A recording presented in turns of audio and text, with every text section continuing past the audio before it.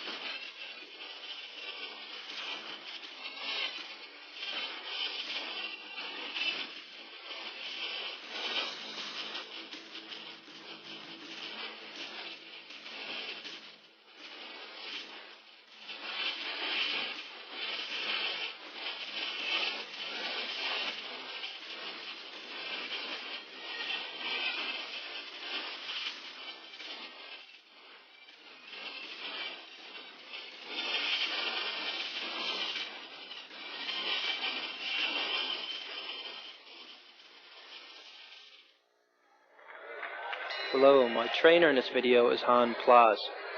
I will explain what kickboxing is as a combination of kicking and punching techniques. Also is about grabbing your partner and striking your opponent with your knees. It is a contact sport for pleasure or for contest.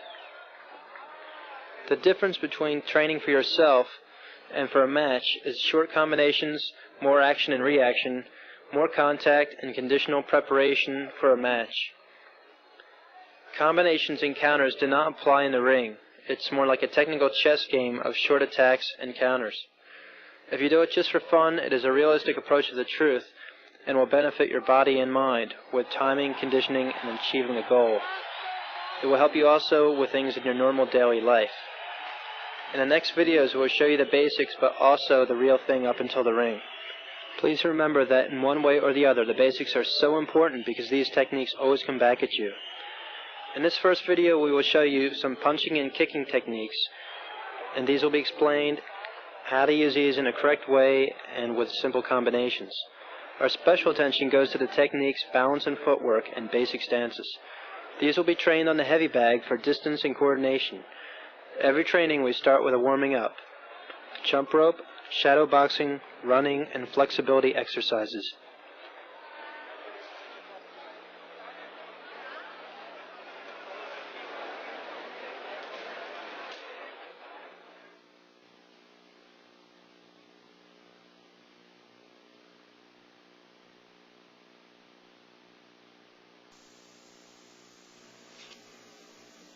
Here it all started for me in 1978, when I first walked in this gym, Majiro Gym in Amsterdam, Holland.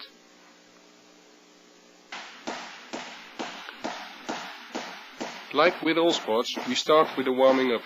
Here we start with rope jumping. This is a good warming up and good exercise for your rhythm.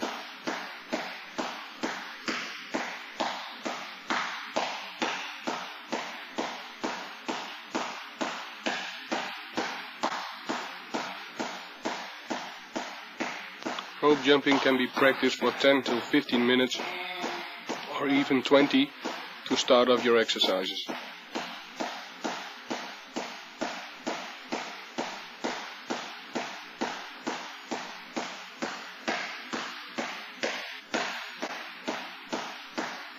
Make sure the turning of the ropes comes from your wrist.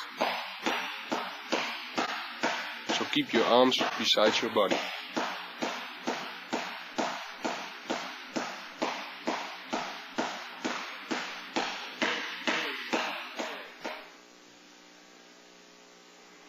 After the rope jumping, I start with loosening up my neck by moving it 2 times to the left sidewards and 2 times to the right sidewards.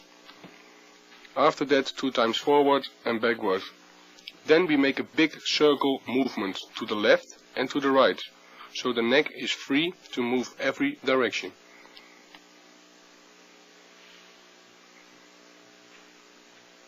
After this we start with loosening up the shoulders by making big circles with the arms forward and backwards.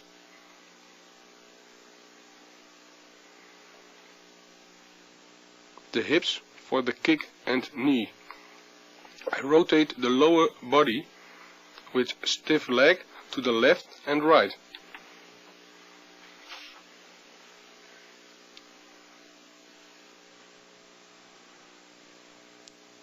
The same we do with the knees. I bend my knees, put my hands on my knee and rotate the knee to the left and right. Keep your butt down.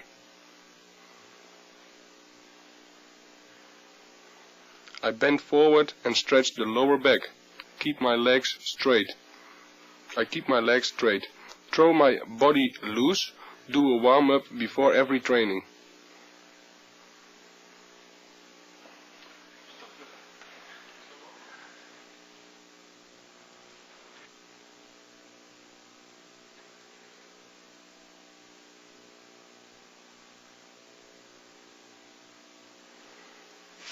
I have one basic fighting stance, with my left foot in front and my body weight is in the center, at all times.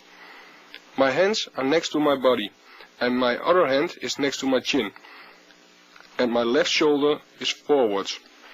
From the side you can see that my legs are slightly bent, to have a good balance, and my weight is in the center, so I'll be able to step forward and backwards, to the side, and still keep my balance and the weight in the center.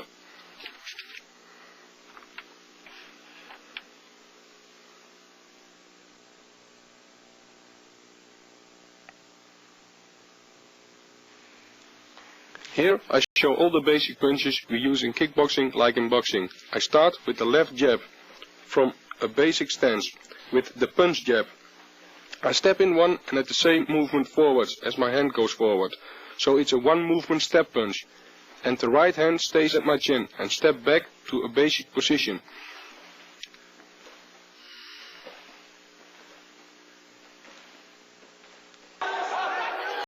Here you can see the left jab in a fight. I make a left step with the jab as my opponent comes in. So it's a crash. I step in but also back to make distance again.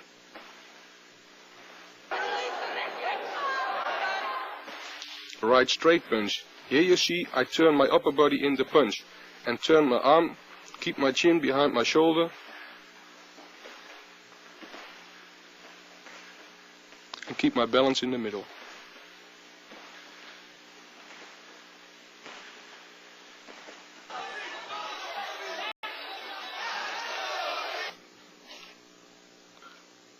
You see I step in with my left leg and throw my body in the right punch. But forget to keep my left hand by my chin, but step good back to make distance after the punch.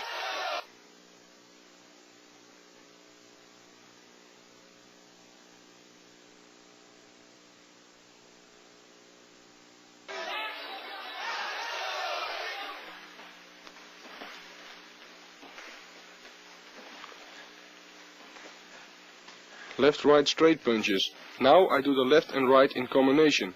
So with the left jab I step in with left and the punch. As my left arm goes back to my chin, my right punch comes in and put my hips and shoulder in the punch and turn on the ball of my feet and step back to a basic position.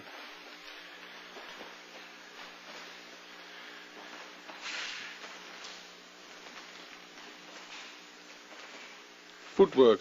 I step in with my left leg, turning my right foot on the ball of my foot, while I turn in my upper body and then turn back.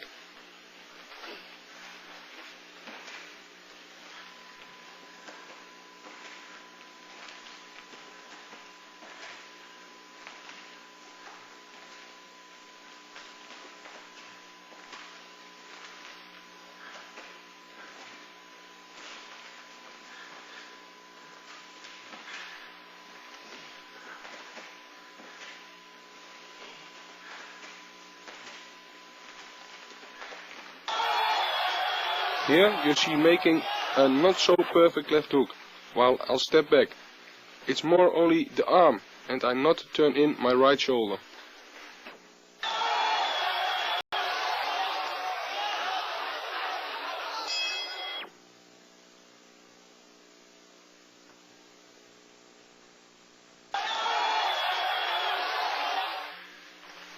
Right hook. With the right hook, I also step in with my left leg and at the same time turn in my body and make the right hook. My arm is go bent and left hand next to my chin and step back to a basic position. Keep your chin behind the right shoulder in the hook.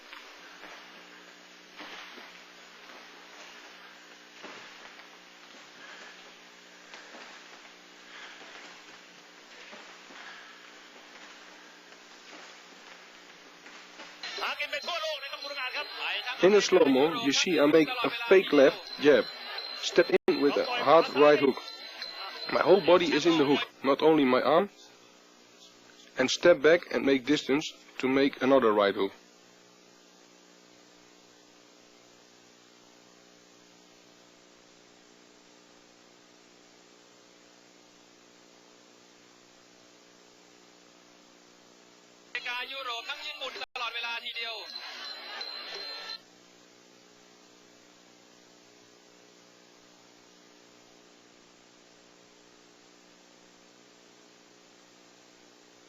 So you can see the whole body is in the punch.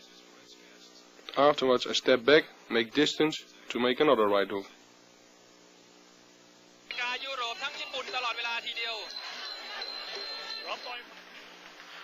Left uppercut. I stand in with my left leg, turn my right shoulder in and turn back with a left uppercut.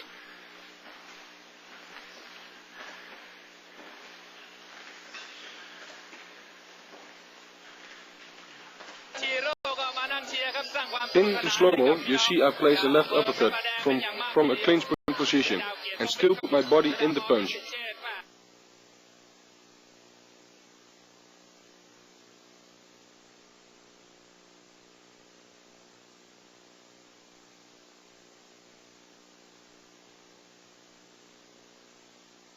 So you can see the shoulders and the body is behind this left uppercut.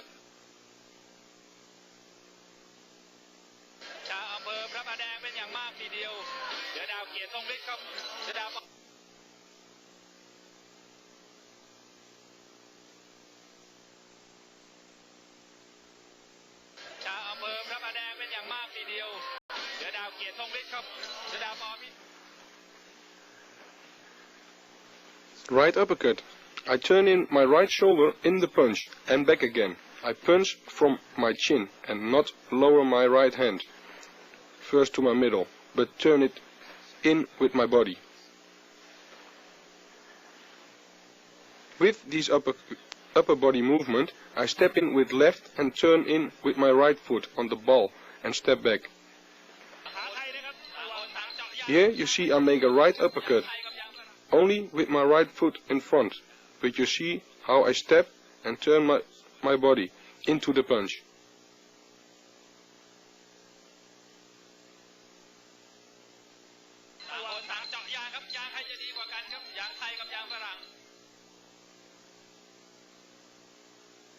So I step, turn in the body,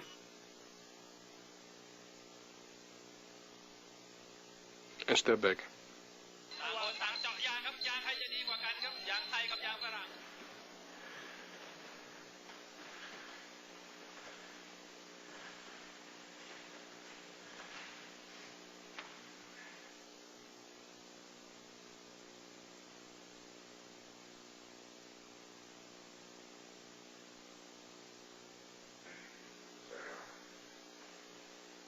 Here I show how to step with every punch.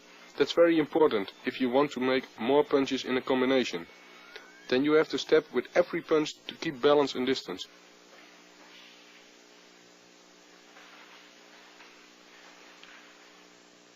So notice the footwork. Footwork is very important. Never walk with your punches or fall after them. If you want to put power in your punches, you have to have contact with both feet on the floor.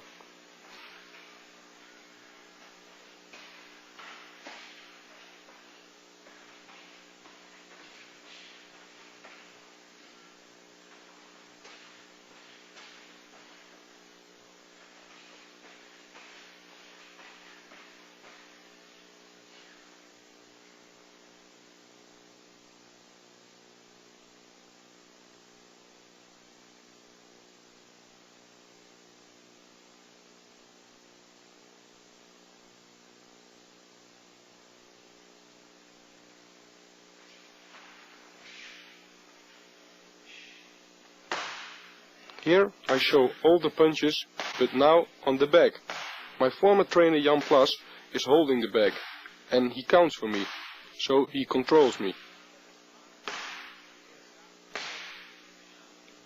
You see, I have to step forwards the bag and from the bag. I put my body in all my punches, by turning my body in the punches, and not punch only with my arm.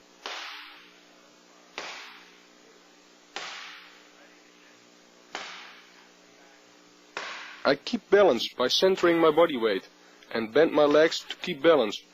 Always pull your hands back to your chin.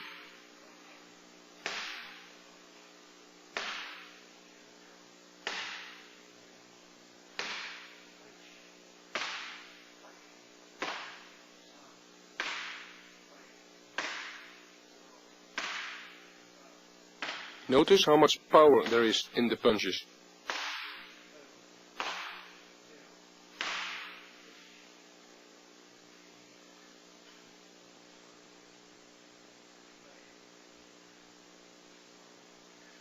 With the uppercut we practice this before the sensei.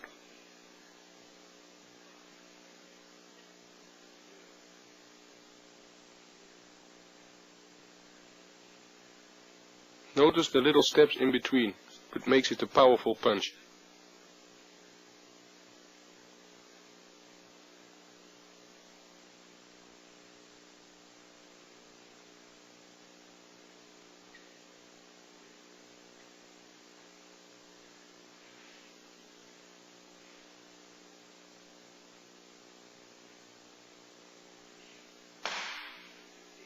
Especially with the body punch, I turn my body in the punch to get my body in the punch.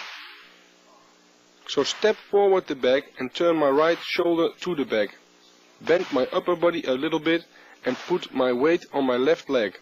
I turn back and stay with my body low.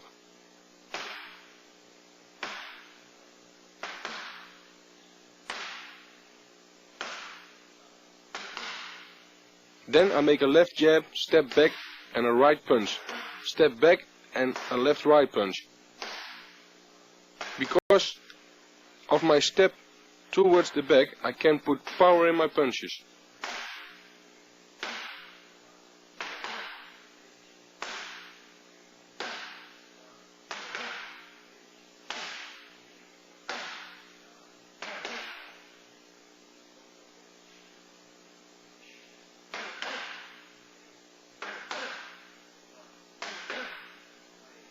Now I am making a left jab and a right hook, and later a right punch and a left hook. In both combinations I step and turn my body in the punches.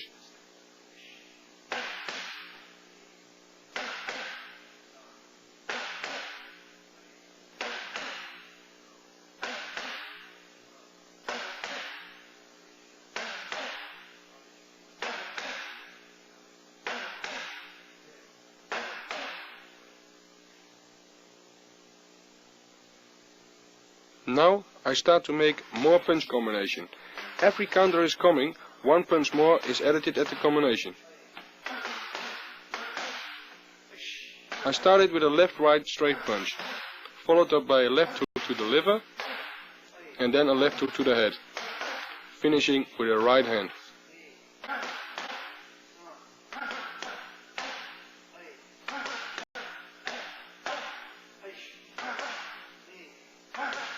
Notice how I step back in the basic position, keep my balance in the middle,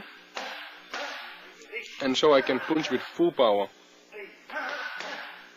When we're at the end of this combination, the trainer Jan Plas is speaking to me that we have to speed up and giving more power in the punches.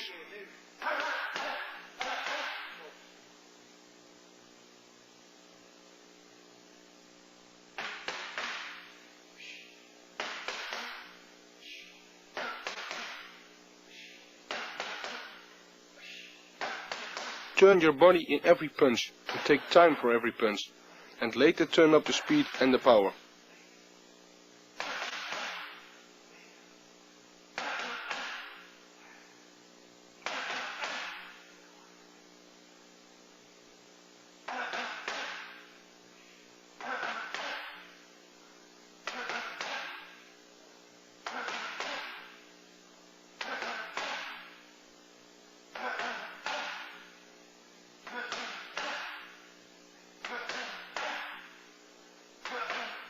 we see a left-right straight punch followed up by a left liver punch.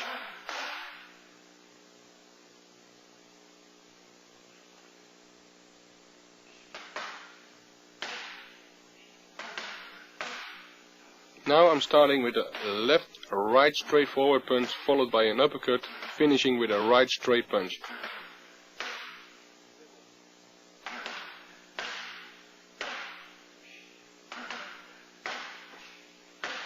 Now we are doubling the right punch, so we see a double punch.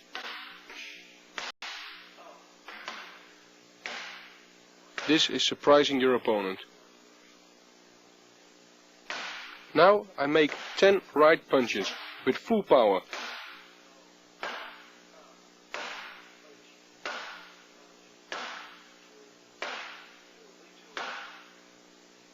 The same I do with the left hook.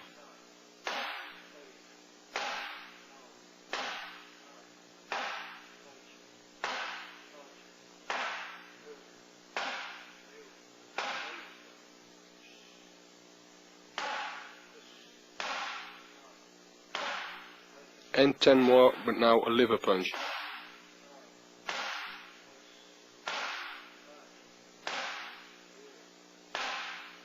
For all these punches you take time, but make them with a KO power.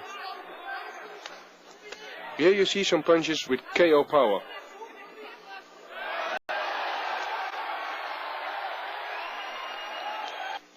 Watch how my whole body is behind the punch.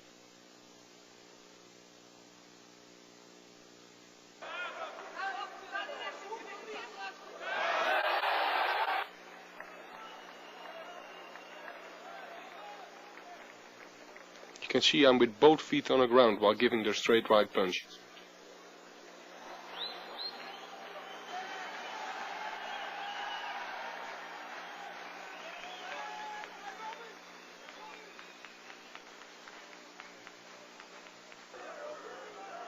Watch how I'm first working his legs and his attention is with his legs, and now I'm following with the right straight punch.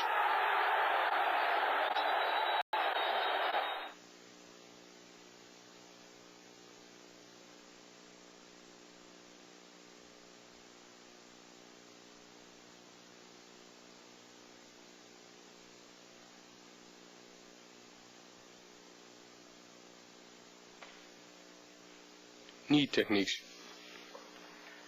Now you can see my former trainer Jan Plas is holding the bag a little bit backwards, so I can place the knees on the bag. I make a right punch to the bag and make a step in between, and a left knee.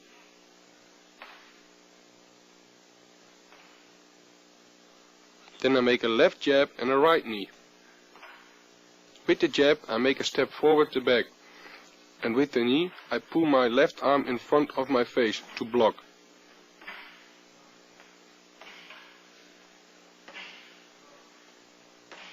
Then I make a left and right knee after each other in a rhythm. Make the punches in between with the steps to keep distance.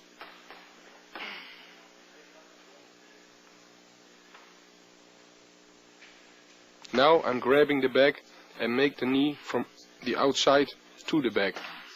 I step with my left foot over my right foot and swing my right leg up and turn the bag with my right knee on the bag. With my left knee I step with my right foot over my left foot and swing my left leg up and turn back with my left knee. Now I do this in a rhythm after each other and turn my body in the knees. Then I make a round knee, step back and make a front knee. I make enough distance after the round knee by step back and stretch my arm and come back with a straight knee.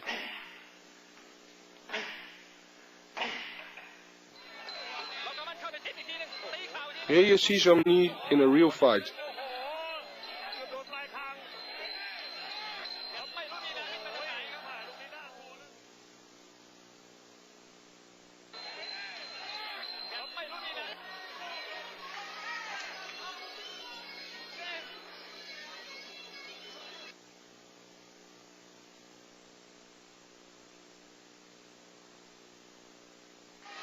towards the round knee coming to the midsection of my opponent.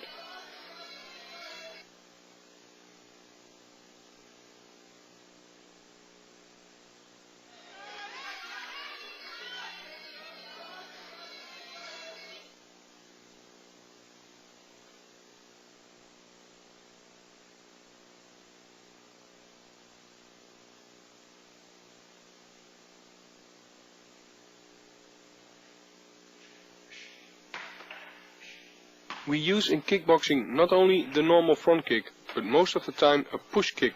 My trainer holds the bag backwards and let it go. On that moment I lift up my knee to my chest and push the bag away. This kick is to keep your opponent away from you. I do this left and right. Later on I do this in a rhythm after each other. In the beginning this is difficult to stay in balance, because you have to put your weight in your kick.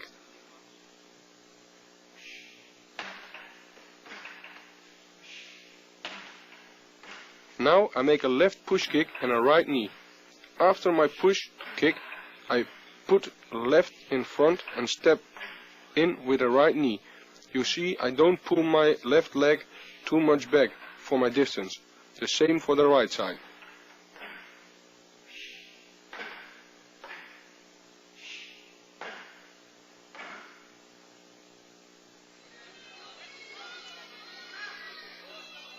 Here we can see some push kicks to the body and face.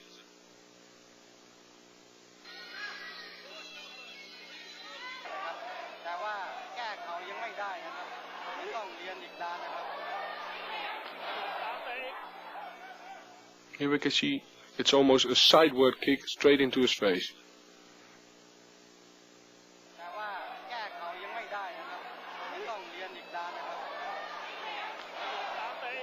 Again, after my kick, I try to step backwards in a basic position, to move back from him and get the ideal position to counter.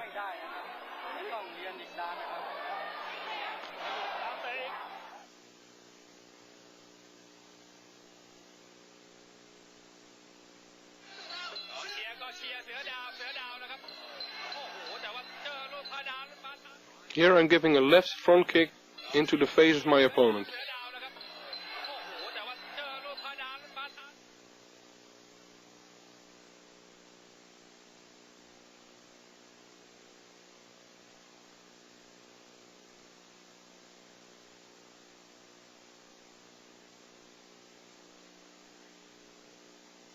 For the roundhouse kick, we take the banana bag. This is a longer bag than a normal boxing bag.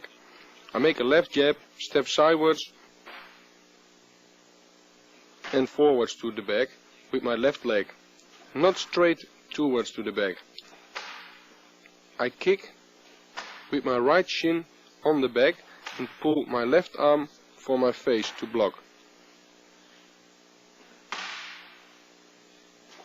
For the left kick, I make a right punch and step in between, not straight towards the bag, but now to the right, to put your body in the kick, and kick with my left shin on the bag. Now I pull my right arm for my left face to block. Then I make left and right kicks in the rhythm after each other, with the steps in between.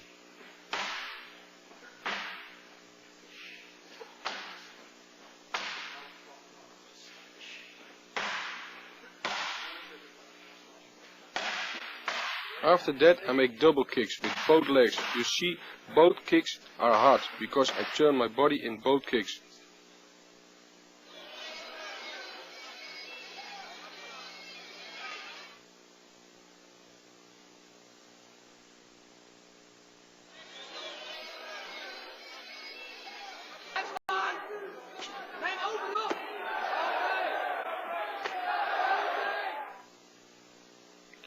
After the front kick, I'm countering with a right punch to the head, which makes his defense go up, and I'm countering with a body kick.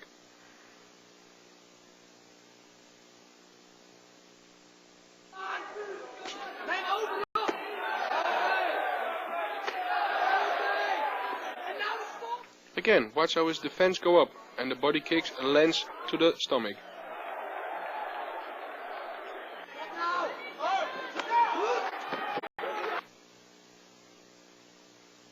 Of course, the body kick can also be used to stop your opponent from coming forward.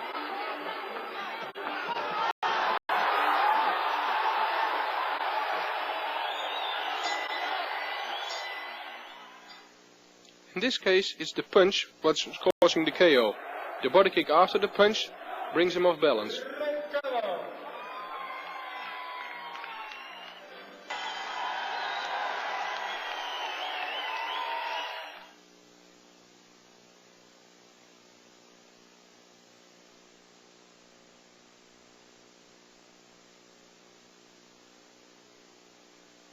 With the high roundhouse kicks, I keep more distance.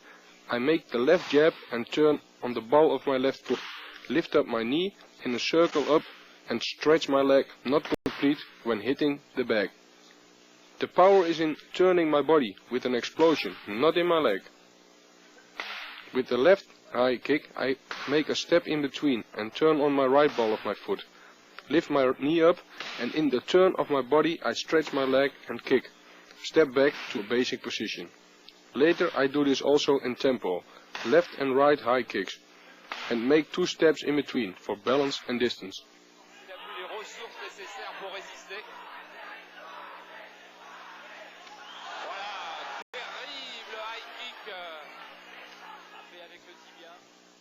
Watch how my shin is hitting my opponent.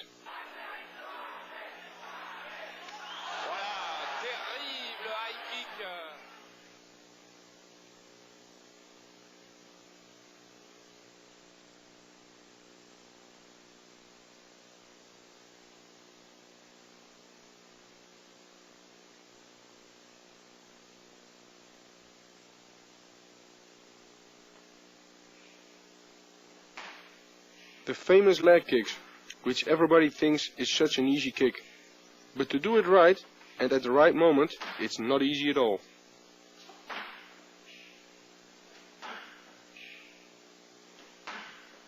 I make a left jab, step with my left leg sidewards towards the back and turn my lower body into the kick.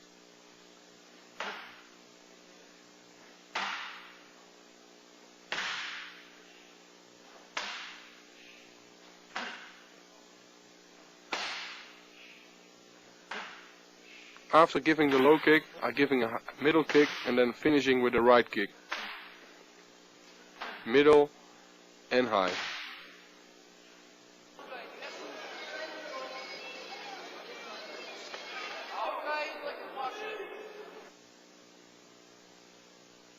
Watch the little step in between, which makes it a very powerful low kick.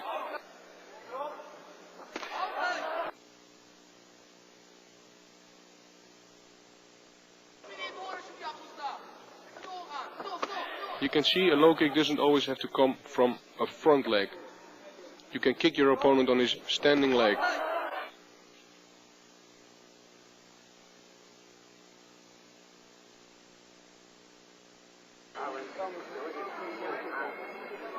In this case it is given on the front leg.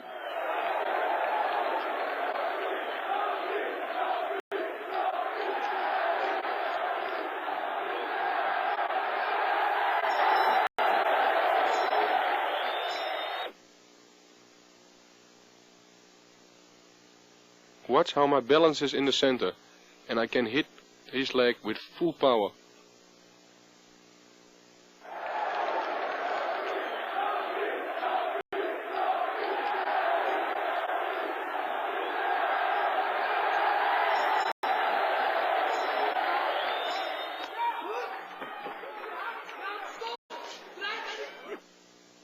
In this case I'm stopping off my opponent by giving him a right kick to the body.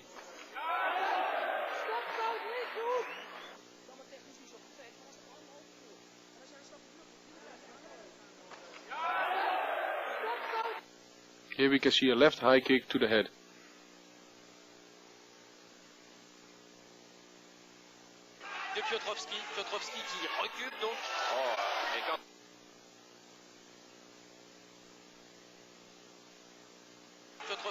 Watch the timing. He wants to step in and I'm giving him a left high kick to the head.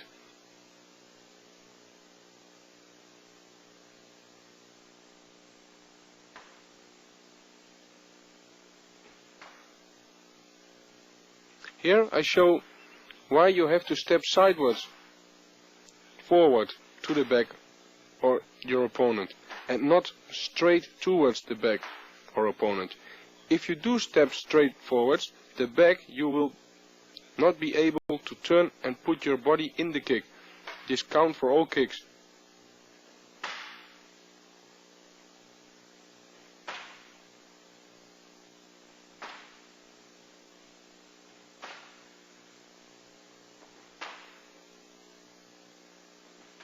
When I step to the side towards, I can put my body in the kick and have a better impact on my target. So first I show how I do it wrong, and then how to do it right.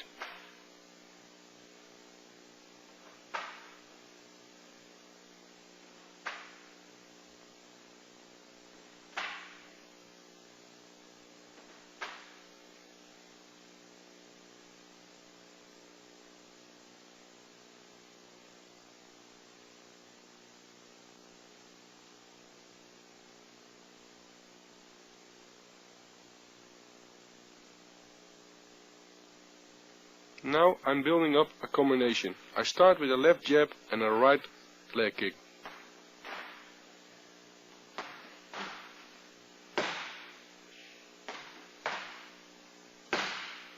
After this, I follow up with a straight right punch.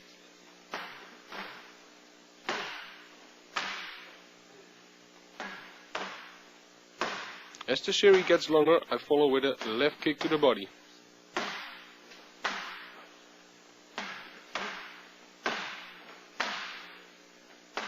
Try to do everything with full power. Keep your balance in the middle and throw your body behind all the punches and kicks. I am making a left jab, step in with my left leg, make a right kick. Turn my body and leg back and take a step in between and make a left body kick.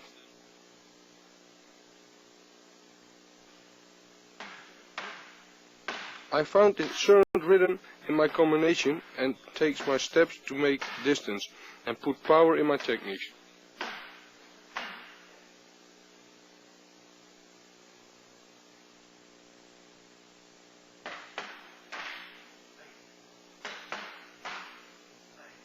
Here we can see a right left, right high kick combination.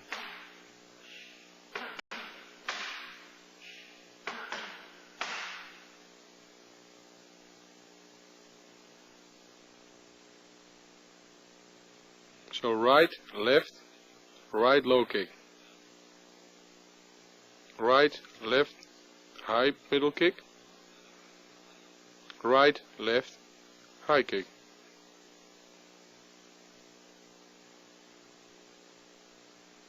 Left, right, left kick. Left, right, middle kick. And a left, right, high kick.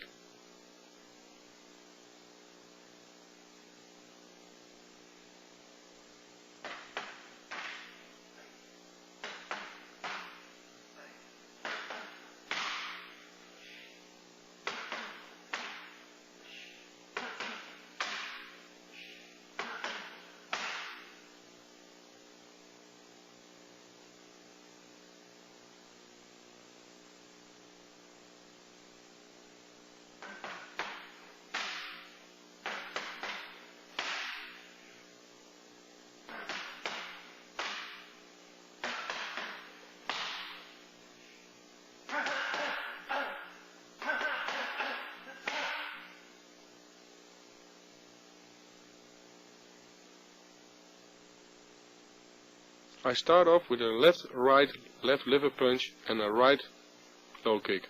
Then follow up with a left, light, left punch and a left high kick. So again, left, right, left liver punch, right low kick, right, left, right with a left high kick.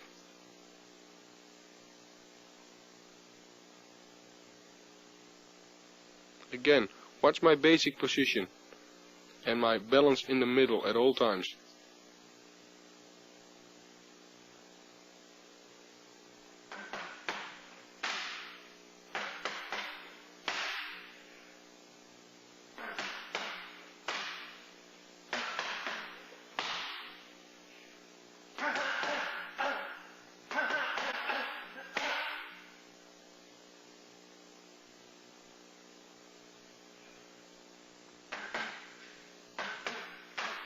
I make a left-right straightforward punch and my trainer makes a left hook. I make an evasion and counter with a right punch, left hook and a right leg kick.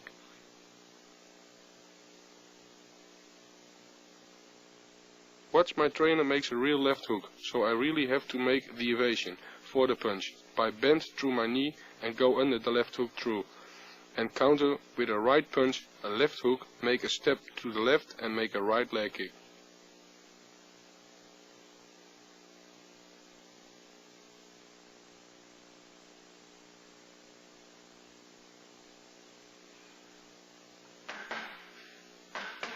Try to find a rhythm for these combinations and keep balance when you're making the evasion.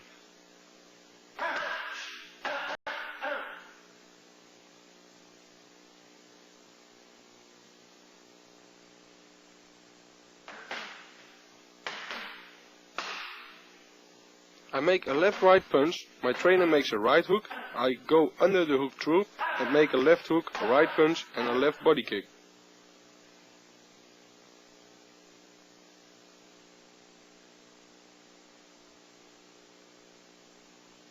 When I make the evasion, I turn underneath in a circle to avoid his punch, so I can counter the back with a left hook and then the right punch. I step in between and follow up with a left body kick.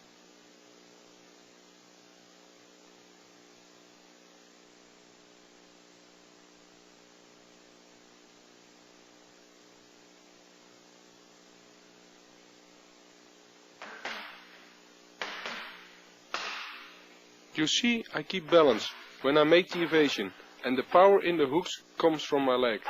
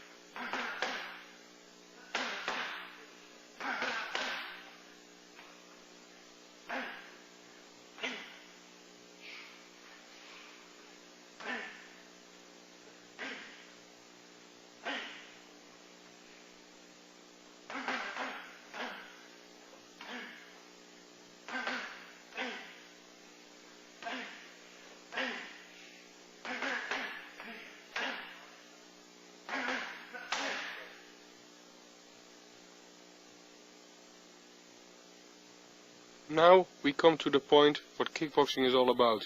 To make combinations between arms and legs and knees. To move in and out from the back or opponent. You see, I make 2 or 3 punches and a kick. Then I make distance and start all over again. I never stay too close to the back or opponent and can see what my opponent is doing.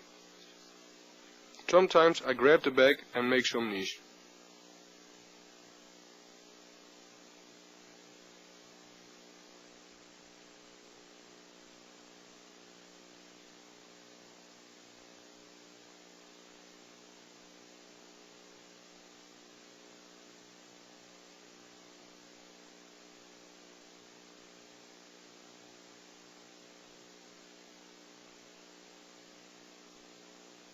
Watch how after each combination or technique I return in the basic position. I'll keep contact with the floor at all times.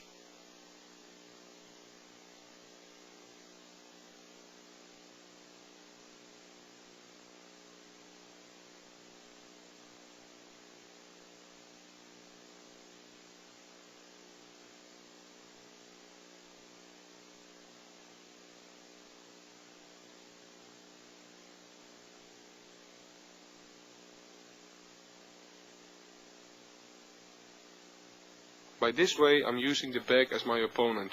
I turn him to the left and to the right and creating openings to give my knees.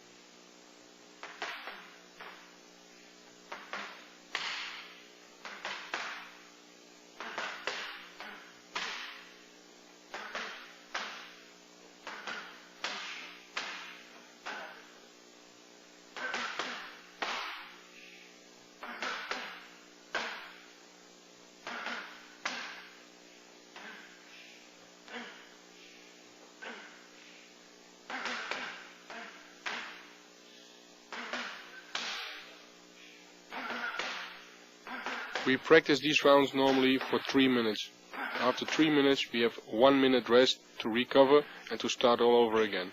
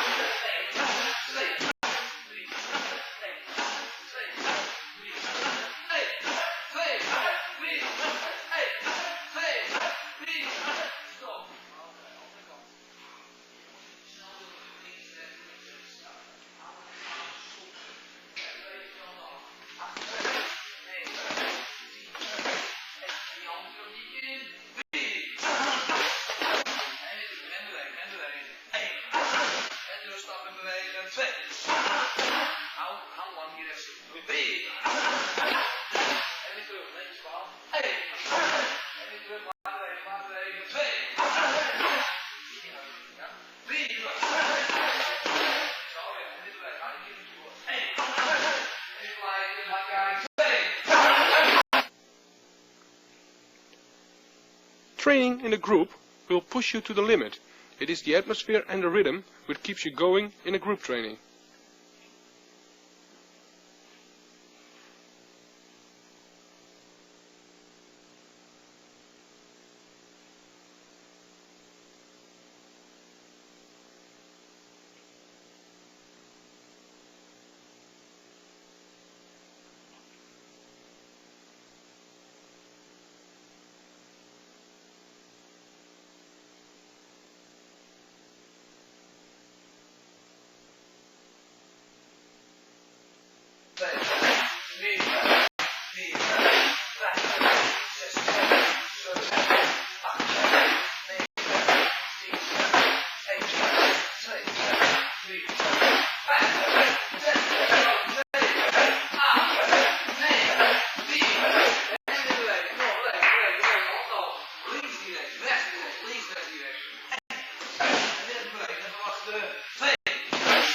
Stappen we even 3. 1.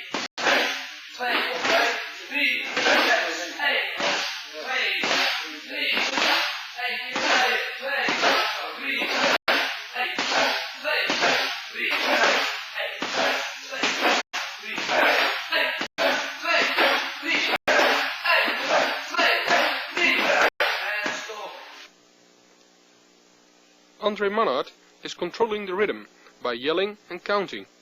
Back training in a group is good to build up stamina and conditioning. I wish you good luck with this tape and hope it will improve your training skills.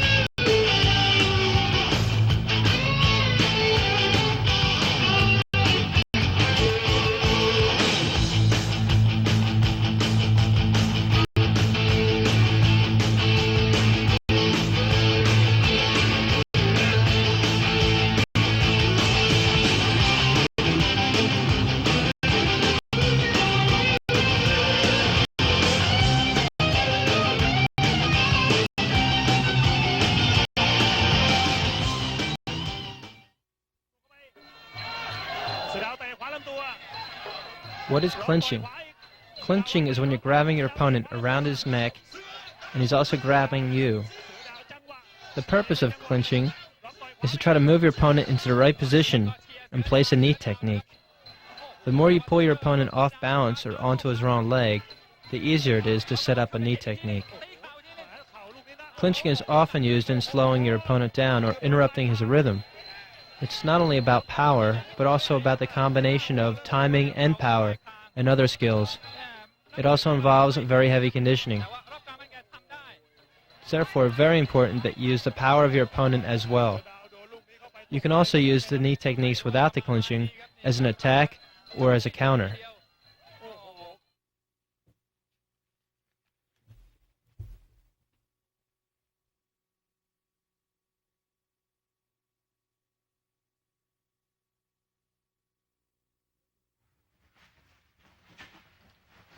Grabbing the opponent during clinching is of utmost importance before starting any knee techniques.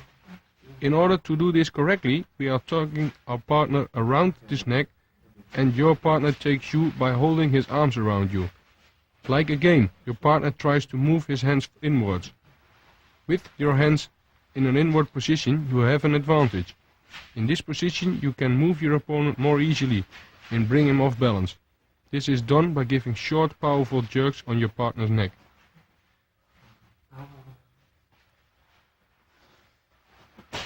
What's the short, powerful jerks?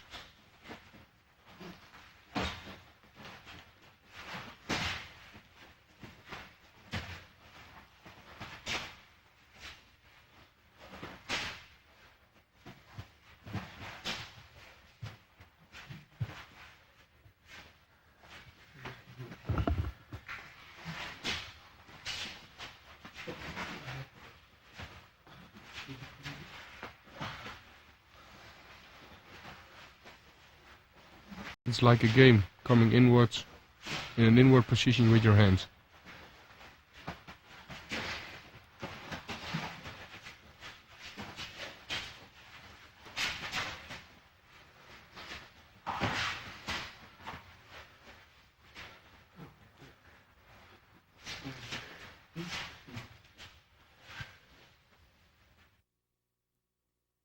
Make sure that during clinching you stand up as straight as possible, so don't let yourself be pulled down. By practicing this you will enforce your back and neck muscles. Again, start slowly.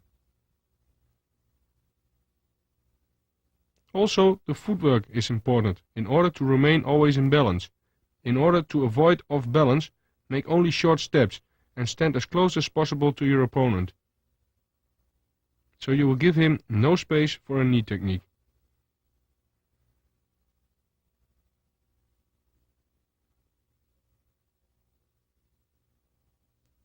Watch how the short jerks brings your opponent off balance.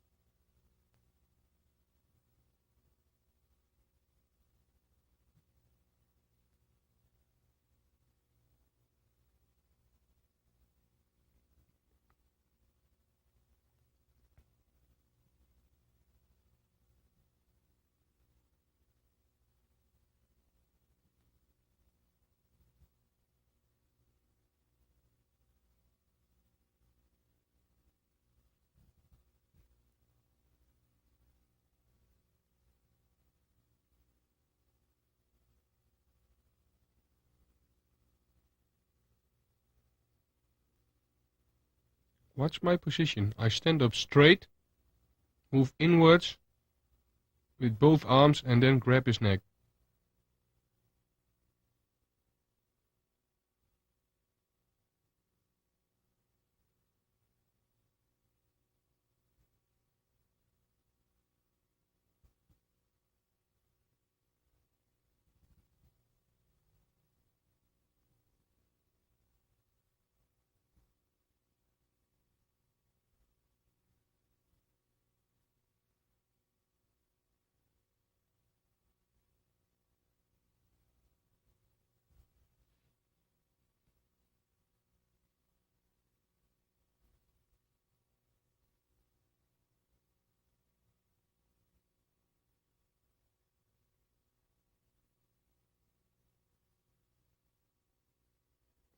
Clinching takes a lot of energy from you.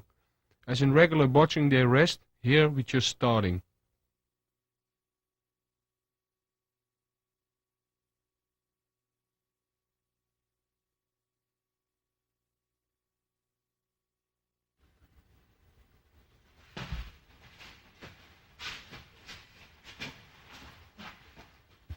Now we are showing some different knee techniques from a clinching position. For example, the so-called left and right round knee.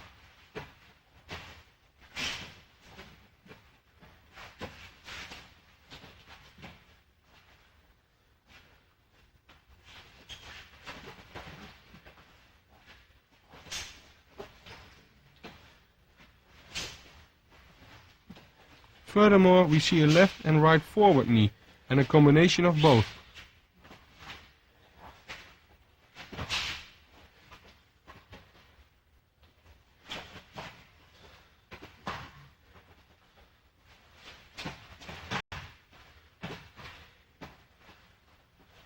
Now we can see a right round knee followed up by a front knee.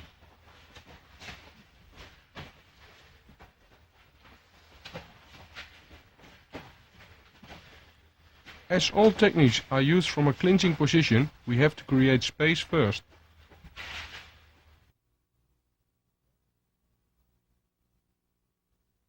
Grab your partner with your hands in an inward position around his neck and step with your left leg over his right foot. Swing your right knee upwards and turn backwards with a knee.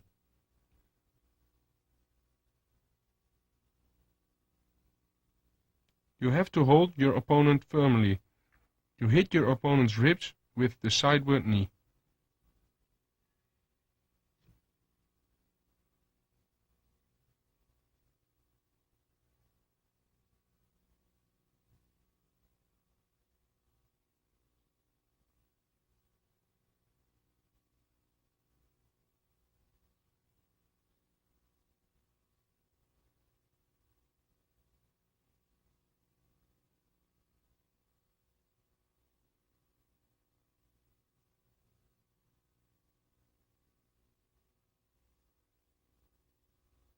You can see I'm creating space for her while following up with the knee.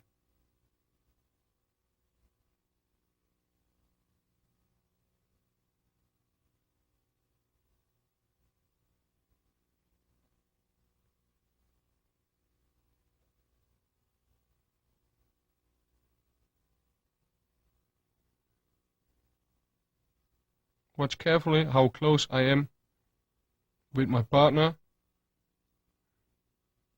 Then step backwards, pull his neck and come in with the front knee.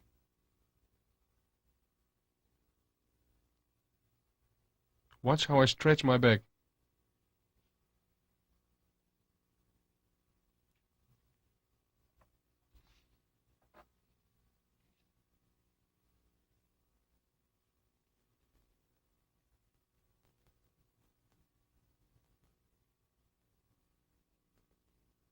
With this right forward knee, you are again in contact with your partner and you push again your elbows to the chest of your opponent.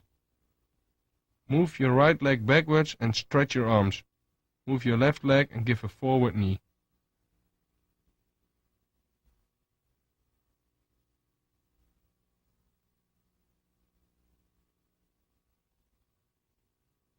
With a double knee, place in a round movement and forward, then again step over your foot beside your opponent. Place a right round knee. Join and make a step with your right leg and finish with a right forward knee.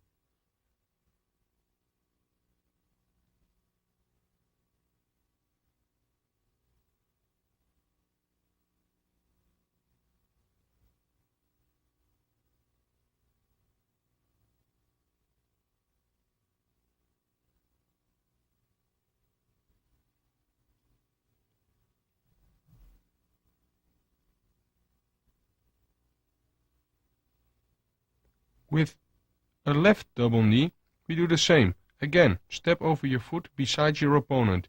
Make a left side knee, join, step backward, stretch your arms, and come back with a knee. And clinch your opponent again.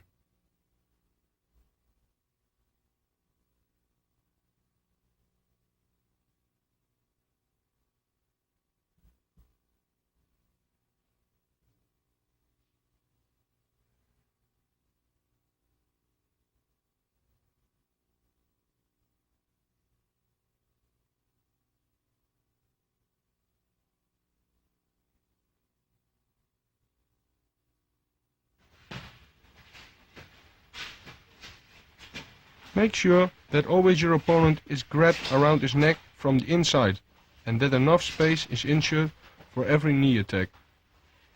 Don't jump, keep contact with the ground, at least with 1 foot.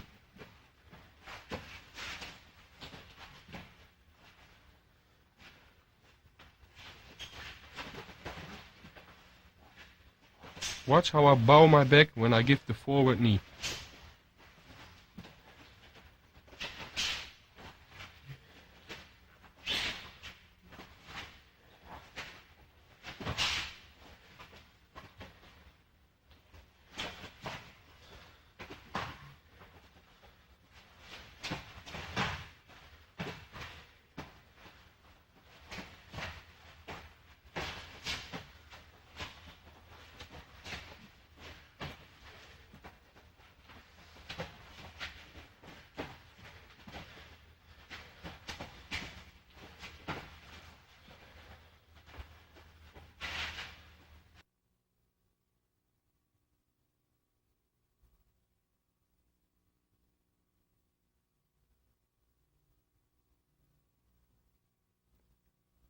Make enough space for every knee movement.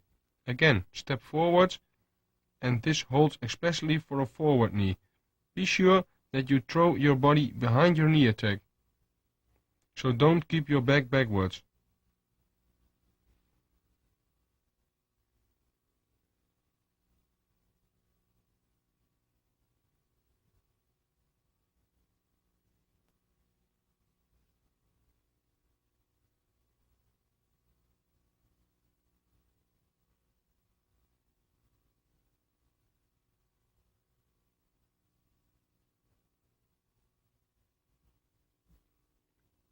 Watch how I am creating the space to place my knee.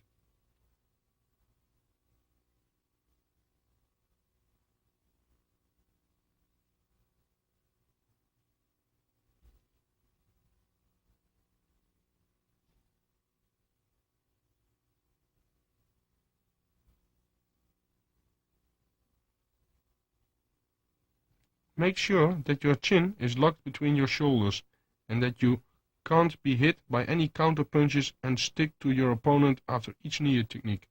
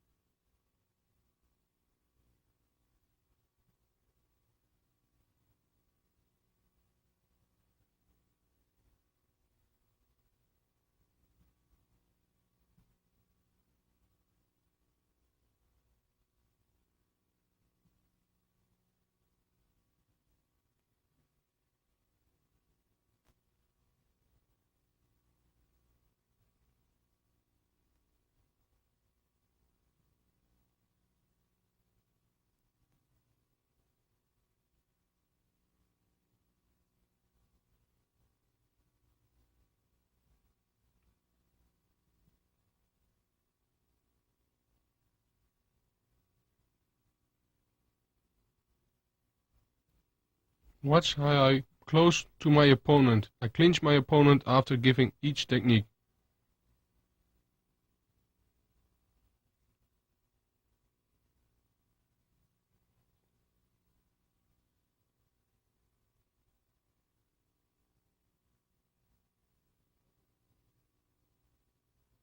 With a double circular knee forwards with your left leg, your foot will not touch the ground after the knee, but it moves without hesitation backwards. You're stretching your arms, keep your back round and hit backwards in an explosive way.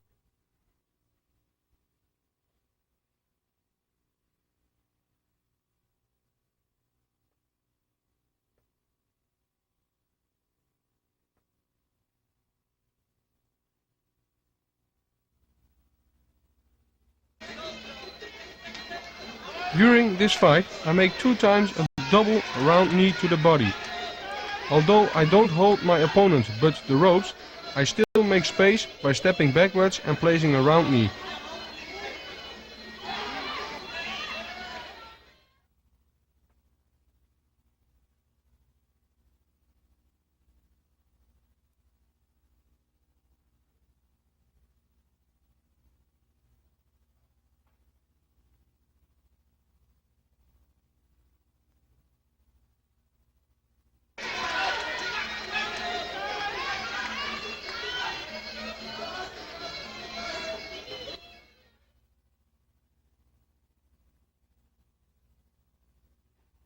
I hold my opponent tightly. I make space and place a knee around his defense.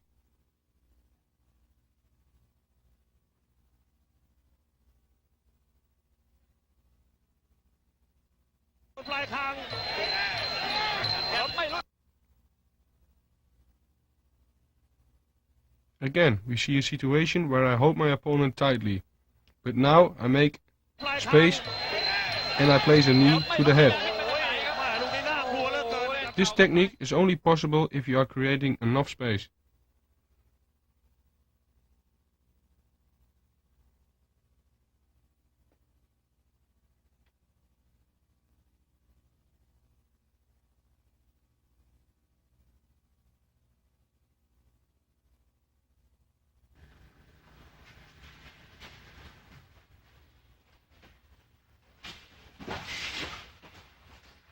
Here we see how the opponent moves, and this movement is followed by a forward knee.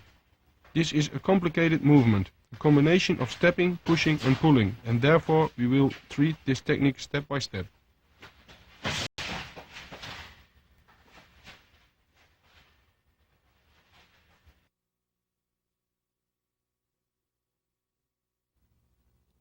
Grab your opponent from the inside and keep close contact. Step with your right leg around the left leg of your opponent and follow this movement with your left leg. At the same time you pull with your left arm and push your opponent with your right arm and elbow beside you. Do this till your arms are stretched and then make a forward knee and afterwards have again close contact.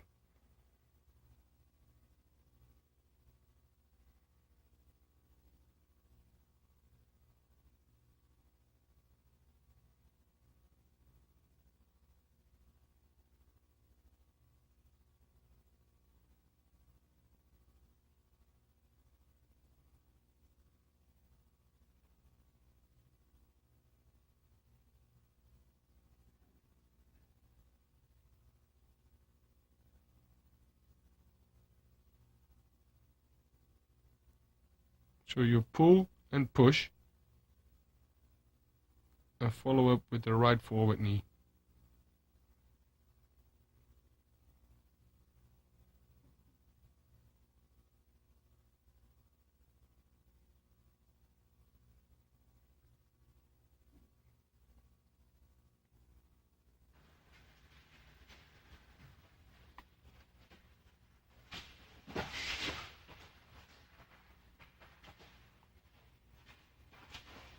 After experimenting a few times, you will notice that this movement is really very complex.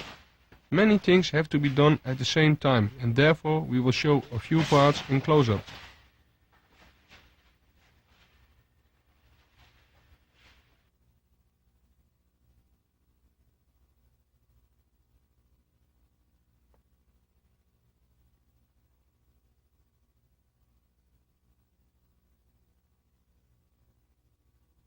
Be sure that you are in close contact with your opponent with your hands inside. Step with your right leg around his left leg, following by your left leg.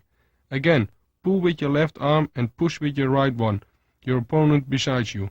You have to do this in one single movement. With a strong short jerk, you have to move your opponent in such a way that you create the ideal position to place your right knee in his solar plexus.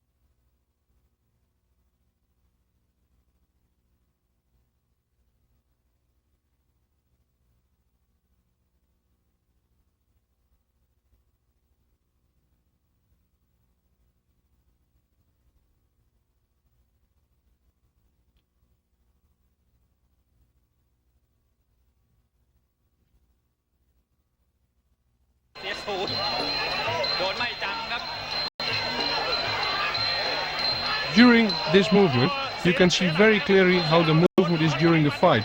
Especially you see the upper part of the body. Notice how I create enough room with my arms with the pull and push movements.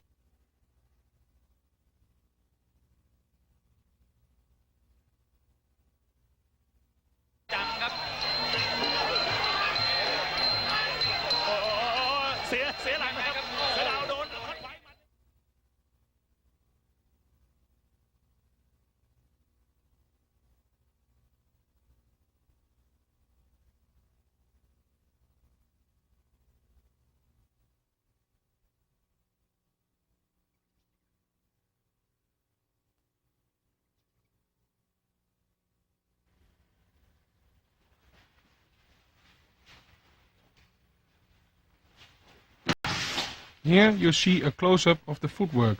Notice the steps that are being made and how the opponent moves.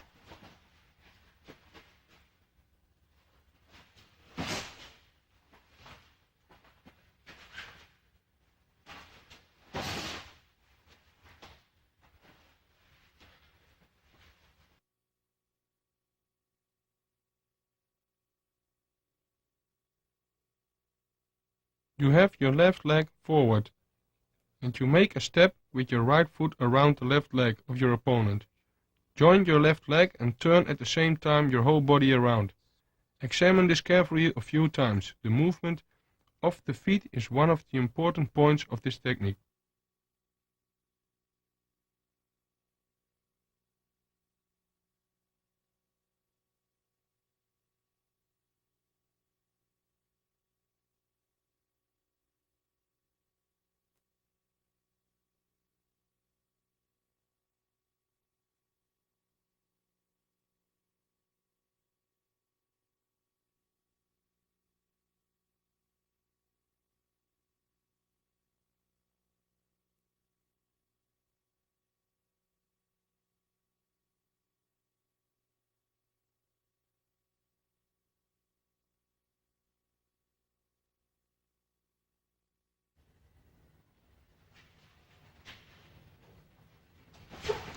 Here you can examine how the arms are used to push and pull.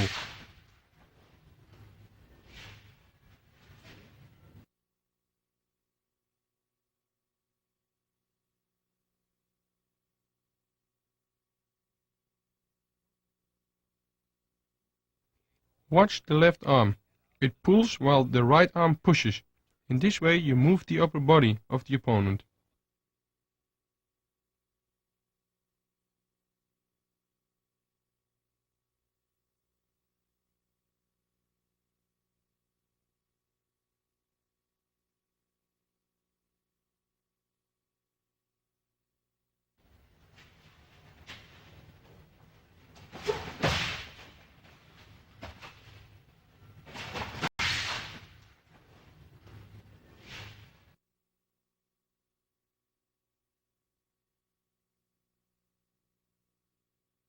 You can see that by this technique I can move my opponent wherever I like to.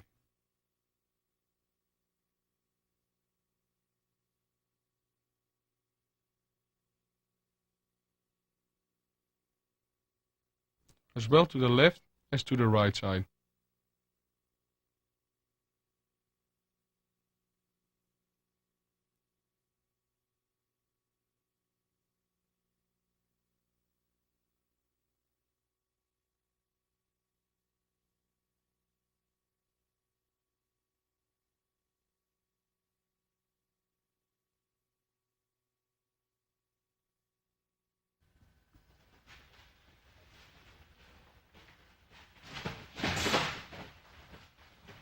Here we see the opposite of the previous technique. Now we step to the other side.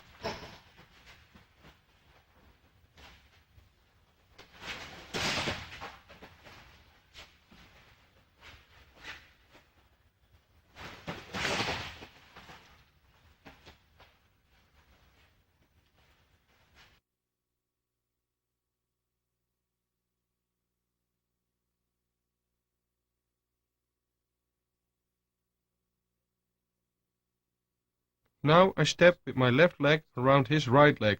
I pull and push and notice how my right leg in a single movement follows. I stretch with my arms and follow with the left knee.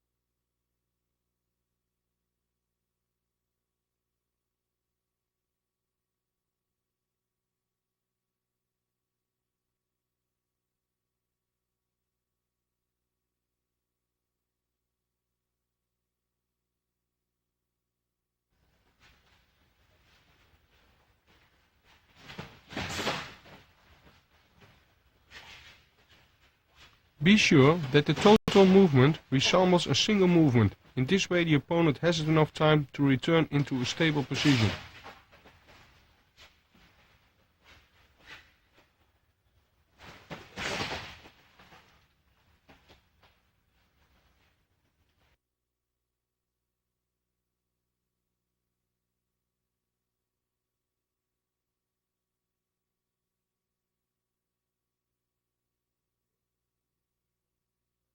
Be sure that you move your opponent beside you and not only step around him, otherwise you're off balance. Use your arms in a proper way. Stretch your arms before moving your knee to create an optimal space.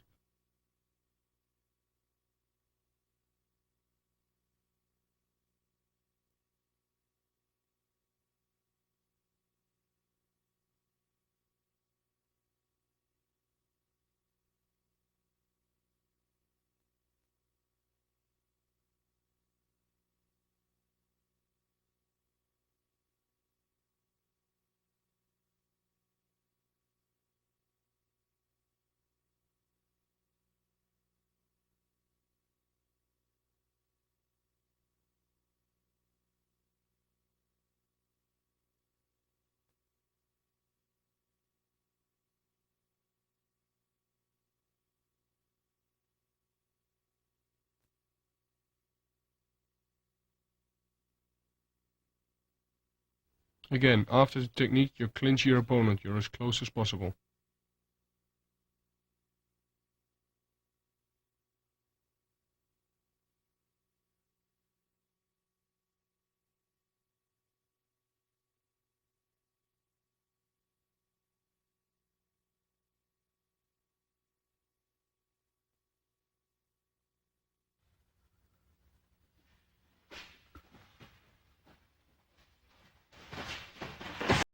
The technique is being used by an attacking opponent who runs at you. Now notice how the opponent is turned and moved.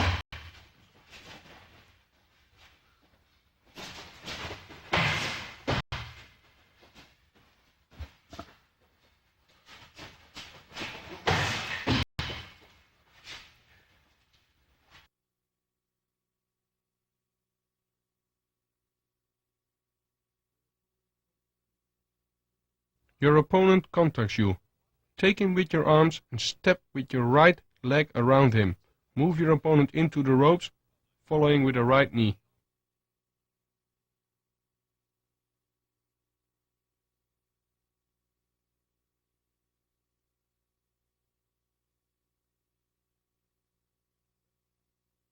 So step with your right leg around him, move your opponent in the ropes and follow with the right knee.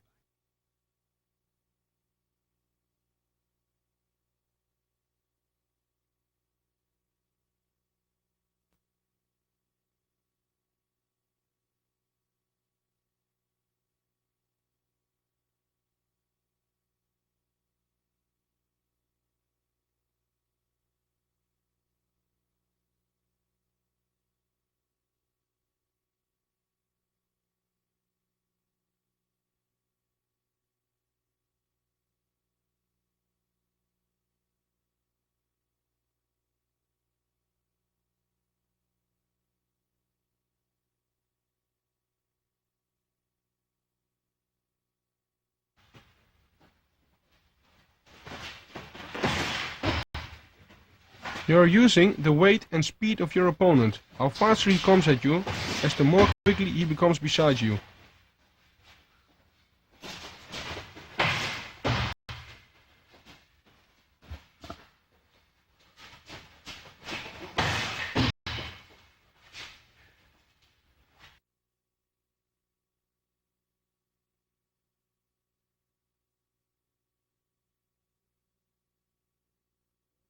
Take care that you step correctly around your opponent in order to move him, because if you keep staying on one place, he will contact you, and you are only able to clinch him. Use your knee at the moment he comes from the ropes. In this way it will resemble a crash.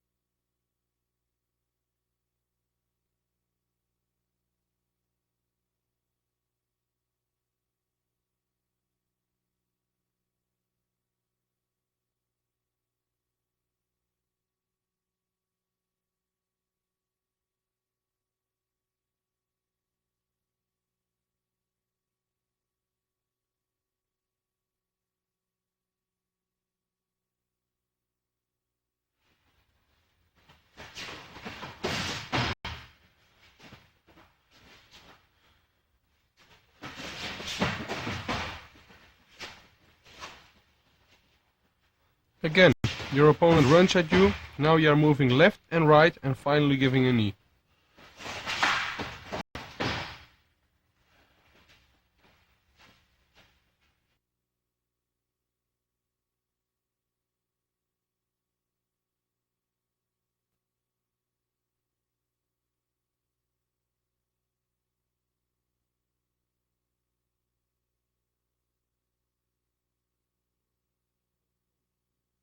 Start this exercise slowly and increase the speed if you are controlling this technique.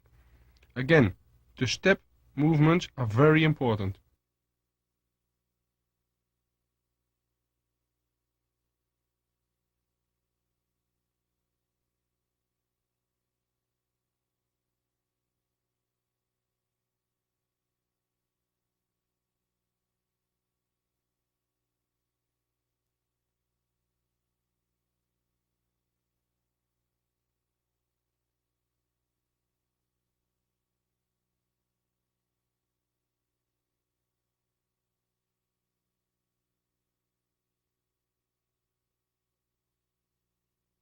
Watch the step movements.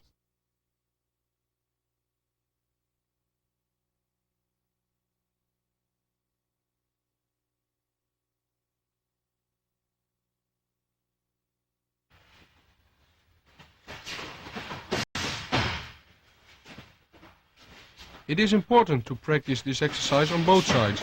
The reason is that your opponent always has a weak side, where he is off balance.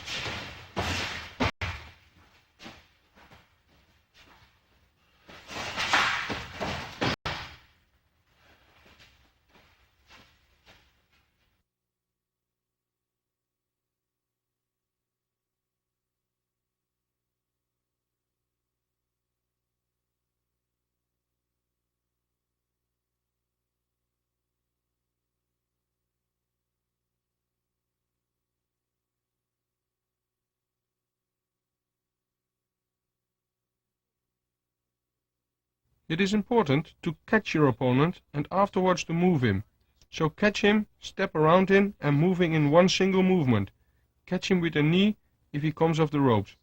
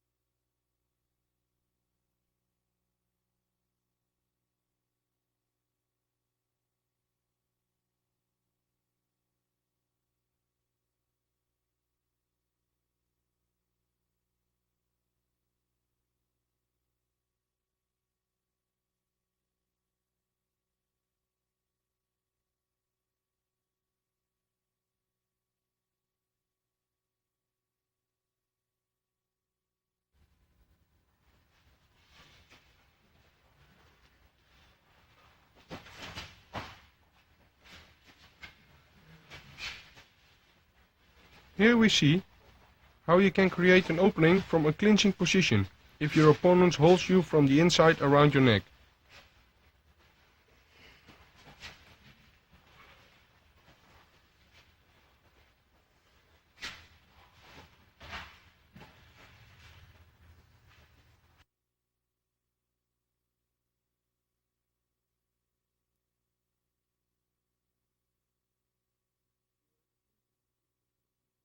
You are in a clinching position and your opponents hold you from an inside position around your neck.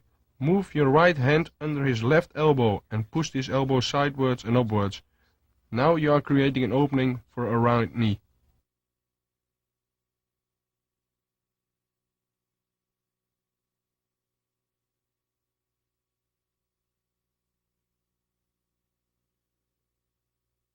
So move your hand under his left elbow and push his elbow sidewards and upwards. Now you're creating an opening to place your knee.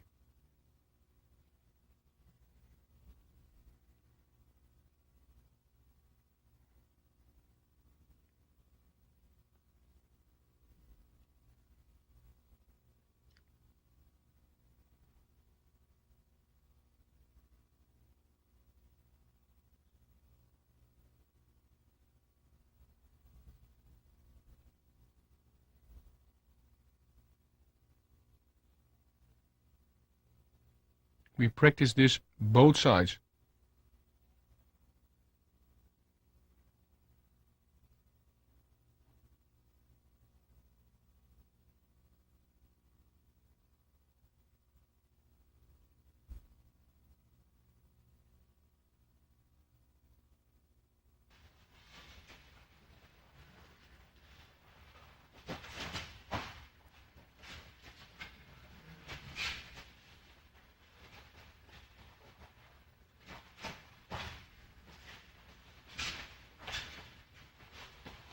This technique applies for both sides, therefore train this technique also for both sides.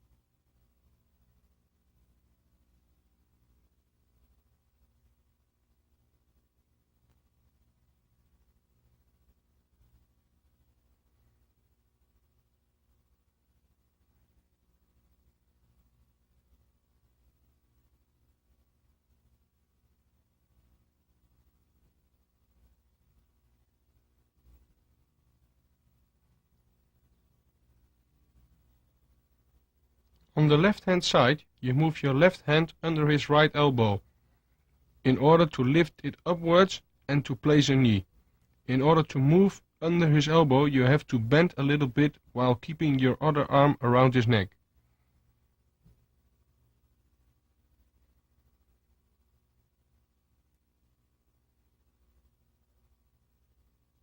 So bend and then push his arm upwards to follow up with your knee.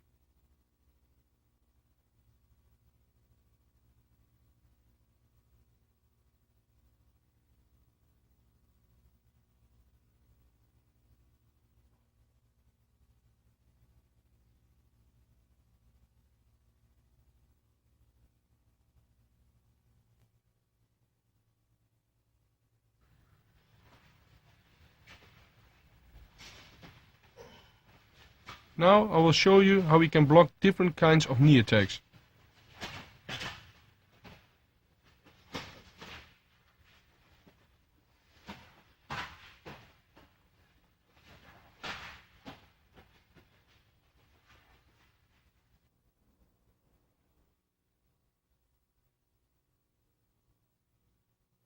Your opponent places a left straightforward knee. This attack is blocked by placing your elbow in his thigh. The right knee can be blocked with your left elbow in his thigh.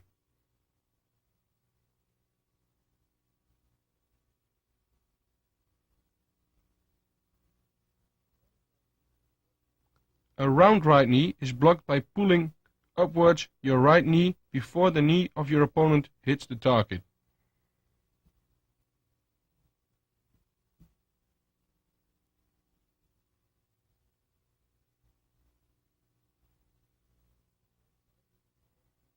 The round right knee is blocked in the same way with the left knee.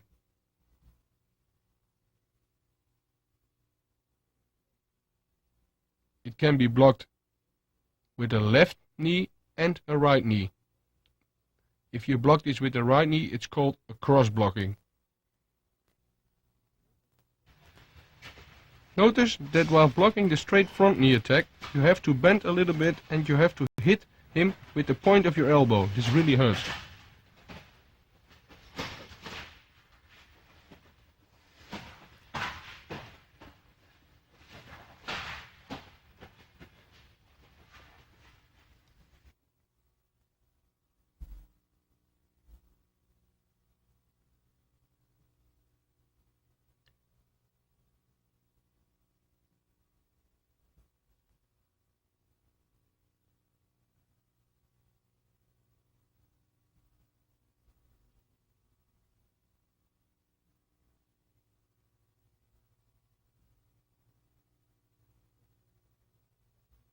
Just when your opponent attacks you with a round knee, you lift your knee upwards.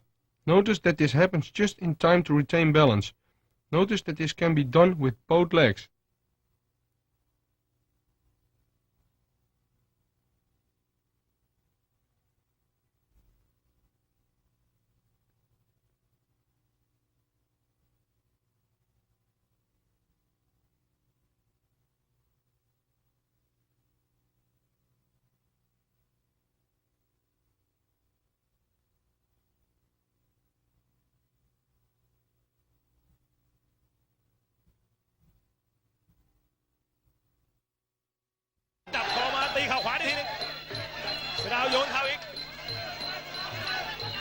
Here we can see the interruption of a knee attack.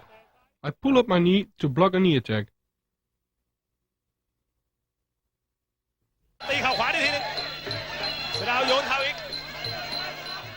The more power my opponent will use in his attack, the more he will get hurt.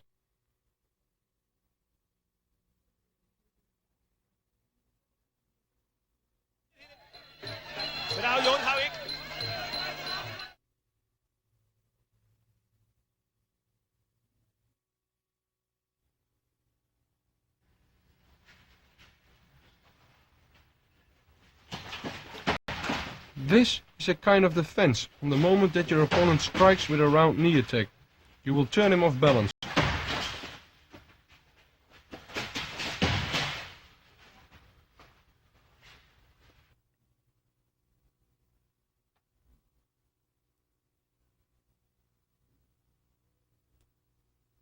You are in a clinching position and your opponent wants to strike with a right round knee.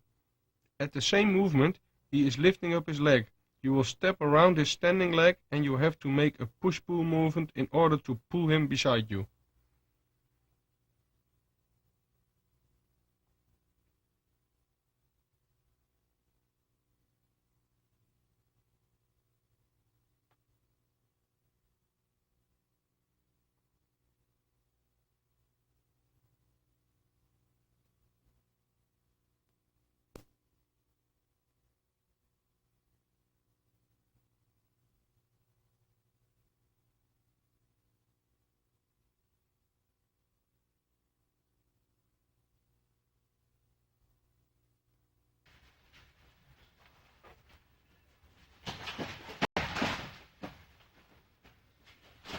When your opponent is striking with the other knee, you will strike him with the other side, and you will pull him at the same side where he is giving the knee, so pull him off balance in order to counter.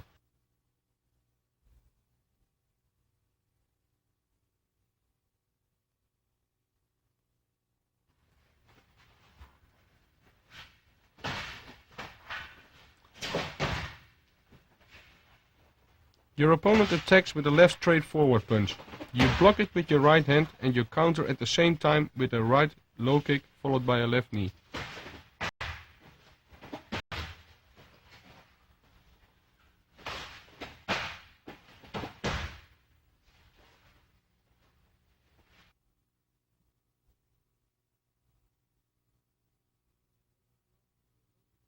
Make sure that your low kick counter is done very quickly, so your opponent has no time to step backwards. After you grab him with both hands on the right side of his neck, stretch out and make a left knee.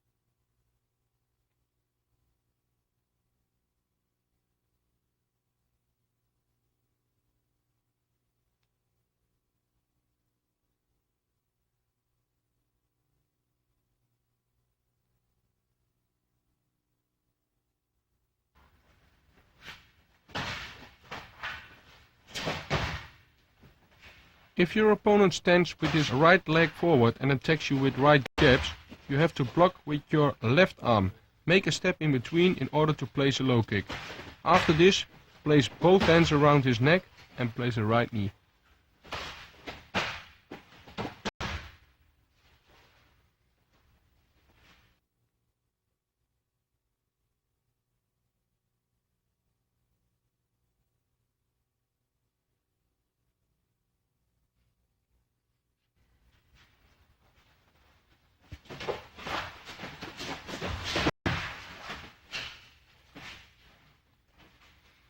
This technique is used mostly by the Thais, grabbing the kick leg and push you in the ropes, and attack with knee techniques.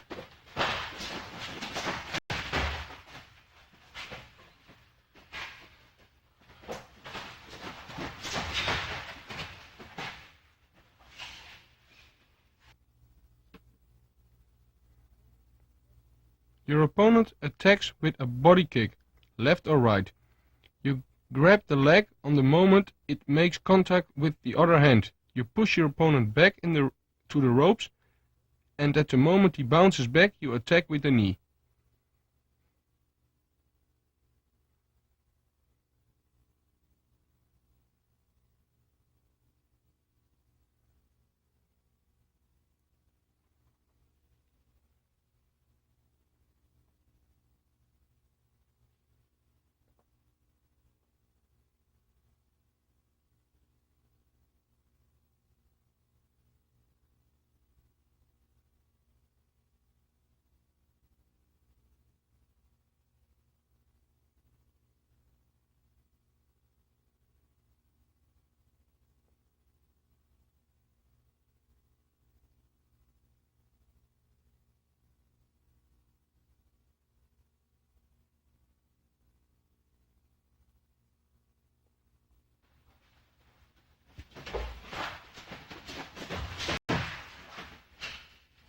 The only hard part from this technique is you have to absorb the kick on your body.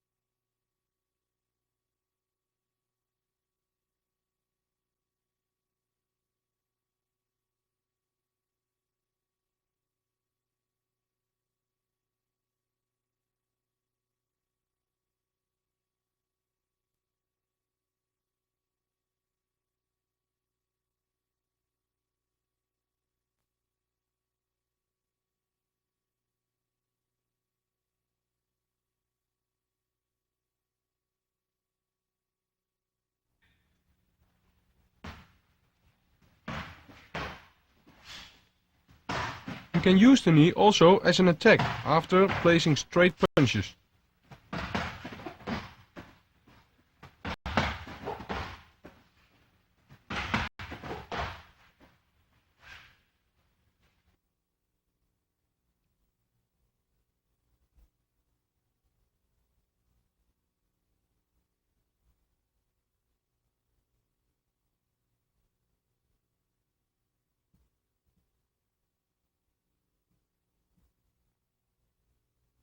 Make a left long jab to the face and follow with a right knee. Make a good step forwards after the jab to make a good knee.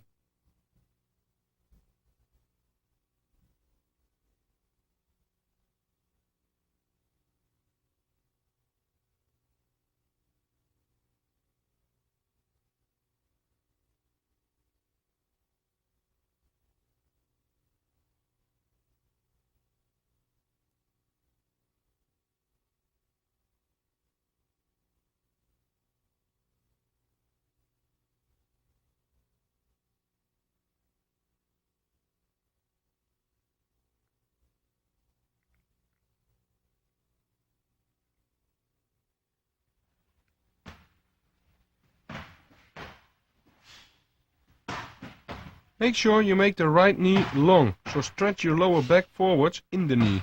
Don't keep your back behind and only raise your knee.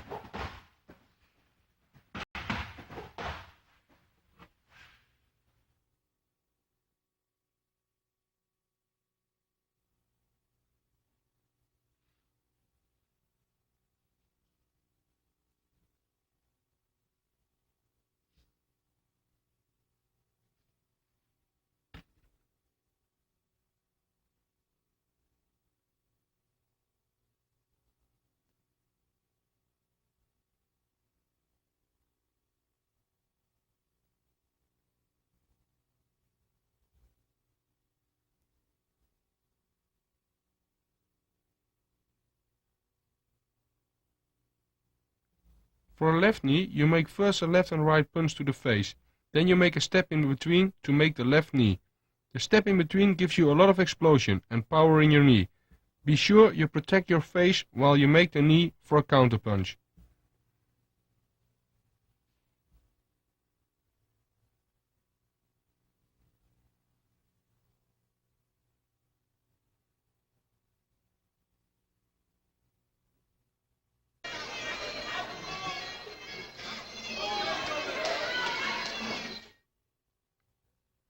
Here you can see how I block the punch and grab with the other hand my opponent's neck and place the knee technique.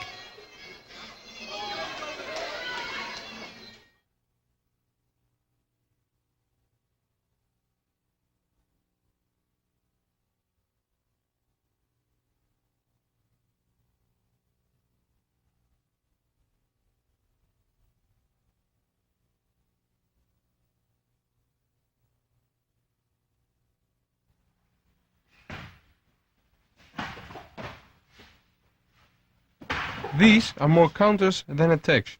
Your opponent attacks with a left or right punch, and we counter with a knee.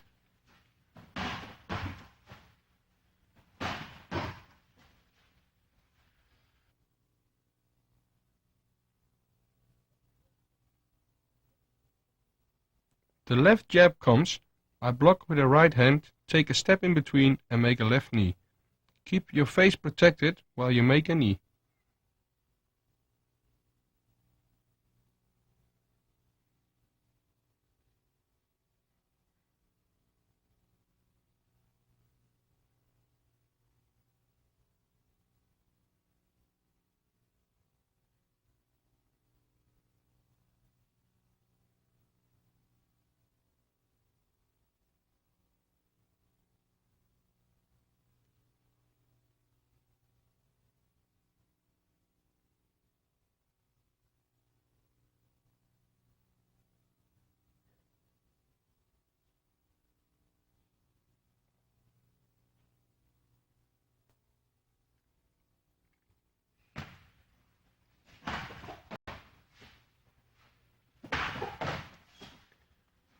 Be sure that you block the punch correctly, otherwise you cannot counter the proper way.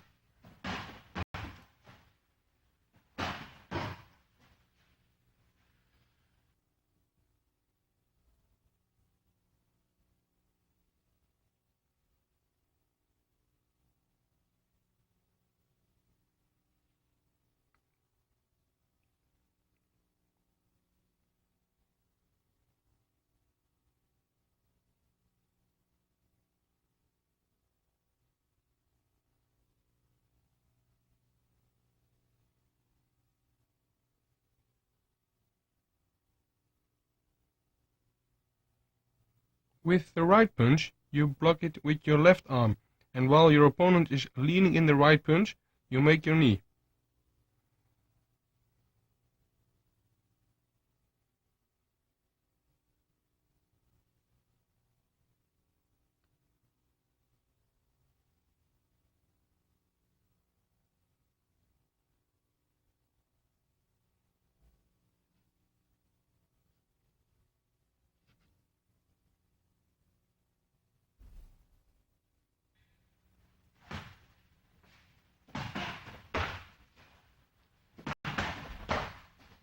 Another counter-attack with the knee on left-right punches and left-right hook punches, counters with left and right knees.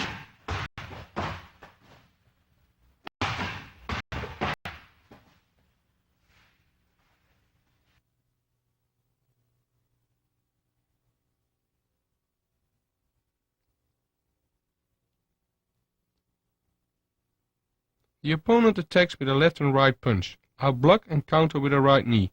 Again, block the punches correctly, and while he is leaning into the right punch, you counter with the right knee. Protect your face.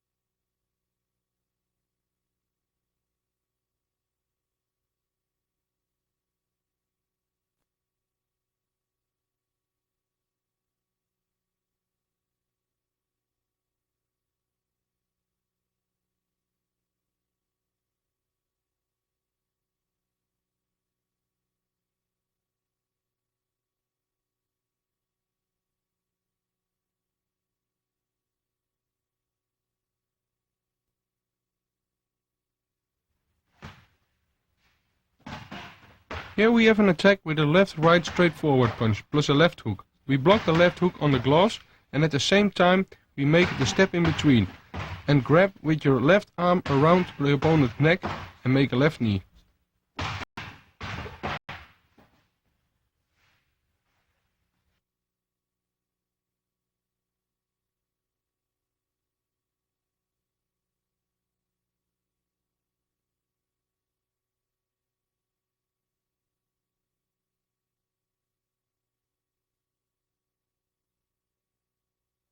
Be sure you do these three things at one moment. Block left hook, step in between and grab the opponent.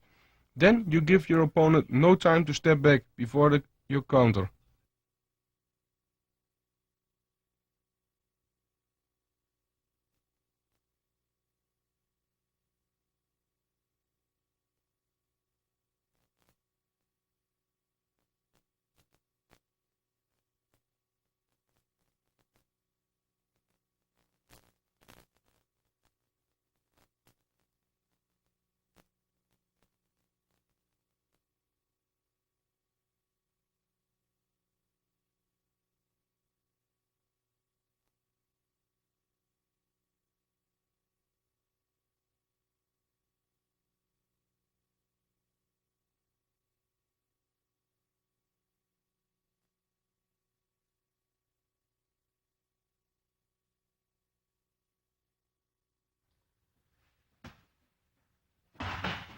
Besides the left hook, we also have a right hook, and there's not much different for your opponent in movement in between a left-right straight punch or a left straight punch and a right hook, so be aware.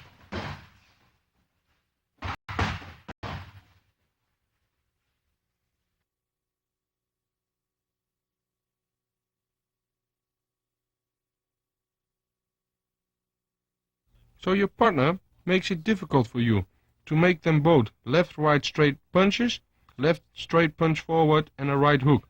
So look good to this movement.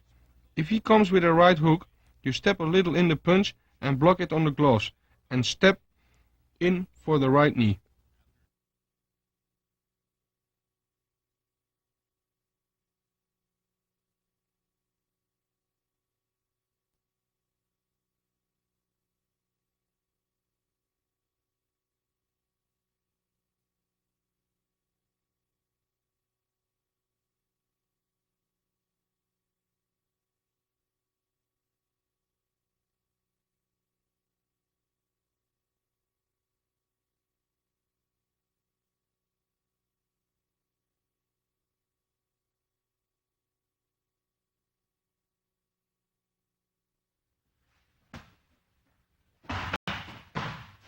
The left-right straight punch combination stays the same like before, so block the punches correctly and step good towards your opponent with your knee attack.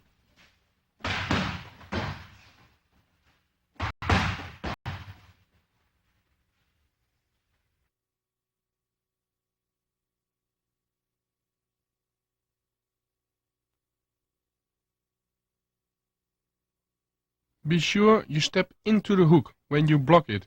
Don't go away from the punch and make your knee as quickly as possible.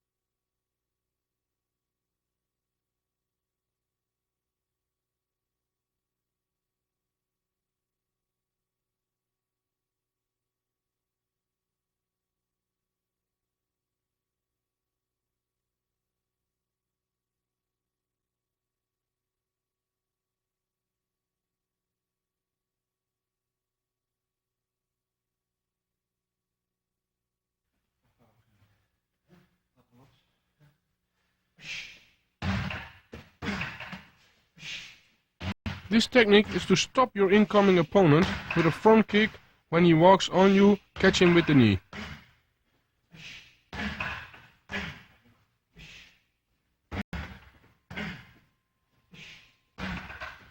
Do this both sides.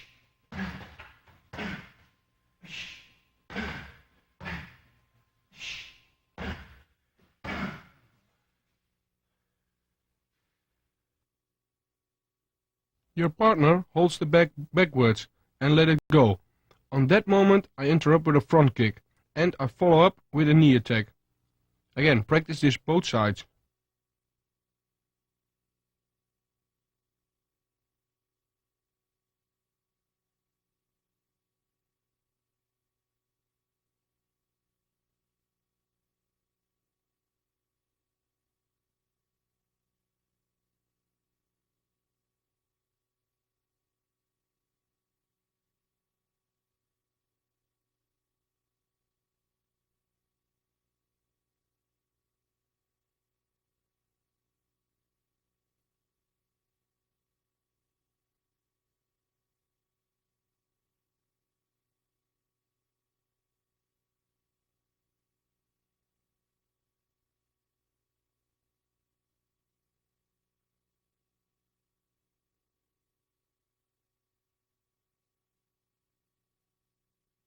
Notice how I return in a basic position.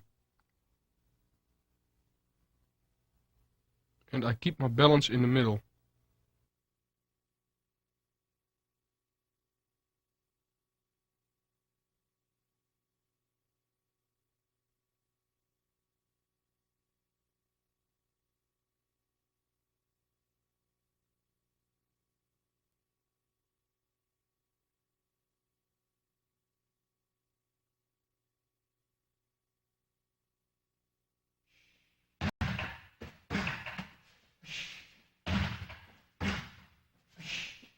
It's a good exercise to train your timing and power.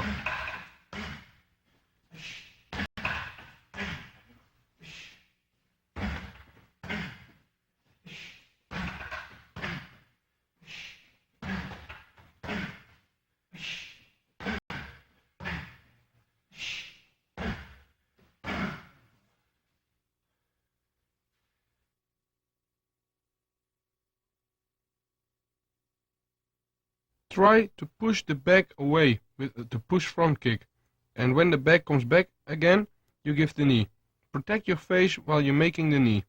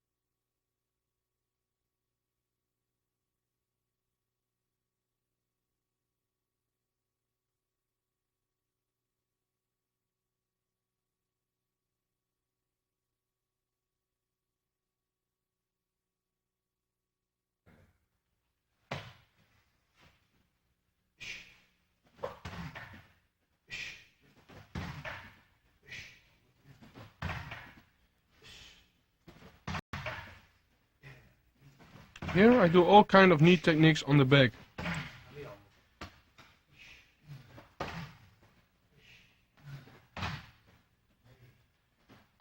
I make punches before I'm giving the knee.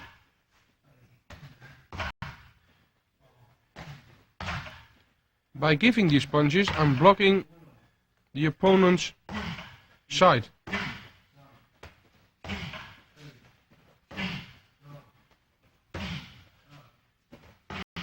Protect your face while you're kneeing. By cross your arm for your face.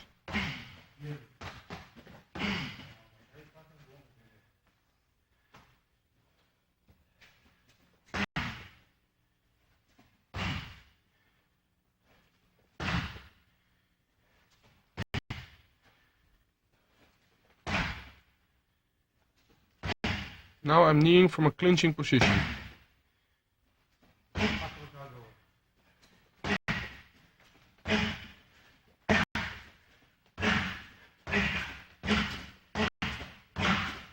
And start building up the speed.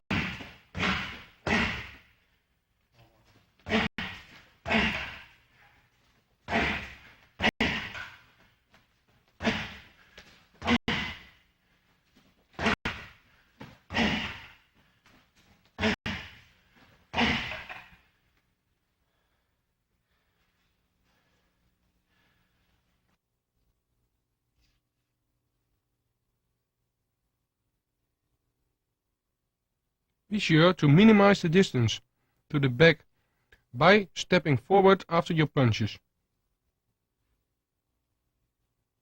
After you place the knee, you step it back to a basic position.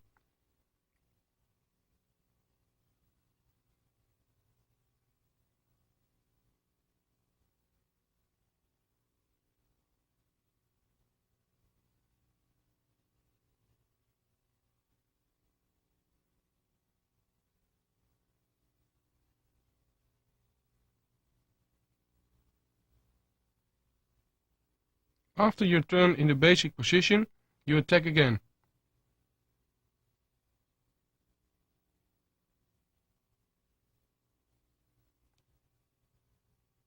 Now you're grabbing the back in a clinching position and you start giving the round knees.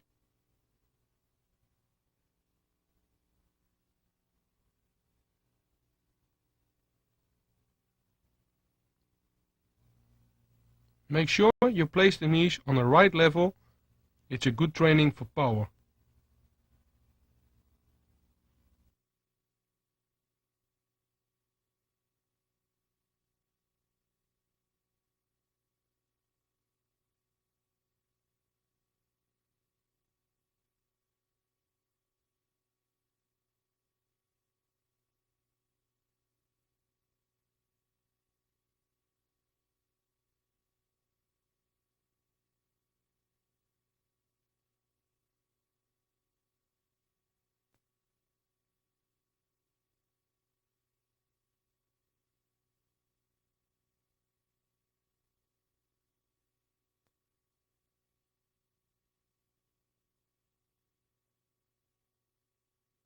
After the first exercises, we are building up the speed.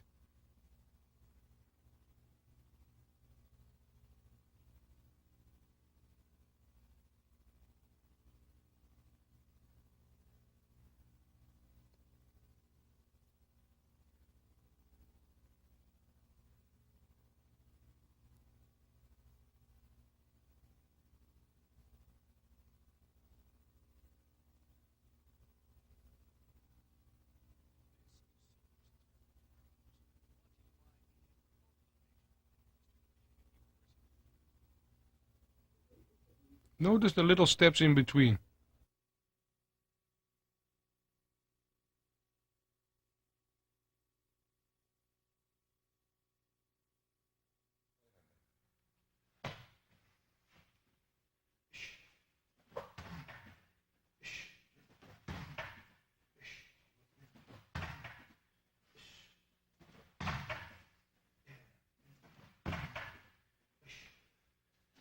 In this training, try to find out a good rhythm and balance.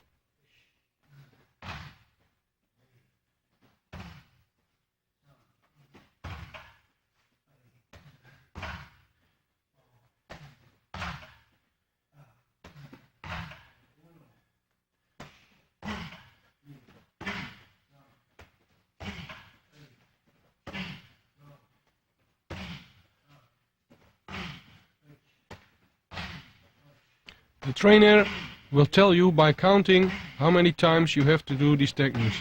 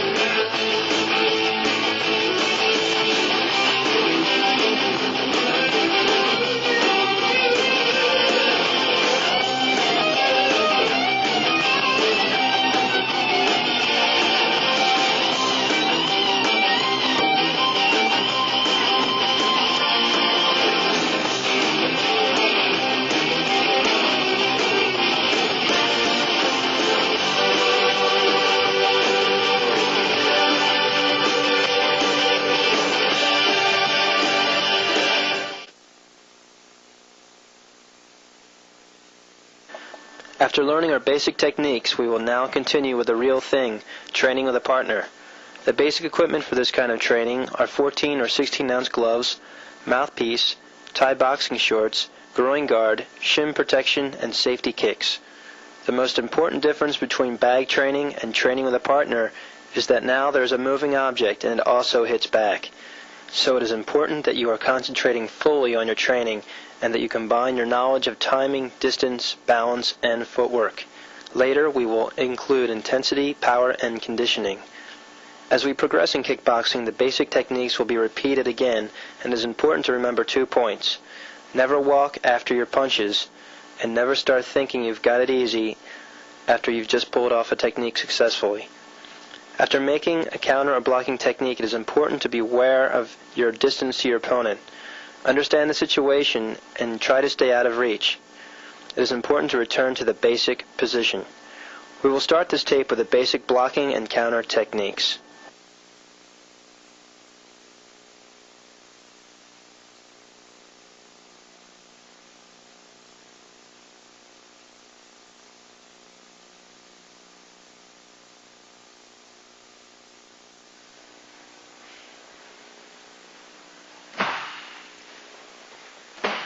Now we see how to block left and straight punches and how to block left and right hooks.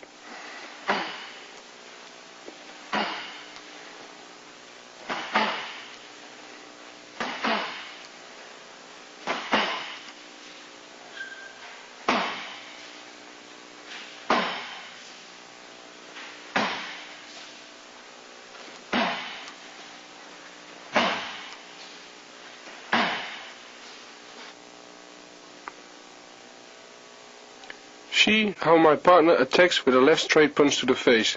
This punch is blocked by ticking it from the direction of punching with your right hand. The right straight punch is blocked with the left hand, again by ticking the punch from his original direction. Your upper body has to turn also a little bit.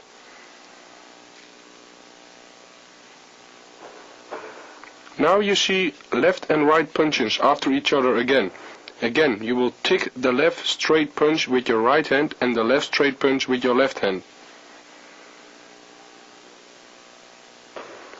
Left hook. This punch is blocked by pulling up your right hand beside your face, so the punch will hit the gloves.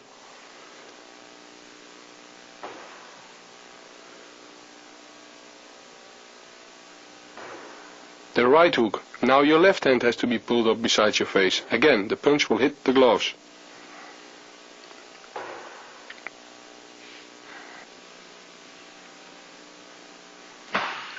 Here you see that the opponent is moving too and steps in to minimize the distance in order to get a good basic position after he has placed a punch.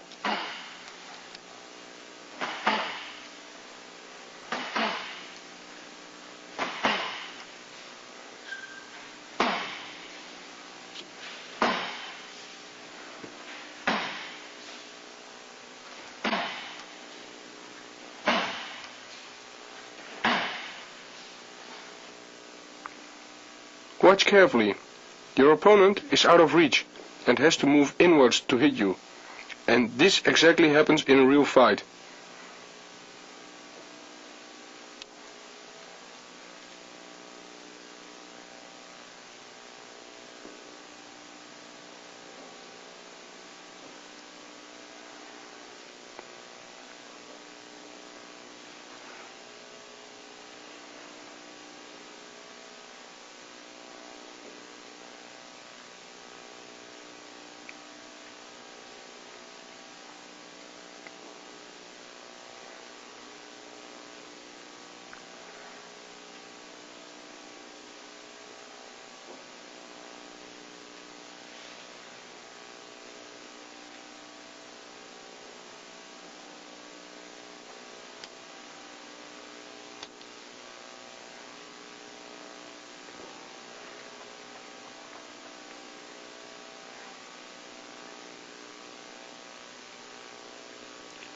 Now a hook is given, but I don't move away from this punch, but I move a little bit forward to intercept, block this punch.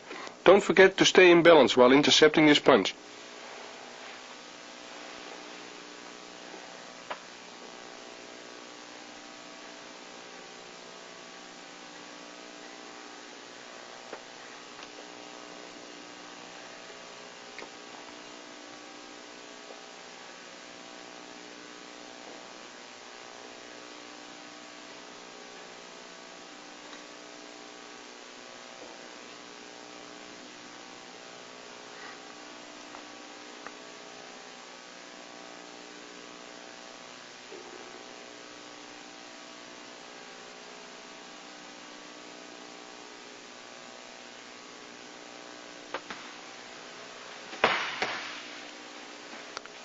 Now we will block the punches and counter with the same punch. Direct straight punches will be countered with direct straight punches, and hooks will be countered with hooks.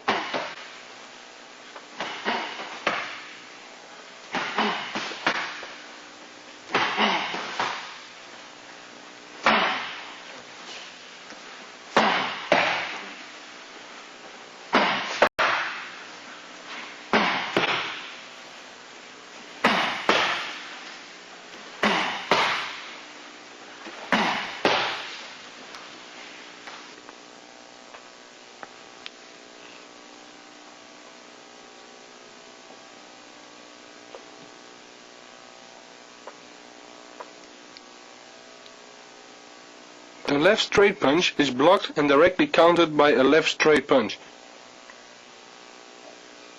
You have to block the punch, and while countering this punch you also take a step to minimize the distance.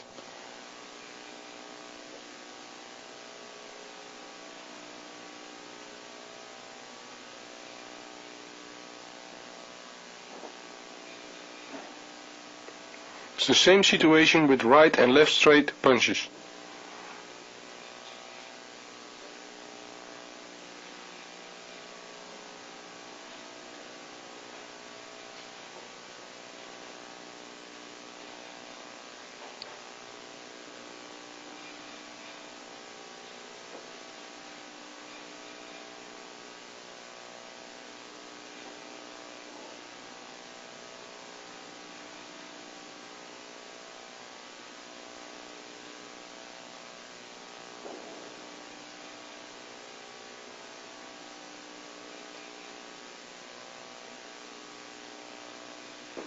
For blocking a hook punch, turn your body a little bit to counter and stay in balance.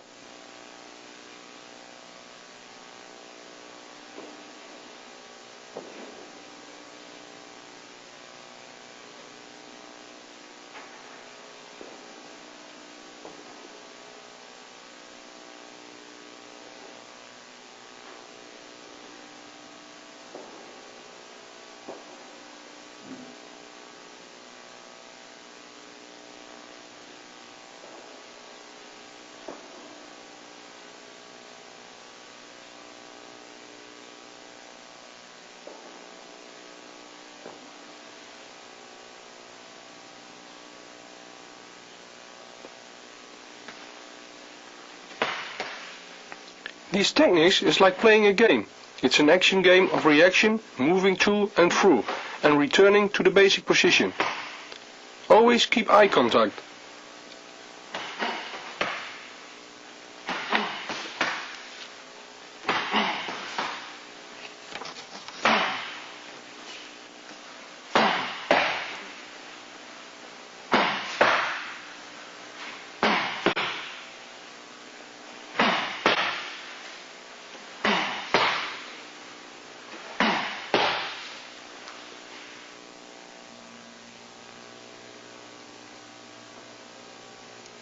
Now we see how important it is to have a good balance. Make sure your balance is in the center. In this situation you can counter. Remember that if you are not in a stable situation, it's hardly possible to counter.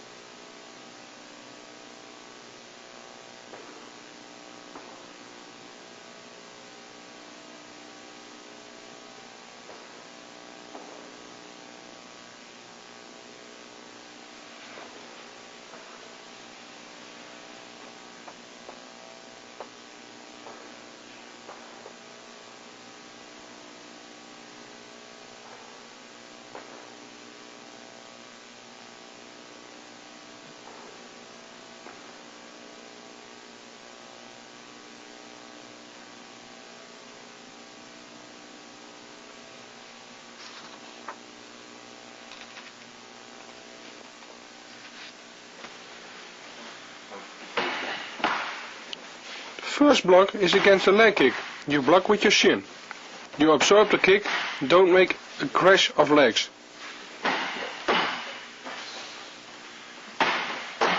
The second block is a body kick.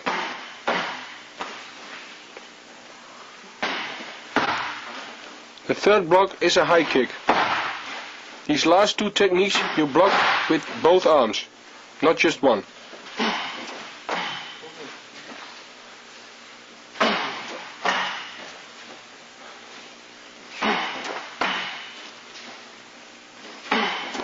Again we practice both sides.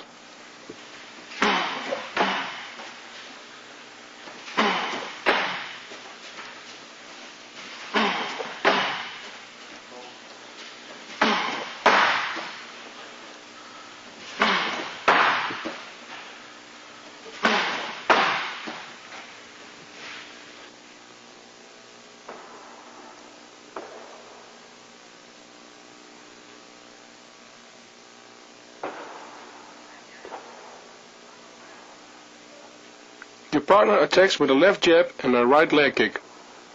We block this by way of lifting up our left knee.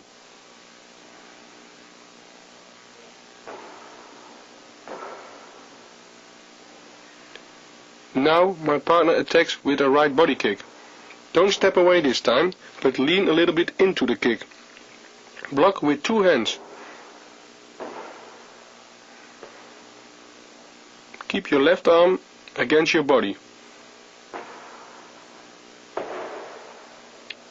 My partner attacks with a right high kick. This kick you block also with a double guard, both hands. With this block you don't move back and don't turn off your face.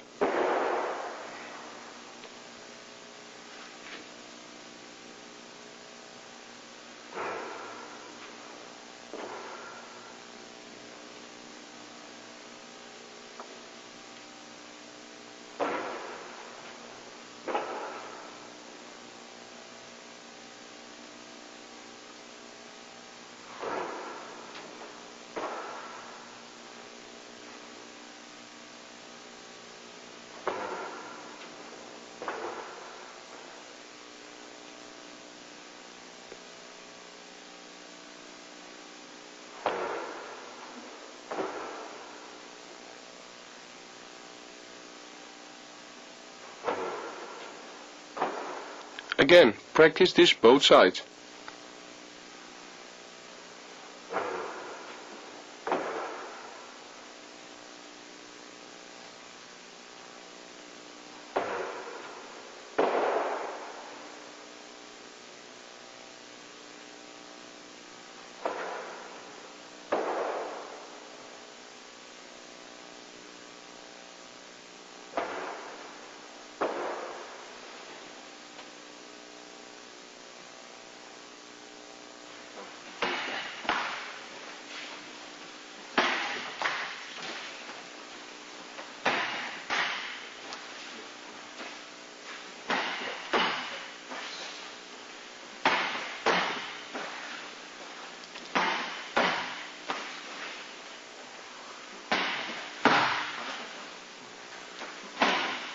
With high kicks, be sure you keep balance with the block and always keep eye contact with your opponent. Don't look down to the legs.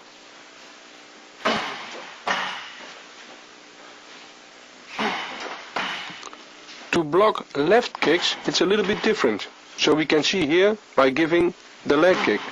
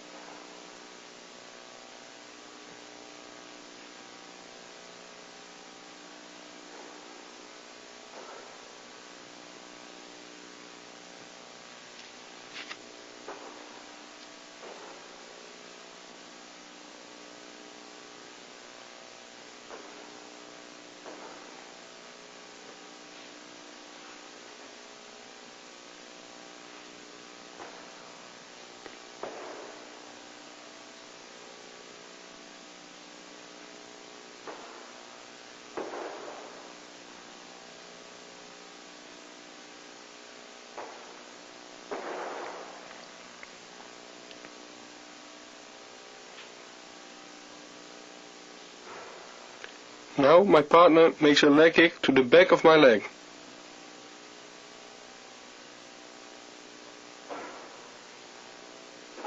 You block the punch and lift up the right knee and absorb the leg kick with your shin, and keep your left hand in your opponent's face to control distance and push him away on his chest.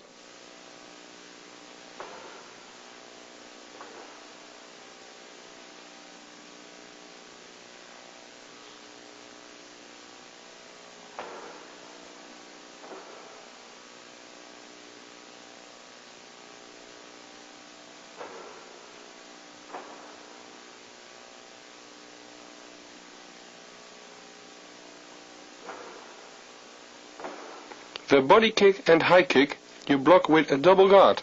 Stay in a good balance.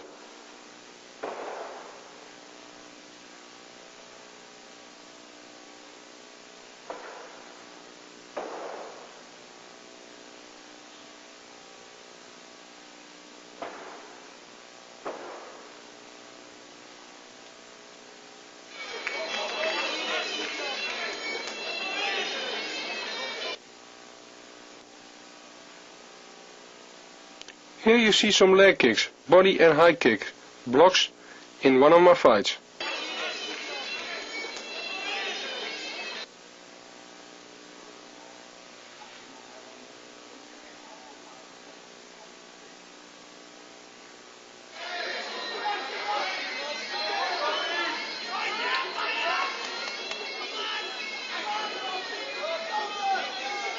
Notice the double guard.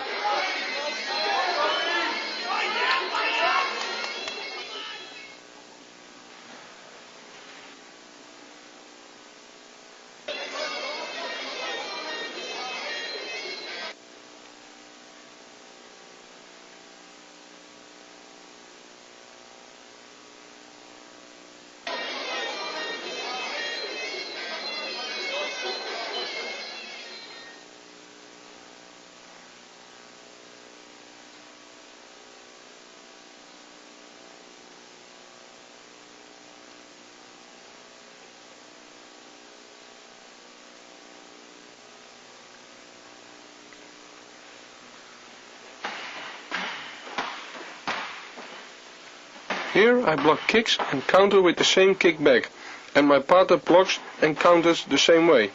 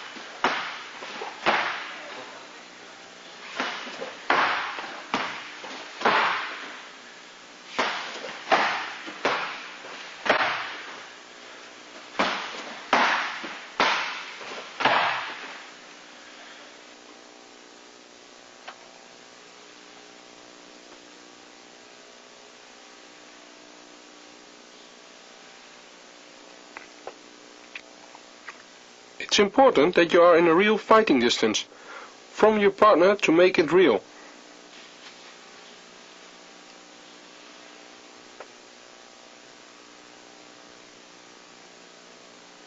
Now you have to step in and back to reach your opponent.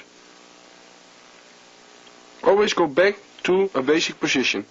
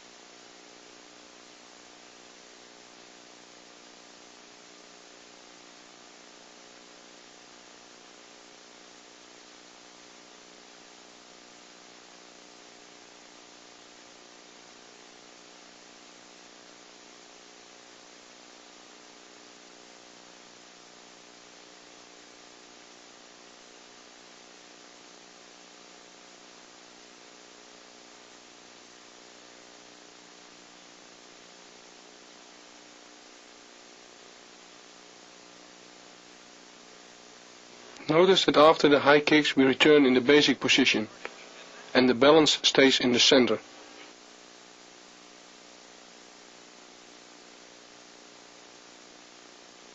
And we will keep the eye contact.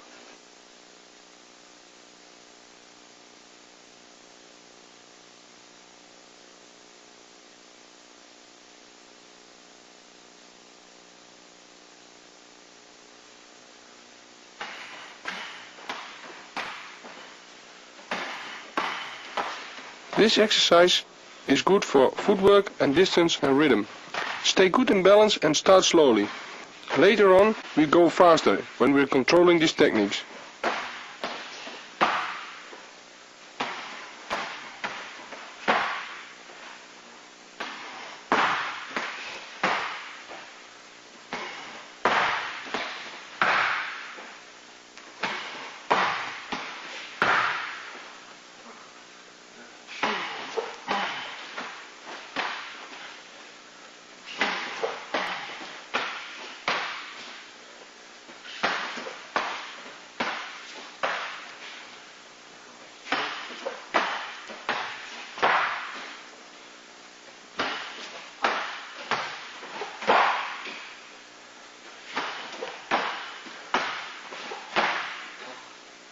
Also for stamina and conditioning it's a very good exercise.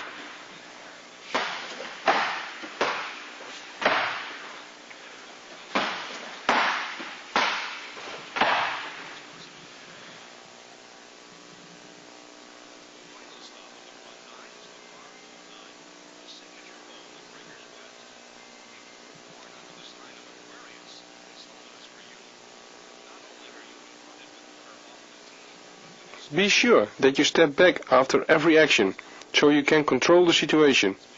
If you stay on your opponent, you are in his reach and you will be hit.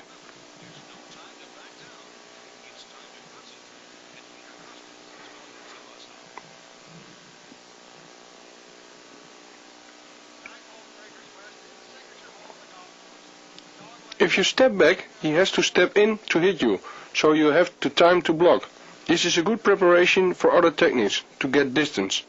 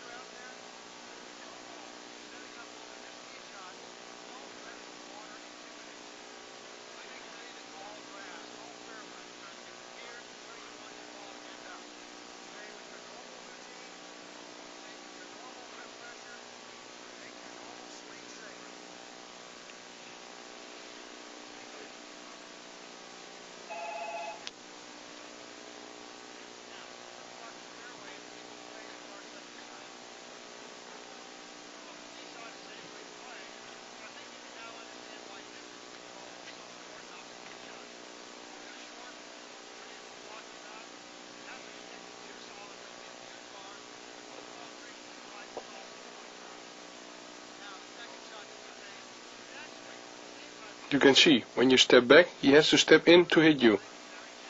So you still have time to block.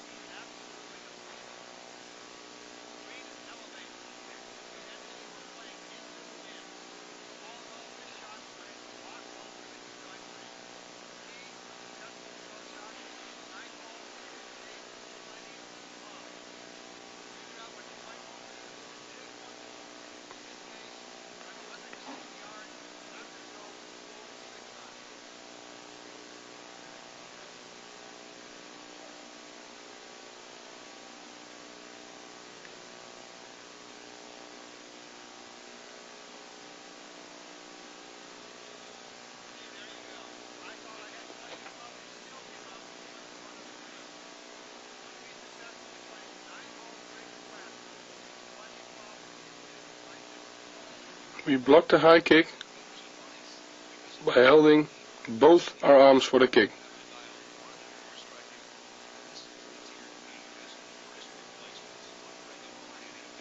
Watch carefully how we are keeping the eye contact.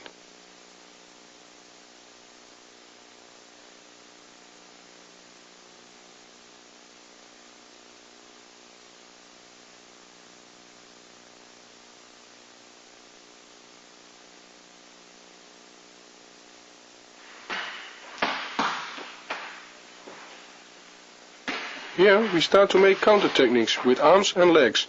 This is what kickboxing is all about, the complete fighting art.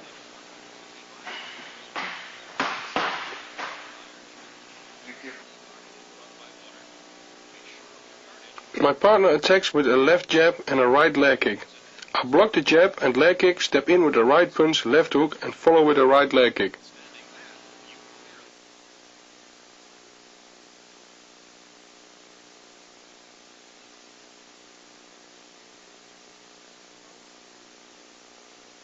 Make a powerful left hook to put the weight of your opponent on the leg which you want to kick.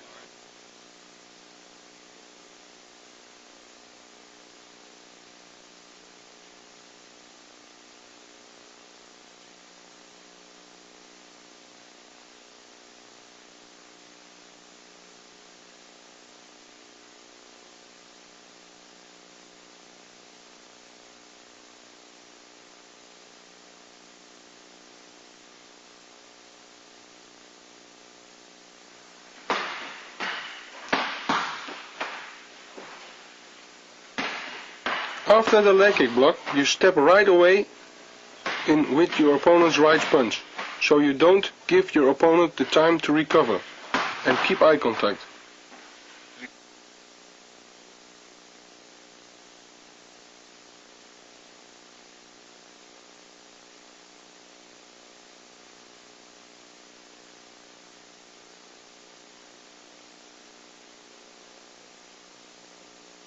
Make sure you make a proper block, because if the block isn't right, you cannot counter properly.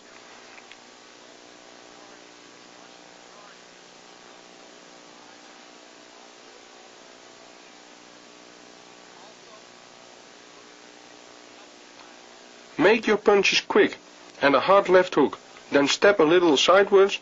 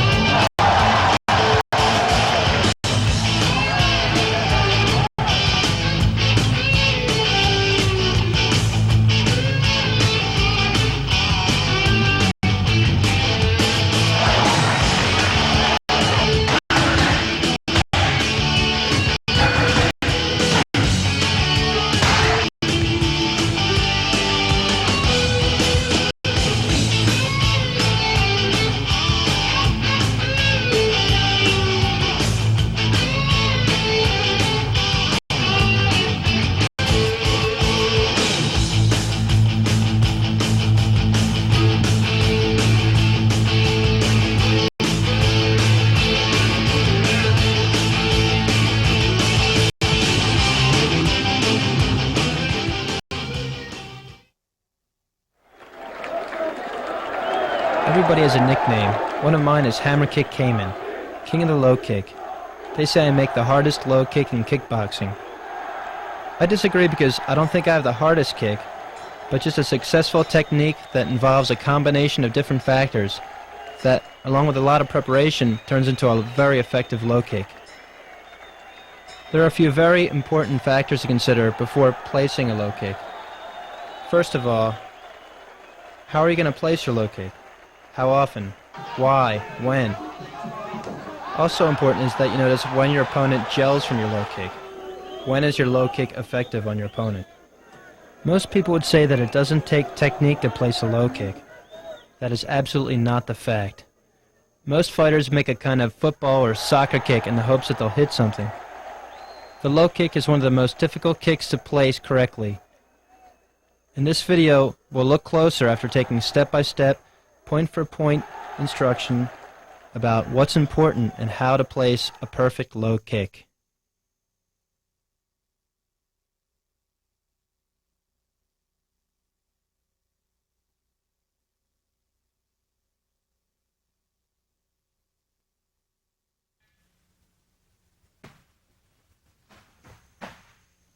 Here I show some preparation punches before we place the leg kick.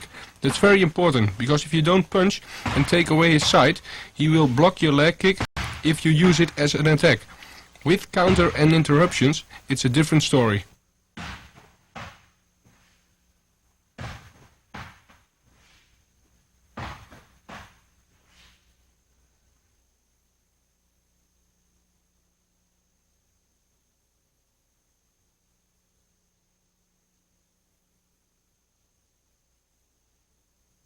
We're both on a fighting distance. I place a left jab. With the jab I step in to get in the right distance and take away his side. This counts for every punch you make before you place a leg kick.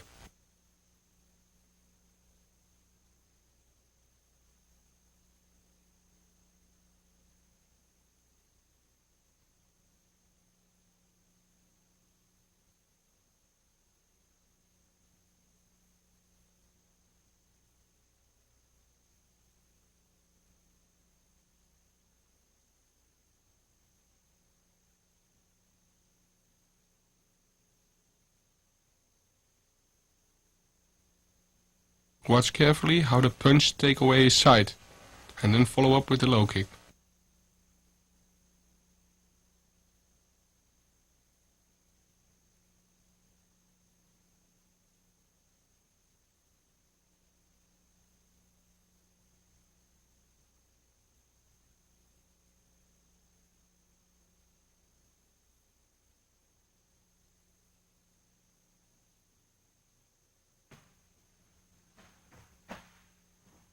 Be sure you put your body in the punches to make them look realistic, especially with an uppercut and a hook punch. With the punch you keep your opponent busy and take away his side.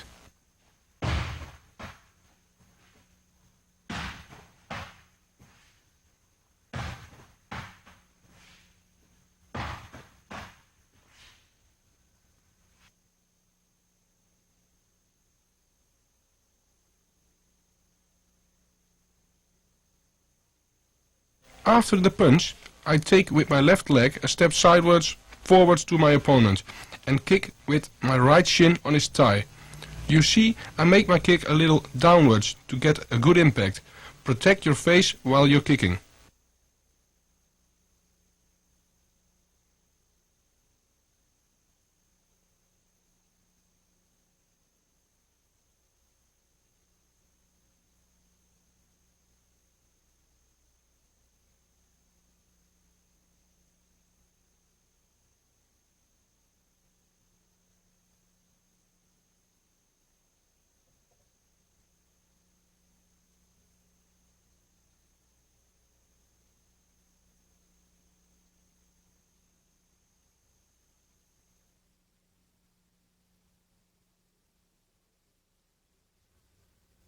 Now I'll show some preparation punches for the left leg kick on the back leg of my opponent. We start with a left and right straight punch to the head. We're following up with a left straight punch and the right hook.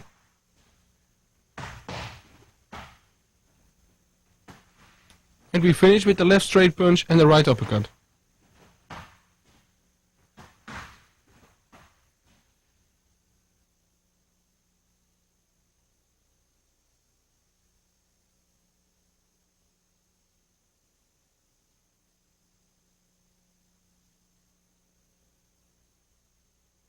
I make a left-right straightforward punch and make a step in between and make the leg kick on the back of the opponent's leg.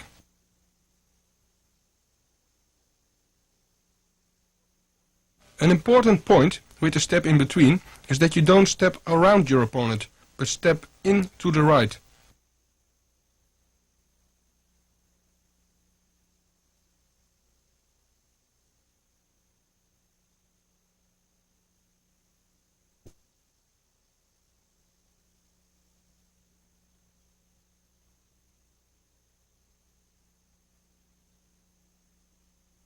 Again, notice the little steps in between.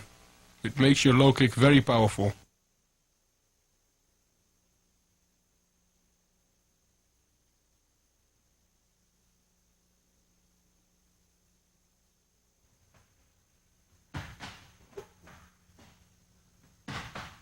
You can see that when I make the step in between, I keep my left hand in my opponent's face to control distance and to take away his sight.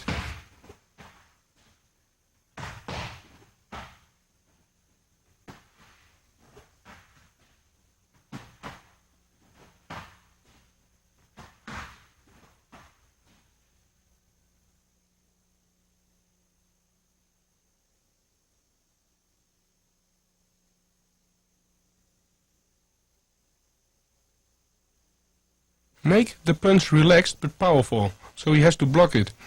When the leg kick, you kick a little downwards to get a good impact. After the combination, you step back to the basic position.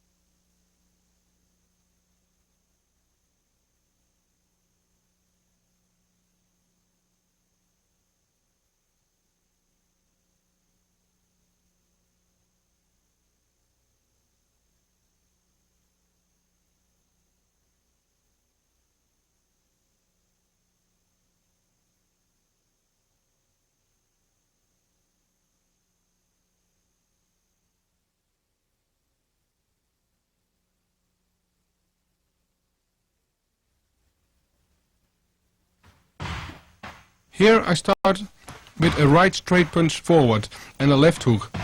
Afterwards I'm following up with a right leg kick.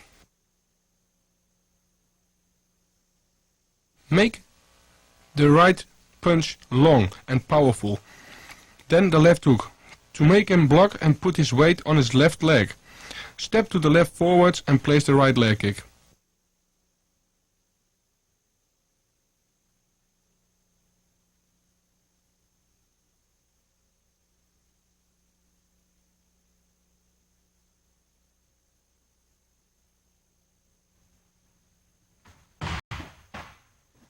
Make the punches follow up quickly, with the accent on the left hook.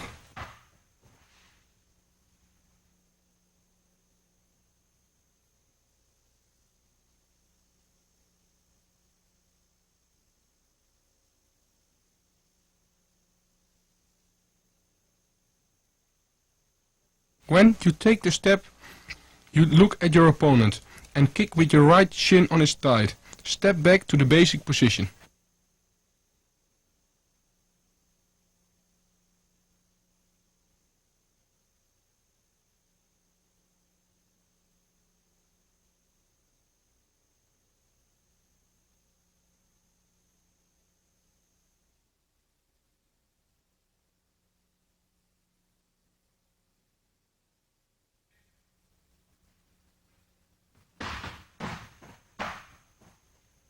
I start to make a left-right straight punch and follow up with a left uppercut to finish with a right leg kick.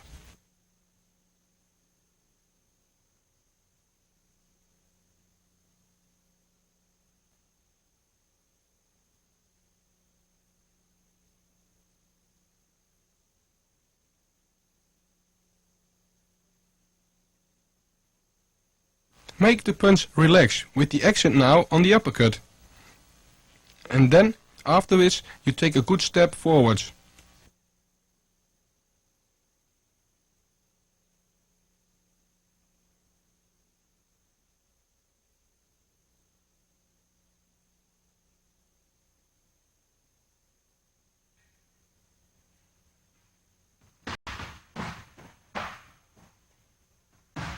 Watch how the right hand controls the distance when I step in.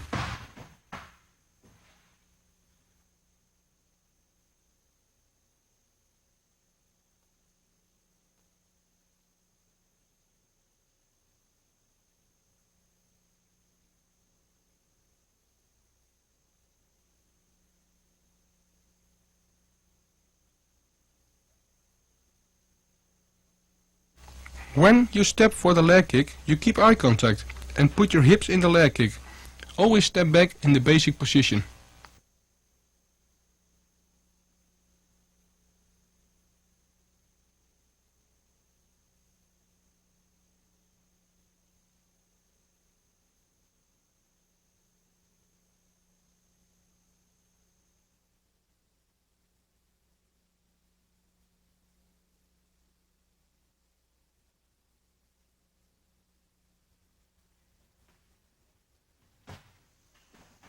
I am making a left jab and fake a right leg kick to follow up with a left leg kick on the back leg of my opponent.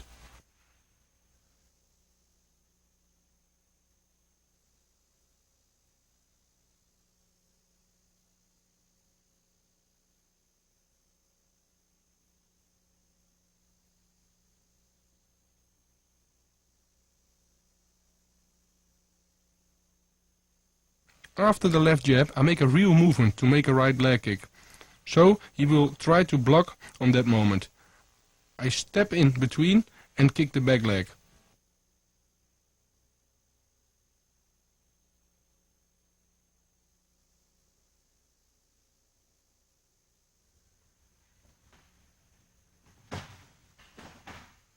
With this movement, I put him on the wrong leg, so he's not able to block my attack.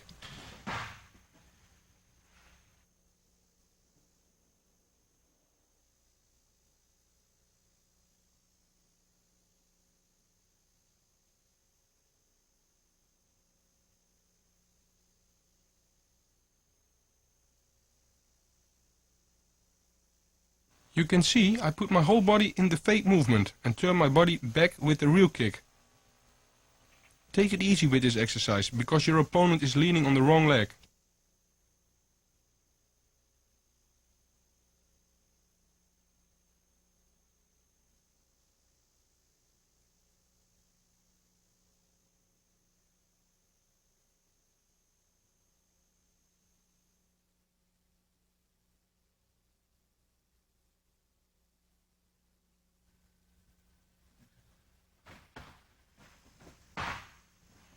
My partner attacks with a left-right straight forward punch.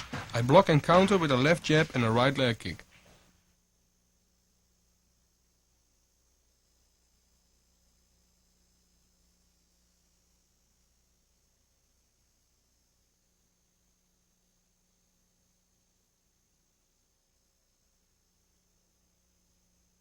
I block the straight left-right punch and step in with the left jab and step to the left forwards and place a right leg kick.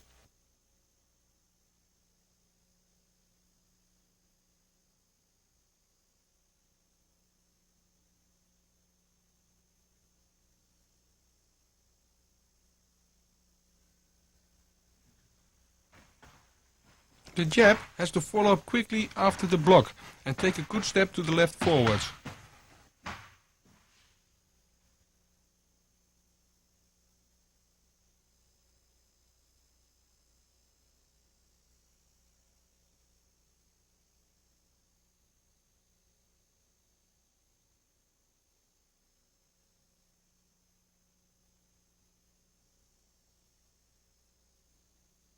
Notice how I throw in my hips in the leg kick.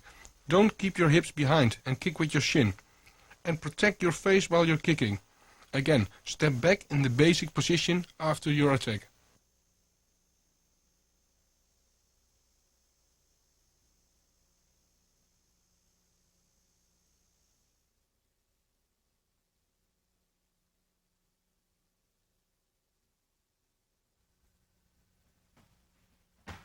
My partner attacks with a straight left-right forward.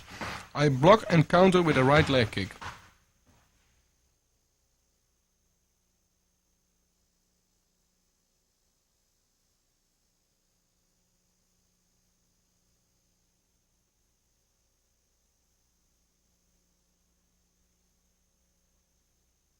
I block the straight left-right punch and step with my left leg sideways towards my partner and place a right leg kick.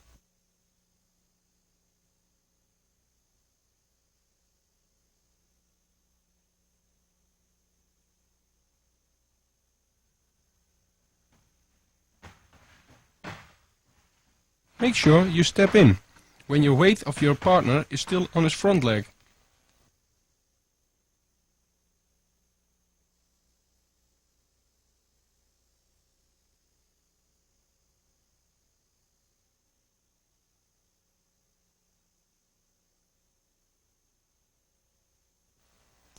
Remember good that you have to block the punches before you step in. Throw in your hips when you're placing the leg kick.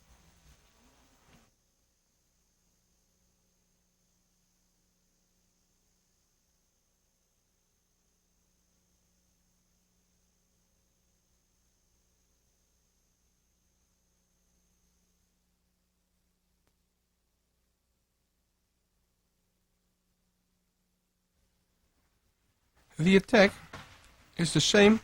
It's a left and right straightforward punch. I block and counter punch with a right punch to finish with a kick on the back leg.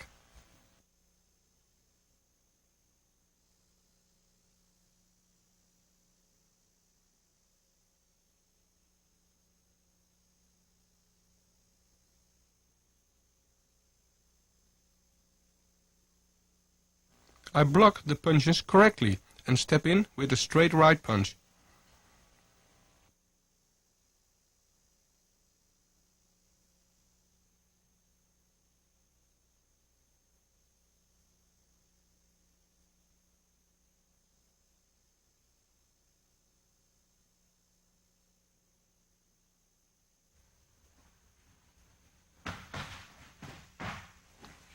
You see, I throw my body weight in the right punch to make distance for my step.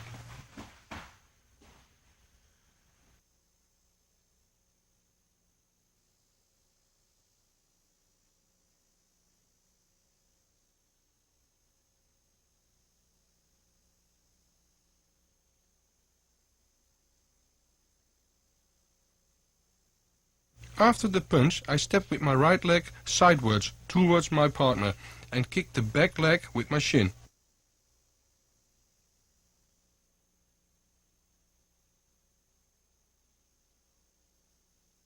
After the counter, we step back to our basic position.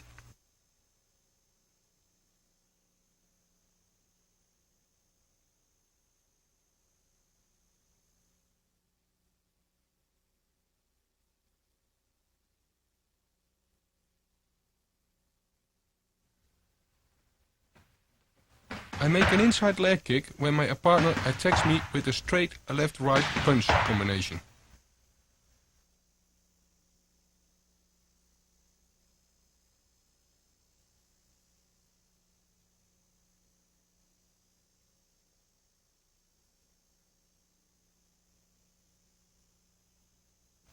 I block the straight left-right punch combination.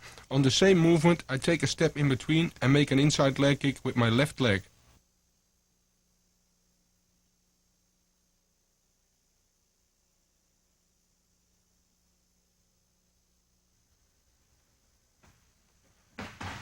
Make it in one movement. Block and step in between. Otherwise you'll be too late and he is back in the basic position.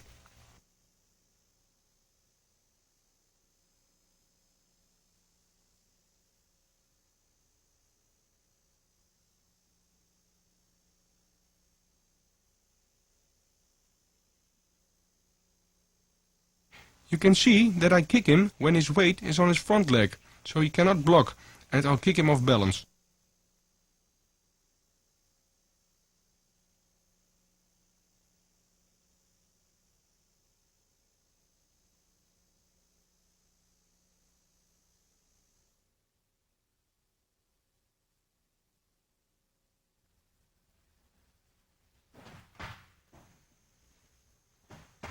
If your opponent gives a leg kick without a preparation punch, you can interrupt with a leg kick.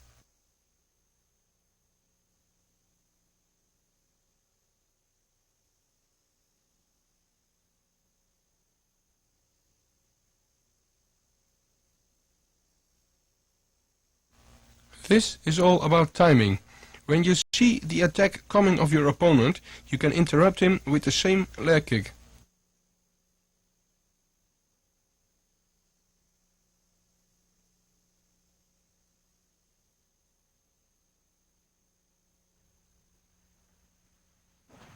So when you feel he steps, step also and kicking on the moment he is still stepping.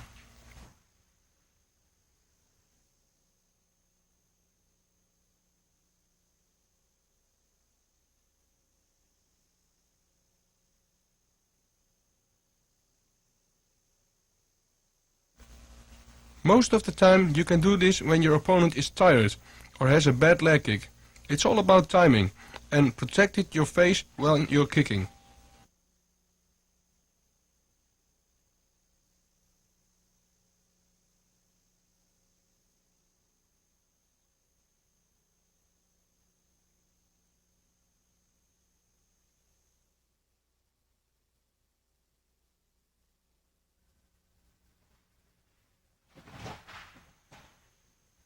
Now I interrupt the leg kick on the back leg of my opponent.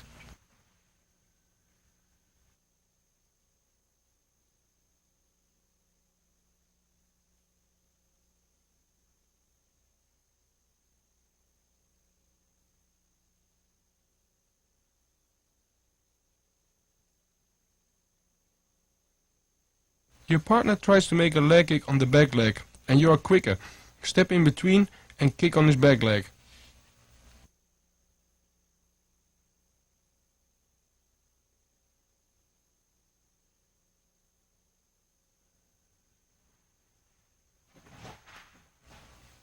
While I make the step in between, I push and control my opponent with my left arm to put him off balance.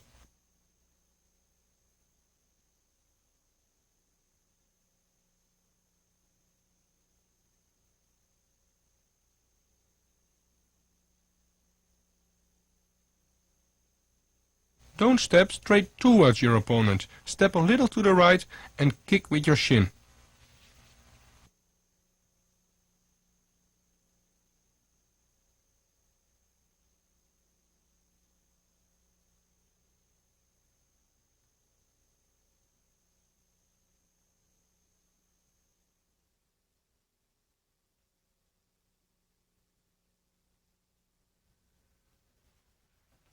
My partner attacks with a left body kick, with a step in between. Again, a good timing is needed.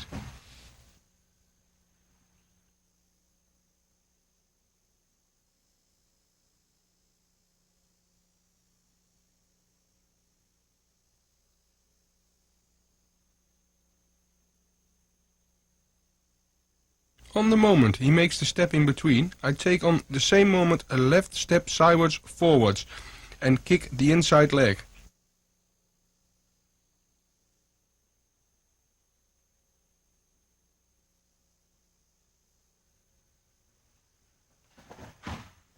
Train this technique easy, it's only for the timing.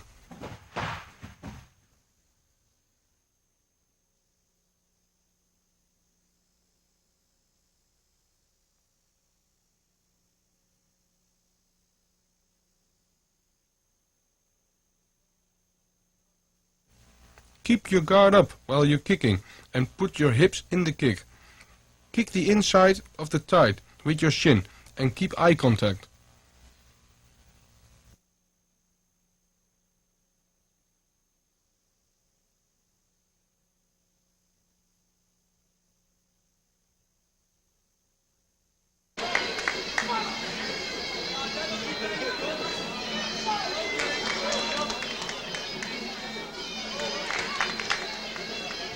Here we can see an inside leg kick on the front leg in a match.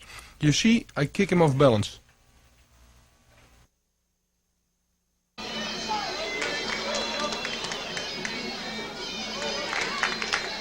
Notice that after the kick I'm returning back in the basic position.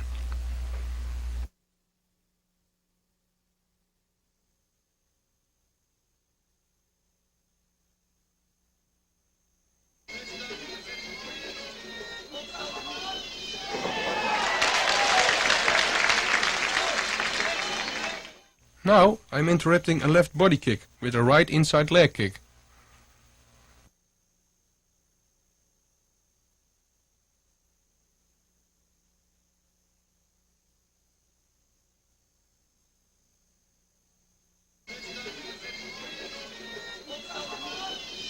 Again, after the counter, take a step back and review the situation.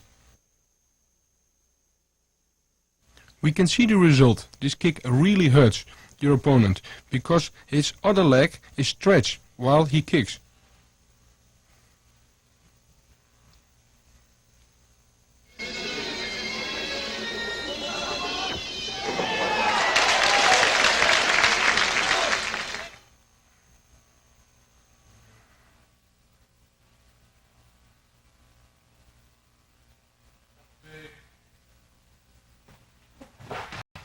My partner attacks with a right high kick, and I interrupt him with an inside left leg kick.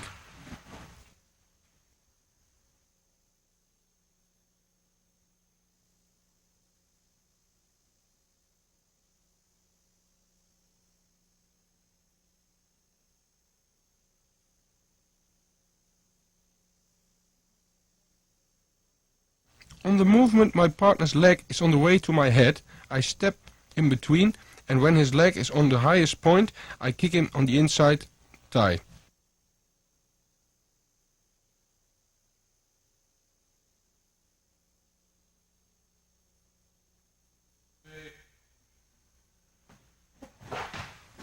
Make sure when he lifts up his knee to kick, you make your step in between, otherwise you are too late.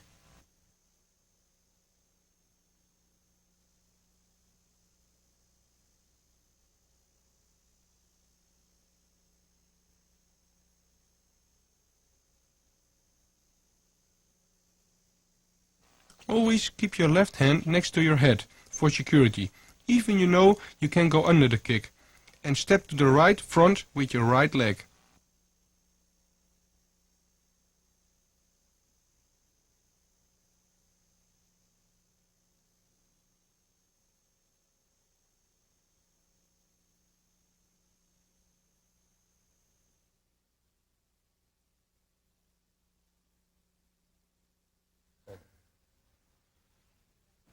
My partner attacks with the same right high kick.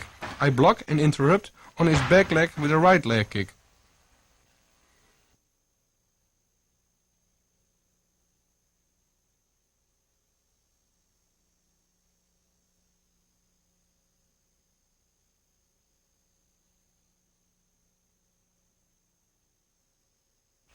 As the right high kick comes, I step a little in the kick and block him double-handed.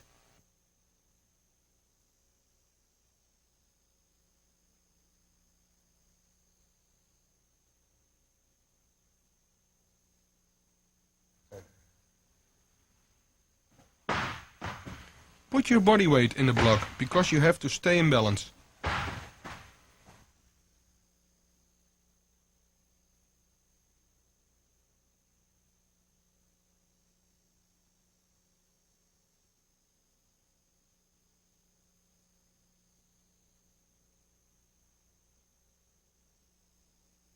The block and step is one movement. You see my left foot turn sideways for an optimal kick on the outside of the thigh.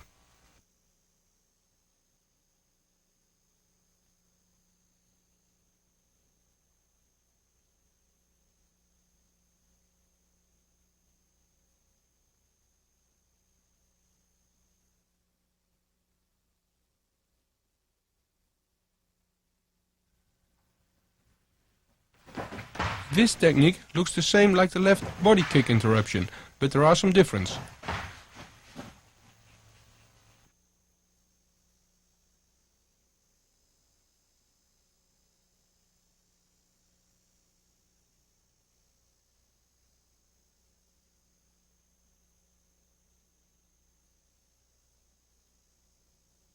As the left high kick comes, you take again on the same moment the step to the left front and kick the inside thigh.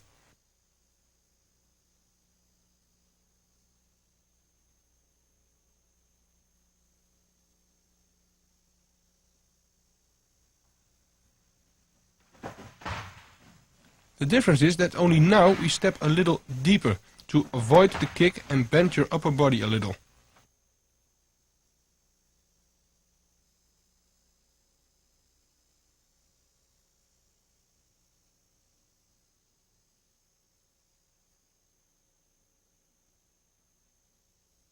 We can see this better in slow motion. Keep your right hand next to your face for security, if the kick still comes through or you are too late to block. If you kick hard, your opponent will fall, so train it relaxed.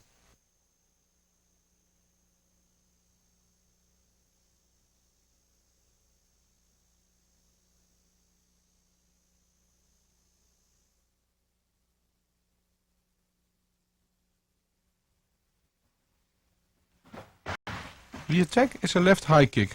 I block and make a leg kick on the back leg.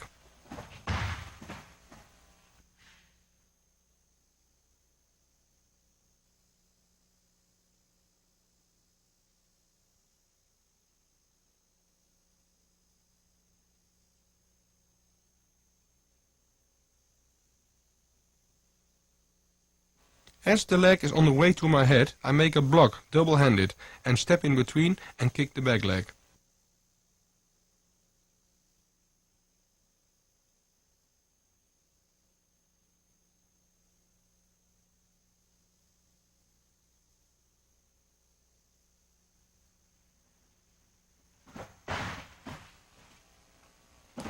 All these movements happens in one movement, as you can see.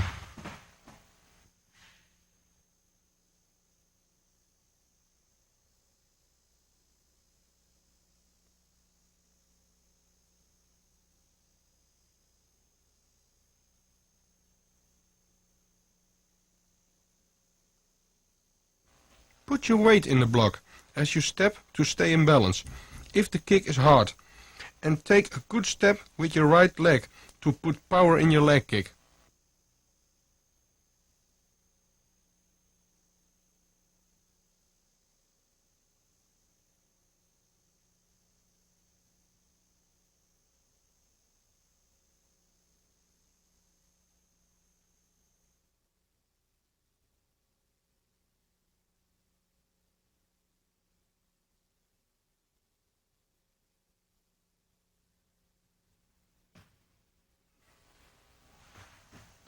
This is a perfect technique if somebody is hurt on his leg and he wants to force a knockout.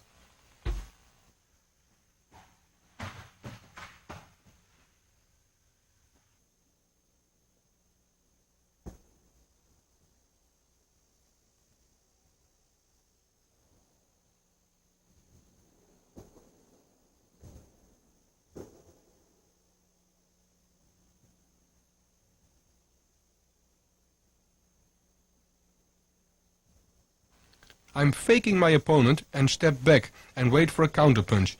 At that moment I step in and place a right leg kick.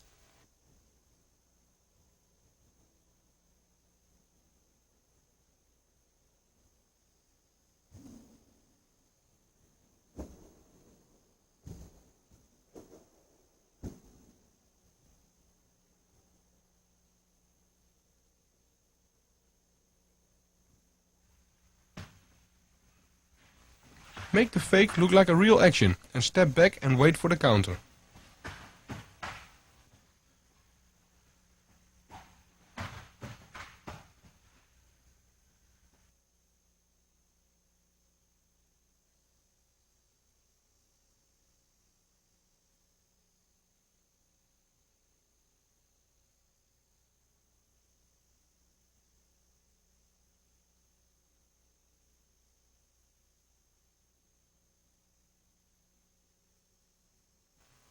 If your opponent makes the counter, you block it and take a step sideways towards him and put your whole body in your leg kick. It might be a KO.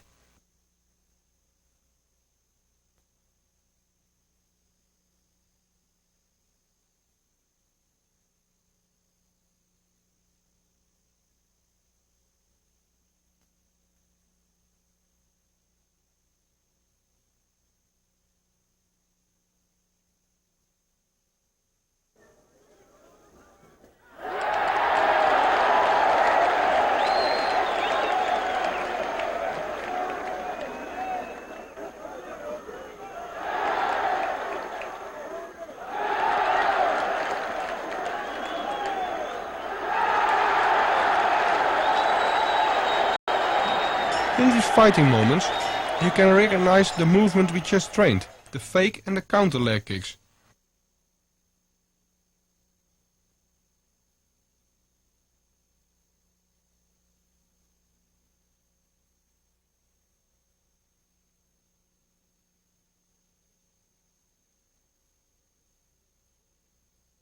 It also creates opening for a punch, as we can see.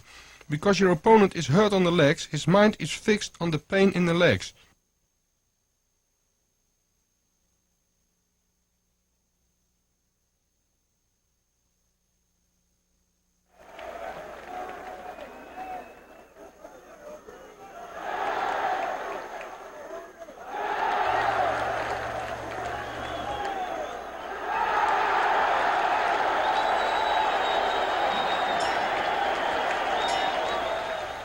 Look how my opponent is off balance.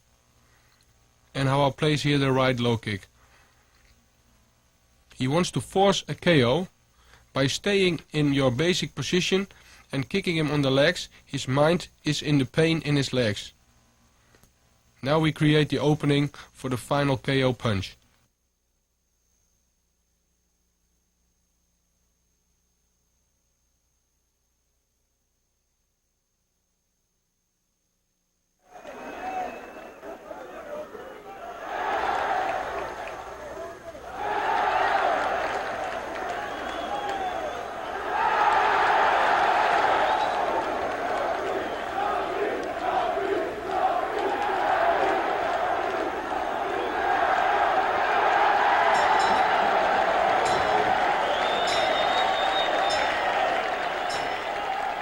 It's not only a punch who can cause a KO.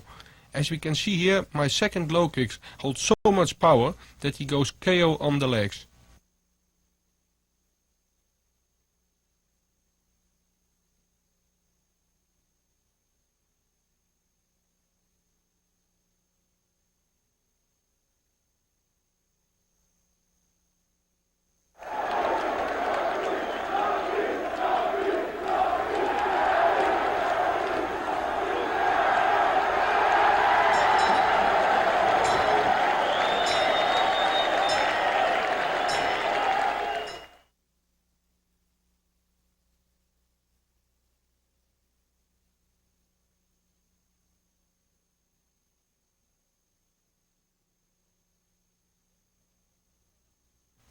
Watch how I block his counter punch and kick with full power on his back leg, which causes a KO.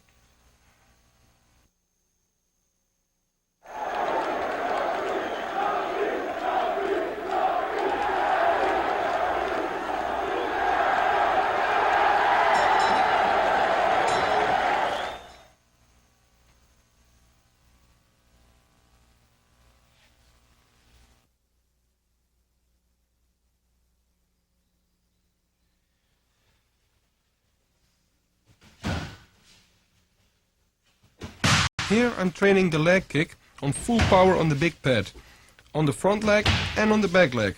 This is a perfect training for your timing.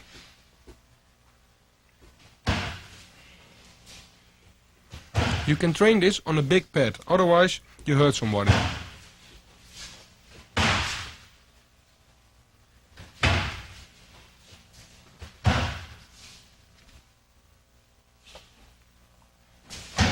Notice the little steps in between, which makes my low kick very powerful.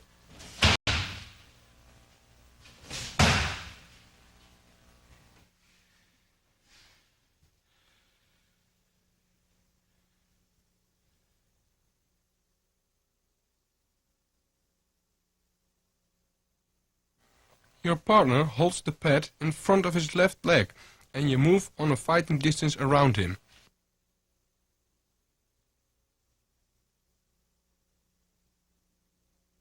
When he steps a step to you to attack you, counter by make also a step sideways towards him and put your whole body in your leg kick.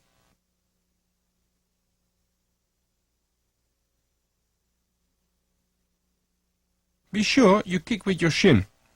Make it like a crash. Step back to the fighting position to control the situation and see what happens with your opponent.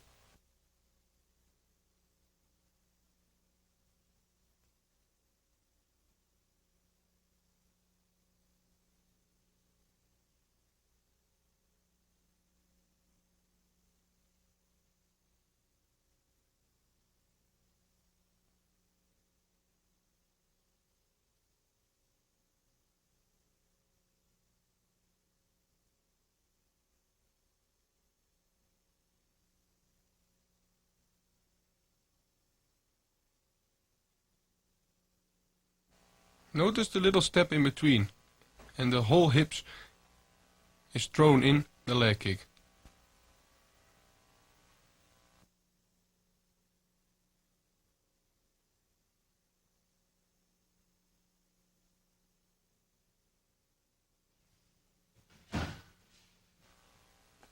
With this counter leg kick, I make a lot of KOs in the beginning of my career, but you have to hurt your opponent first on his legs, because otherwise you will walk on a counter.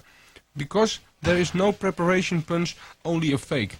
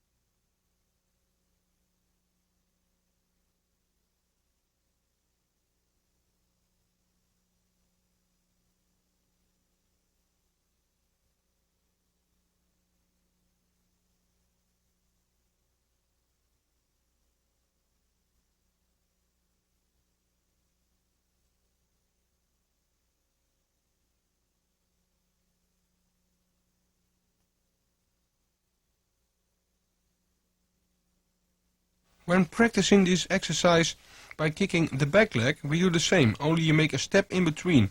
On the movement, your opponent steps in. Kick a little downwards with the shin for a better impact. Don't step straight at your opponent.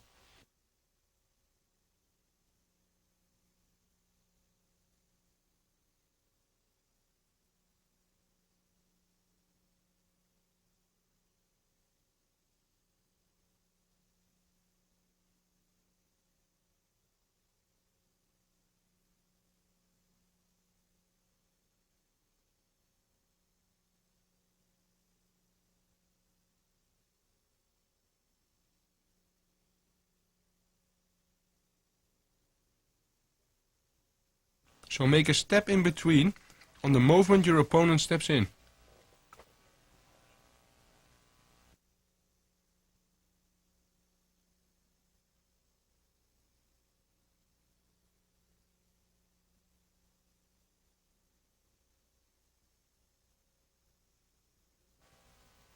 You can see the impact by kicking a little bit downwards by your opponent.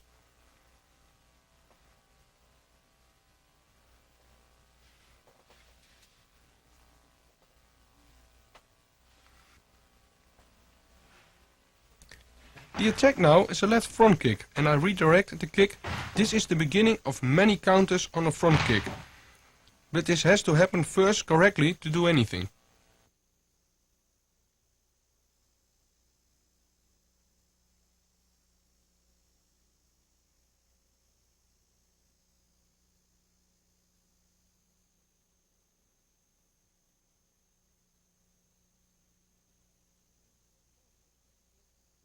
My partner places a left push kick and I step a little back, and with my left arm I redirect the kick to any place on the ground where I want.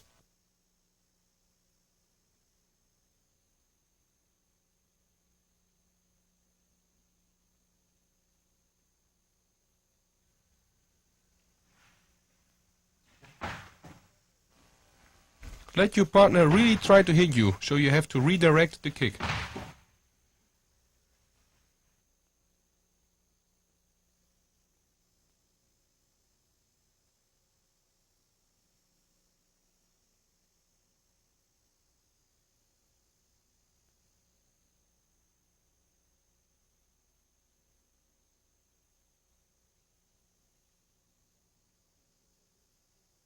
The point of this technique is that your opponent is off balance for a moment, so he can place a counter.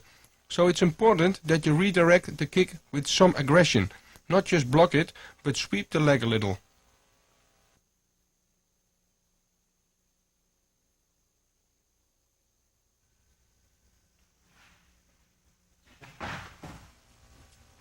So again, you can place it wherever you want it.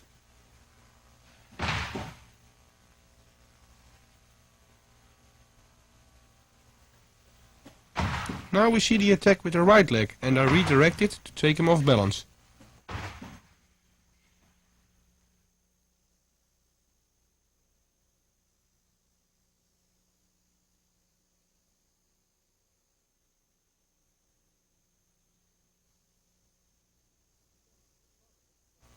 Again, your partner tries to kick you really with a right front kick, and I redirect the kick with my right arm.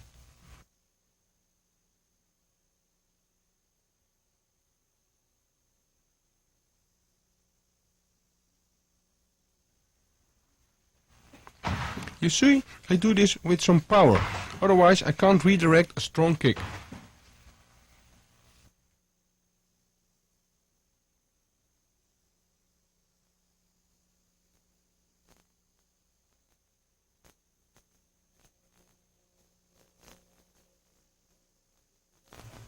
When I redirect his front kick, I step a little back, and you see my partner is a little out of balance. And from that moment we're gonna take advantage with the counter techniques. That's the point of redirect a kick.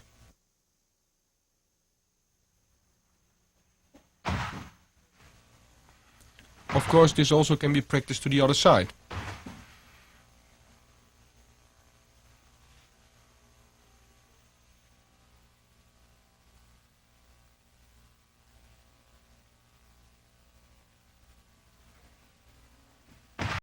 Now you see I redirect the left front kick to the outside.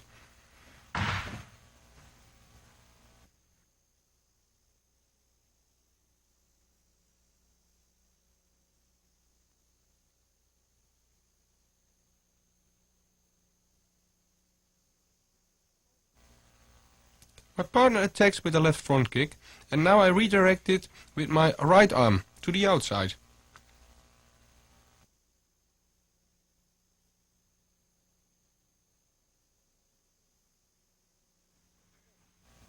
I do this again with some power, and you see my opponent is not able to pull his leg back to a good position.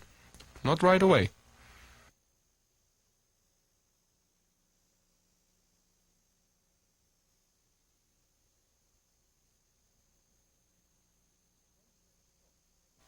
When the kick comes, I move a little back with my body to be out of reach.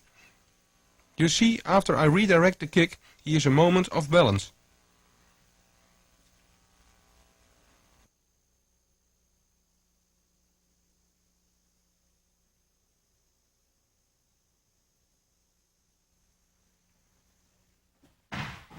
Now the attack is with the right front kick, and I redirect it again.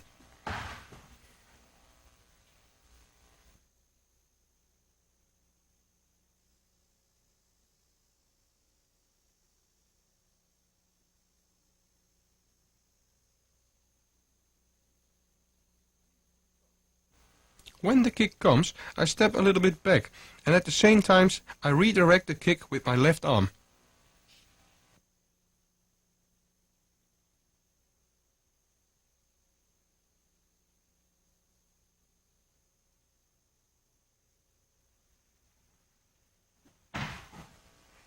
I redirect again with some aggression, especially when it's a strong kicker.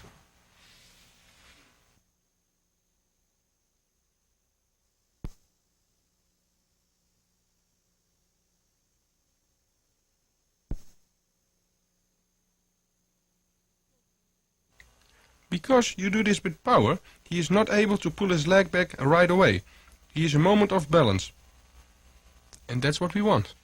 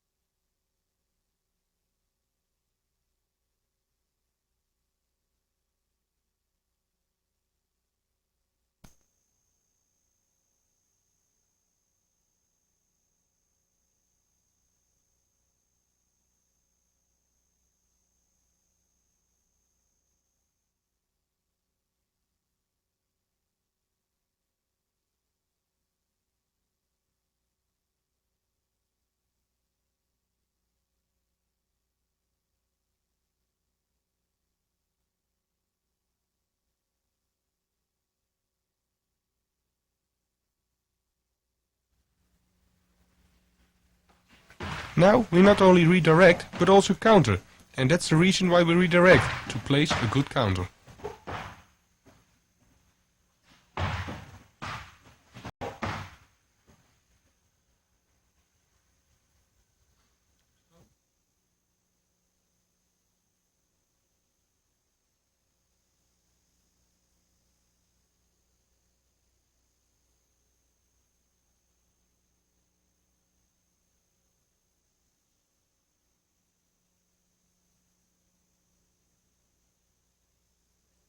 The attack is again a left front kick, which I redirect with my left arm. Step to the left, not straight onto my opponent, but to the left, and place a right leg kick.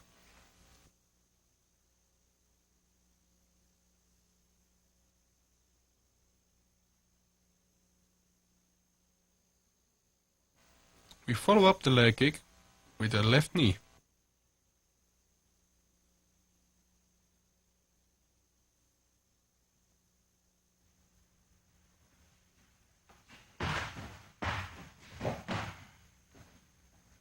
You can see it's impossible to block for my opponent because he's off balance.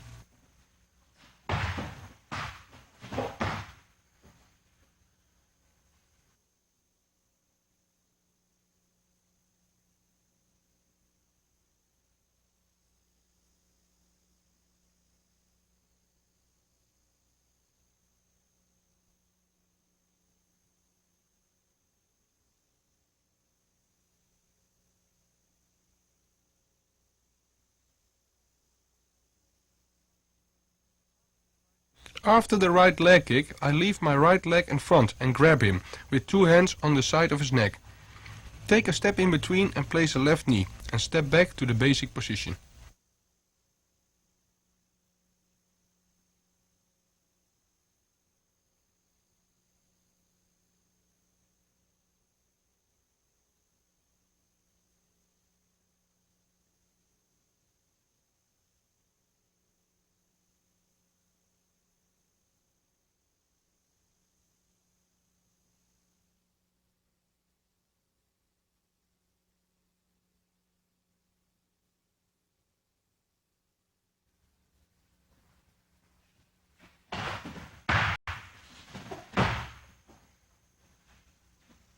My partner attacks again with a left front kick.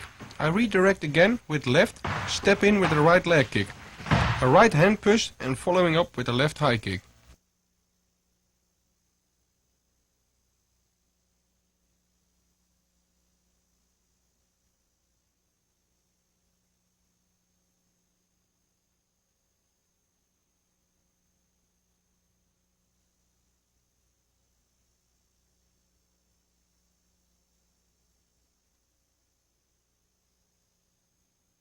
After I placed my right leg kick, I don't pull my right leg back, but put it in front, and I push my opponent backwards and make a left high kick.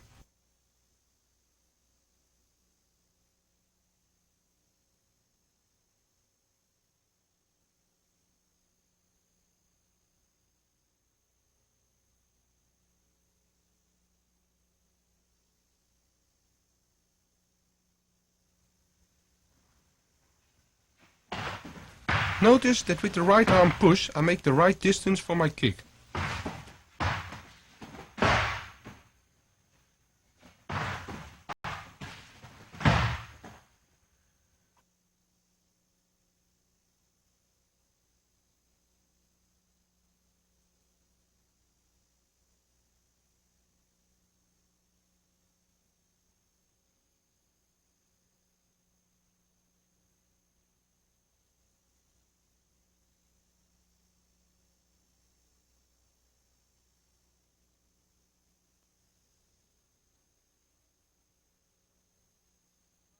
So with the right hand push I make the right distance, then I step in between to put power and explosion in my left high kick.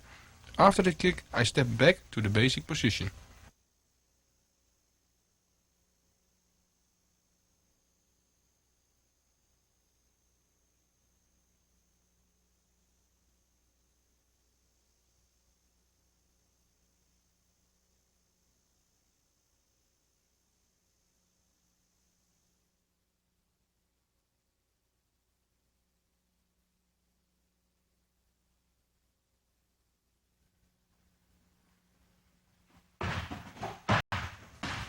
My partner attacks again with a left front kick. Redirect with left and kick left to the body. Follow up with a right punch and a left hook and finish with a right leg kick.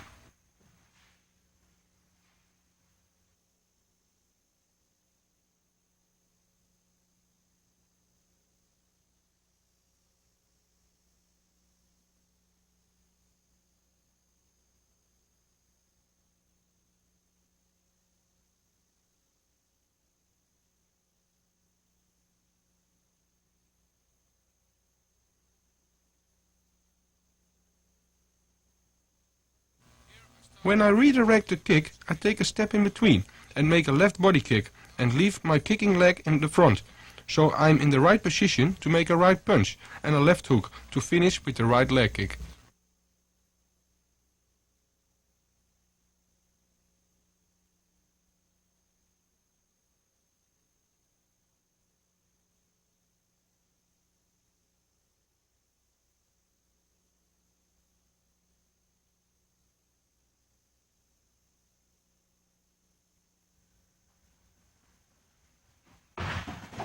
You see the kick has to follow up quickly after you redirect to make your opponent block it, so he stands still to follow up with the rest of the combination.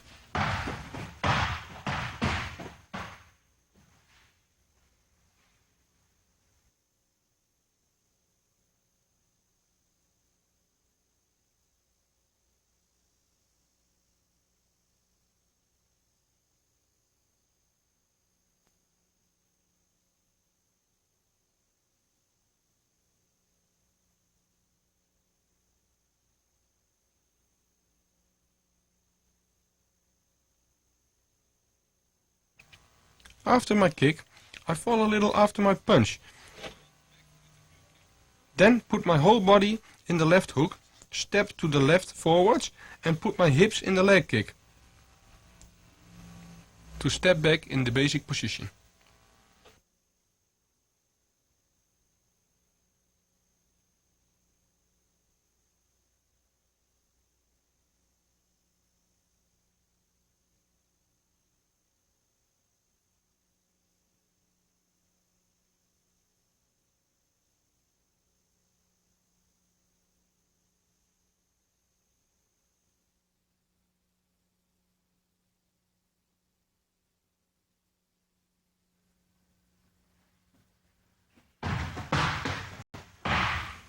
Don't get tired. Again, the attack is with the left front kick.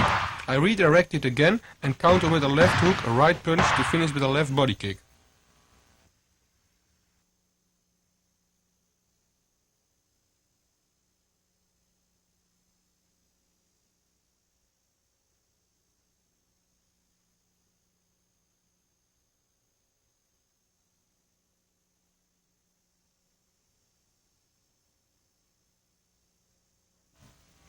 When I redirect the kick with my left arm, I make with the same hand a left hook. This is one movement. I turn back with a right punch and finish with the left body kick.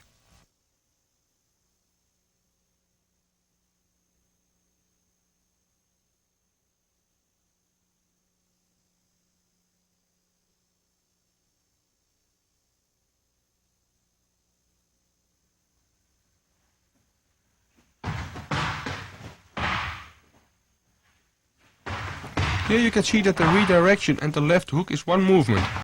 It is too difficult that you just practice the first before you do the whole combination.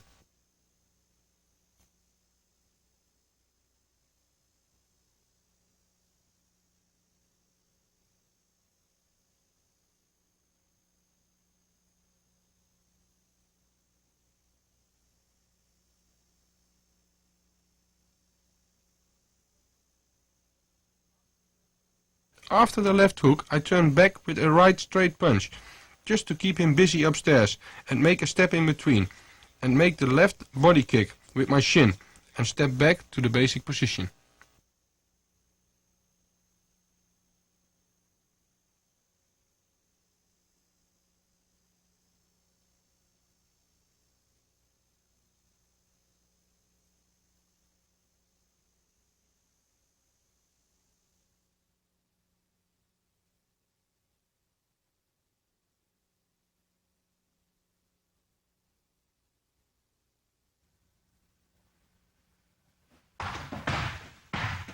I redirect the left front kick attack. Follow up with the left hook, a right leg kick, a right push and a left high kick.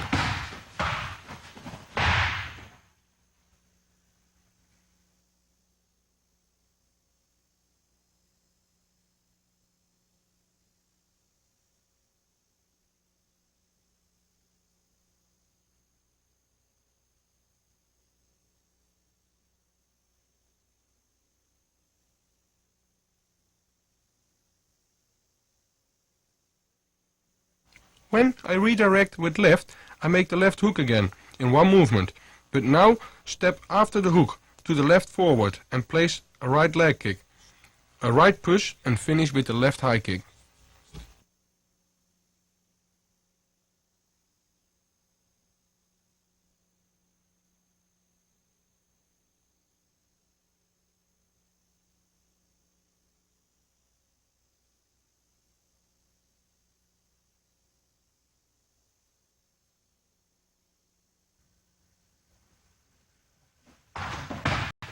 I have a certain rhythm in the combinations. Left hook, left kick, quick, one count, pause to the left push and a left high kick. Try to find that rhythm.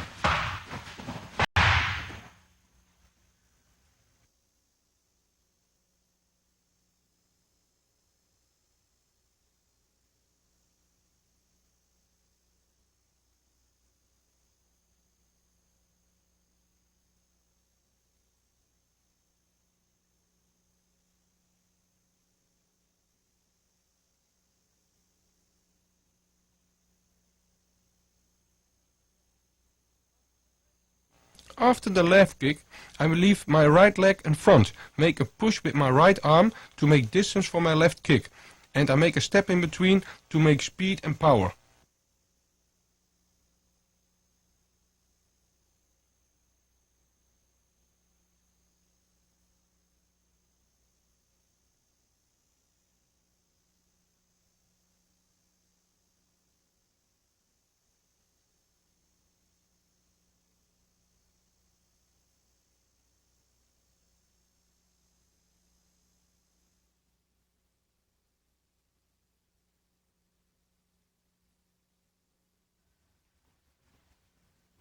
The attack is a left front kick, which I redirect with right and counter with a right leg kick, a body kick to finish with a high kick.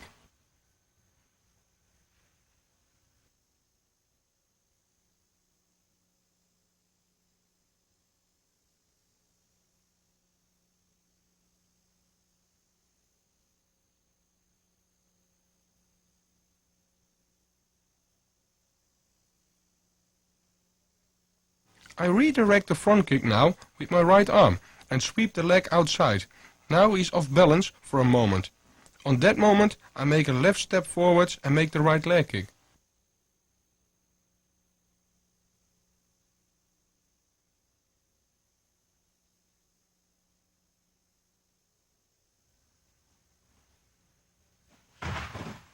You can see I don't give him time to recover and step back to the fighting position.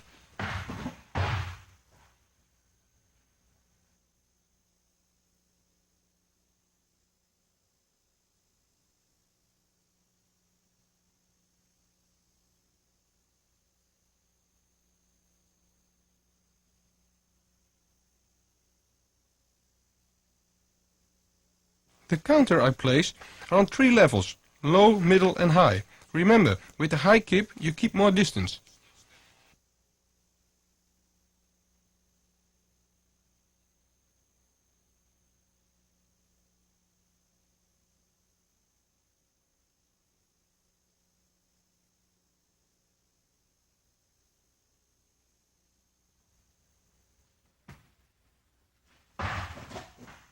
Now I counter every kick with my left leg, but I redirect the same way like the one before.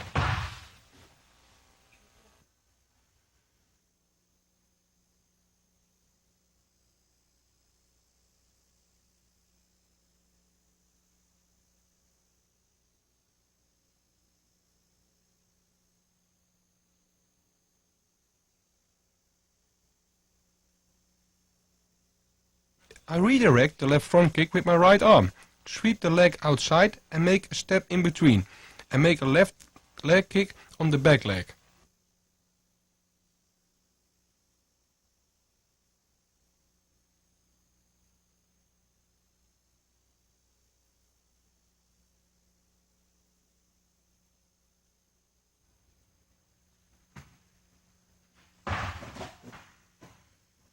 When I redirect, I pull myself a little in this direction and make my step in between.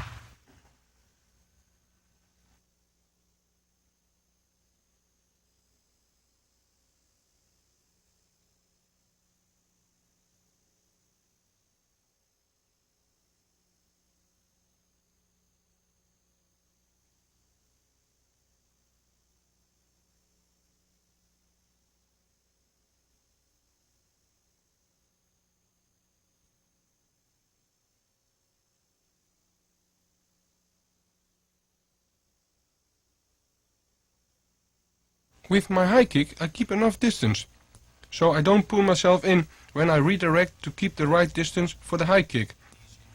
After the kick you keep control with your left arm.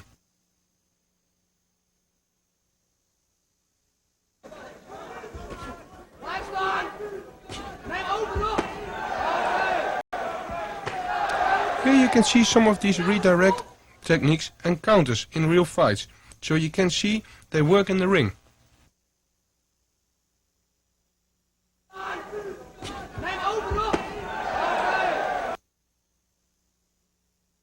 So his attention is on the head by the right hook, and we follow up with the left body kick.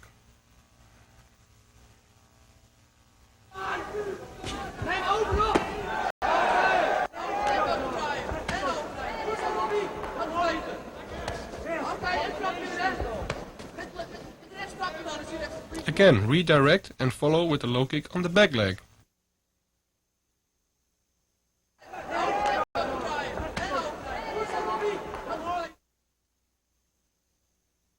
You not only can hear, but you can see the impact and power in my leg kick.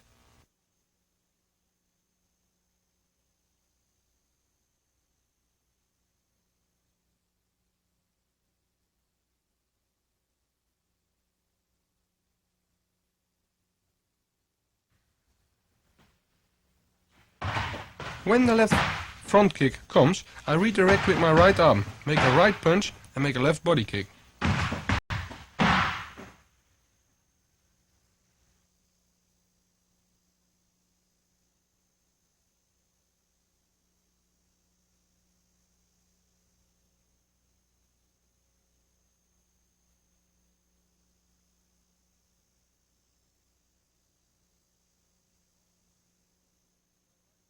With my right hand I redirect the front kick to the outside, and with the same hand I make in one movement the right punch and a left kick to the body.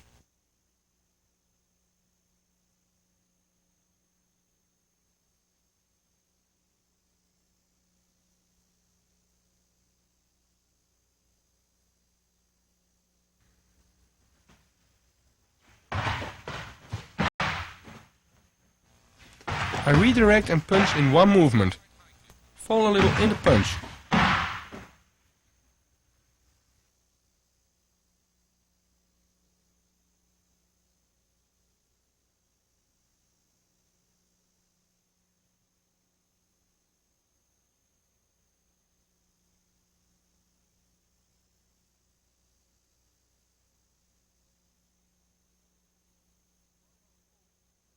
While I fall in the right punch, I take a step with my right leg forwards, sidewards, and make the left body kick with my shin. And we step back to the basic position.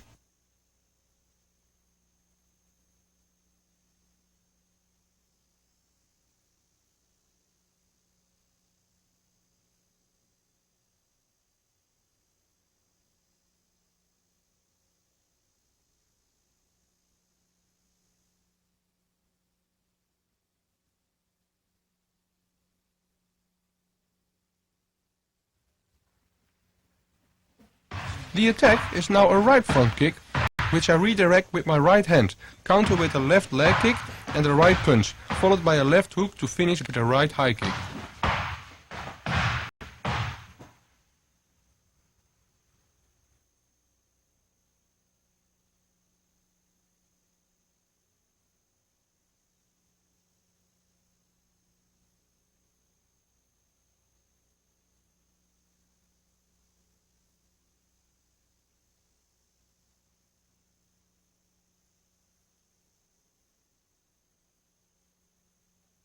I redirect the right front kick with my right arm to my right side. I make a step in between, make a left leg kick, keep my left leg in front, follow with 2 punches and a high kick.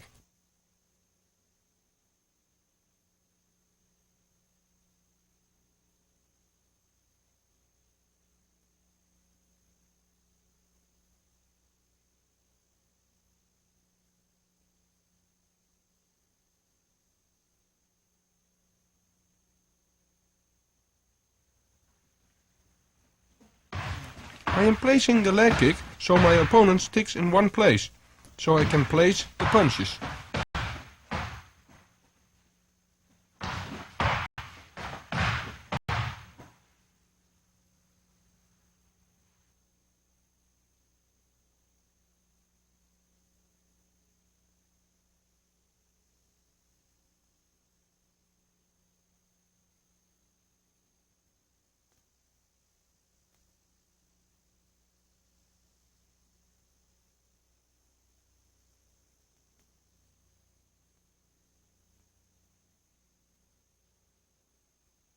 My left leg is in front after the leg kick is given, so I am in the right position to make a right straightforward punch, a left hook and a turn back with a right high kick.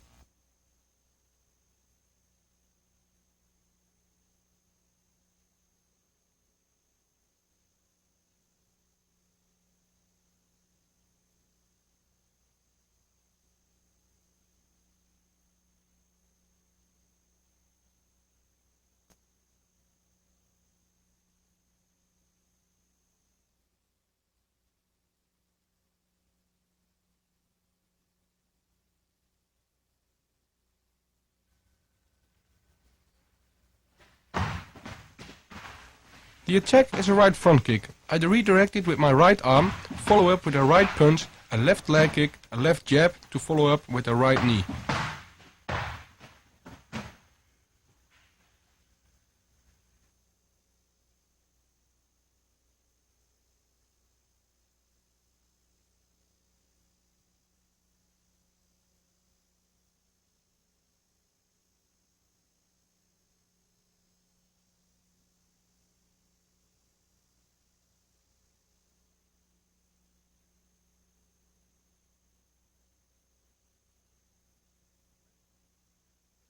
When I redirect the kick with my right arm, I make with the same arm a straight punch to the face.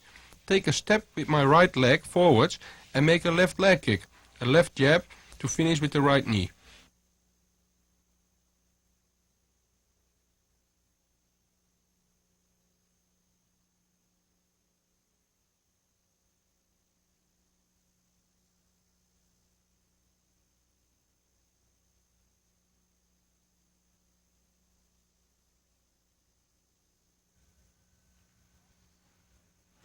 After my left leg kick, I leave my leg in front and make a left jab and a right knee.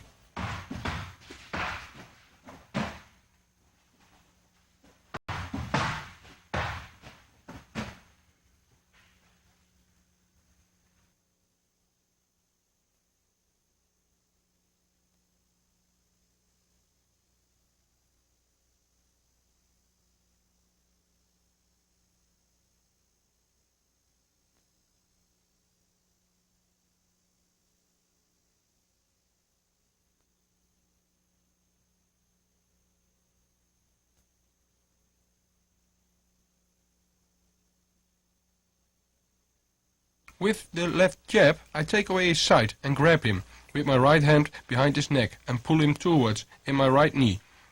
Put your hips in the knee. Step back to the basic position.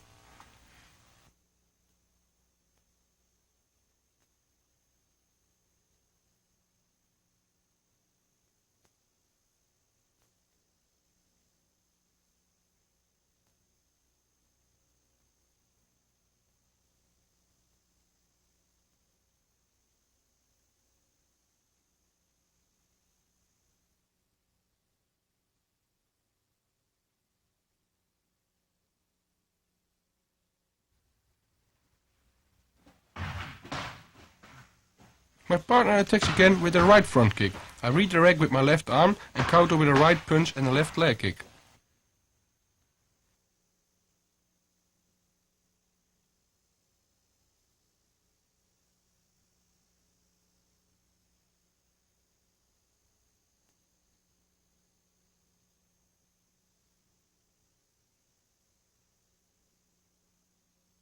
I redirect the kick with my left arm and sweep his leg outside. Because of this, he comes in with his upper body towards me. I catch him with a right punch and a left leg kick.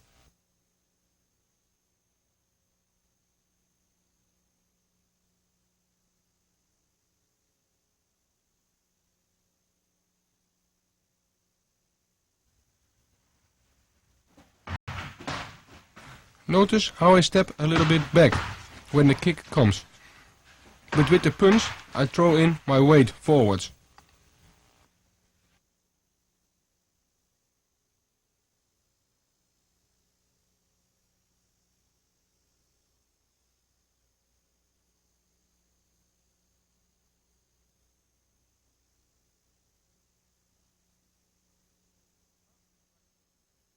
After the right punch, I take with my right leg a step to the right forward to put my whole body in the leg kick.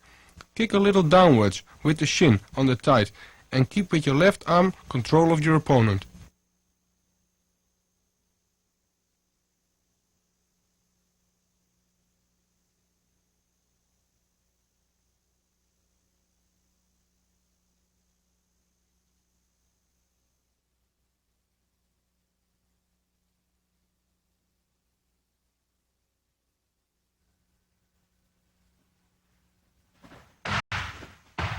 My partner makes a step in between and attacks with a left body kick. I redirect, follow with a right leg kick and a left knee.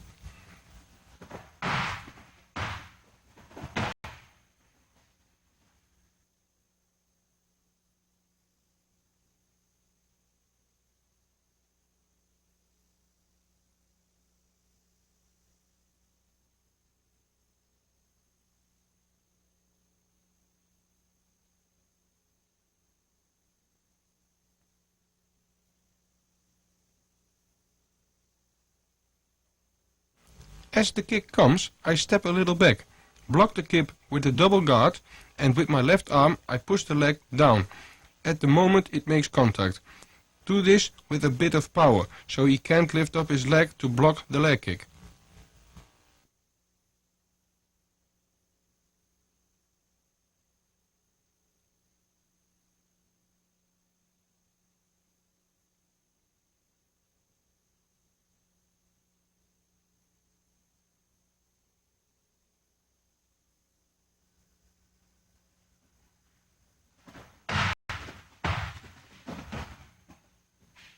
I use that moment that he can't lift up his leg to give the right leg kick.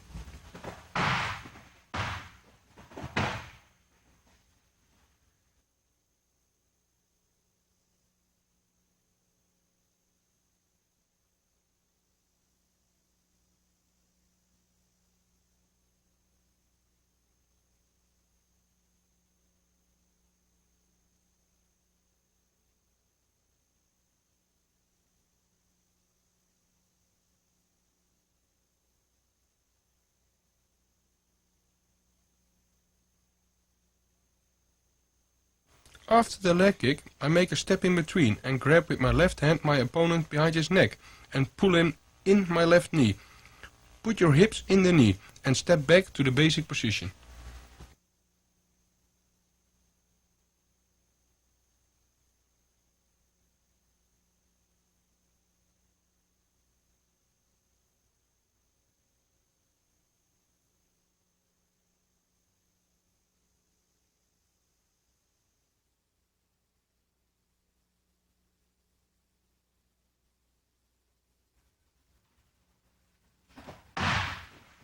The attack is the same, it's a left body kick. I redirect and counter with a left hook, a right punch and a left body kick.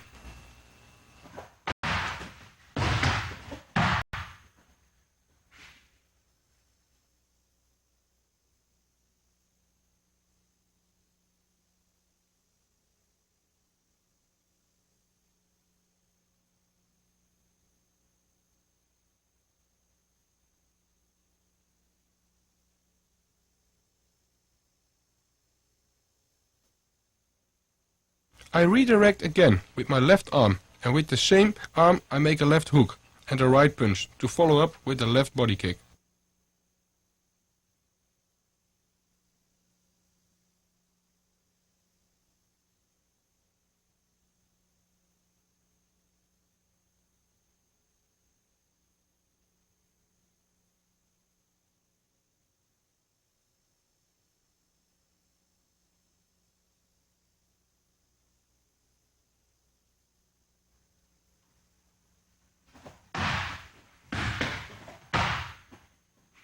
I make the punches explosive and follow up with the left kick.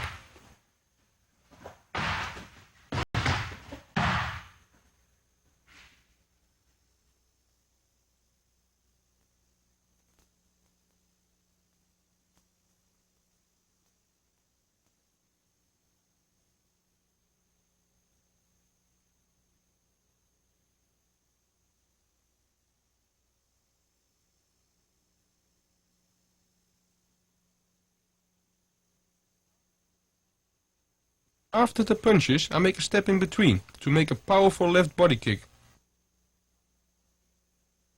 After the body kick, we step back to the basic position.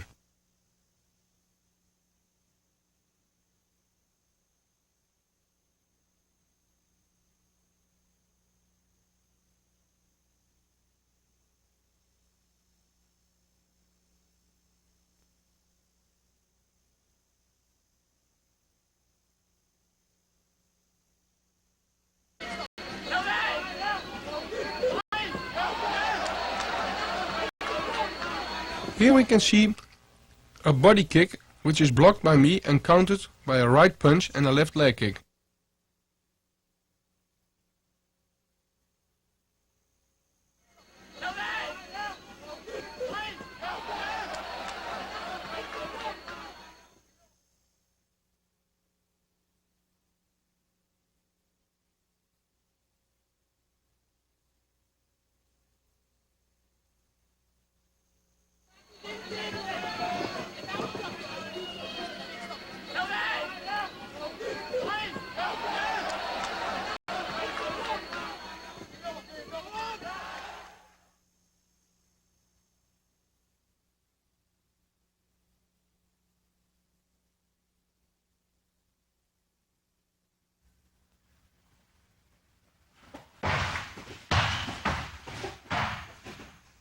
The attack is a right body kick. I redirect and counter with a left leg kick, a right punch to finish with a left leg kick.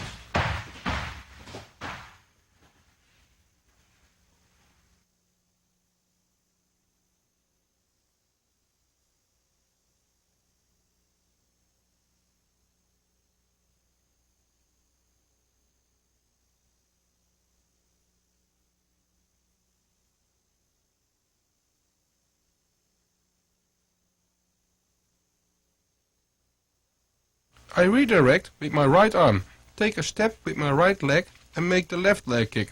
Leave my leg in front and make the right punch and finish again with the left leg kick.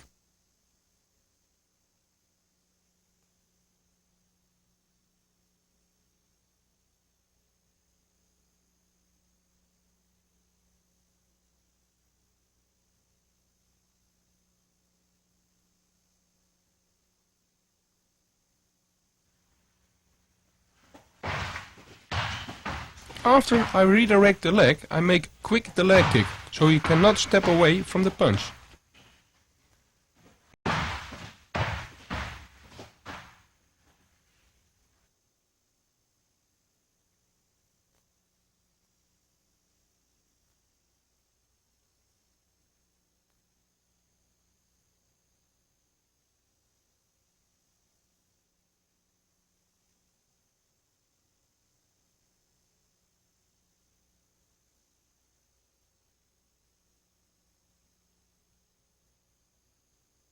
After I make my right punch, I take a step in between to make a powerful left leg kick, with my shin on his right thigh.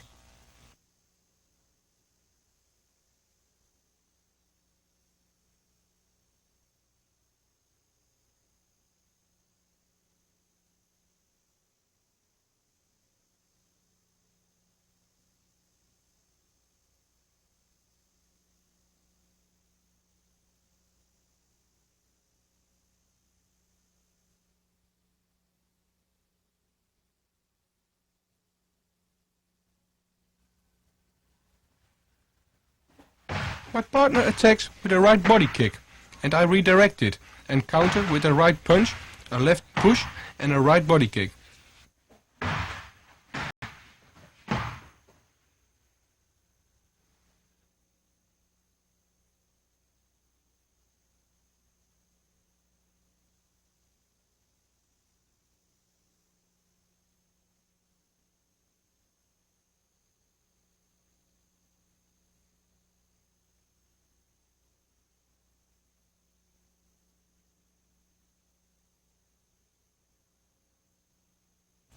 I redirect the kick with my right arm, and with the same arm I make a right punch.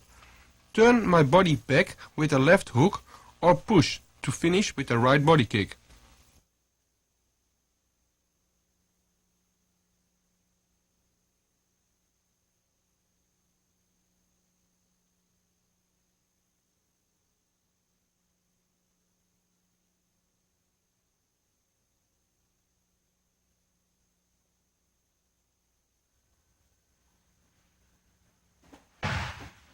The right arm, which redirects, makes a kind of circle. Block, redirect and punch.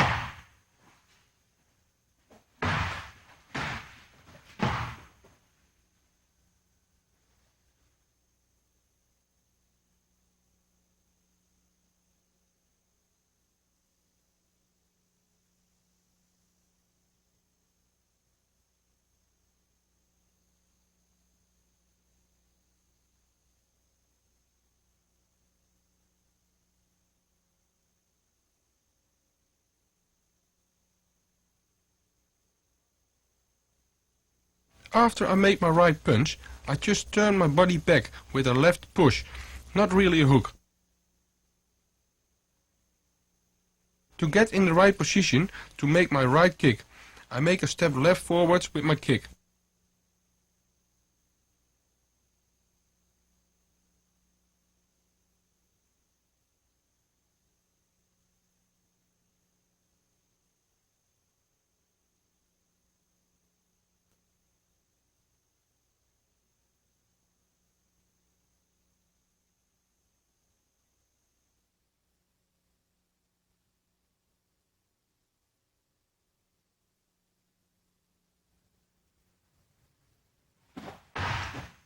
The attack is a left high kick. I redirect and counter with a right leg kick, left hook, to follow with a right leg kick.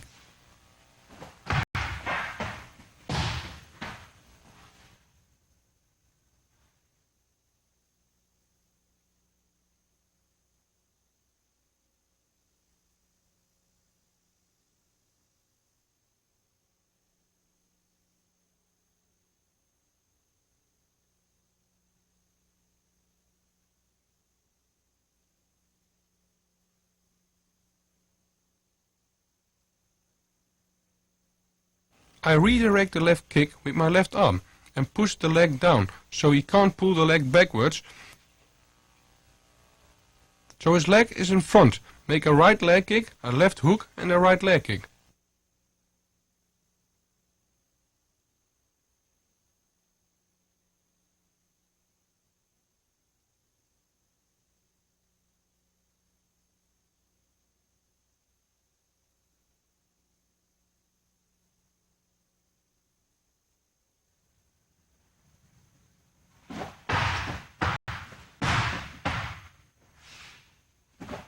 I make sure I follow quick with the right leg kick after I redirect the leg.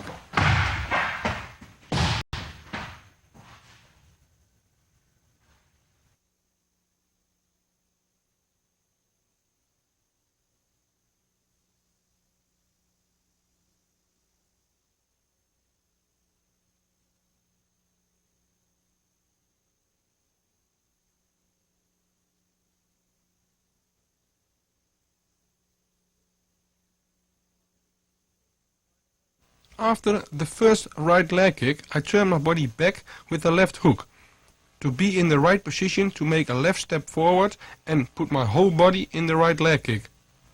Step back to the basic position afterwards.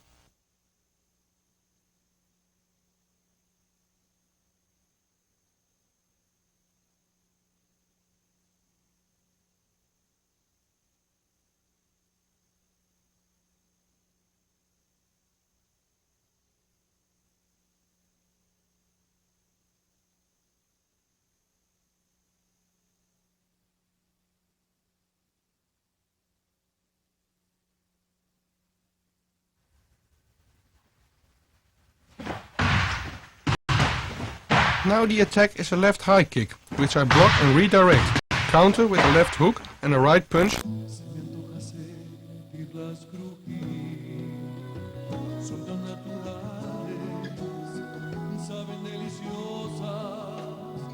saben a nosotros, a nuestro país, en donde estés, están ahí, con variedad para elegir y compartir. Papas son sabritas, te hacen sonreír.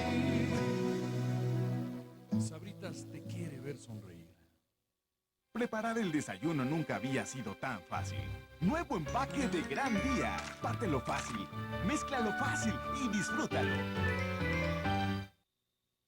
01800 02 10 343 01800 02 10 343. Los niños de México merecen que recuerdes este número. Tú puedes combatir los delitos de la prostitución y la pornografía infantil. Denúncialo. Abre los ojos, pero no cierres la boca.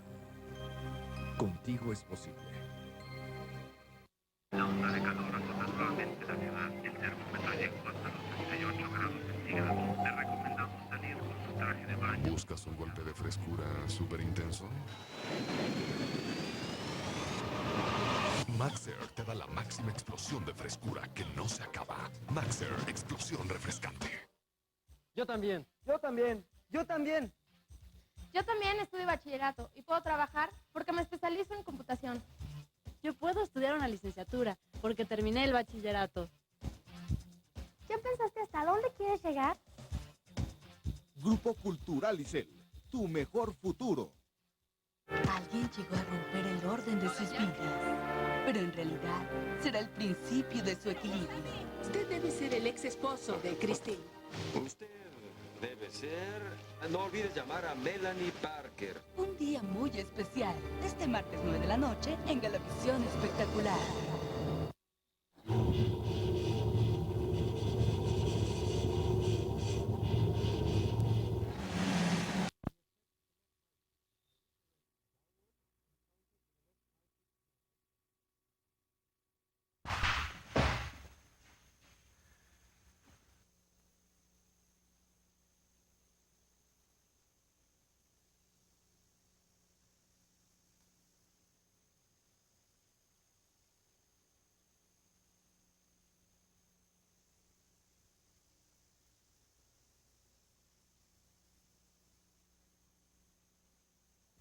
I push the kick leg good downwards and make a step in between.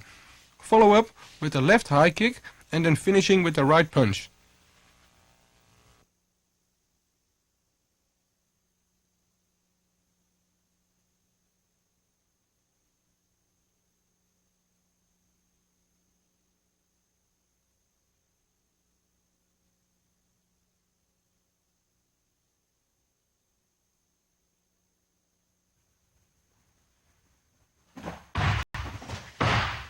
I push the leg with power downwards, so there's a moment where he's off balance.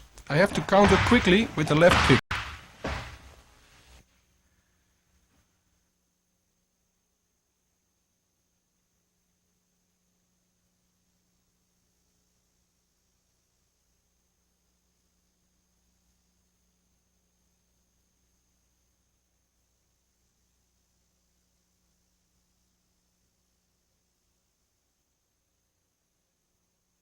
I leave my left leg in front after the kick. As it comes down, I make a right punch and I stay in balance. I don't fall after my right punch. Step back to the basic position after your action.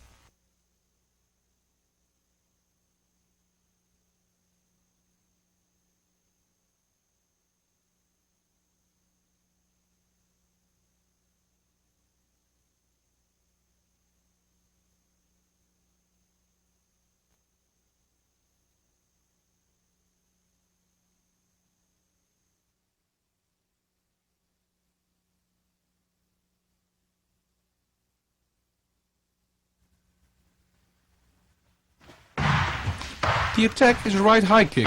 I counter with a left leg kick and a right punch and a left body kick.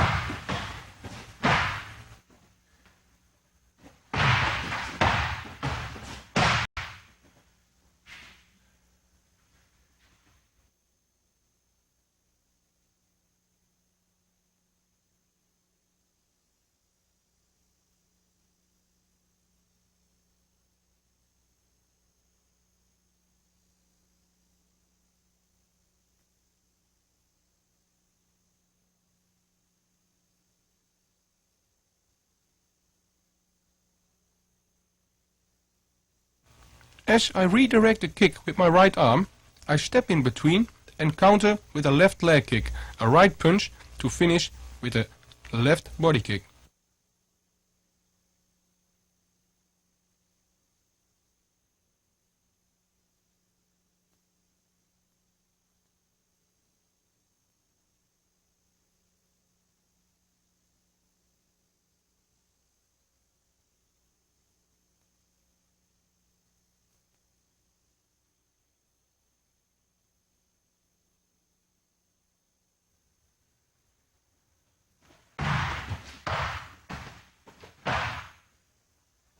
I leave my left leg in front after my leg kick to make the right punch.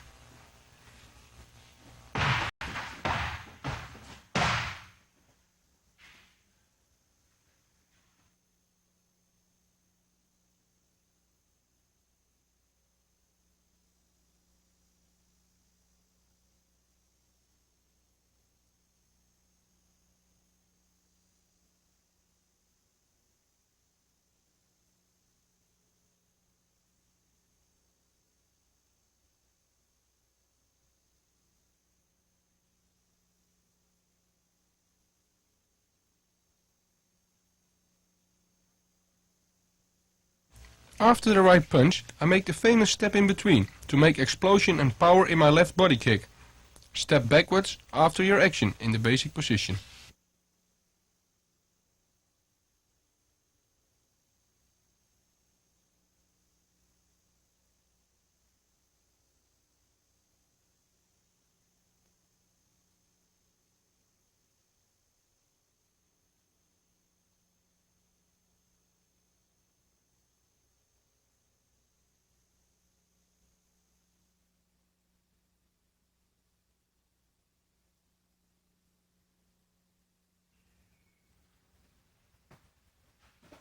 Here I redirect a right high kick and counter with the same right kick.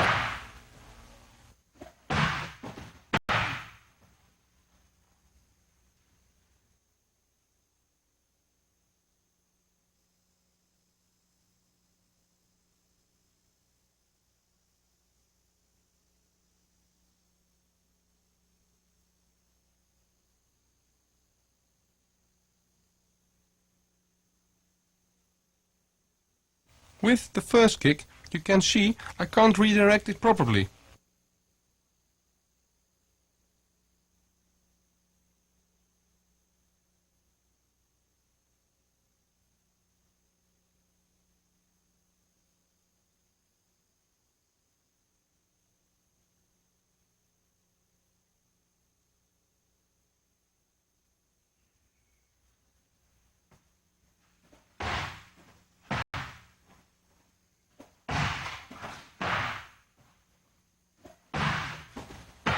You see I block it and I'll sweep it through in one moment.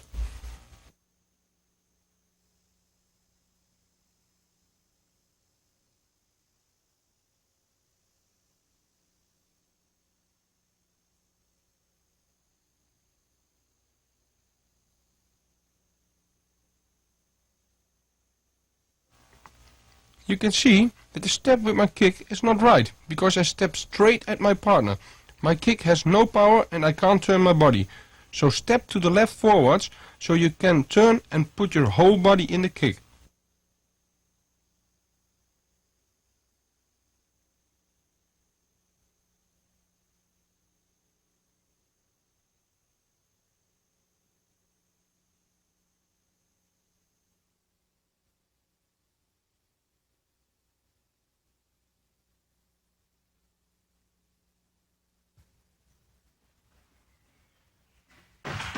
The importance of takeovers or redirection is that you're the boss, in control of the situation. You decide where you put the kicking leg for a counter.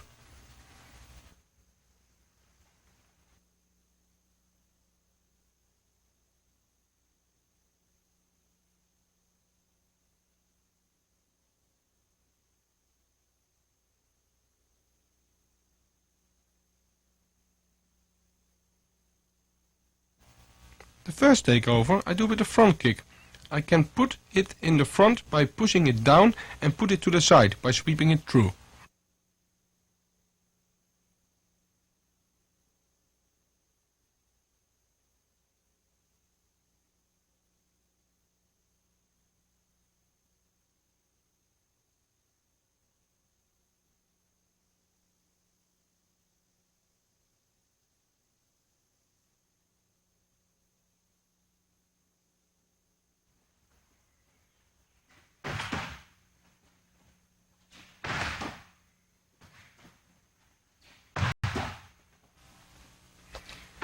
This counts for both legs. You put him off balance with this movement for a moment.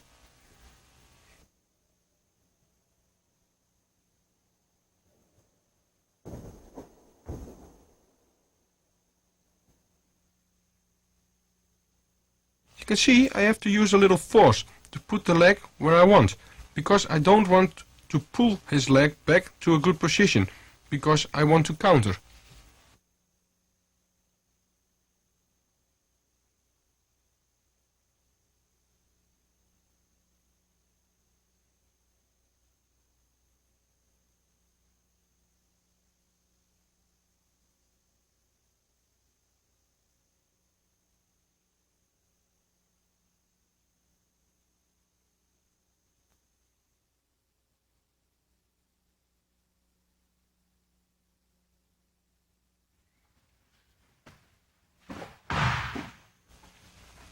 Of course, this also counts for the roundhouse kicks.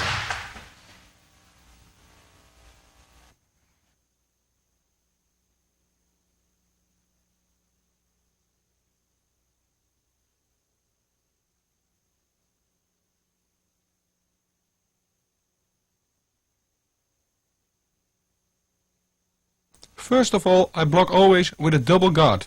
Then you push the kicking leg down or sweep it through.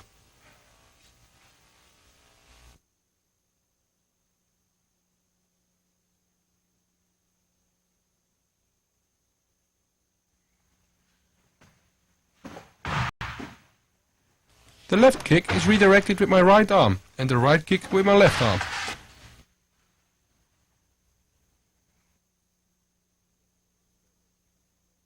Last words about the leg kick. Be sure you never step straight at your opponent, otherwise you can't turn your body. So step sideways towards your opponent and kick with your shin, not your feet. With the counters, you see I always turn my body from one side to the other side. Even only with a push or a punch to get distance and to be able to put good power in the kick or punch. To step in between is one of the most important movements before a kick, to put explosion and speed and power in your kick. Also with this movement you don't step straight at your opponent. With the takeover or redirections from kicks, you are the boss. You decide what's gonna happen, so you place the kicking leg wherever you want to counter. Have fun.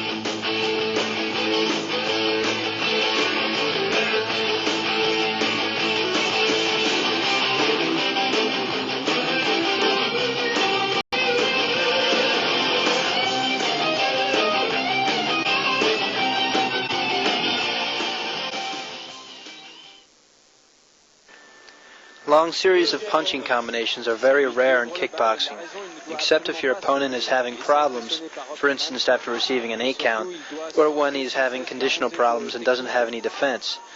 All other combinations are mostly a preparation for a kick or knockout and are mostly 2 or 3 punches. When exchanging longer punch combinations, it's important to always keep your balance in the center or middle of your body. If you are falling after your punches, you cannot make a combination, and therefore you won't have any power in your punches. Take a step with each punch you make to correct your balance. For a good punch, you should have contact with both legs on the floor at all times. And again, your balance should be in the middle so you can put your body in the best position. A good punch utilizes your mass, or the power of your whole body, and not just from your arm. Every punch is a combination of stepping, punching, and body mass. And again, make sure after hitting your opponent with a successful technique, you may be thinking, yes, great, I'm already there, but take some distance and back up and review the situation, and then make a step to finish the fight. Cette classe dont parlait juste avant le combat Justin Ward.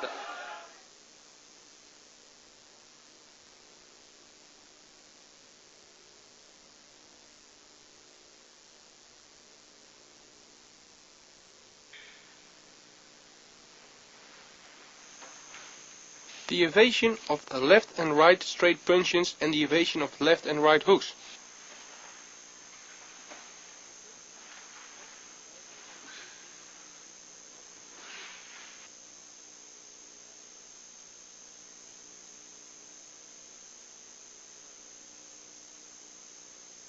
The opponent strikes with a left straight punch to the face. This punch will be evaded by moving your upper body to the right. Strikes with a right straight punch to the face. This time we move our upper body to the left, so the punch will pass your face.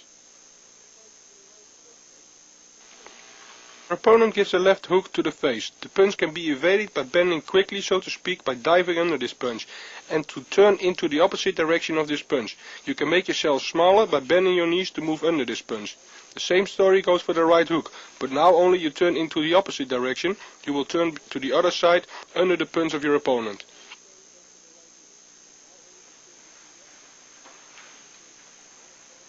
It's important that your partner punches straight at your face while practicing.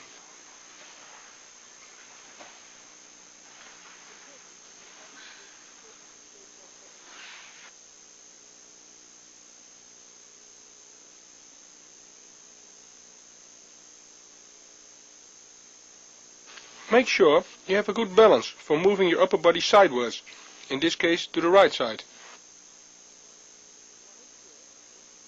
It's from utmost importance to have always eye contact with your opponent.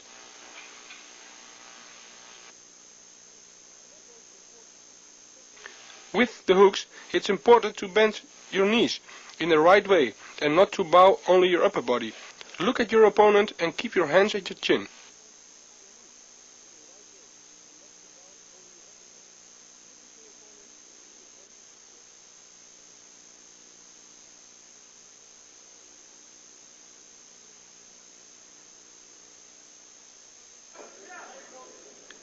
Now we are observing a real fight. Watch that this moment shows the evasion of a right straight punch. In fact, it's slightly different than the way we just practiced.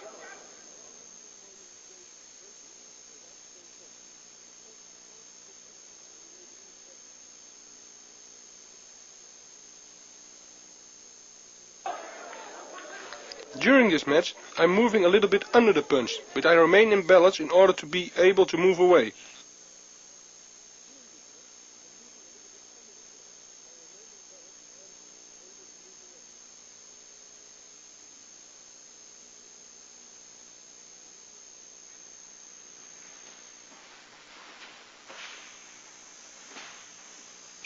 Let's look at the evasion technique from behind.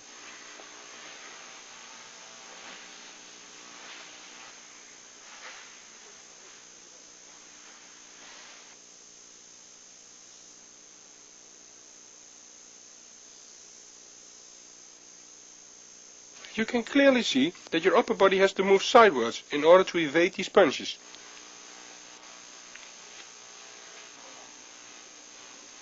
Direct straight punches can be evaded by moving your body to both sides.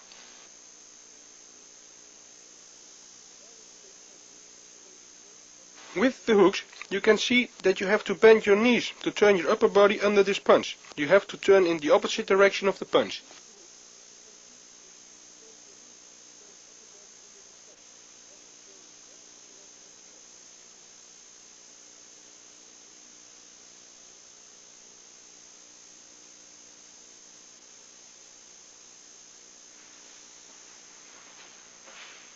You can see you have to stay in balance at all times in order to evade the punches and to return in the basic stand.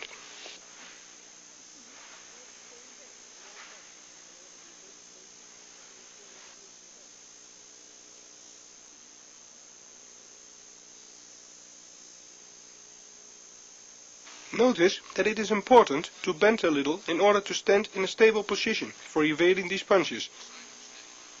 Again, stay in eye contact with your opponent.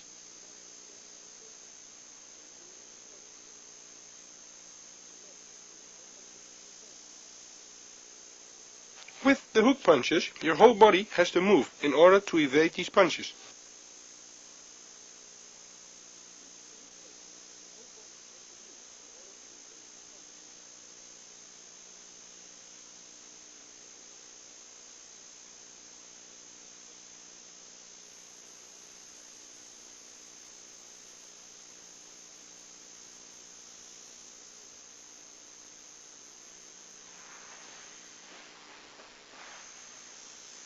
In this close-up, we can see how the upper body has to be moved in order to evade the punches.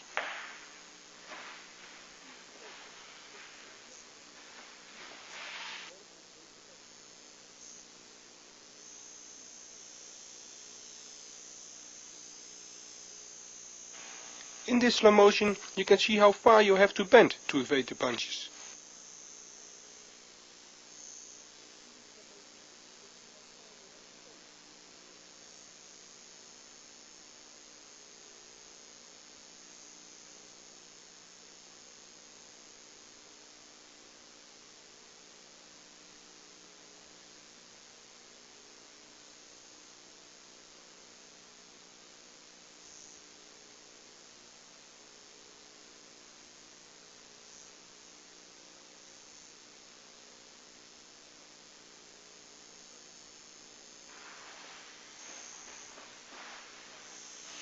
It's important that also your opponent has a good balance when he is throwing the punches at you. If not, he will miss his target.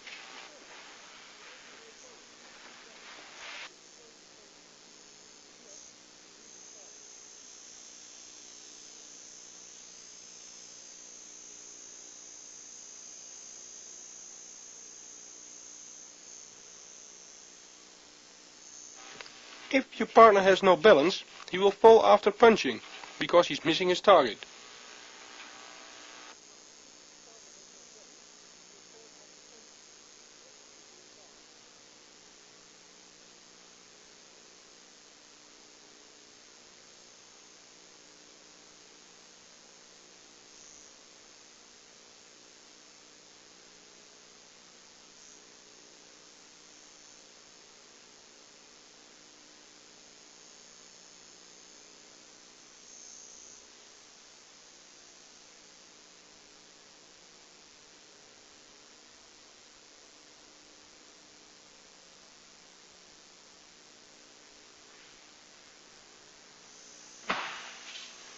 Now we see how to block left and straight punches.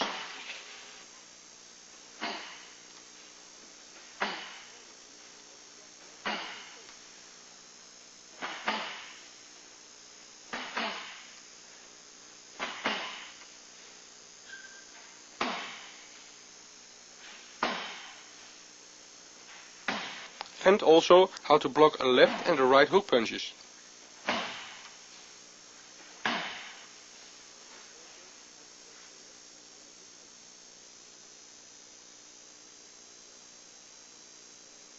We can see how my partner attacks with a left straight punch to the face. This punch is blocked by taking it from the direction of punching with your right hand.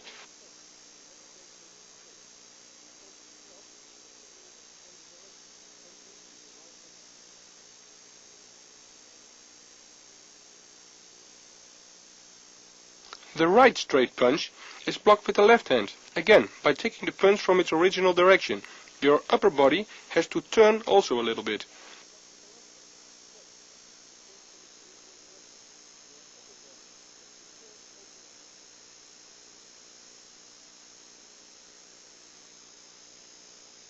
Now you see left and right punches after each other again. Again, you will take the left straight punch with your right hand and the left straight punch with your left hand.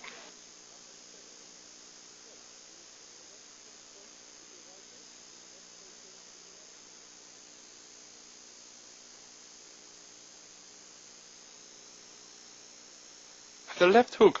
This punch is blocked by pulling up your right hand beside your face, so the punch will hit the glass.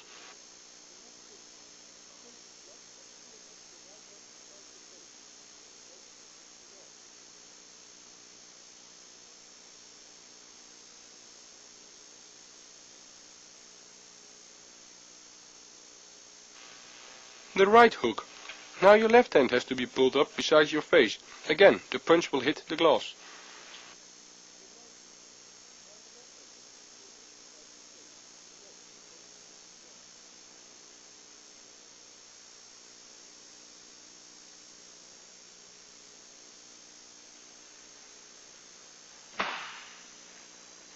Here you can see that the opponent is moving too, and steps in order to minimize the distance, in order to get a good basic position after he has placed the punch.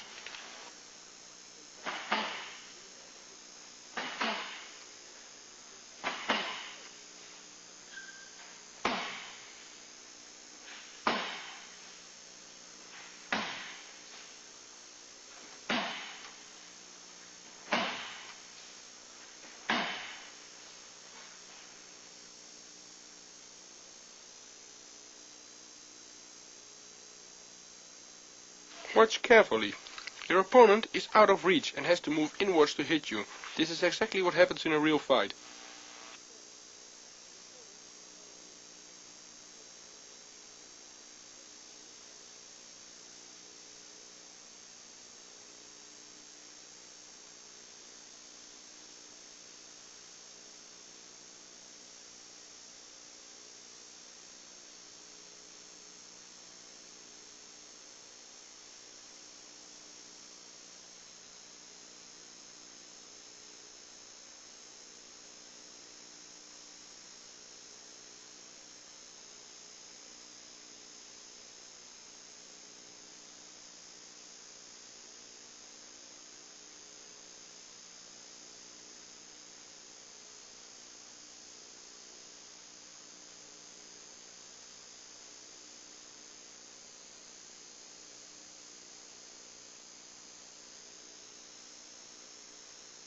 Now a hook punch is given, but I don't move away from this punch, but I move a little bit forward to intercept or block this punch. Don't forget to stay in balance while intercepting this punch.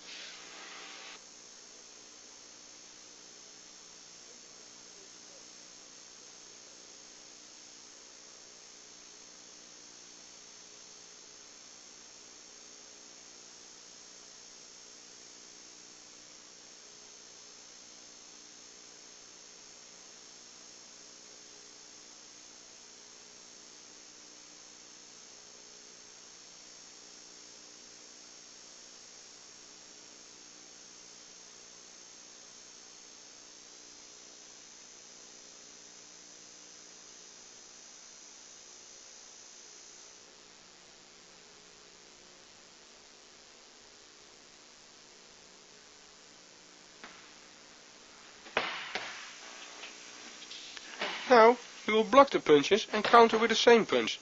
Direct straight punches will be countered with direct straight punches, and hooks will be countered with hook punches.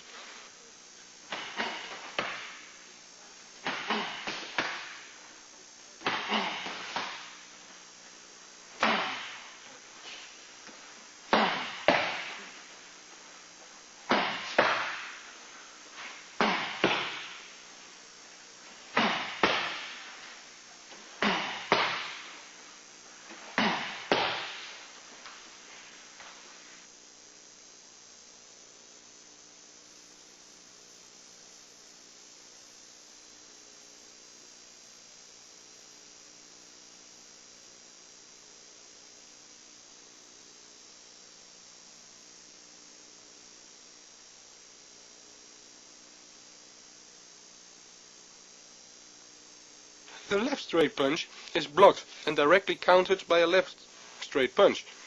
You have to block the punch, and while countering this punch you also take a step to minimize the distance.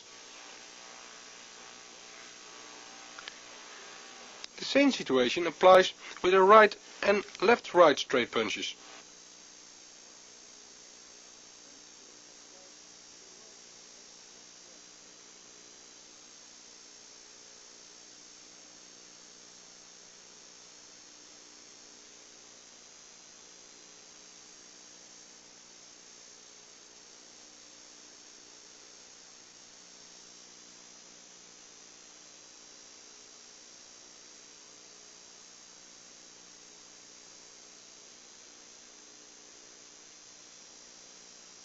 For blocking a hook punch, turn your body a little bit to counter and stay in balance.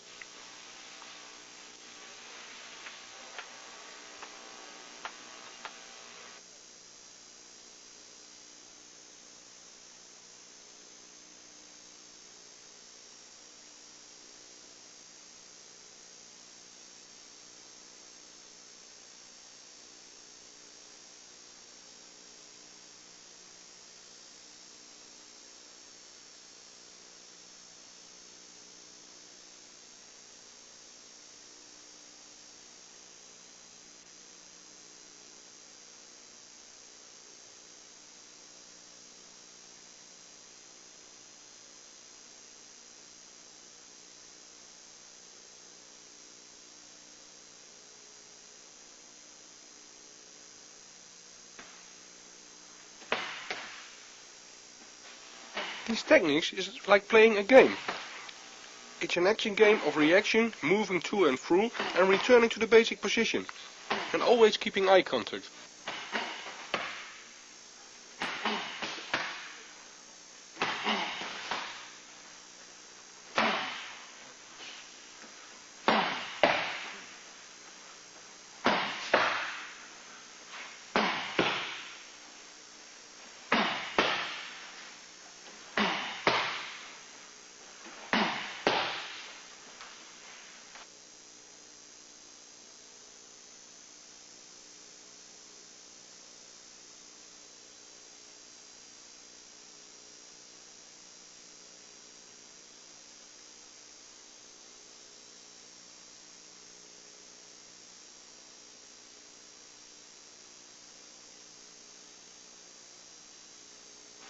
Now we see how important it is to have a good balance.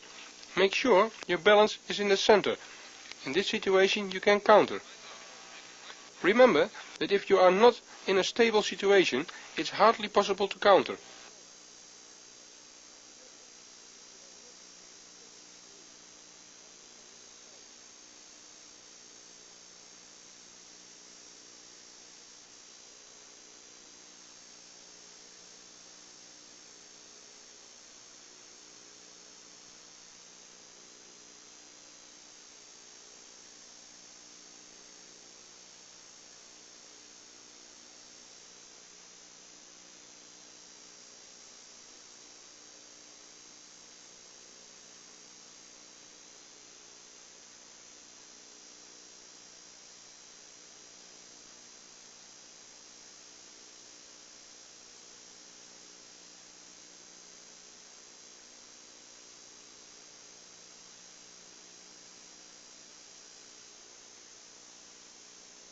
Again, make sure you're in a stable position. From this position on, it's very easy to place a good and powerful counter.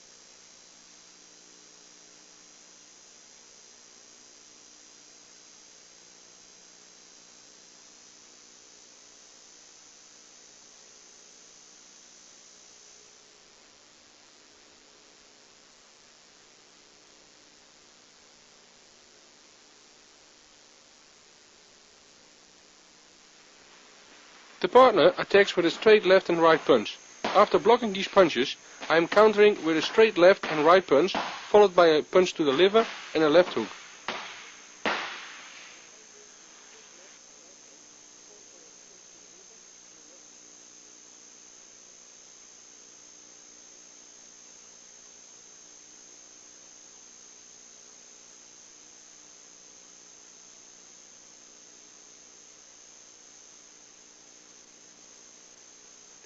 Left and right punches are blocked and are being countered with a left and right punch. In this way you are minimizing the distance and you can place a liver punch. After the liver punch, I'll take one step back and place a hook punch to the head. Now I return after this combination in the basic position.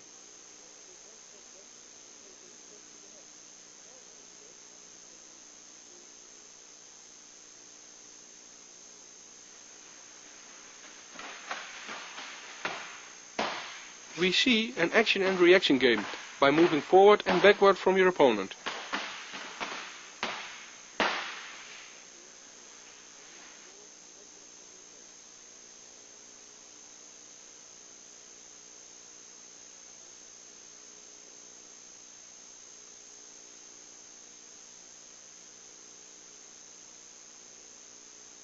By placing the counter with the left and right straight punches, your opponent will have difficulties with his side.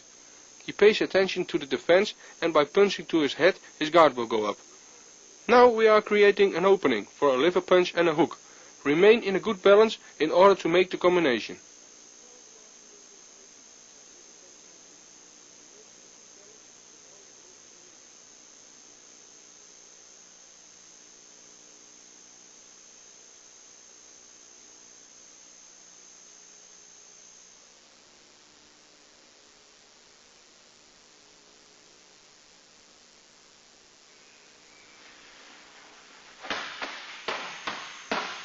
The partner attacks with a straight left and right punch.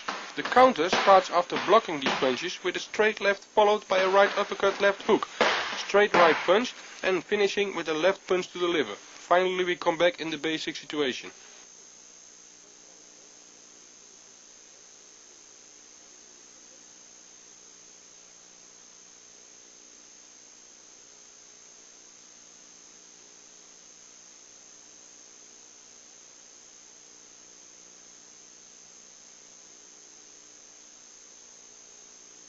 After blocking the left and right straight punch, you step forward with your left foot in order to minimize the distance, and at the same time you place the left straight punch followed by a right uppercut and a left hook. Right straight punch ending with the liver punch. Finally we have to return in the basic position.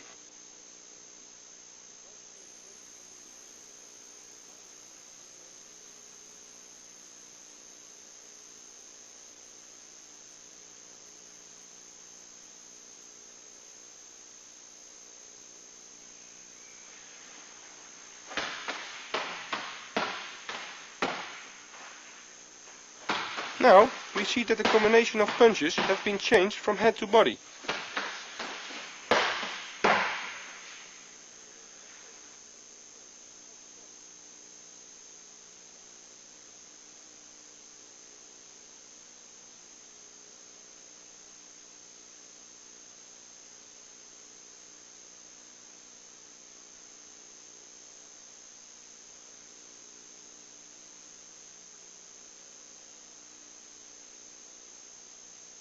It is very important that immediately after blocking the punches of your opponent, you place the counter with a left punch, so it's difficult for your opponent to see anything. By making a combination, throw in your body in your punches, but always remain in balance and finally step back to the basic position.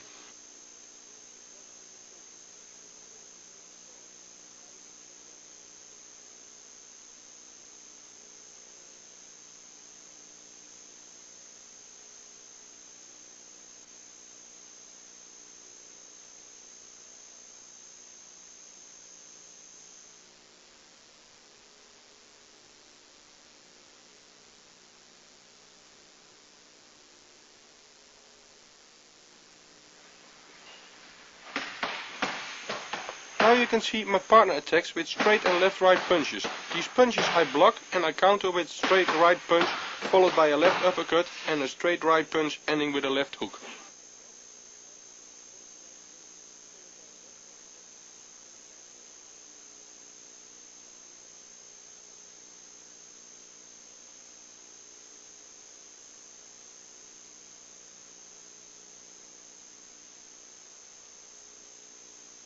After blocking, you minimize the distance by countering with a straight right punch. By stepping forward one step with your left leg and turning your body, now give a straight right punch, ending with a hook and return to the basic position.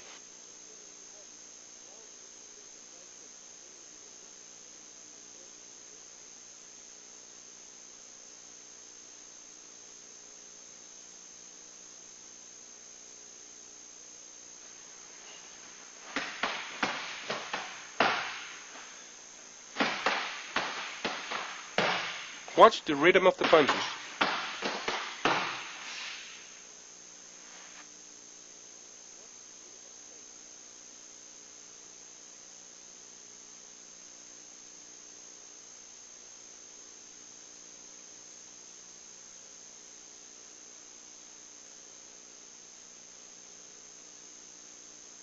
During the combination, I stay in eye contact with my opponent at all times. I can step back now in order to see if he's badly hit, or more in a general if he's in trouble or if he wants to counter. Now I can step forward or I have to block his attack.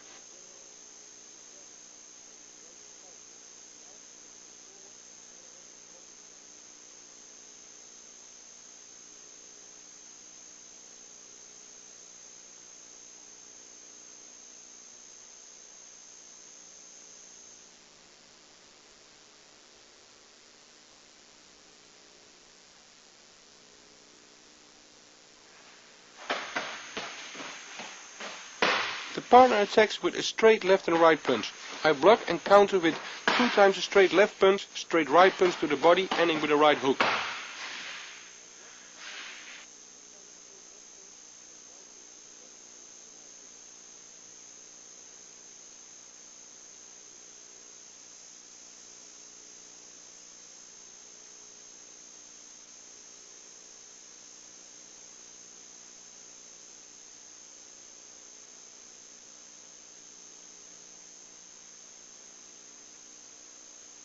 After blocking the punches of your opponent and countering with the double left punches, you force your opponent to lift his hands. Now there is an opening for the punch to the stomach. After this punch, the hands go down and the left uppercut and the right hook are logical. After this, take distance and keep your hands at your chin.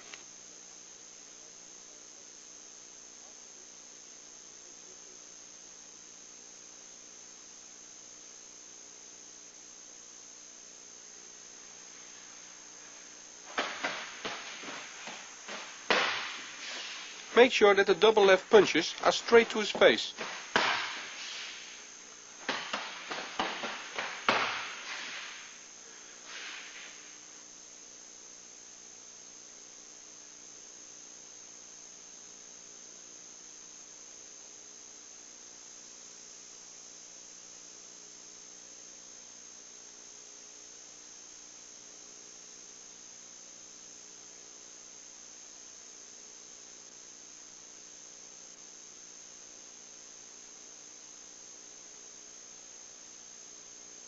By placing the double left punches, take a double step forward to your opponent. Bend a little bit your legs by directing the right punch to the stomach in order to get as many massa as possible behind the punch. After this, the power has to be in the final right hook.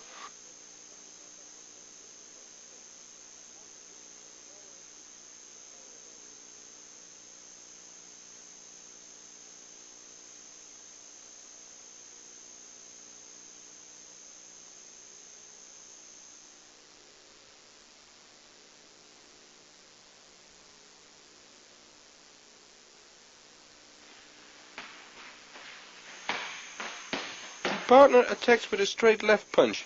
Evade the punch by moving sideways to the right side. Counter with a straight right punch, followed by a left uppercut, a straight punch, ending with a left punch to the liver.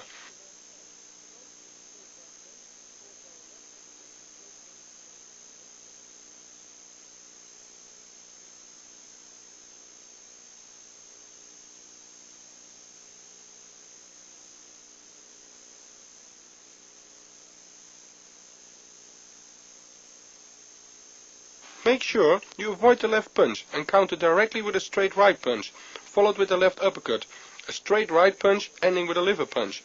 Turn your body during all the punches at these combinations.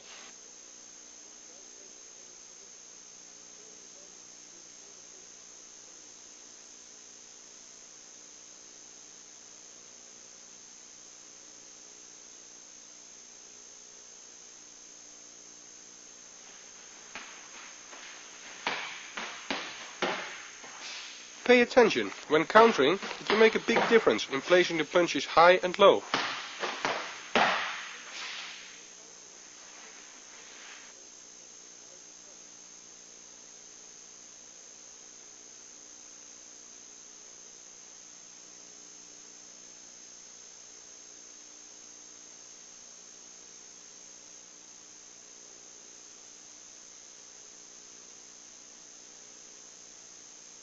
To surprise your opponent, the time difference between attack and counter should be as short as possible.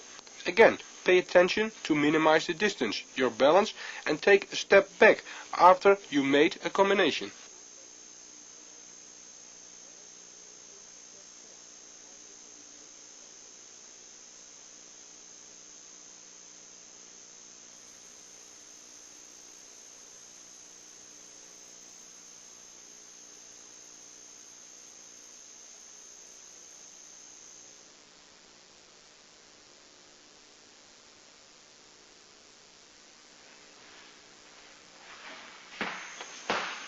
The partner attacks with a straight right punch. Evade the punch and counter with a liver punch, followed with a left hook, a straight right punch and a left uppercut, finishing with a right hook.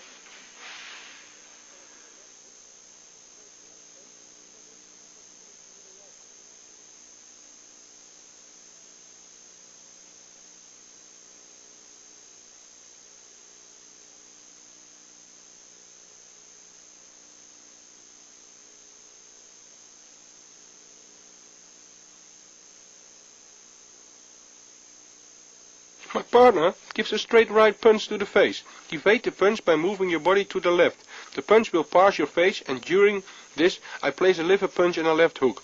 Move your body backward while giving a straight punch followed with a left uppercut ending with a right hook.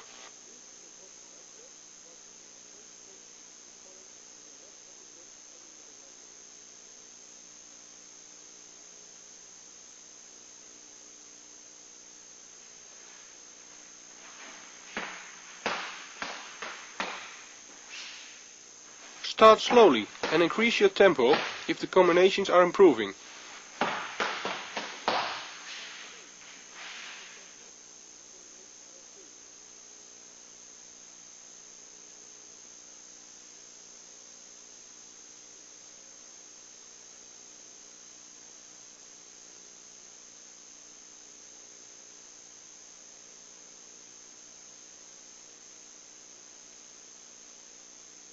Be on time by evading the straight right punch and place the liver punch at the moment when his punch is still not finished. Punch the liver in an upward direction. If your opponent is moving backward as a result of your punches, you will follow him to keep a good reach at all times. Place the last right hook downwards. After the series, keep a certain distance.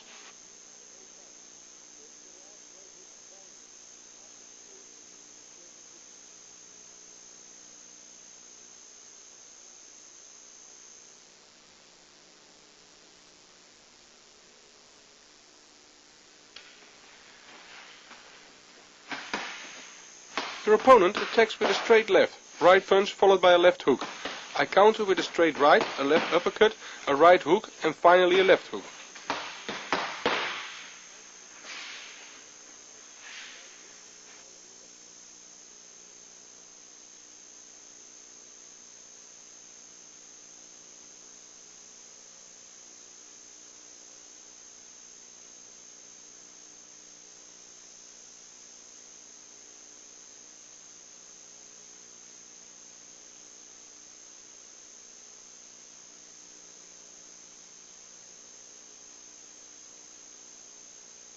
Your partner attacks with a straight left and right punch followed by a left hook. I evade the left hook and counter with a straight right punch followed with a left uppercut, a right hook to finish with a left hook. Evade his attack as quick as possible and counter immediately.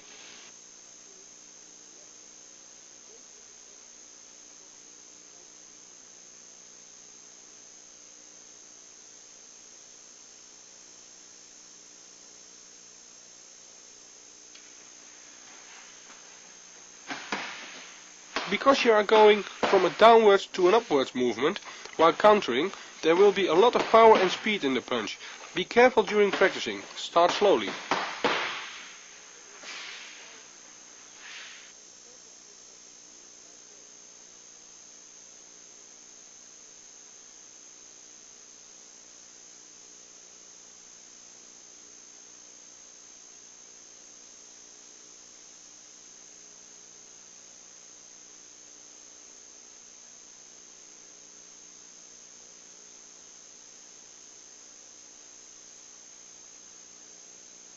Please notice, while avoiding the hook punch, that you keep your balance at all time. Turn your body behind your punches. If your opponent takes distance, don't run or walk after him, but move step by step while punching.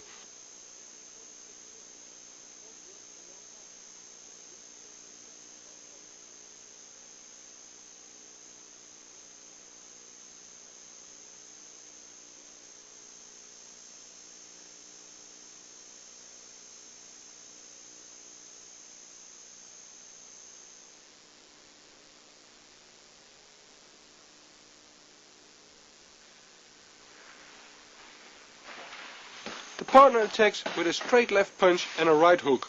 I duck, and by this way I am evading the hook. I directly counter with a right punch to the body, followed by a left punch to the liver, ending with a straight right punch, a left hook and a straight right punch.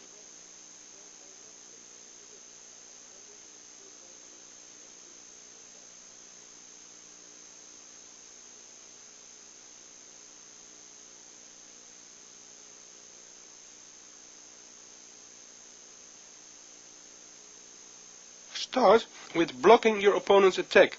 His left straight punch, duck the right hook, and at the same time you have to counter with a straight right body punch followed by a liver punch. Then in one movement back to follow with a straight right punch, ending with the left hook and a straight right punch. Step back after your combination to review the situation.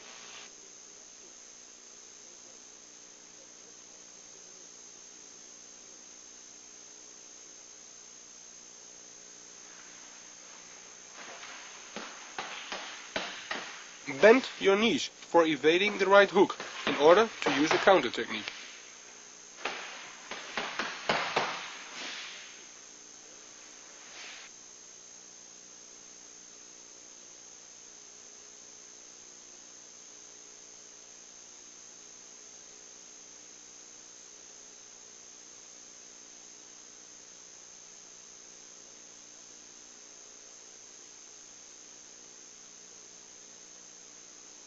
Make sure that during avoiding the hook of your opponent, you step forward to minimize the distance between you and your opponent. In order to place body punches, during the rest of the combination, start slowing, moving upwards. Again, take distance after you have made your combination.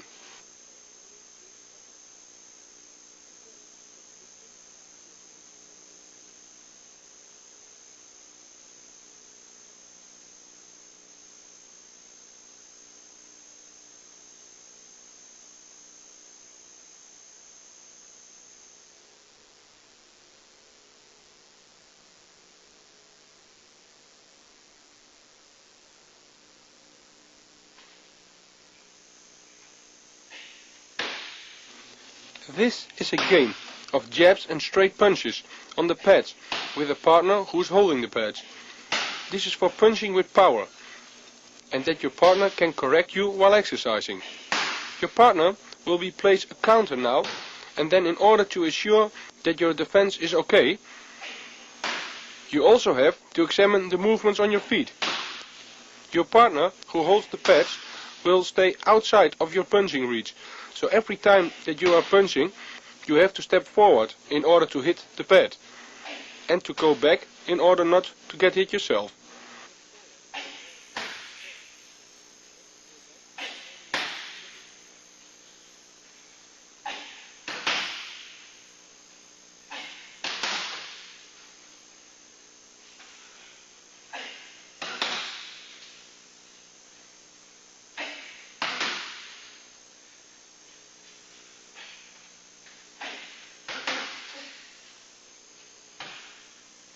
Watch the counters which have been placed by your partner.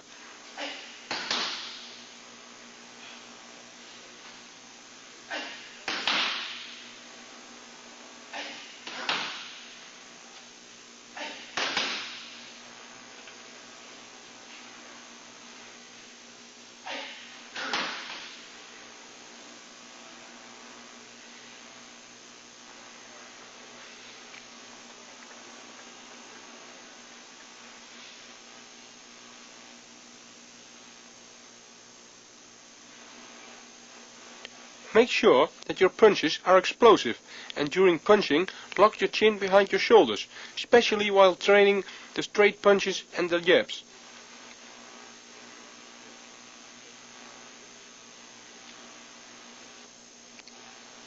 Your partner with the pads has to check you constantly and also correct your punches and your movement of the feet.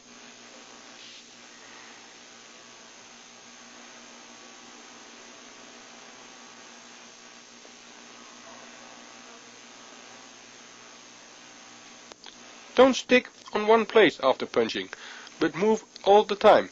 Your balance should be in the center. From this position it's easy to move back and forwards or to step aside.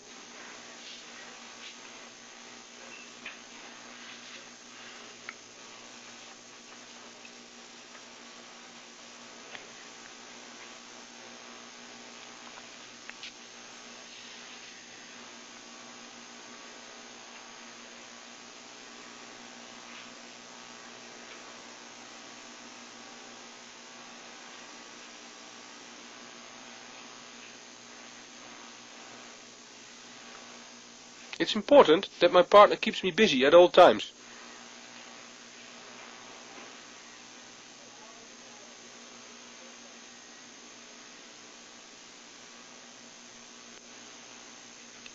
By this way, I have to be alert.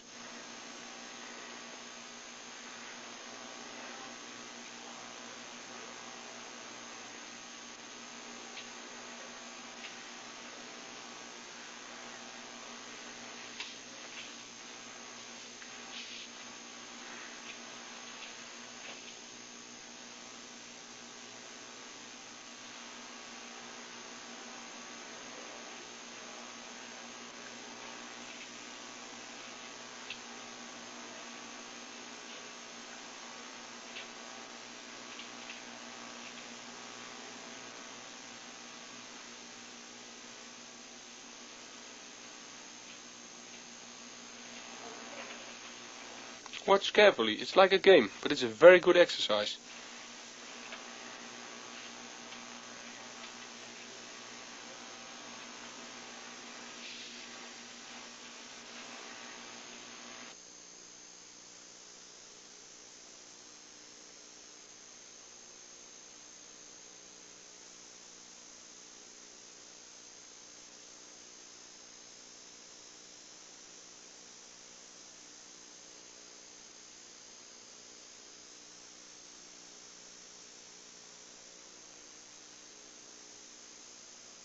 You can see by even this training it's very important to step back in the basic position, take distance and review the situation.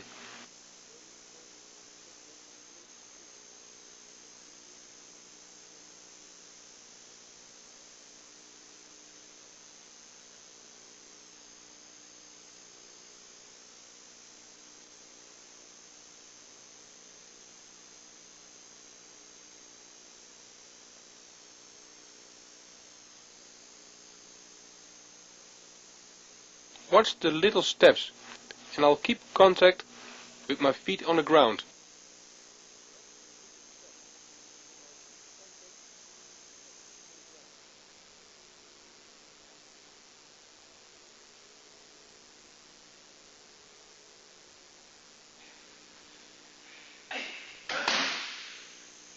Now you're moving around your partner, and at his command you start with a straight left and right punch. Keep always in good balance during this exercise. Your weight should also be in the center, not over your left foot, because then you will fall or walk after your punching.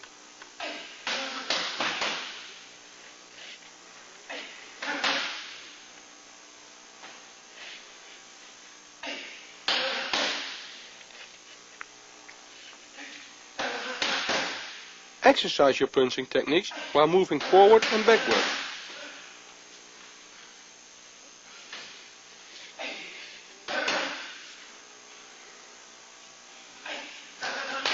If your balance is okay, it is possible to turn your body away, to the left and the right side, and by stepping you will always have the advantage of having stronger punches and a better defense.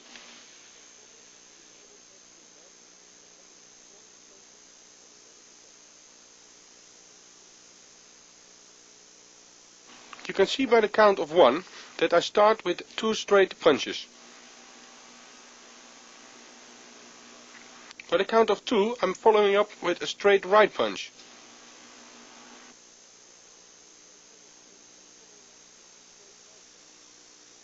By the count of 3 I also give the left hook.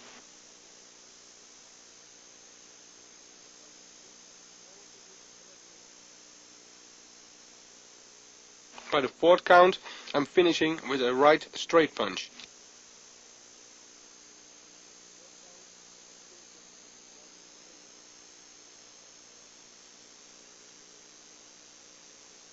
It's important that during a series of punches to move in and out, don't stand in one place.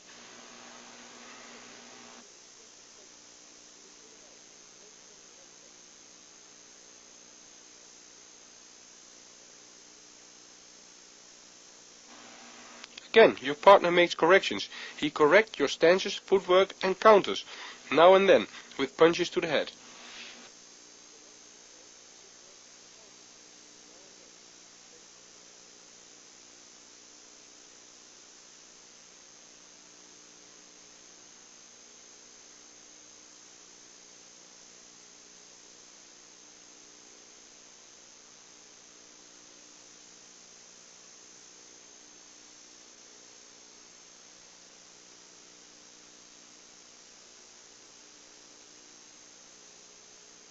This training has to be exercised hard and explosive.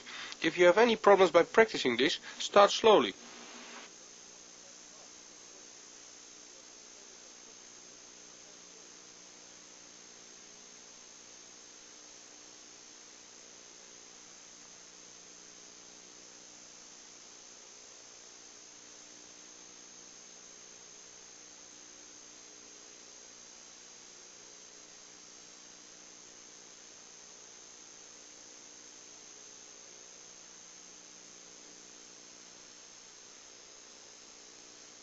Again, by way of making little steps and having contact with the floor, you have the advantage of stronger punches and a better defense.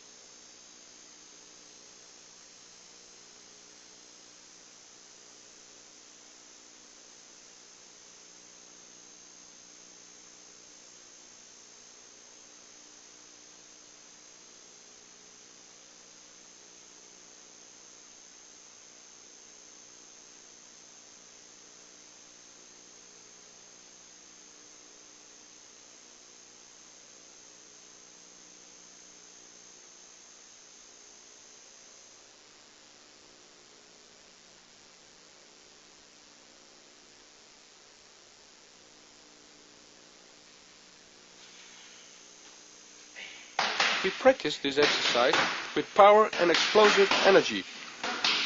With every punch we have to take a step to keep the right range between you and your opponent.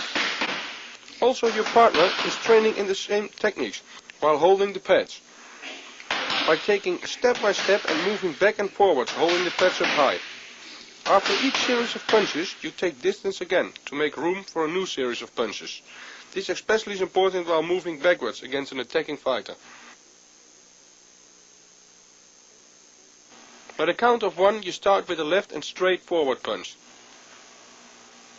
The count of 2 you're finishing with a left hook. By count 3 you will turn in a right uppercut. And by the count of 4 we are finishing with a right straight forward punch.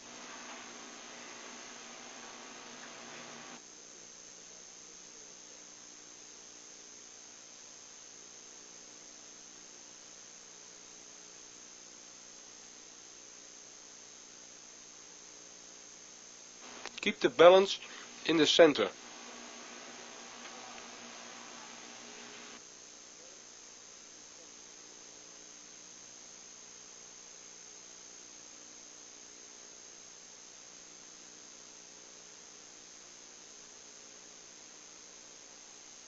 Keep eye contact and step back in the basic position.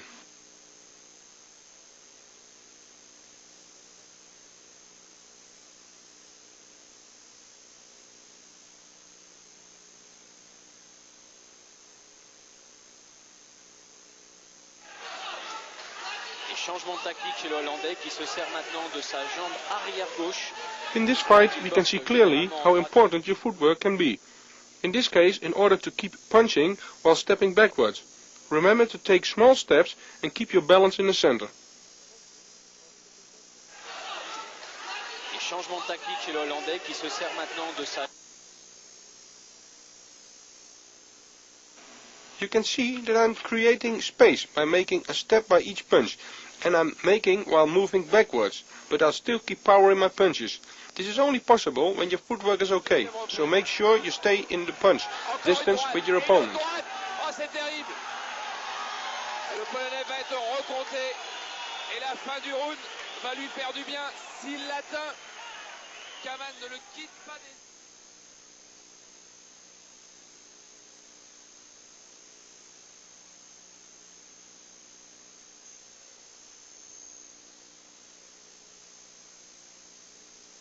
Deuxième reprise. Encore une droite et une autre droite. Oh, c'est terrible. Le Polonais va être recompté et la fin du round.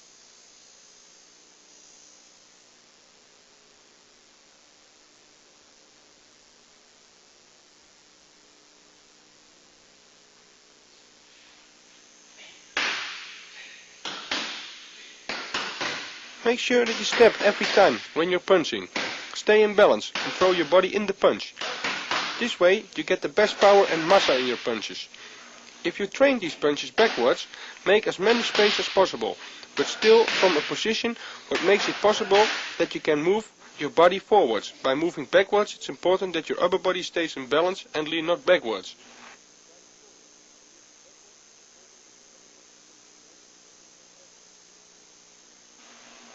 By the first count of your partner, you'll start with a straight left punch. By the second count, you start with the left punch followed with the right uppercut. The third count we see the left punch, the right uppercut followed by a left hook. The fourth count we see the left punch, the right uppercut followed by a left hook and ending with a right straight punch.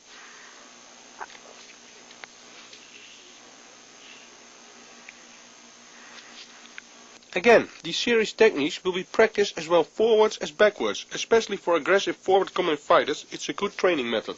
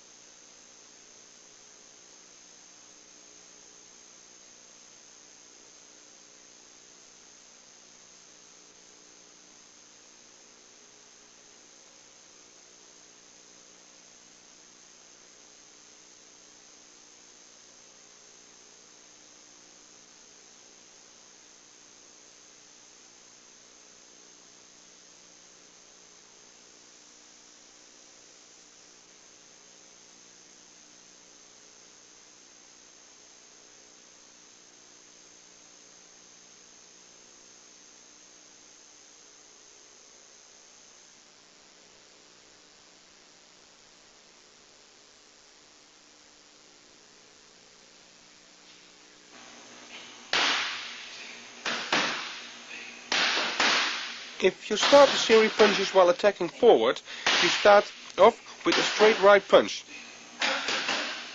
If you start punching backwards, you are stopping your opponent with a straight right punch. Make this punch a long punch so you have space for placing your uppercut. Again, notice that your footwork and balance and take a step to keep the distance.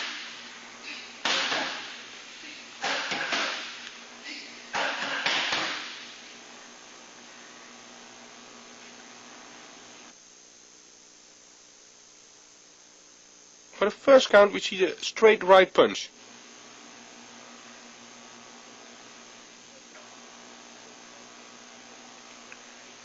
By the second count we start with a straight right punch followed by a left uppercut. By the third count we see the right punch, the left uppercut and a straight right punch.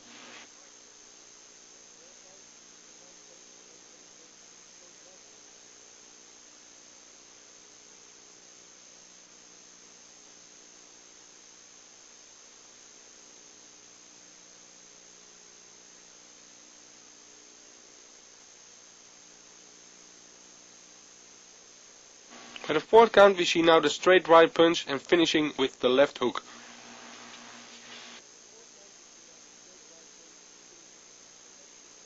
Again, train this forward as well as backwards. Make sure your partner who is holding the pads moves slowly forwards and backwards.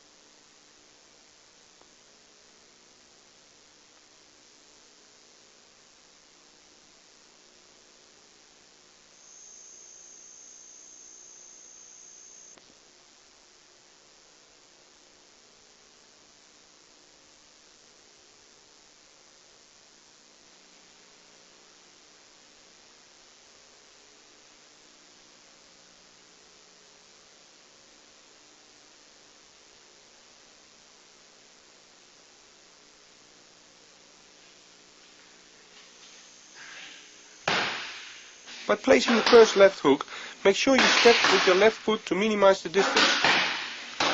By the following series, throw in your whole body to create a maximum explosion of power with your punches. Notice that it is important that by every punch you make a step to obtain your balance. By the last series you make space by taking one step back. Now you're creating an idea by your opponent that he can start an attack. Then you catch him with a straight right counterpunch.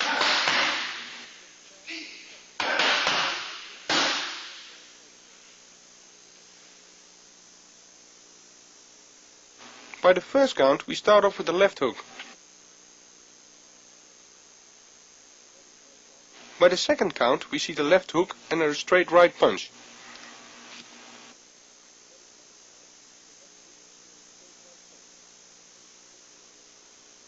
The final count, the fourth, we see the left hook, the right punch, followed by a left hook. After this we step back and ending with a right straight powerful counterpunch.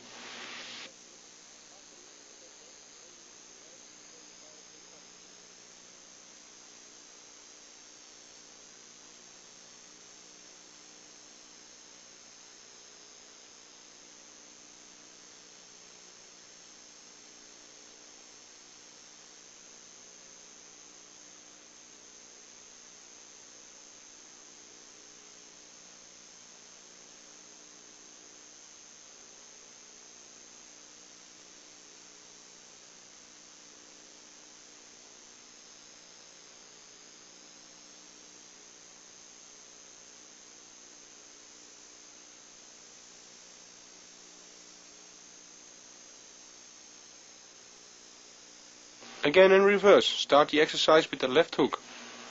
After the left hook we followed with the right straight forward punch.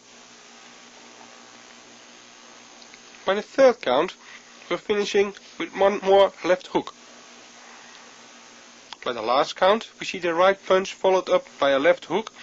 After this we step back and ending with a straight right powerful counterpunch.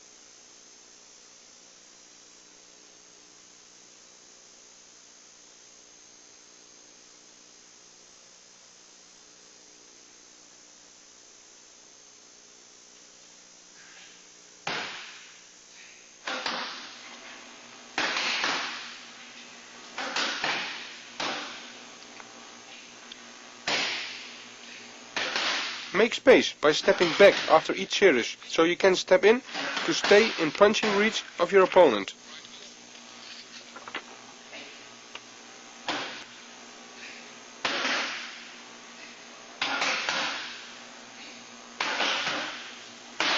Make enough space for your last 2 counters.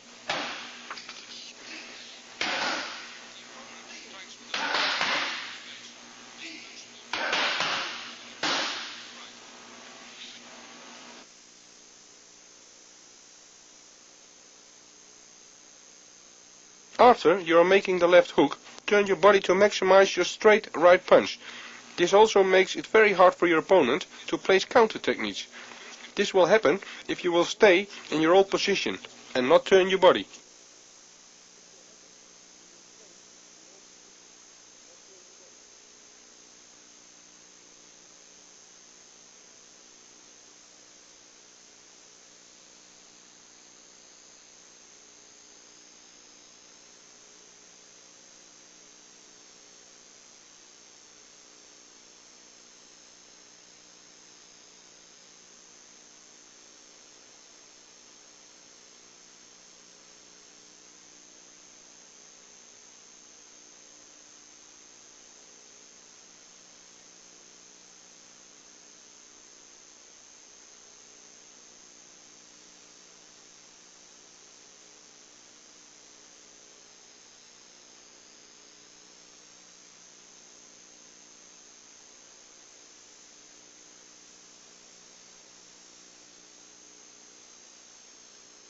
Again, keep in eye contact with your opponent at all times, also during this exercise. Keep contact with the floor with both feet and make enough space for your last 2 counters.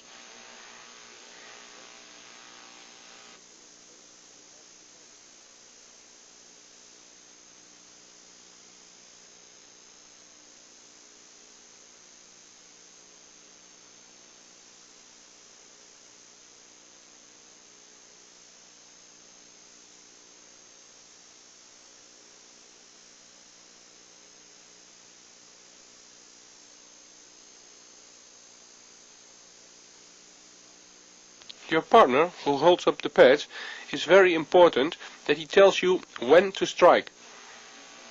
He will tell this by way of counting or by way of moving his hands,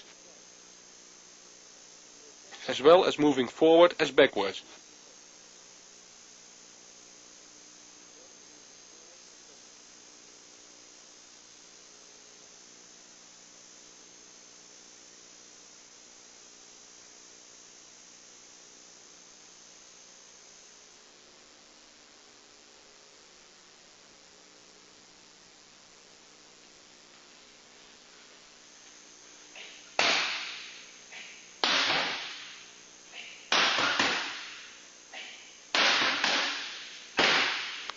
Make your direct straight punches long, as a start for the series punching coming after the first punch.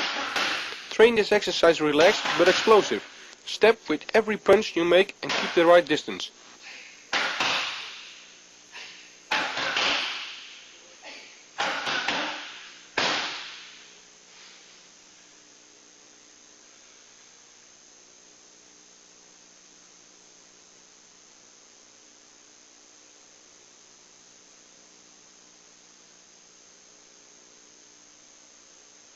By the first count, we see a straight right punch. For the second count, we see the straight right punch followed by a left hook. The third count will show the punch followed by the left hook and then a straight punch with the right hand.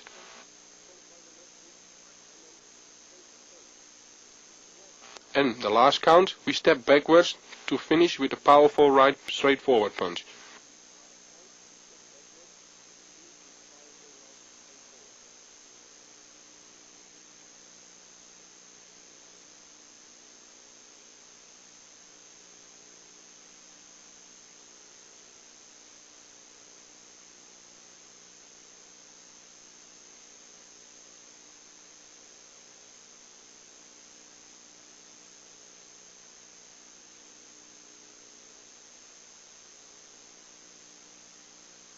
Train this as well forward as backwards.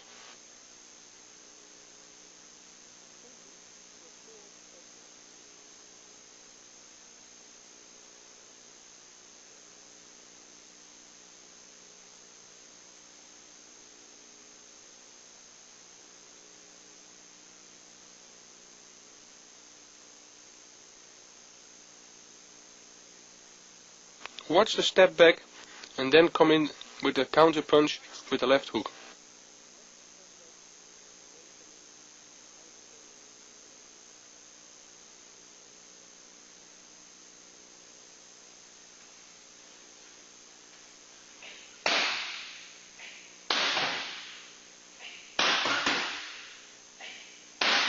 Make space after training each series of punching before starting the next series, and turn your body again with each punch you make.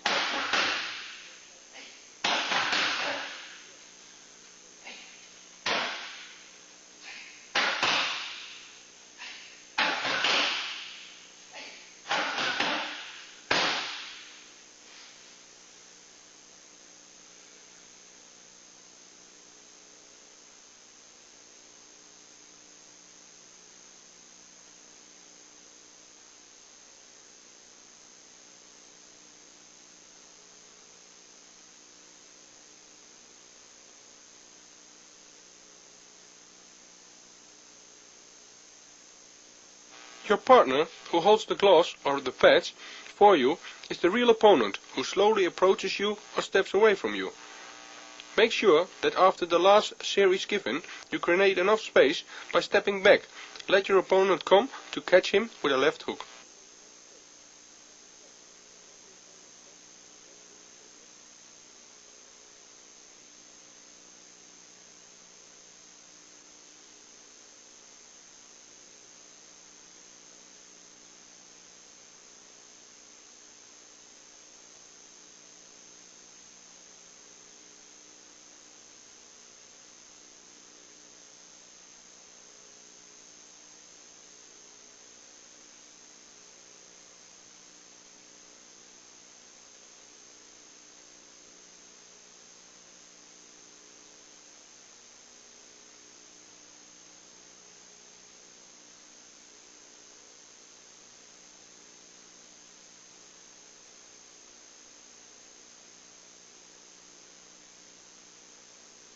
It's important that your partner makes an attacking movement if you are stepping back.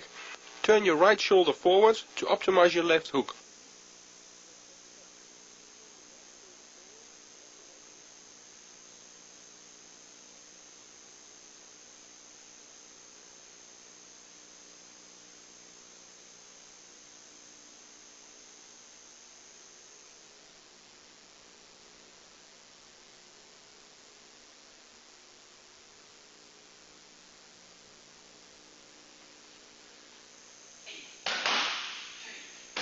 With every count we will add a punch, as we practiced before, only now we have a body punch after the left and right punch.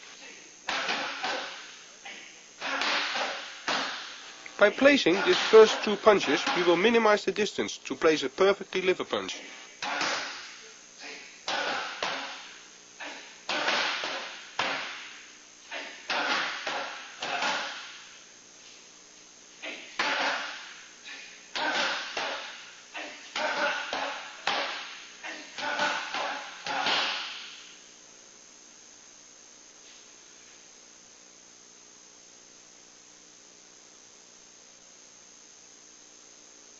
By the first count, we see the left and right punch. By the second count, the left and right punch followed by a left punch to the liver.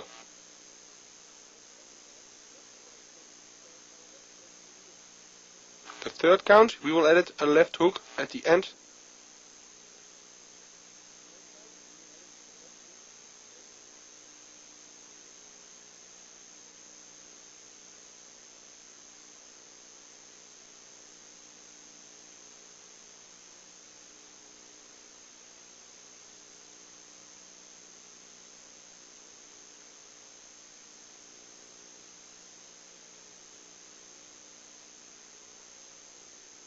By the last count, you see the left and right punch, the liver punch followed by the left hook, and we ending with a straight right powerful punch.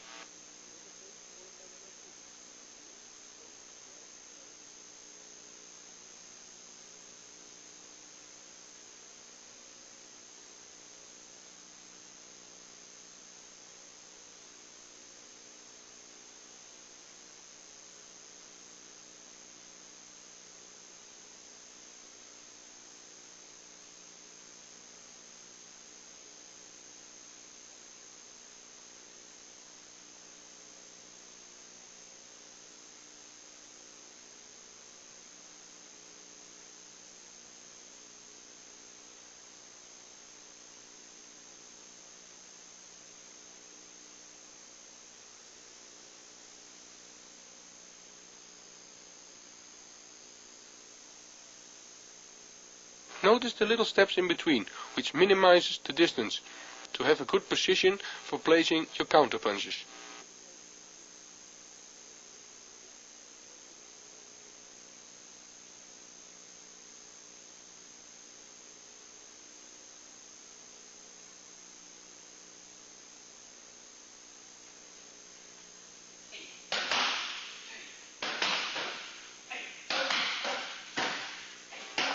Step in while punching the first two punches to minimize the distance and bring his guard up.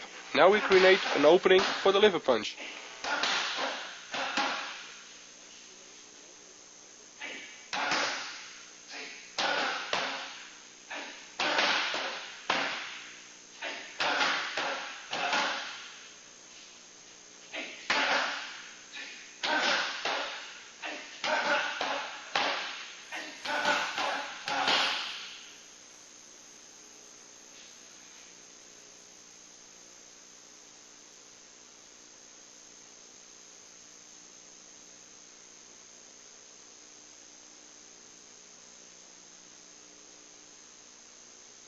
By the liver punch and the left hook, you have to turn your body maximum to place 2 times in a row a powerful punch. So don't punch only with your arms. Bend your legs a little bit and turn in your body.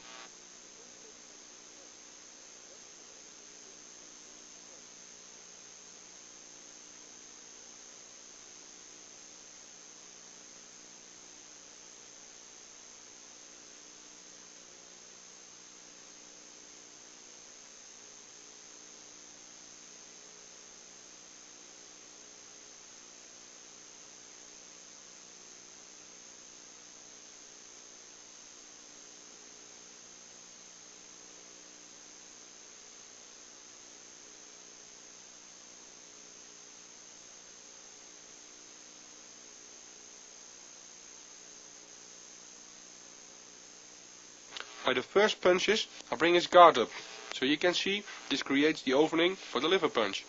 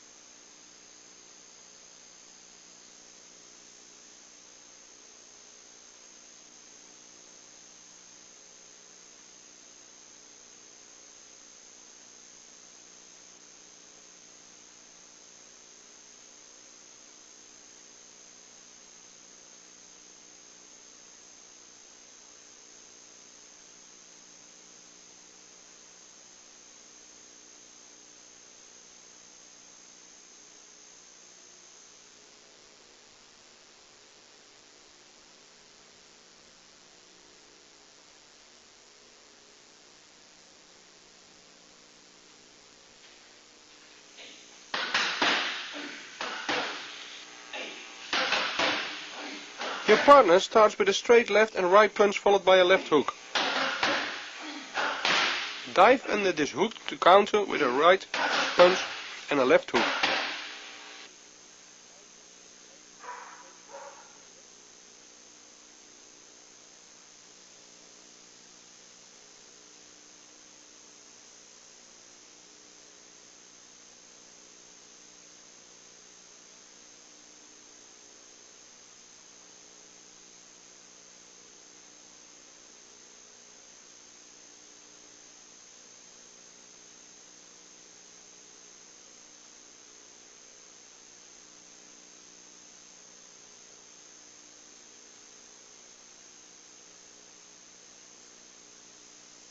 After your partner throws the left-right punch and the left hook, we dive under this last hook. Punch to counter with a right straight punch and a left hook.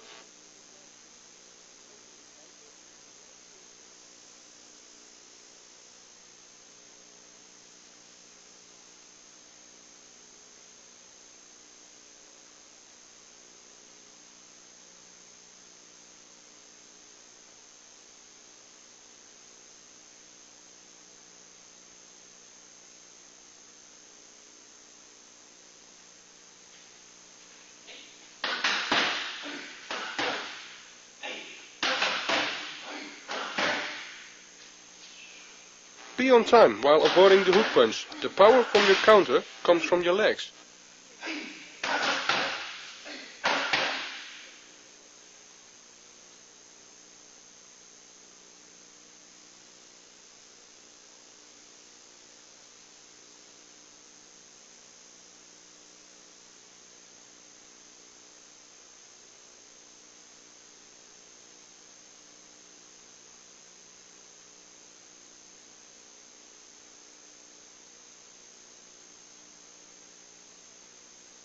Make sure your partner gives a real hook punch to your head. By this way you really have to avoid this punch by diving under the punch. Always turn in the opposite direction of your opponent's punch. By this way the punch goes over your head and your opponent will be off balance.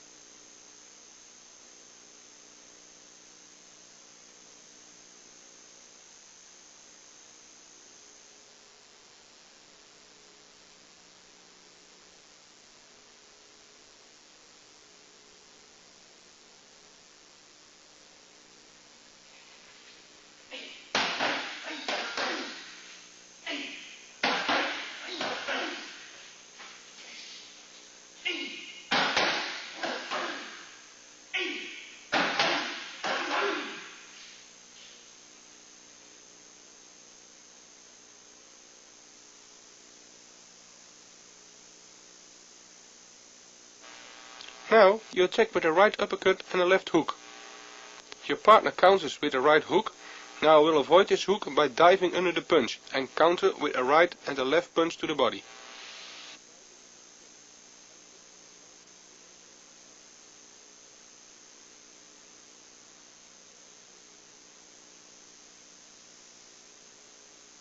This is a nice combination when you're in a close combat situation. You start with the right uppercut and follow with the hook. By this moment your partner will counter with a right hook to your head. By diving under the punch and making at the same time the right body punch and ending with the liver punch.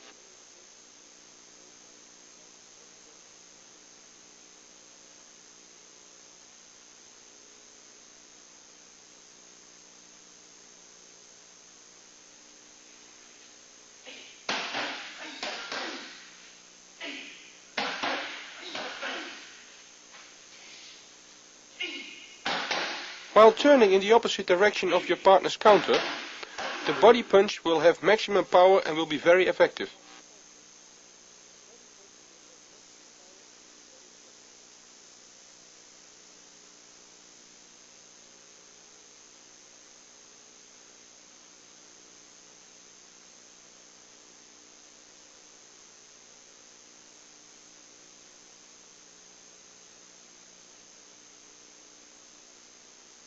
When you are diving and turn under your partner's hook, you bend to your knees, but you will keep the balance in the middle. You don't stand straight by giving the two body punches, so stay low for more massa in your punches.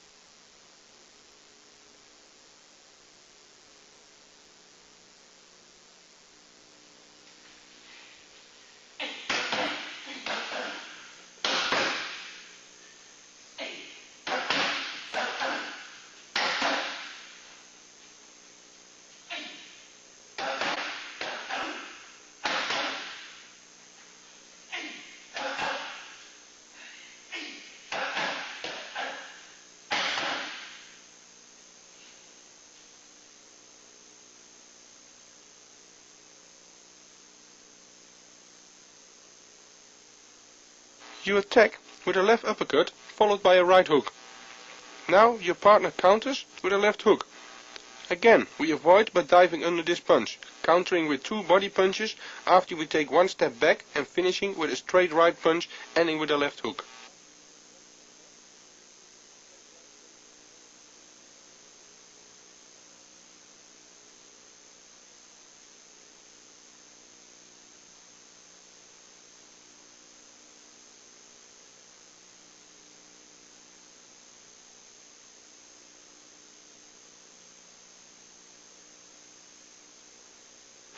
This is exactly the opposite of the last combination we practiced before.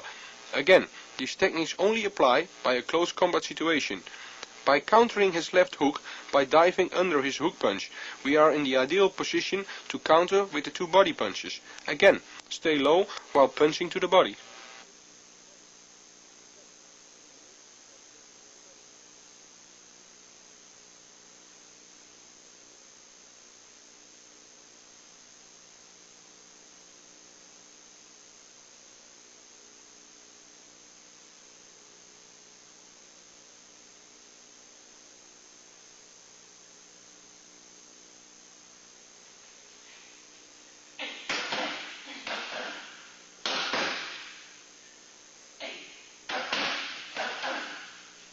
You can see the secret of the explosion in the punches comes from turning your body.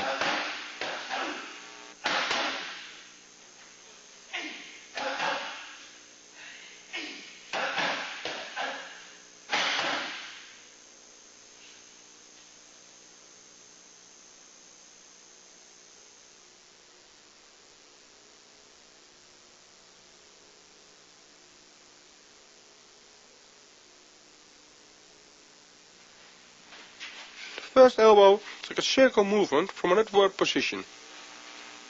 The round elbow technique is a circle movement coming from the side of the head.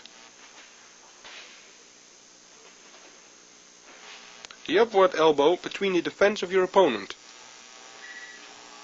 And the downwards elbow coming from above to the back of the head of your opponent.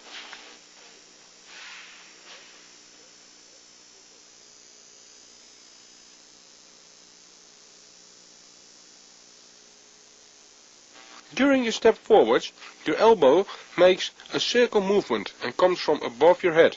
At the same time, kick your opponent's hand away from his guarding position and land sideways by a circle movement your right elbow.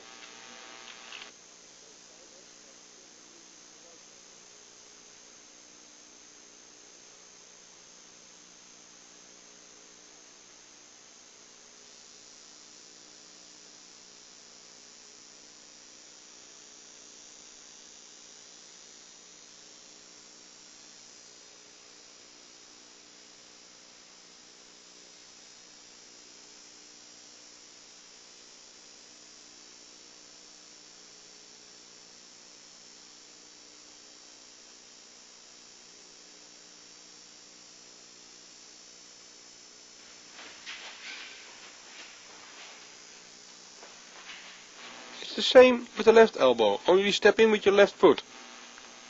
The elbow techniques through the middle of the defense upwards through your opponent's defense. Left we do the same, but with the left elbow. Elbow from upwards position downwards. Grab your opponent behind his head, pull him down, and with your right elbow make a downwards movement.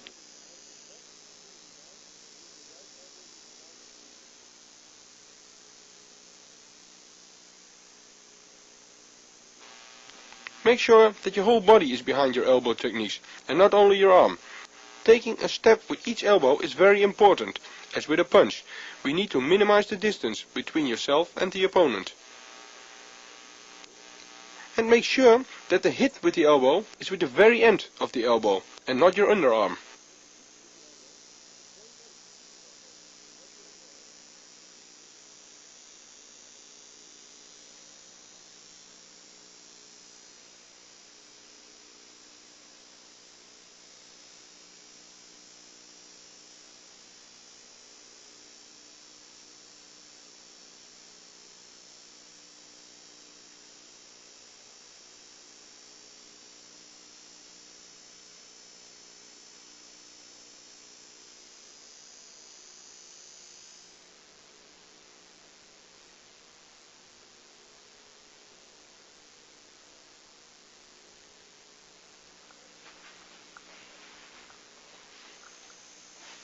all elbow techniques, we block with our underarm.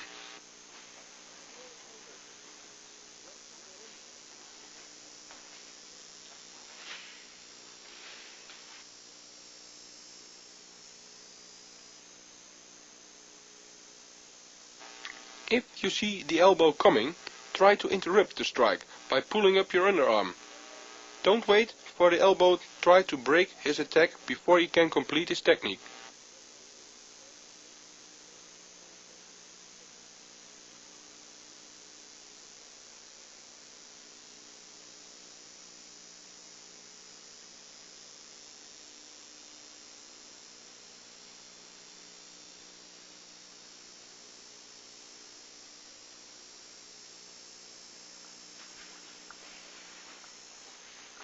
Now we can see clearly how important it is to interrupt an attacking elbow strike of your opponent, because the power is out the strike.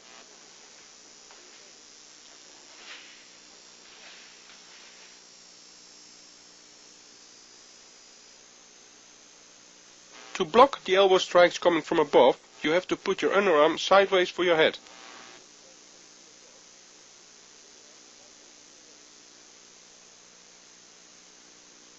And while attacking with a sidewards elbow, we block to keep our underarm beside our head and turn a little bit our body in the strike. By the elbow striking coming from the front, we also turn our body a little bit and again we put our arm for his strike.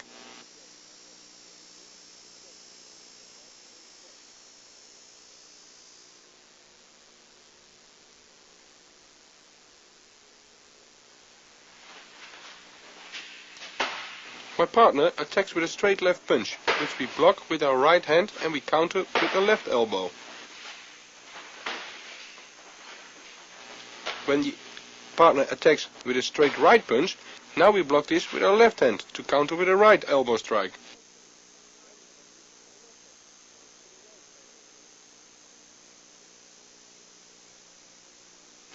When blocking your partner's left punch, we immediately step in with our left leg forwards to your partner and at the same time we start our counter. The elbow technique from an upward position going downwards. Make sure you minimize the distance. Don't wait too long.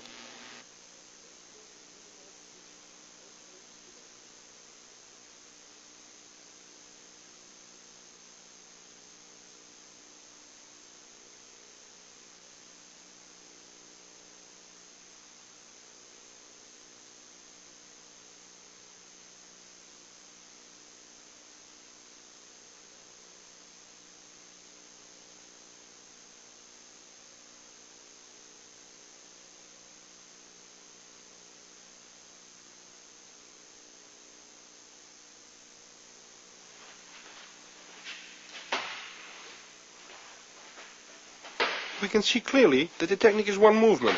Take a step and direct the elbow technique.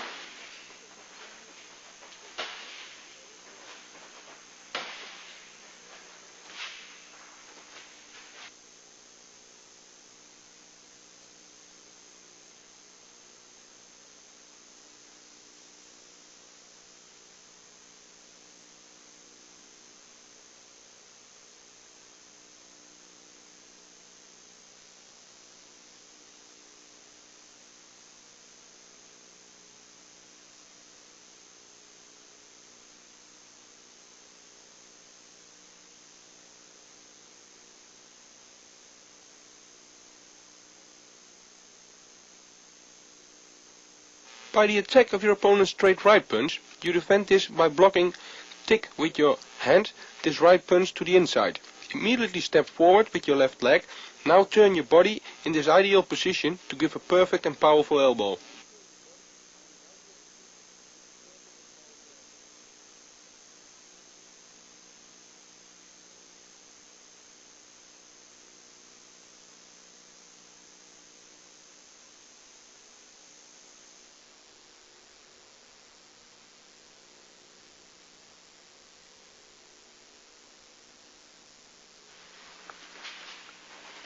The opponent attacks with a right hook.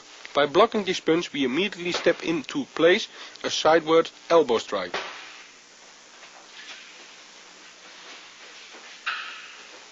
Now the opponent attacks with a left hook. Now we act the opposite as before. We block and make a left elbow strike.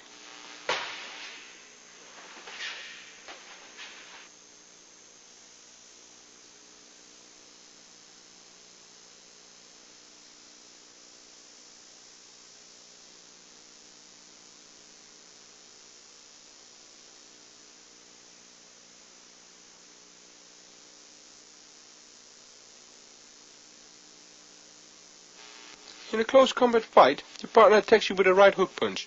Block this punch on your gloves and stand in balance. Step in and strike the sideward elbow to the face.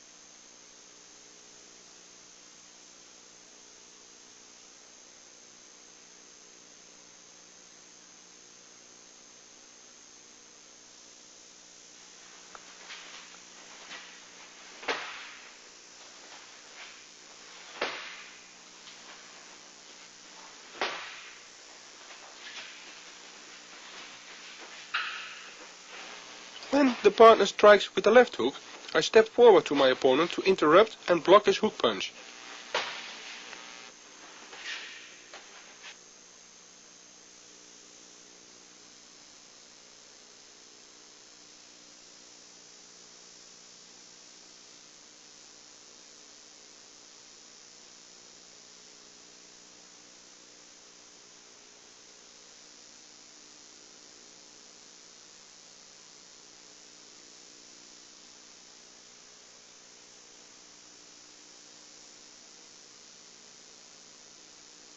When you block your opponent's hook punch, you first turn your body to step after this to your opponent to place the elbow strike. So first block and then strike.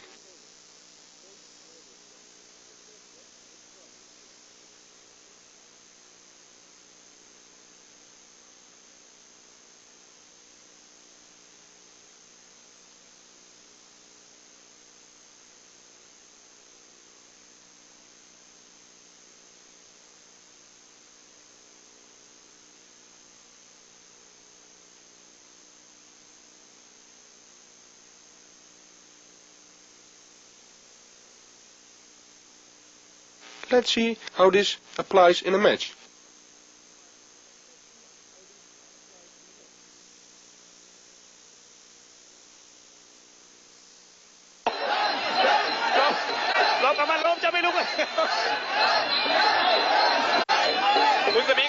In this situation, balance is the most important factor. Watch careful. I'm faking my opponent with a front elbow to step in and attack with a turning elbow.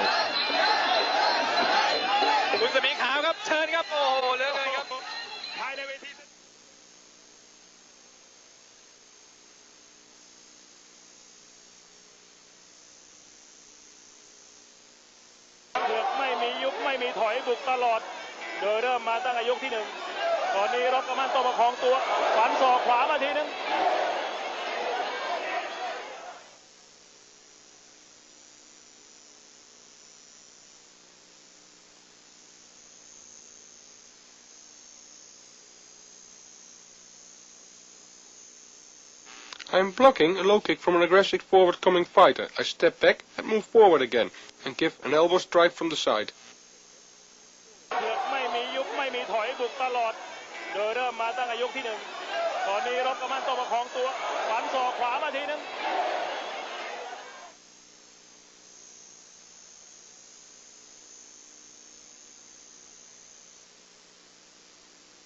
Watch again how the little step backwards, creating enough space to give a powerful elbow strike.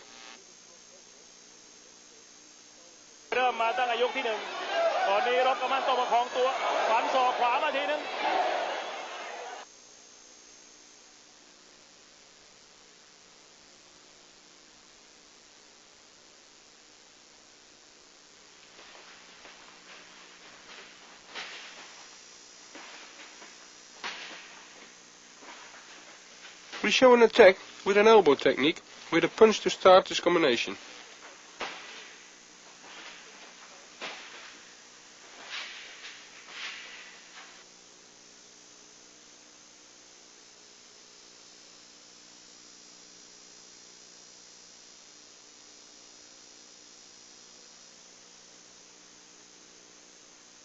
Attack with a left straight punch, so you disturb the side of your opponent and minimize the distance.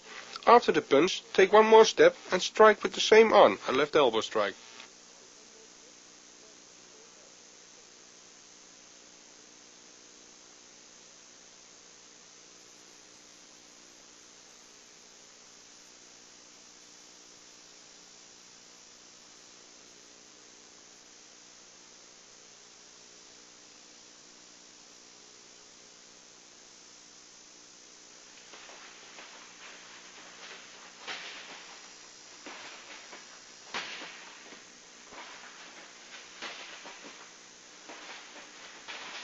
By placing the elbow after making two steps.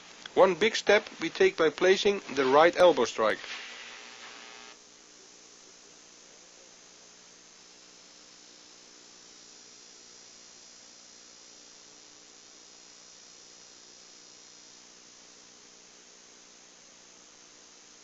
After you attack with the first punch, keep your glove in the face to the surface side.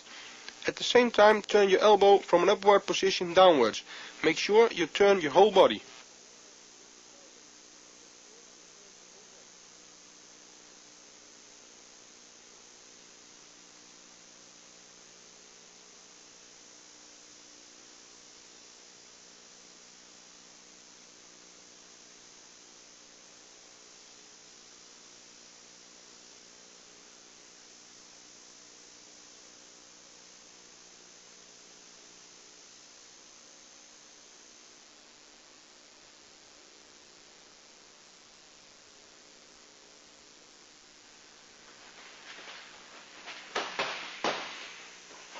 Attack with a straight left and right punch, follow with a left hook, ending with a right elbow. Attack with a straight left right and follow with a left elbow strike through the center.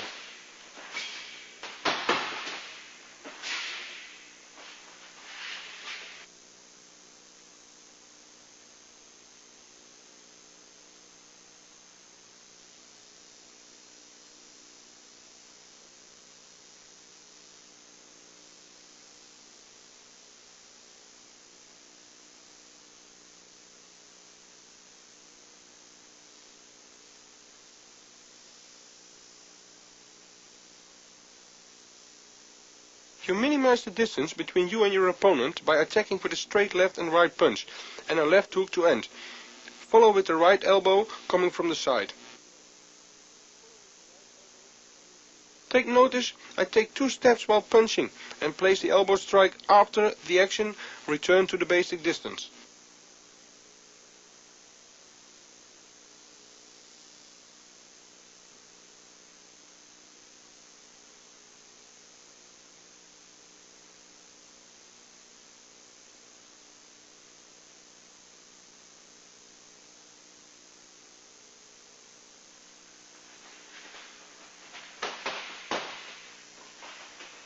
To get maximum power and massa in your elbow strike, turn in your body the right way.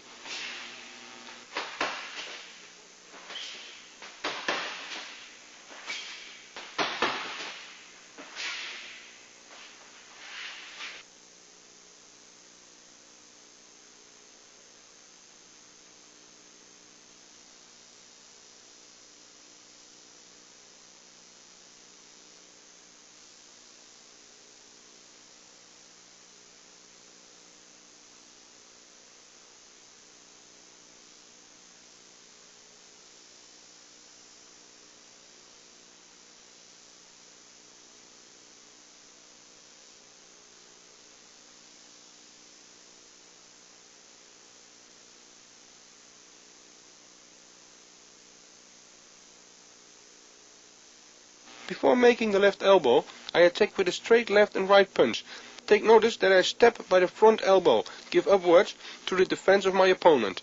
Make sure you bow your front leg to retain imbalance while attacking with the elbow strike.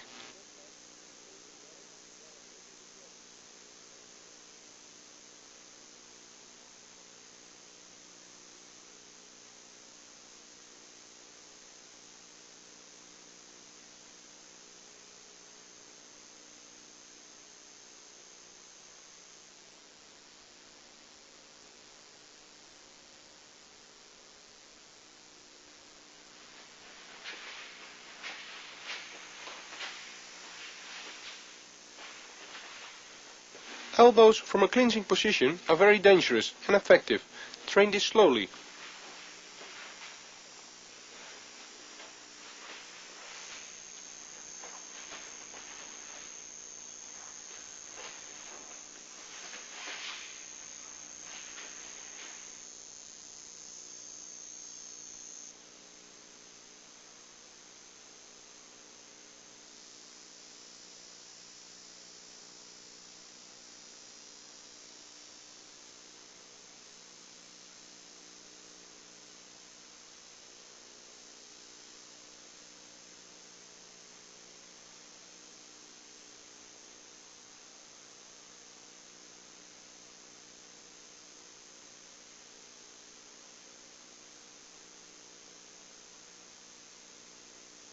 In a clinching position, make sure that your arms are inside, so your opponent cannot block and attack.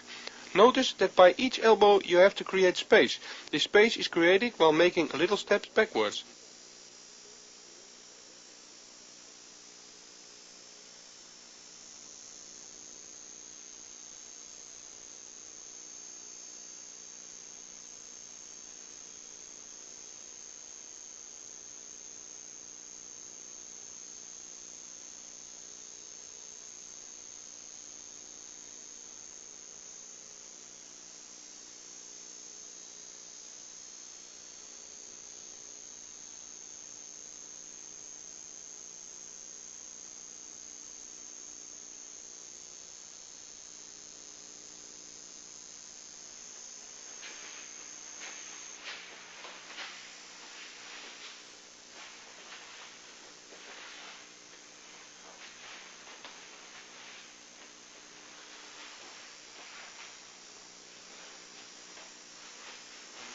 By moving my left leg, I'm creating space, and at the same time I turn my body and place the right elbow.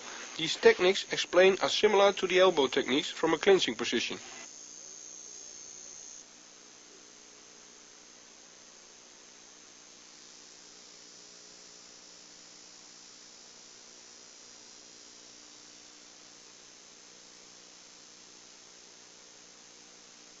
Notice the little step while giving the right elbow.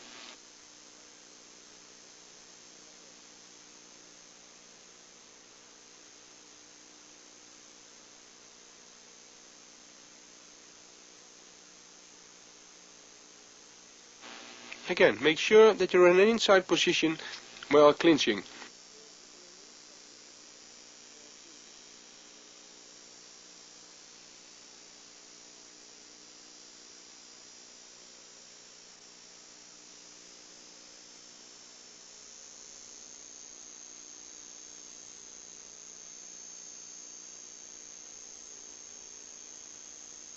Again, make sure you hit your opponent with the end of the elbow and not your underarm.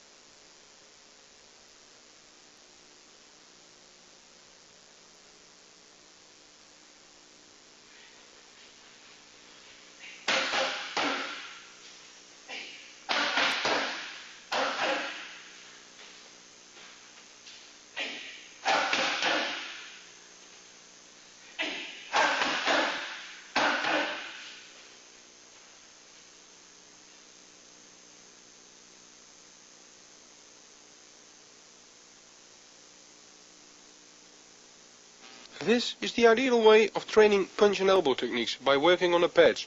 Also, you can train with full power without hurting your partner.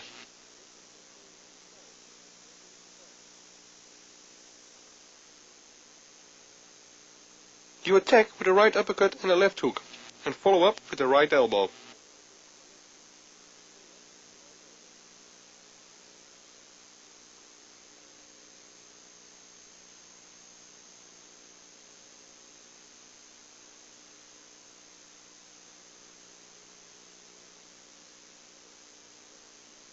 second combination is step back after the elbow. Make a short right punch and follow with the left elbow.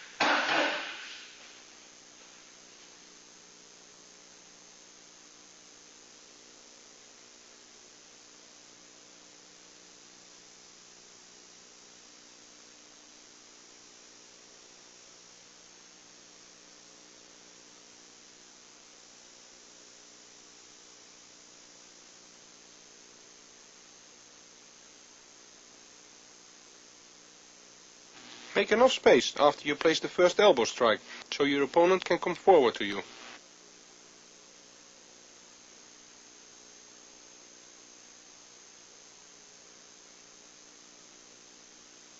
Again, we see how important it is to step 2 times by the punch and elbow combination, to keep the distance correct and your balance.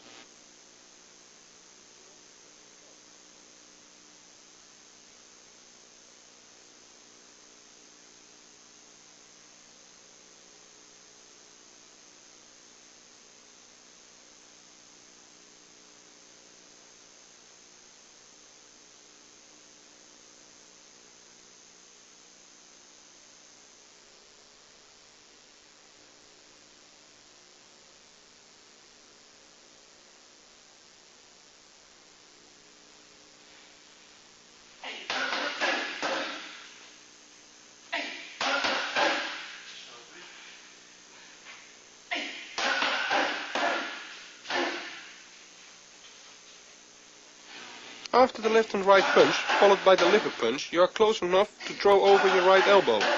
Make sure you turn your body when placing the liver punch and the elbow.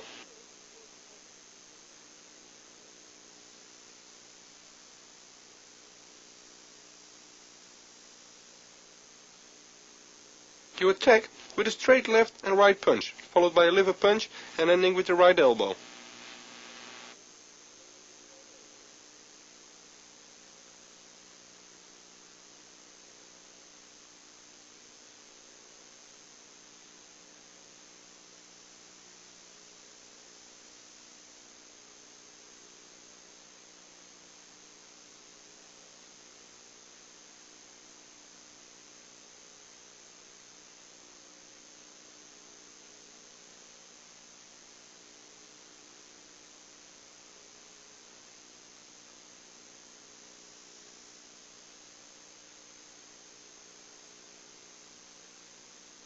By the second combination, you take 1 step back after giving the elbow strike, and you catch your opponent with a left elbow strike.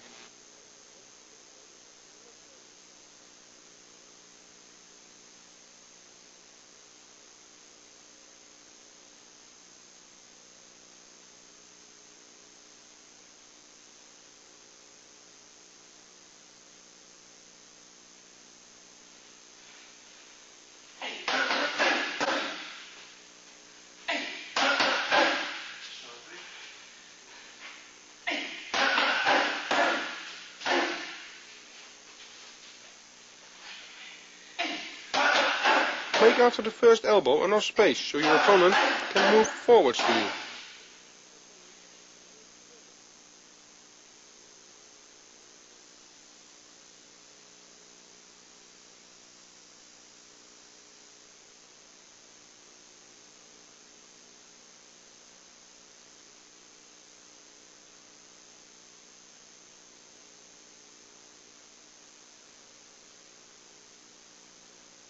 Again, by every action punch or elbow, take a step back for balance and power.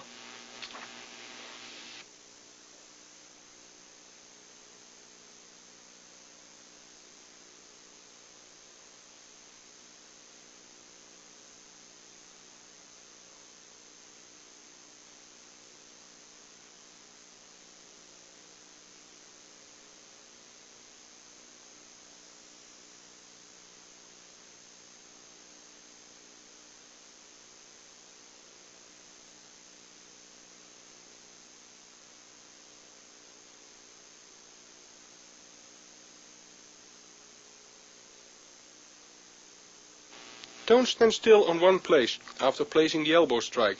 If you do, you also will be in range of your opponent. Step back. Good luck by your training.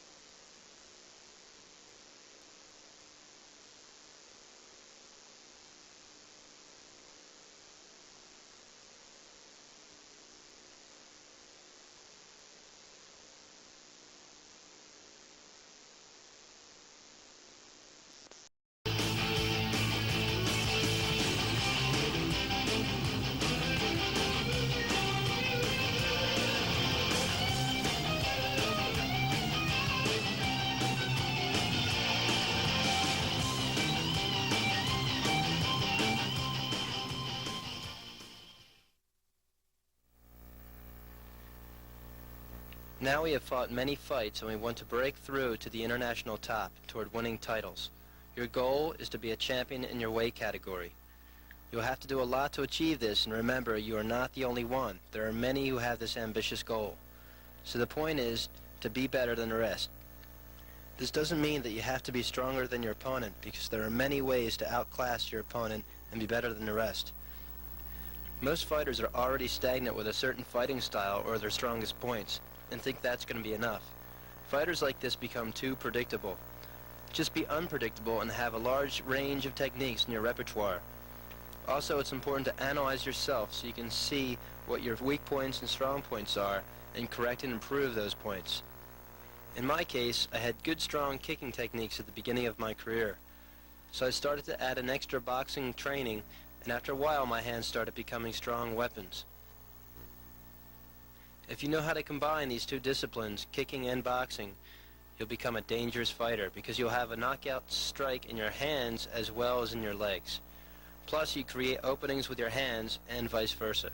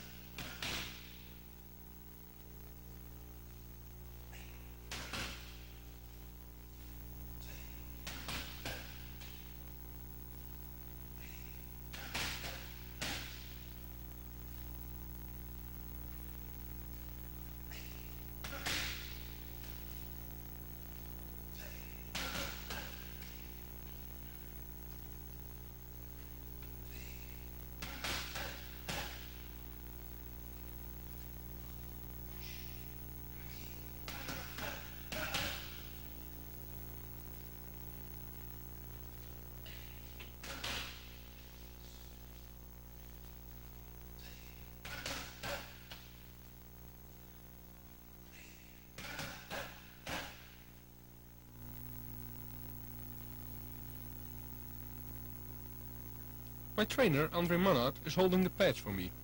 I start with 20 punches, 10 left straight forward and 10 backwards, for the distance and conditioning the arms.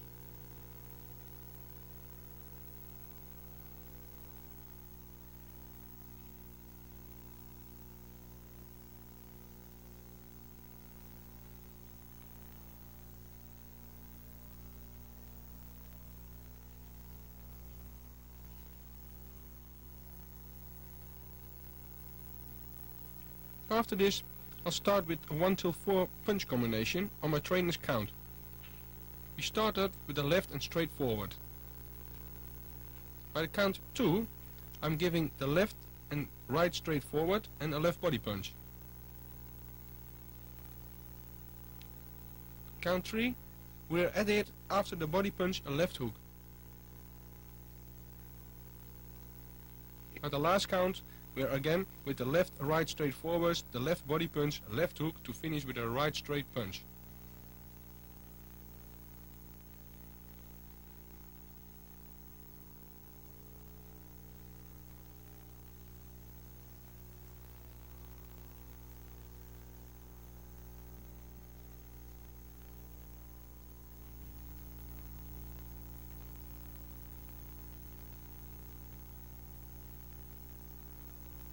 Watch how I turn in the body while giving the liver punch.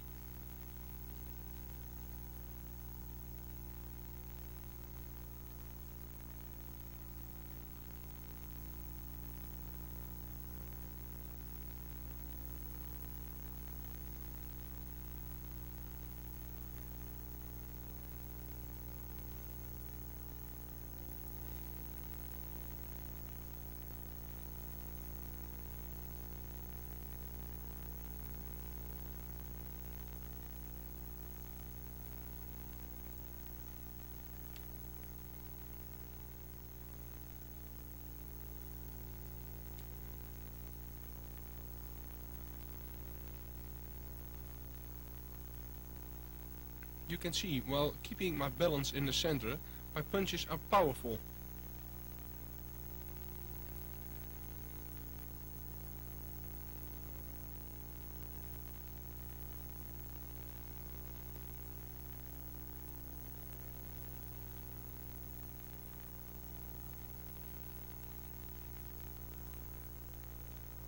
It's important that the trainer, during the punching, is also pushing the pads a little bit forwards. This gives a good impact while hitting the pads.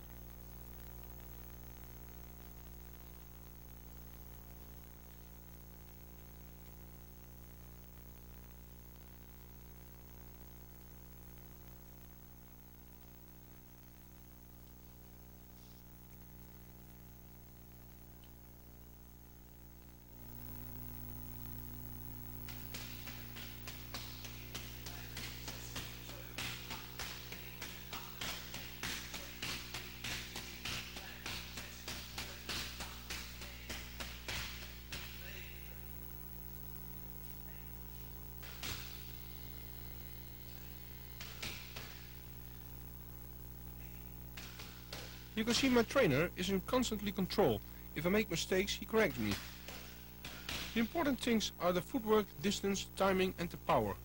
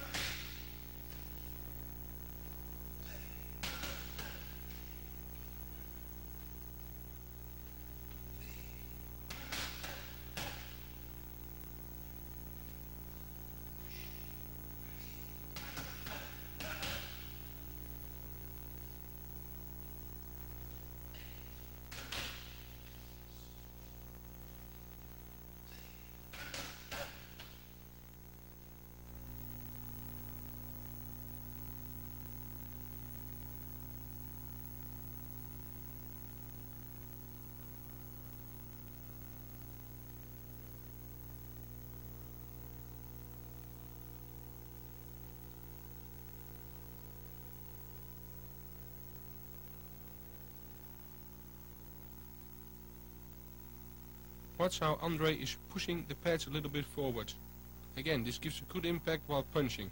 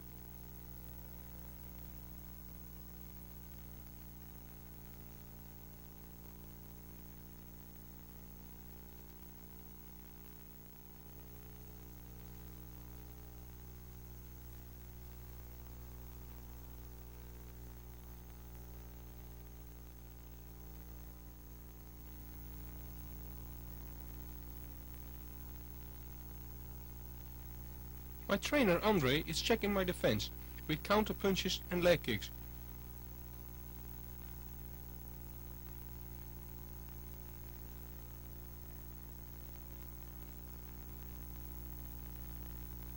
He also looks if I'm in balance for a block and counters. I make sure I make enough steps with my combination to keep distance and balance.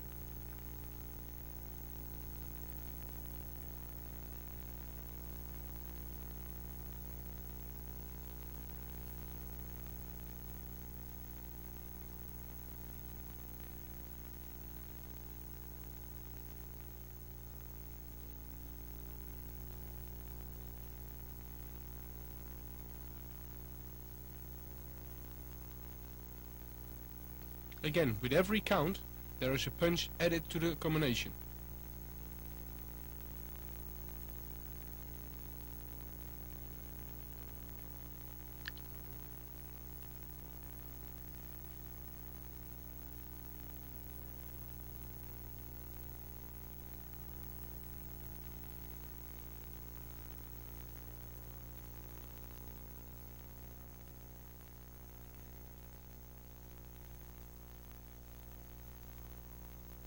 Watch how I hold my arms.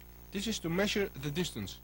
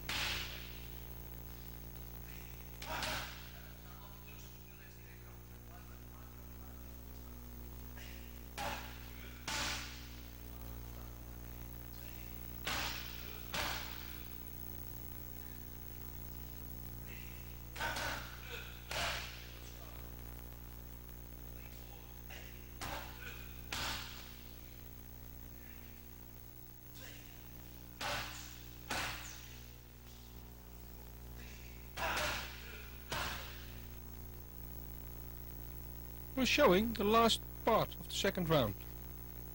We start again with the 20 left and right punches. Then I make a new combination in 4 steps.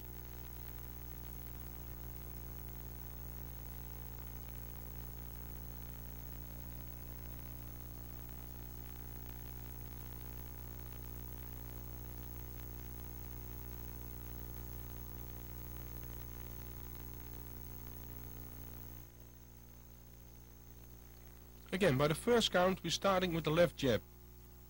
The second count we're editing an uppercut. By count 3 we're finishing with the left hook, and with the fourth count with the right straight punch.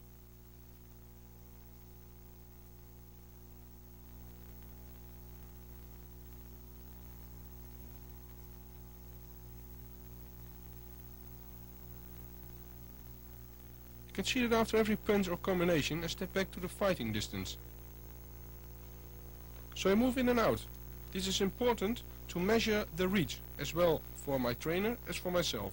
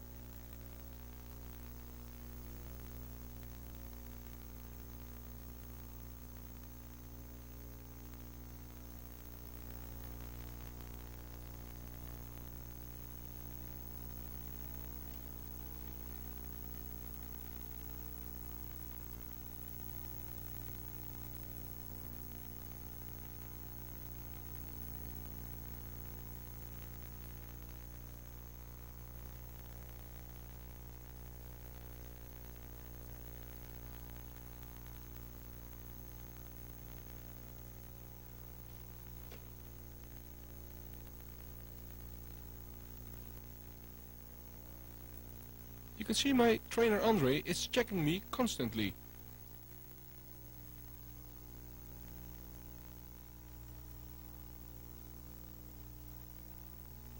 It's important that Andre is checking me to see if I stay alert at all times.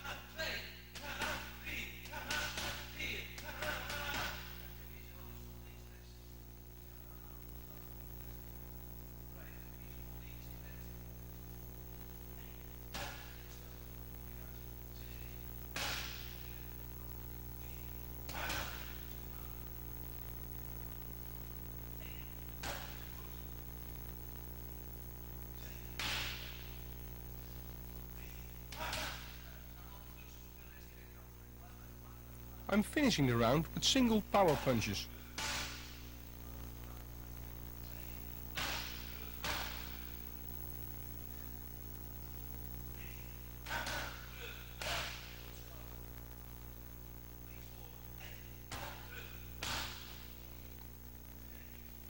Again, I move backwards on a count. I step in with a left jab and a right punch.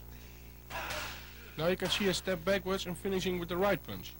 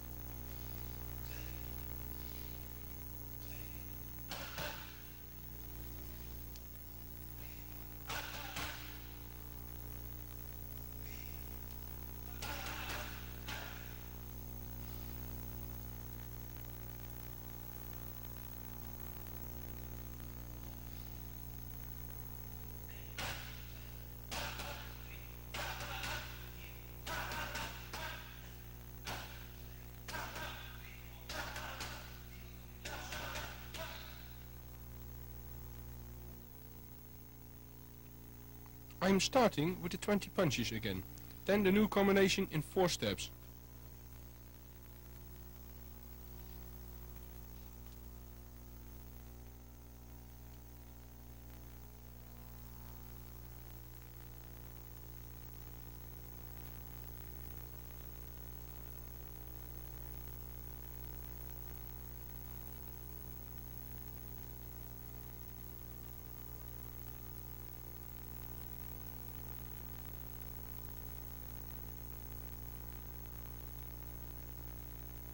The first count, we start with a right punch. The second count, we start with a right punch and a left uppercut.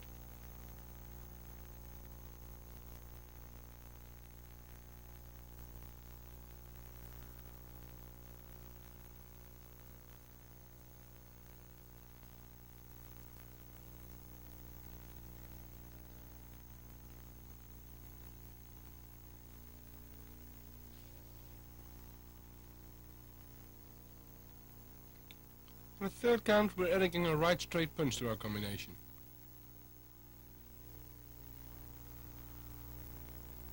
The last count will show the right punch, the left uppercut, the right punch and the left liver punch.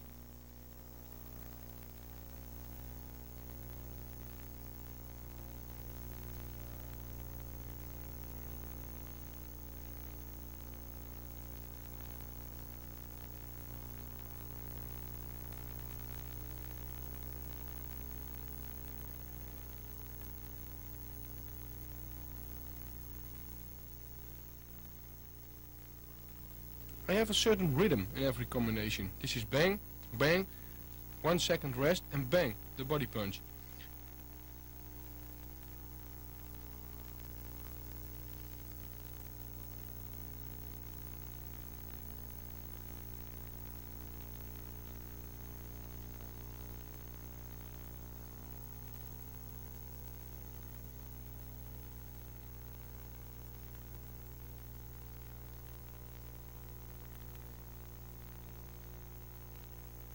With my body punch, I lower my body by bend my knees, but such that I stay in balance and step back to the basic position.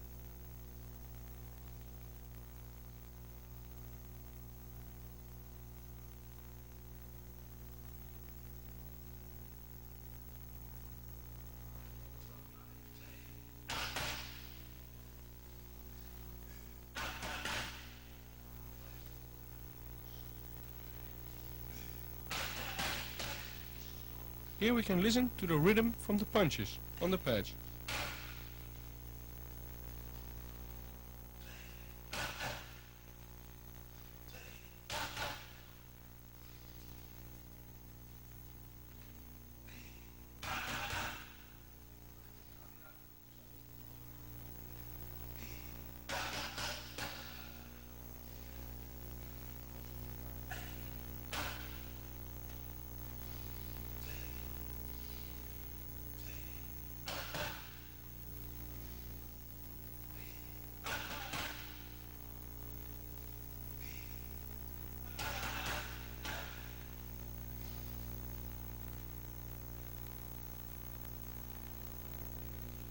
Again, you can hear the rhythm of the punches on the pads.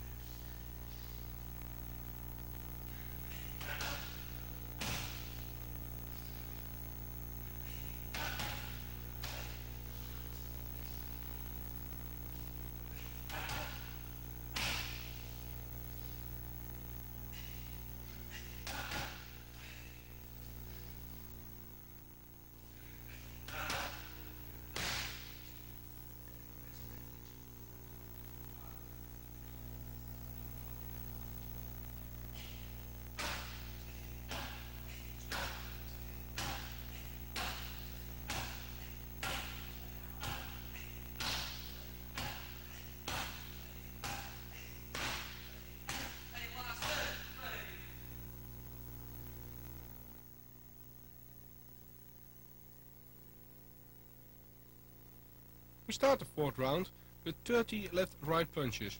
Now forwards and backwards, so 3 times 10.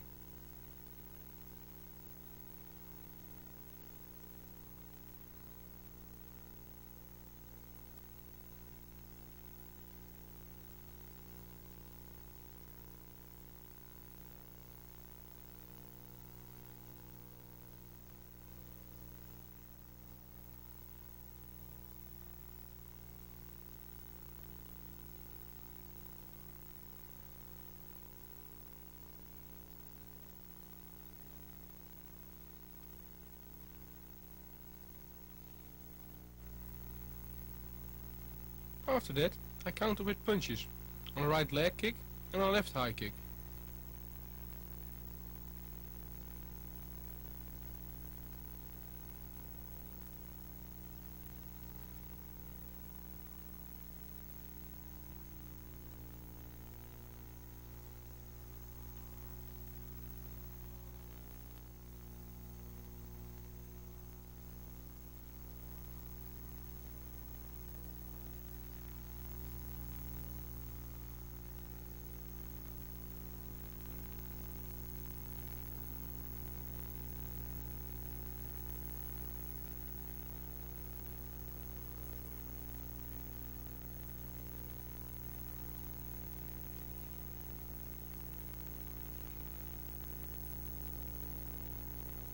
My trainer Andre is the one who makes me fight forwards or backwards, by going forward or backwards.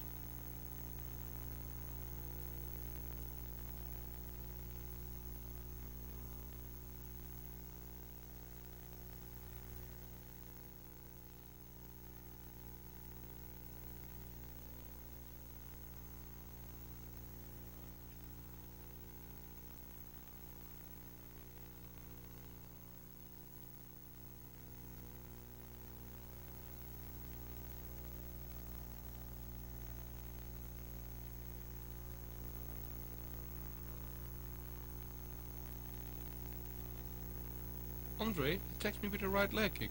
I block and counter with a right punch.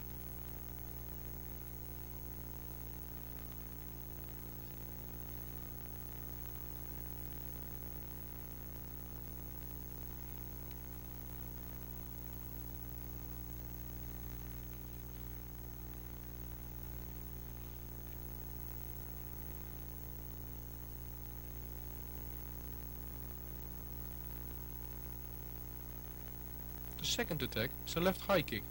I block with 2 hands and counter with a left hook.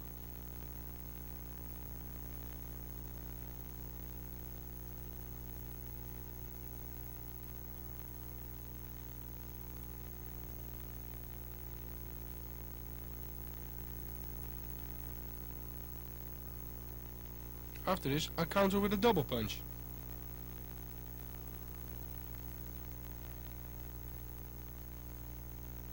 You can see now I block, counter with a right punch and a left hook.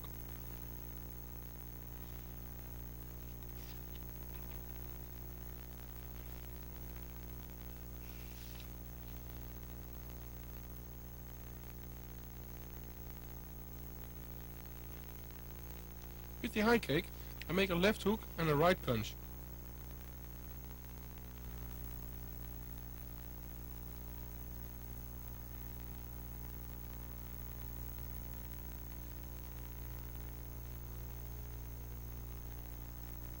I turn my body in every punch to have a lot of power in my punches.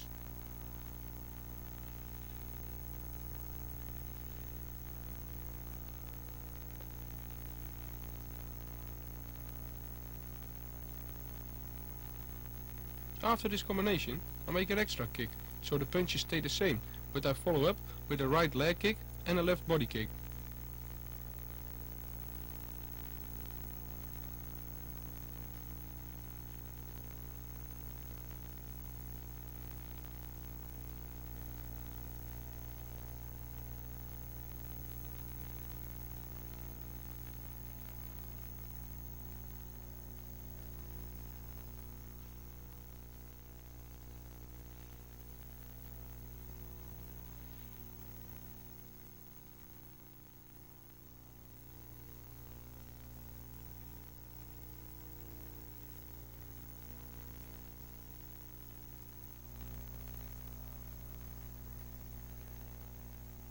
We're finishing the round with single power punches, a right punch and a left hook on every count.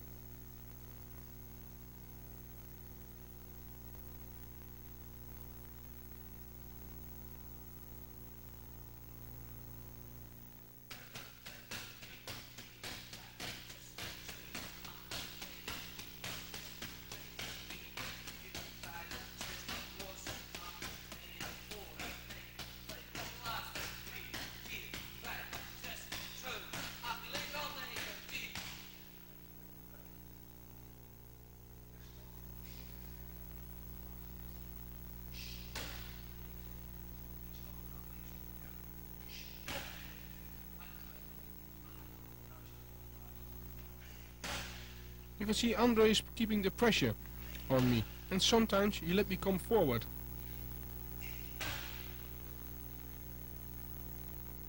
It's like an opponent, sometimes he backs you up, and sometimes you go after him. But with single punches you stand in good balance and not move too much, but put power in your punches to finish.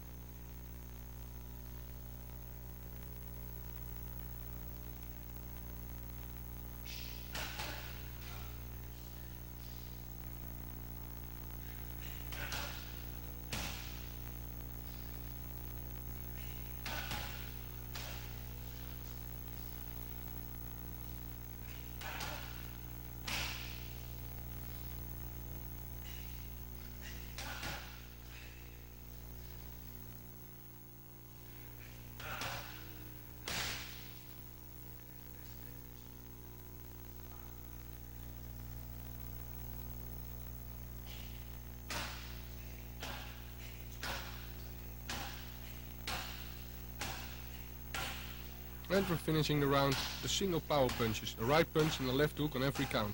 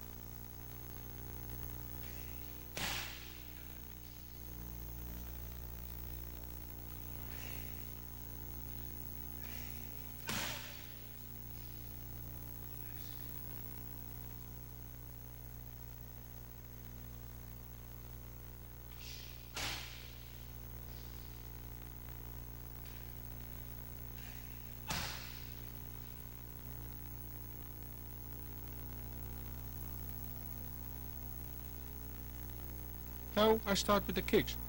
I start to get my distance and timing with push kicks and a body kick.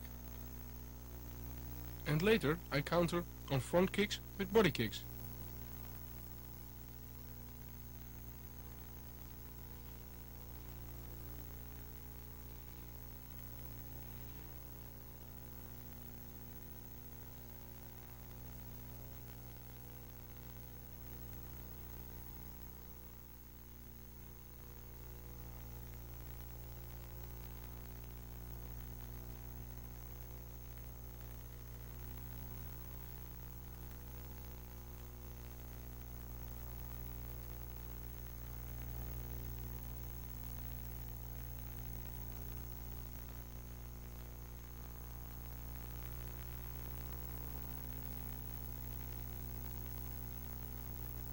Notice my little step in between while I'm kicking the pads.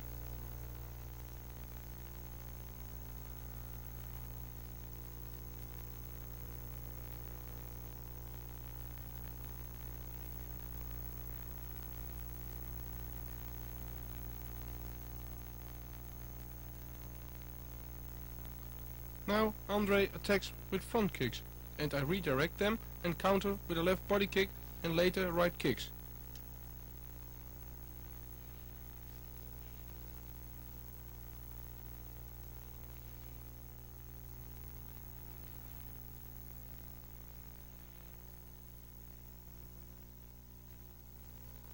After I redirect, I make a step in between to get in the right position to give a powerful kick.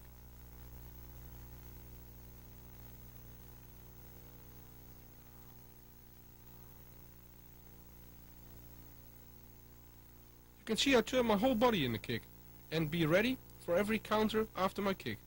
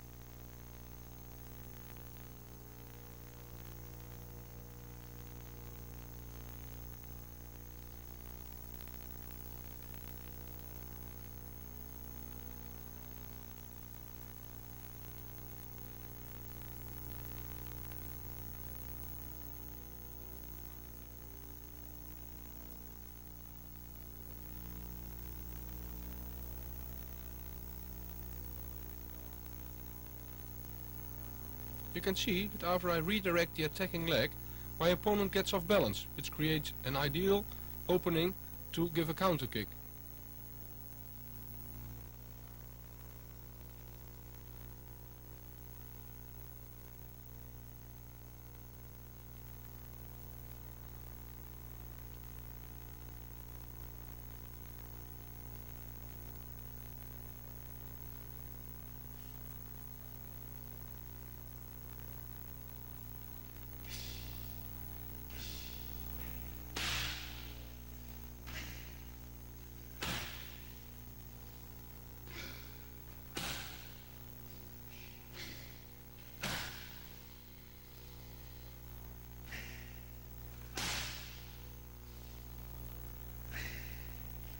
You can see that by moving your whole body behind the kick can be very powerful.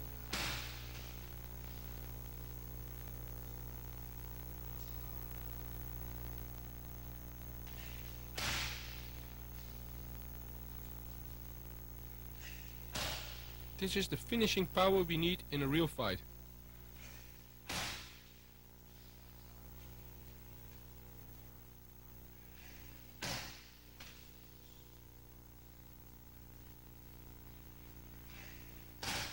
Also with the kick counters I move in and out, and be sure that I redirect the kick good before I counter.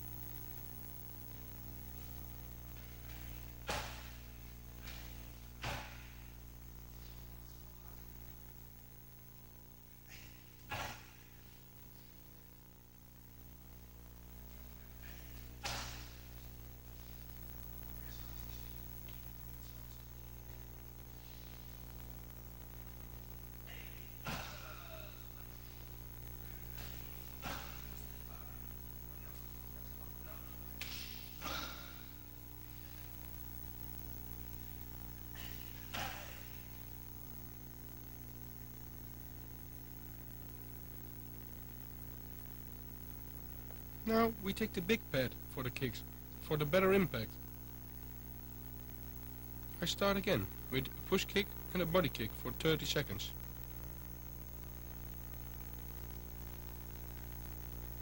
After the first 30 seconds, we start with counter kicks on the leg kick and the high kicks.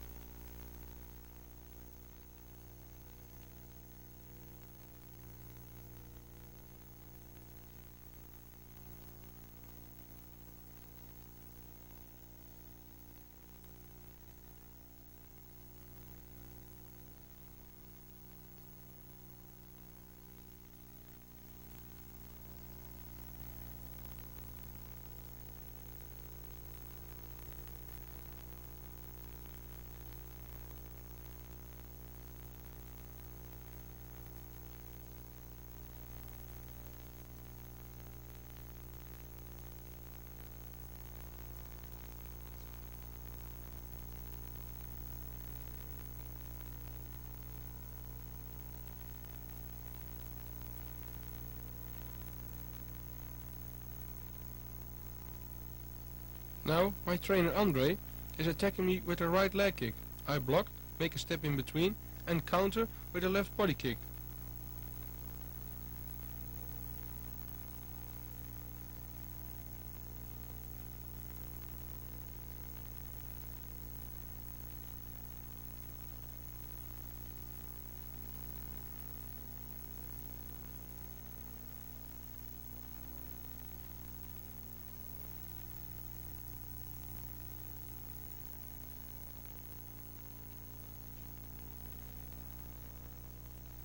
You do the same with the left high kick.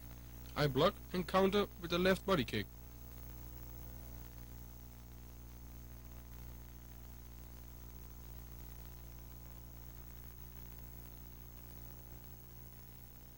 By kicking with the shin on the pad, you can see it gives a lot of impact.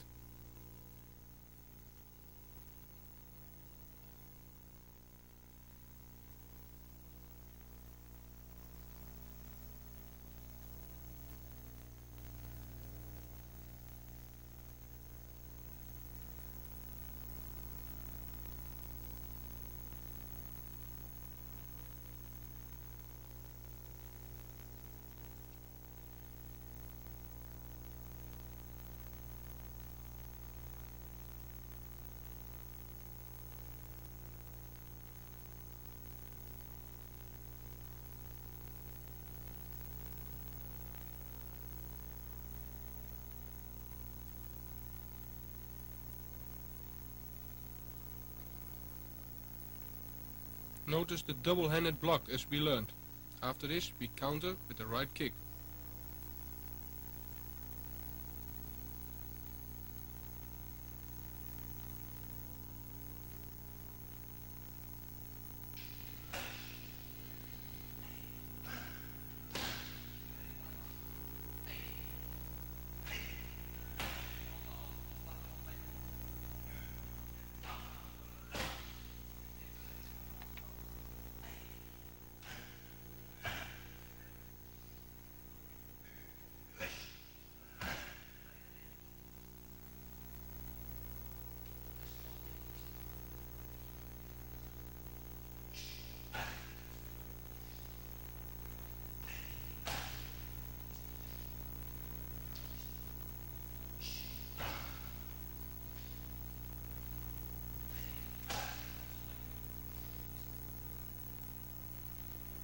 After blocking the right low kick, I'm countering with a left kick to the body.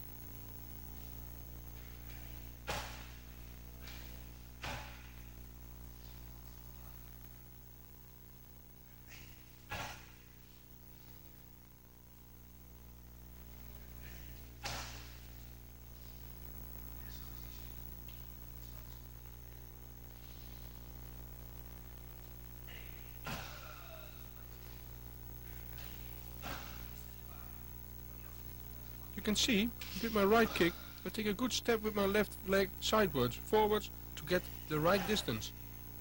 and power in my kick and step back to the basic position.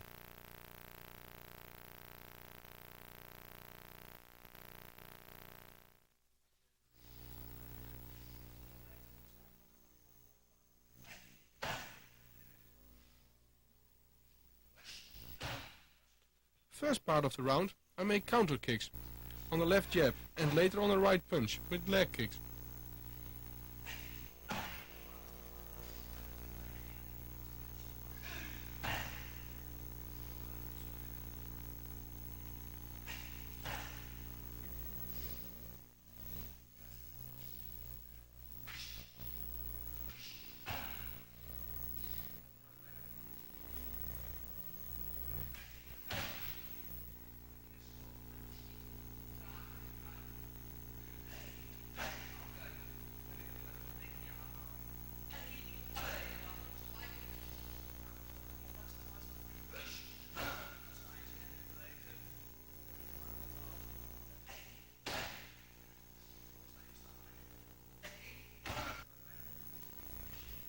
That's how the trainer is building up the speed.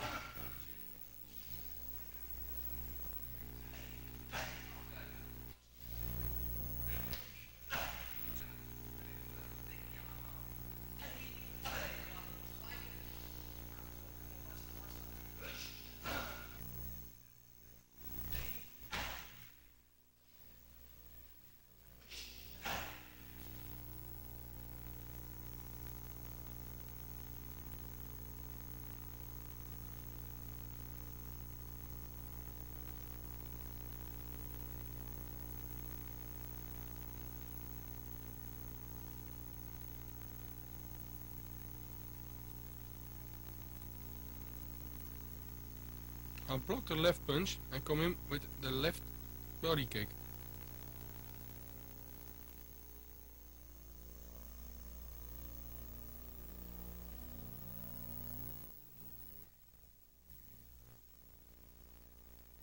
Again, you can see that I kick with my shin for a good impact.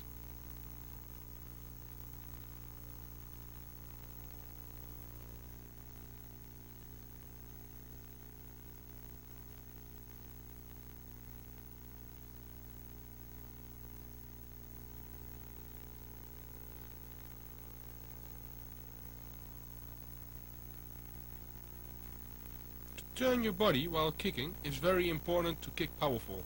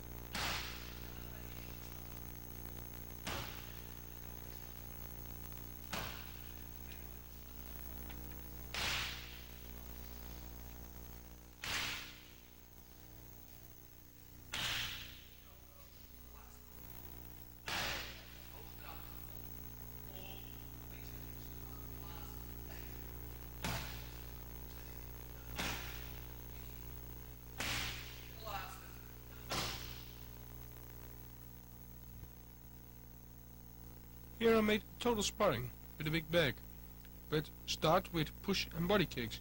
Then I spar for 1 minute with the pad. After this I make a right punch, left kick combination and follow with a left jab and a right leg kick.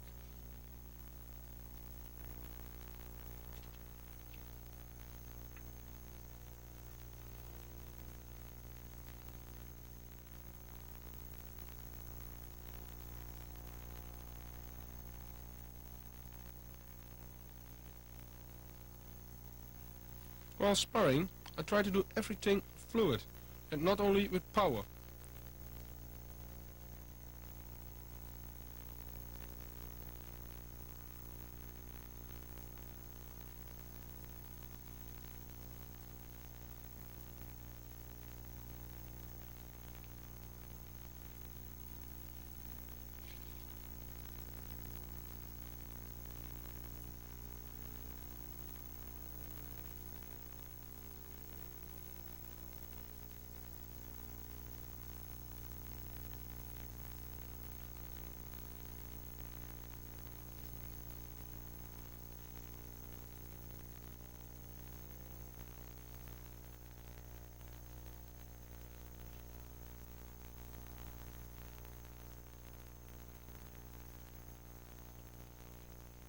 You can see how Andre has to push me to the last 3 minutes of this round.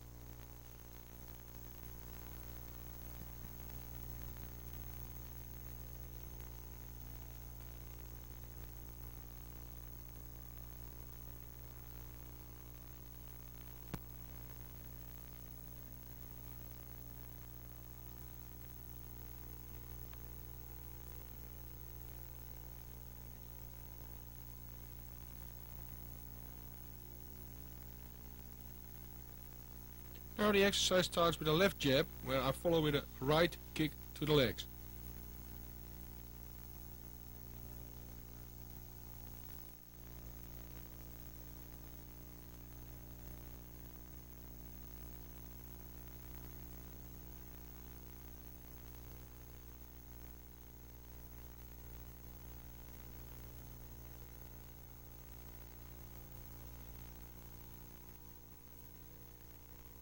These shots you saw of the pad training are just parts of every round. That's why sometimes I still tell something what's not shown. But the whole schedule is in the beginning. Now after 30 seconds rest we start with the last 20 power kicks.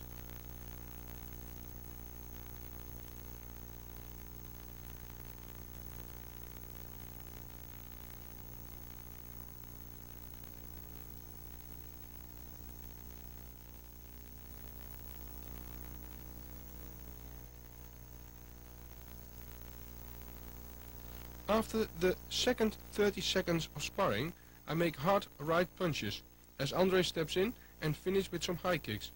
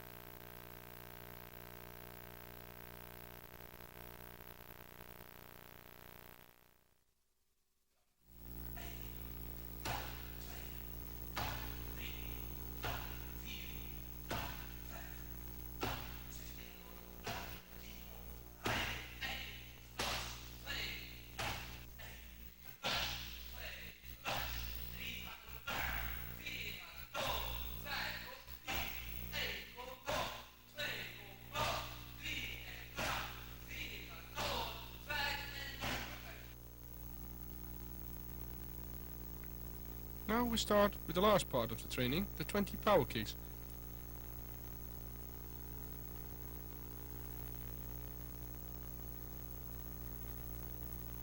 We'll practice this 20 times left and 20 times right.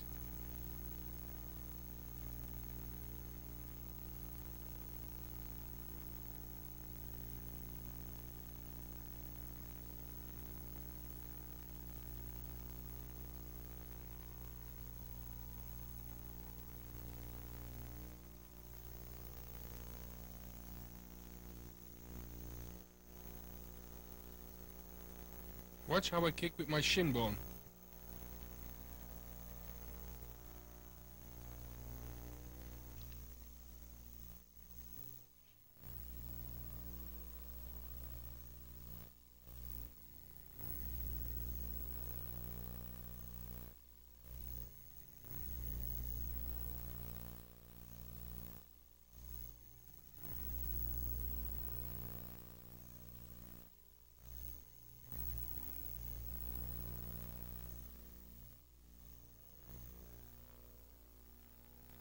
You see, I step in every kick I make and put my whole body in it. While I kick, I watch my defense.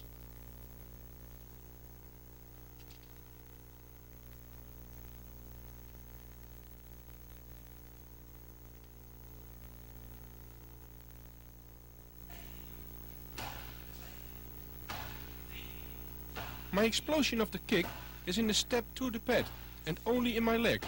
The quicker I turn my body, the more explosion is in my kick.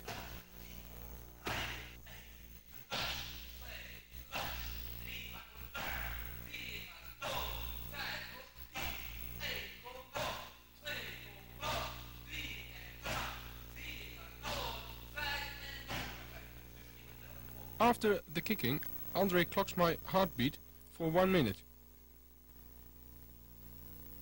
It's around 168, and after 1 minute it went down to 128, so that's alright. In good shape, it will go down till about 40 to 45 heartbeats in 1 minute.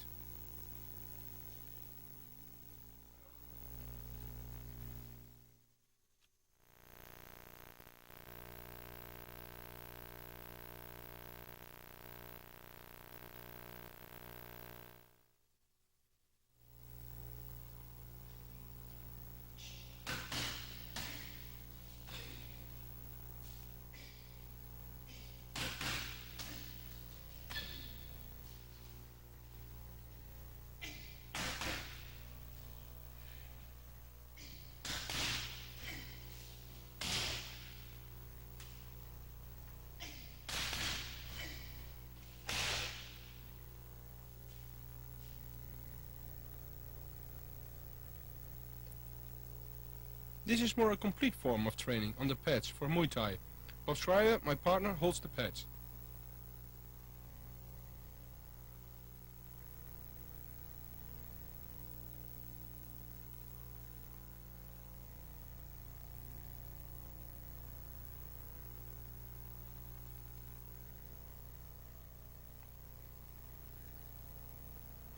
Bob attacks with a right leg kick.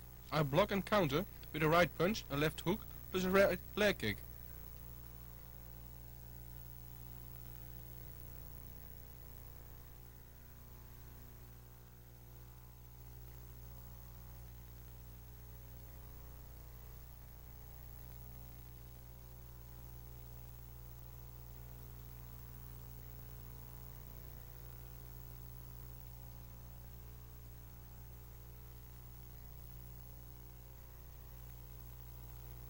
After the action, I'll step back in the basic position. I'll stop Bob off while he wants to come forward with a left body kick.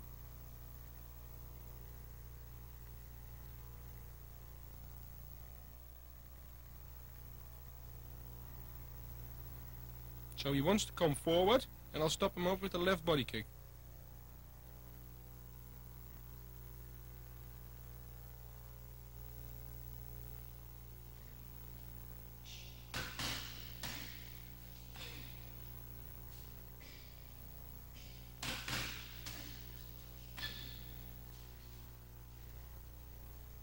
After the left hook, I step sideways, in for the right leg kick. I don't step straight forwards.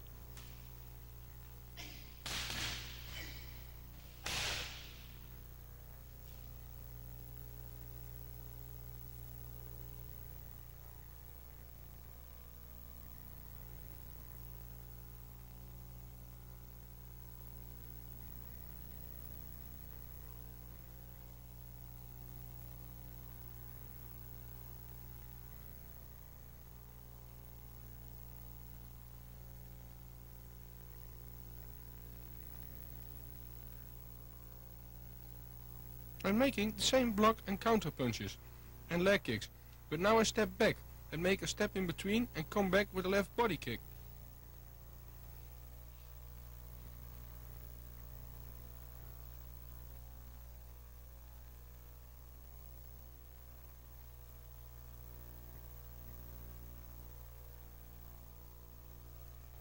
After I step back, I step with the kick again forward to put my body in the kick.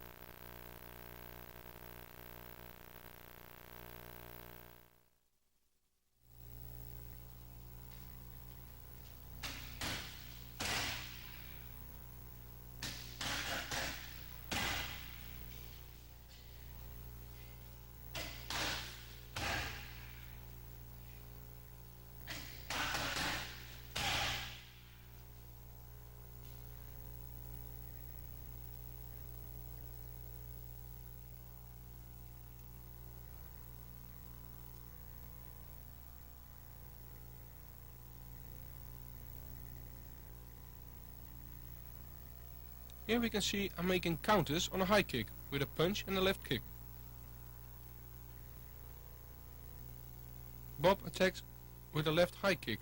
I block double-handed and I counter with a right punch and a left body kick.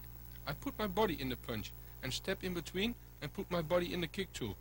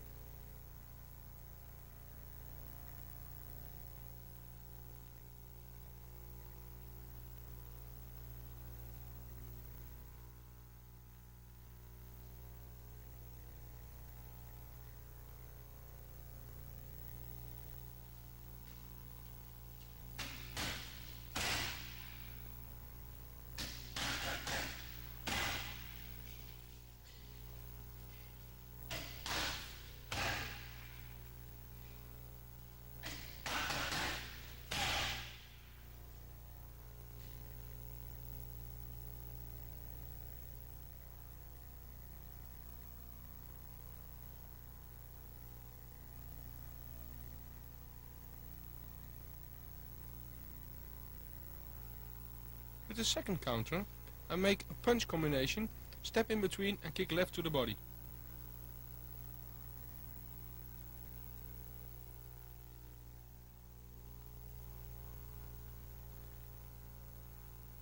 I block the high kick and counter with a right punch, left uppercut and a right punch. Then I make distance with the step in between for the left kick.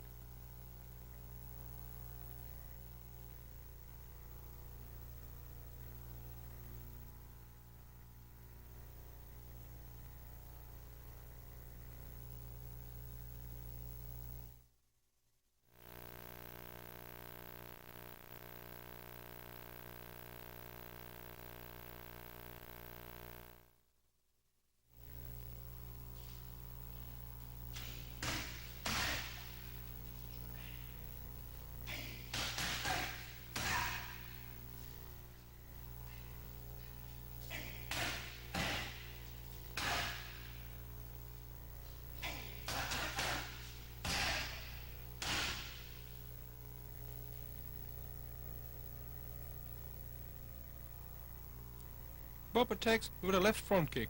I redirect with left and making the same move with the left hook and step in with a right body kick.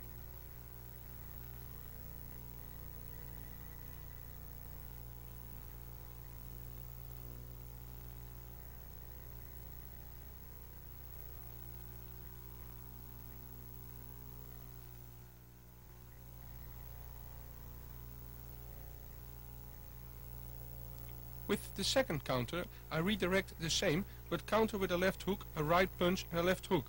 I'll step in with my left leg to the side and kick right to the body. By stepping sideways, I can put my whole body in the kick.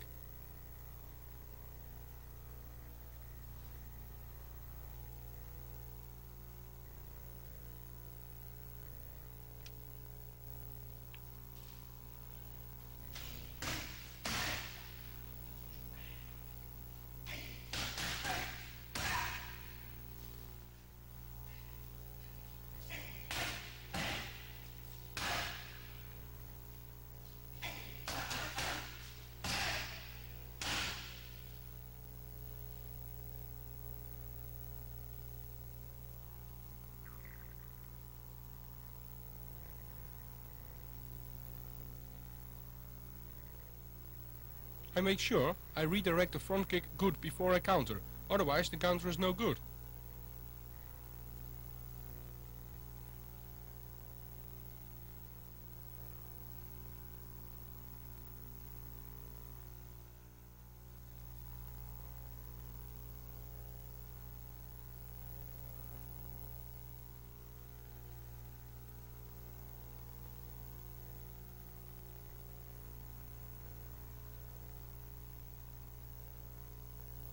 I make distance so my opponent thinks he can attack me. On that moment I counter.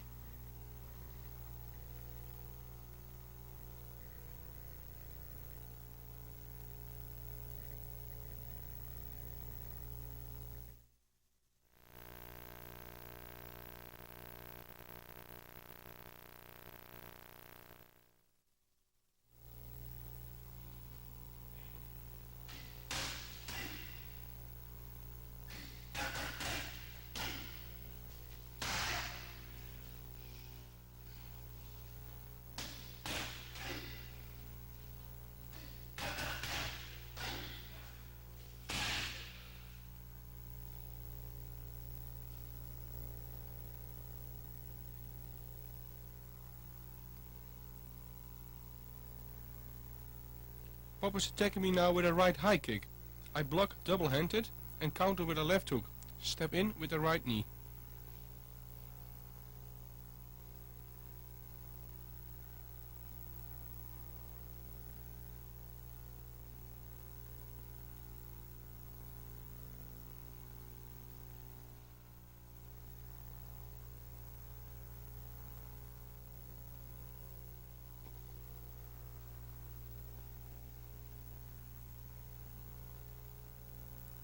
Now I'm countering with 3 punches after the block.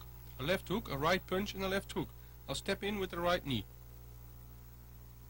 The punches are fast and powerful, and I'll put my body in the knee by pulling my hips in it.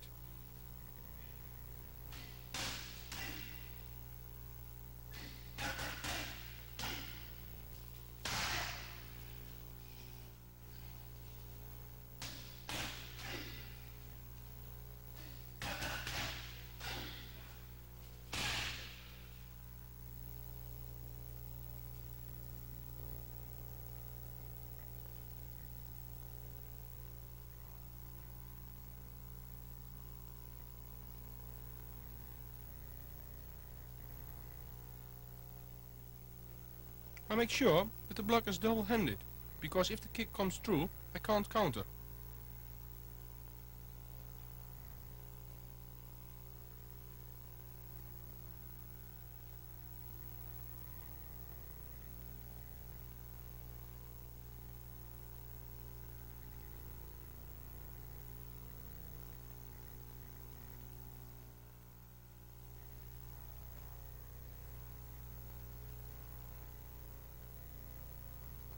After every combination, I step back and make space to step in with a right body kick.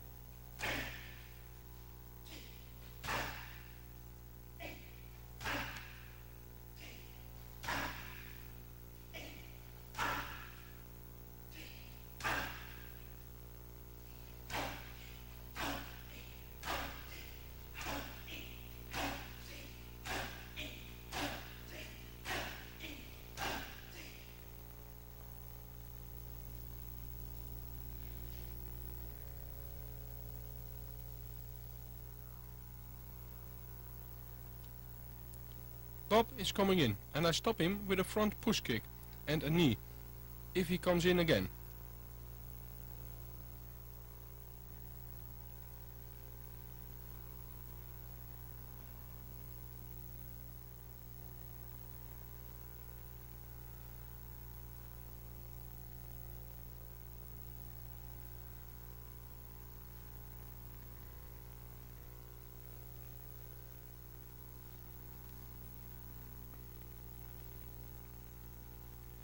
Now I make the knees forward from a moving position.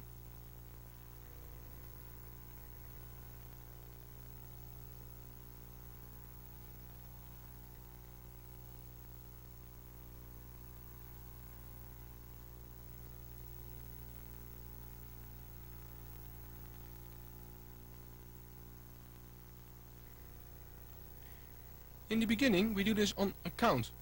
Later we do this in tempo.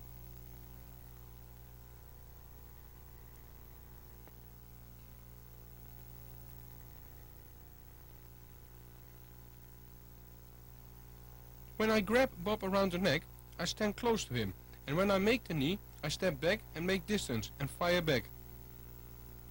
The same thing happens in tempo.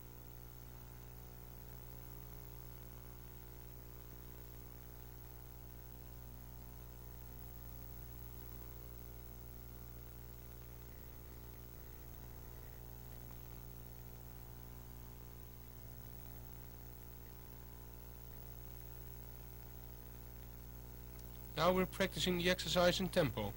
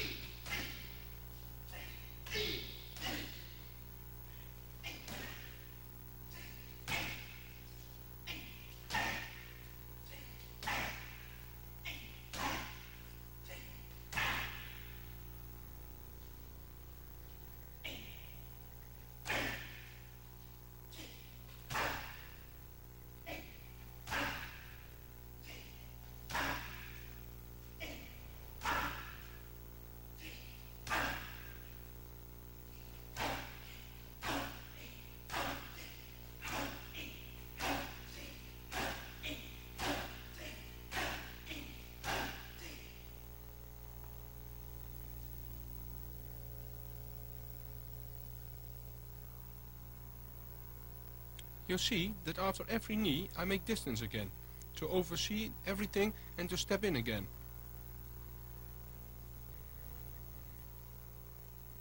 I'm keeping my defense while giving the knees.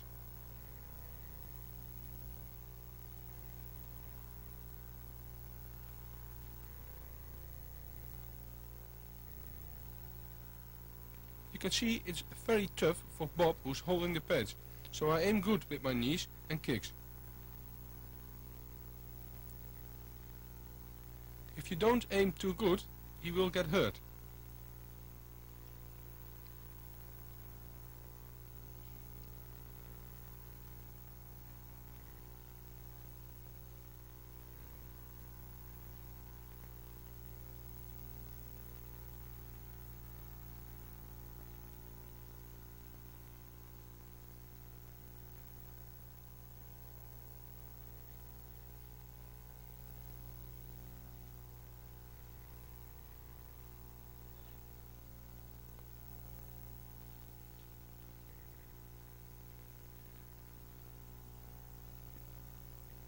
In the clinch, I close up after every knee and step back for the next one.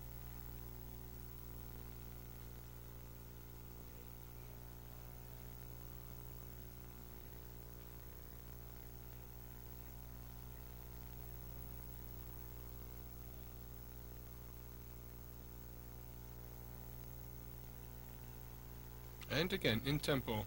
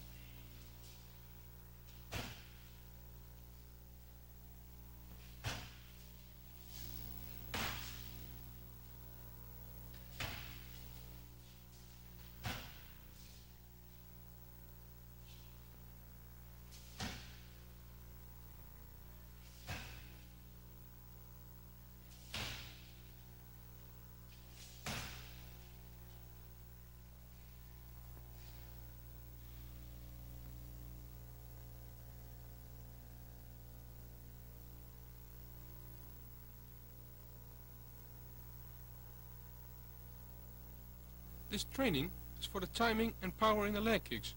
This is the only way to train the leg kick on full power on a moving opponent.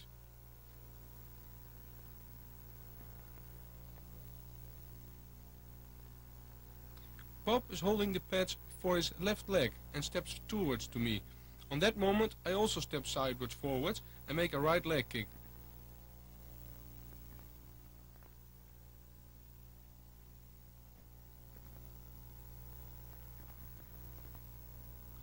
With the leg kick I turn in my body and hips and kick with the shin. Believe me, this is very powerful.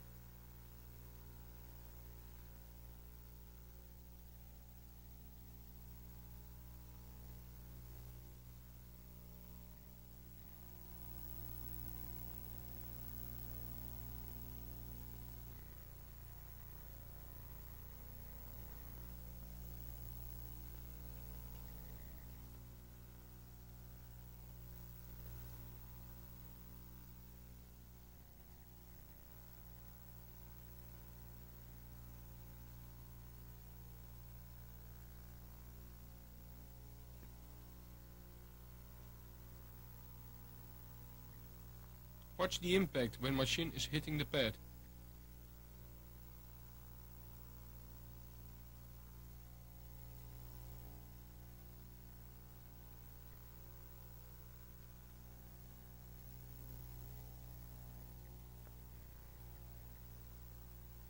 You can see Bob is having fun in holding the pads and wants to continue.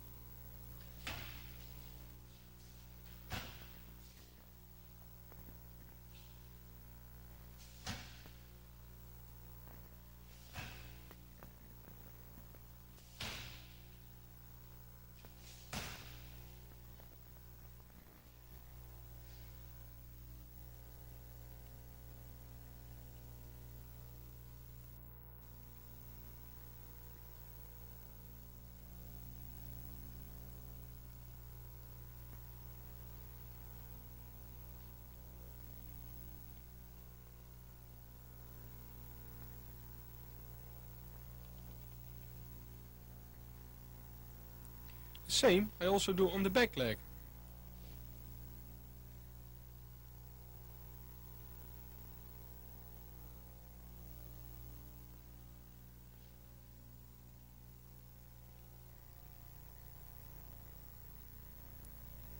Bob holds the pad on his front leg and when he steps in, I'll catch him with the low kick.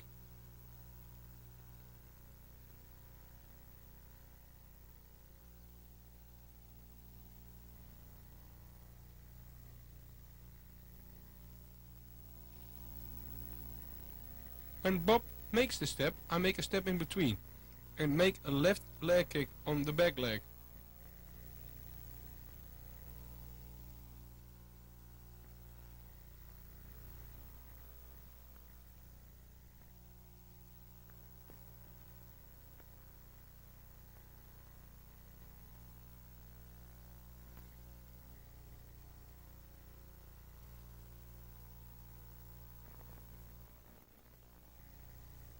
I kick a little downwards to have a good impact after every kick.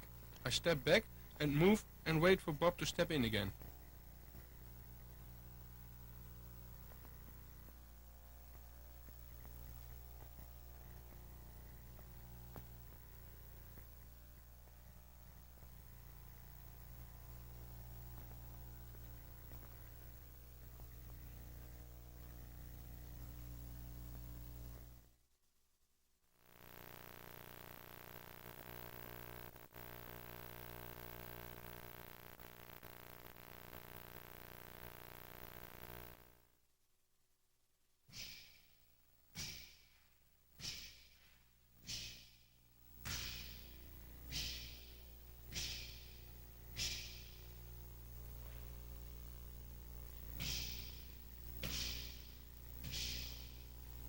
Hardening the shins is very important.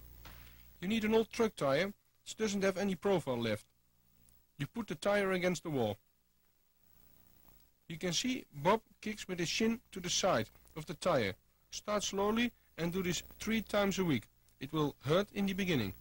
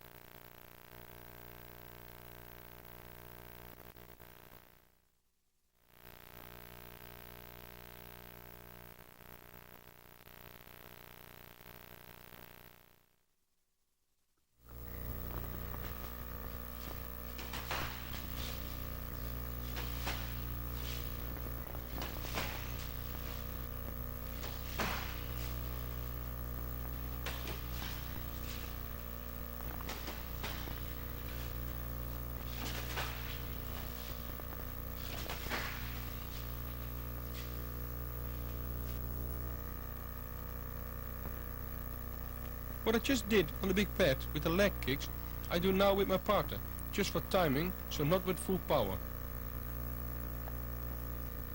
My partner attacks with a left jab. When he steps in, I step to make a right leg kick.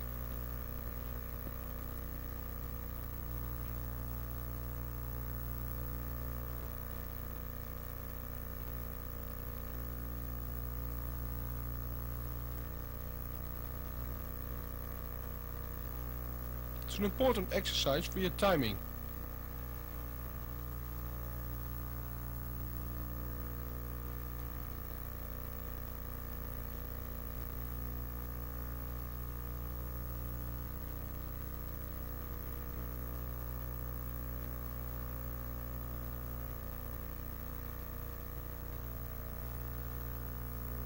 The same I do with a body kick, but hold my kick in because there's no protection.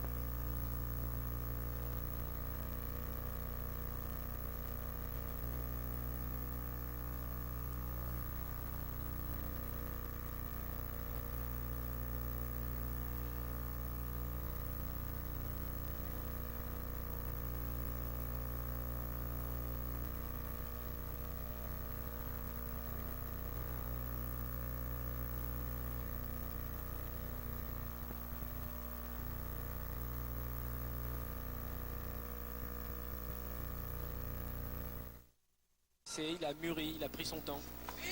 C'est véritablement une consécration pour lui que de se retrouver face. Here you see some actions. I'm anticipating with kicks.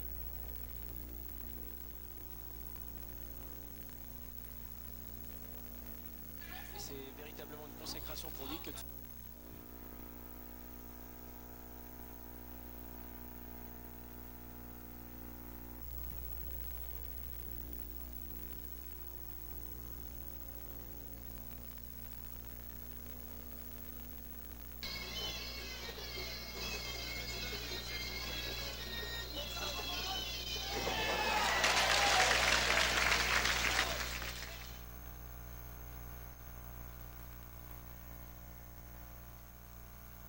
It's nice to see the timing, where I follow up with the inside leg kick.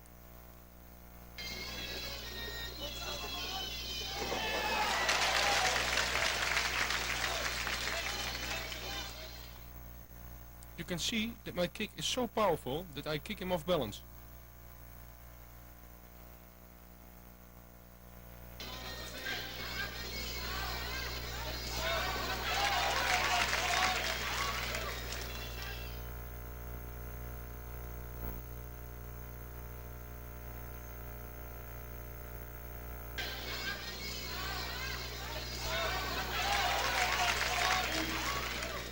I take a little step backwards with an attacking fighter. As soon as he's throwing in a kick, I counter kick with a right inside leg kick.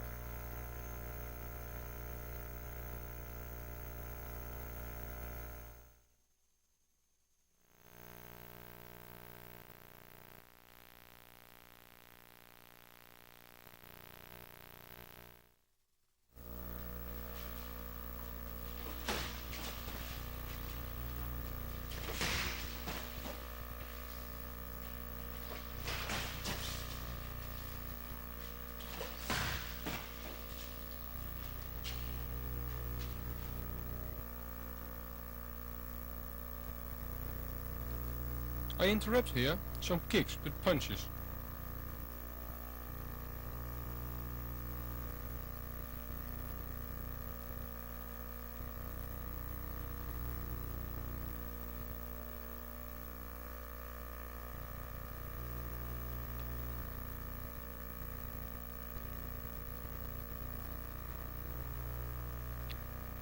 My partner attacks with a right high kick. I counter punch with a right punch.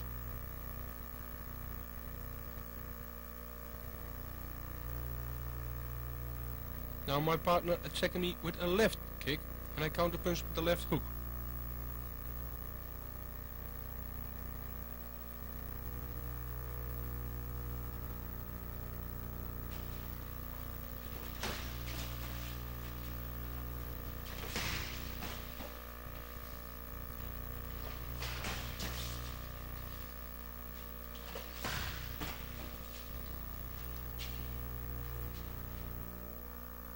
The timing is very important. If I'm too early, he sees it. If I'm too late, I get hit.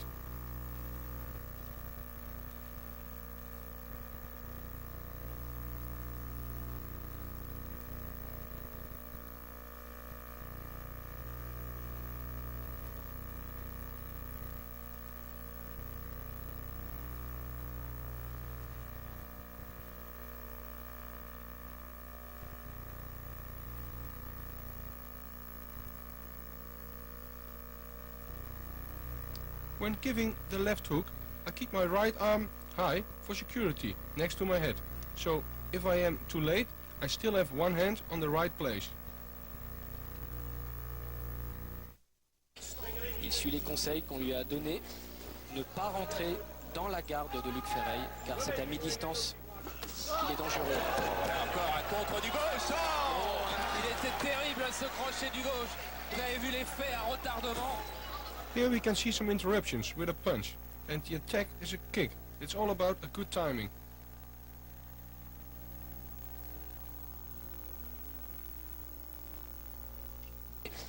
Ne pas rentrer dans la garde de Luc Ferreil, car c'est à mi-distance qu'il est dangereux. Encore un contre du gauche. Oh, il est...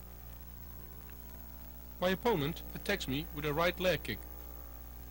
I interrupt by stepping a little bit forward and giving a counter punch by giving a left hook.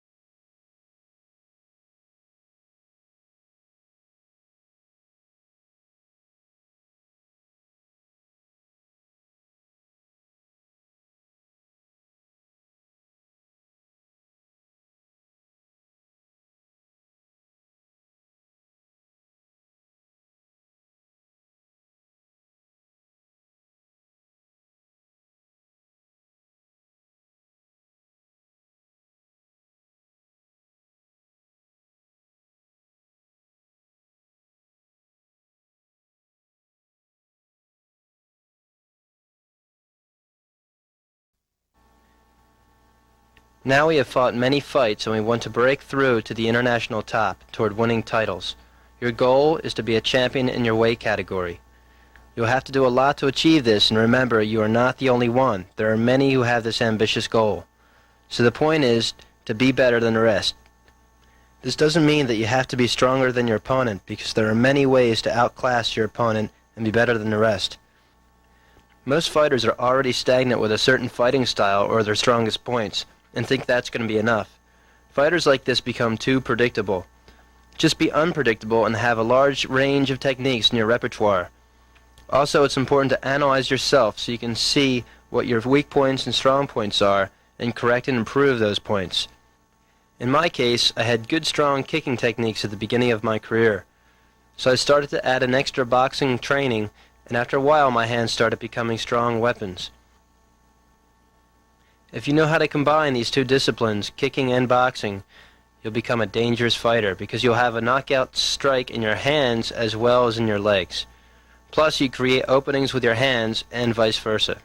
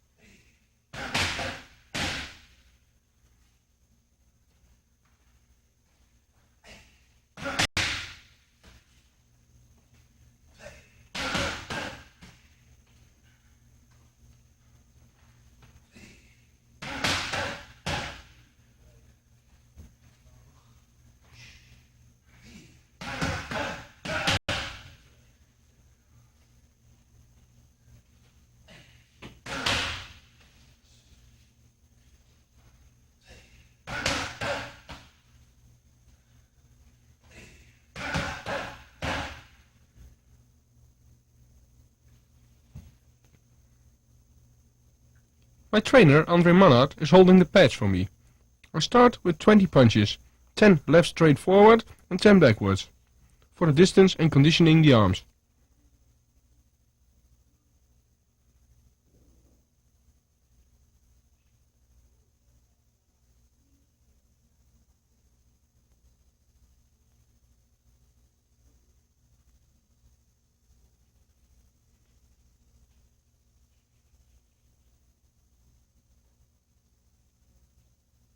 After this, I'll start with a 1 till 4 punch combination on my trainer's count. We started with the left and straight forward. By the count 2, I'm giving the left and right straight forward and a left body punch. Count 3, we're adding it after the body punch a left hook. At the last count, we're again with the left right straight forwards, the left body punch, a left hook to finish with a right straight punch.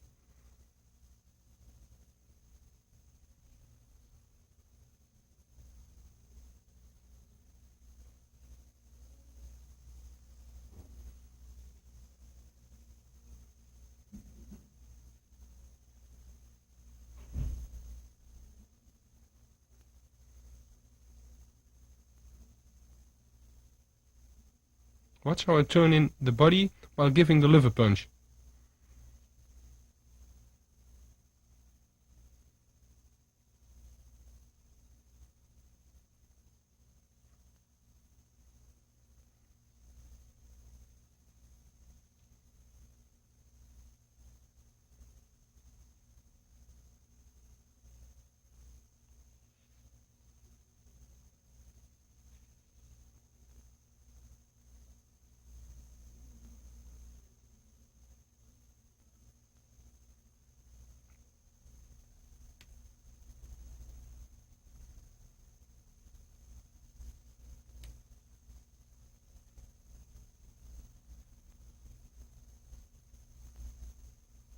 you can see, while keeping my balance in the center, my punches are powerful.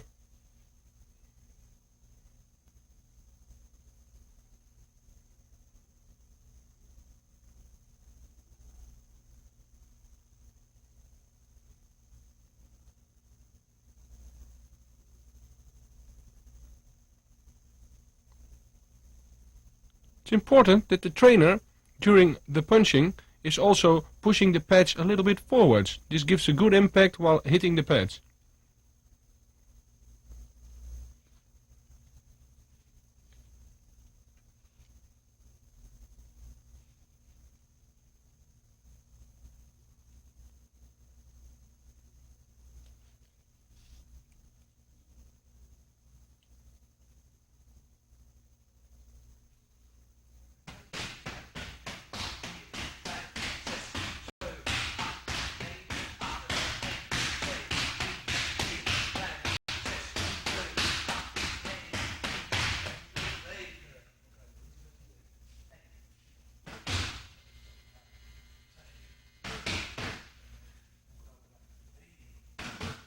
You can see my trainer is in constantly control.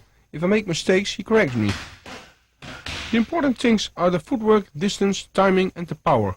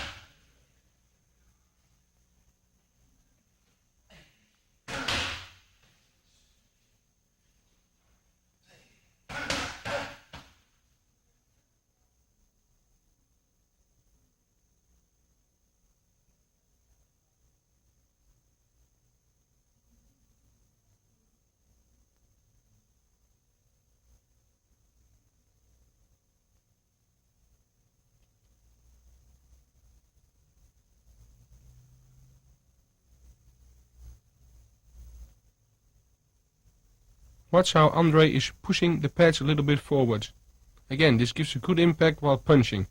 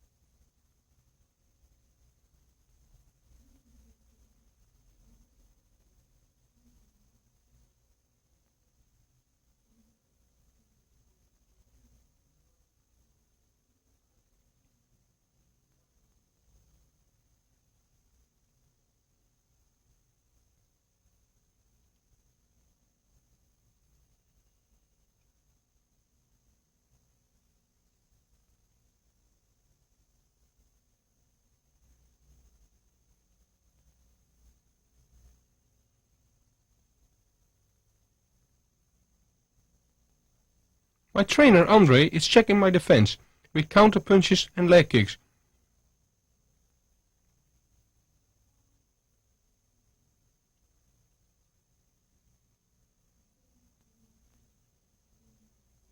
He also looks if I am in balance for a block and counters. I make sure I make enough steps with my combination to keep distance and balance.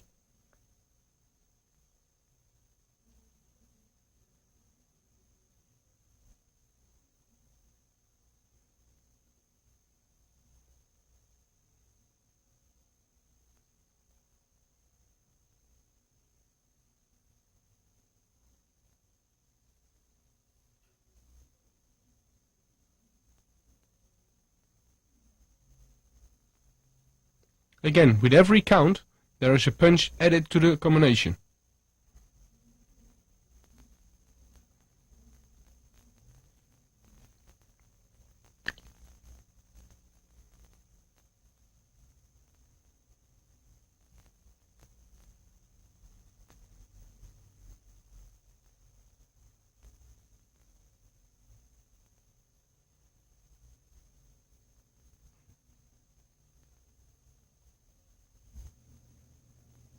Watch how I hold my arms. This is to measure the distance.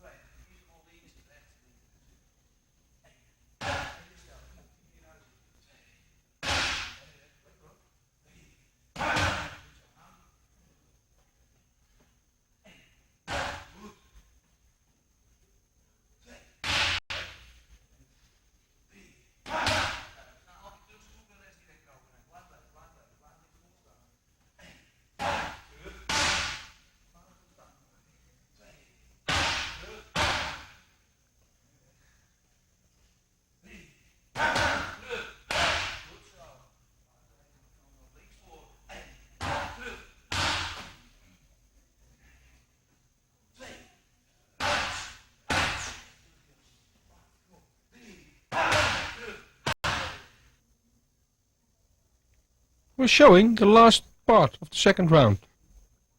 We start again with the 20 left and right punches. Then I make a new combination in 4 steps.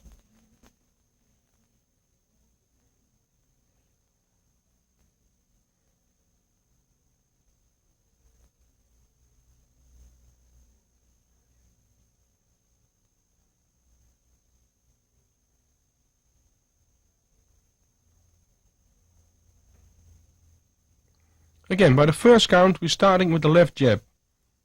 The second count we are editing an uppercut. By count 3 we are finishing with the left hook, and with the fourth count with the right straight punch.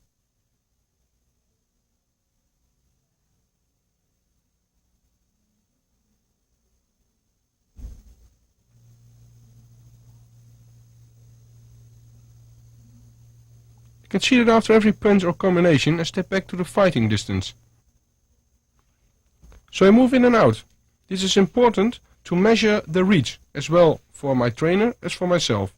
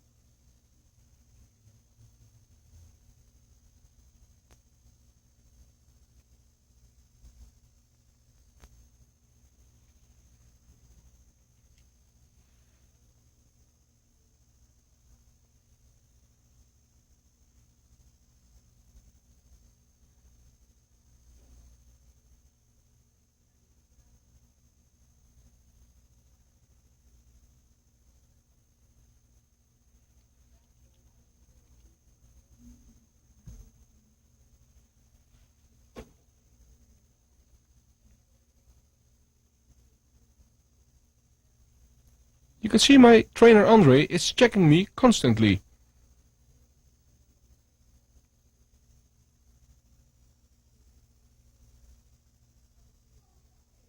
It's important that Andre is checking me to see if I stay alert at all times.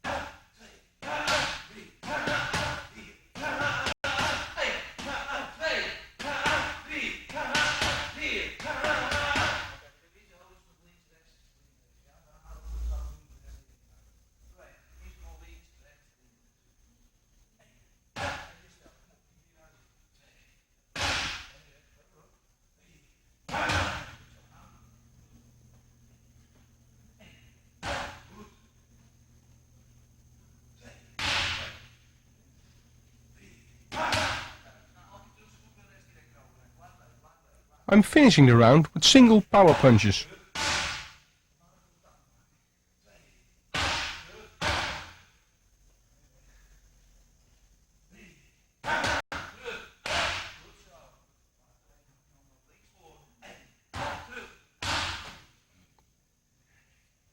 Again, I move backwards on a count. I step in with a left jab and a right punch. Now you can see I step backwards and finishing with the right punch.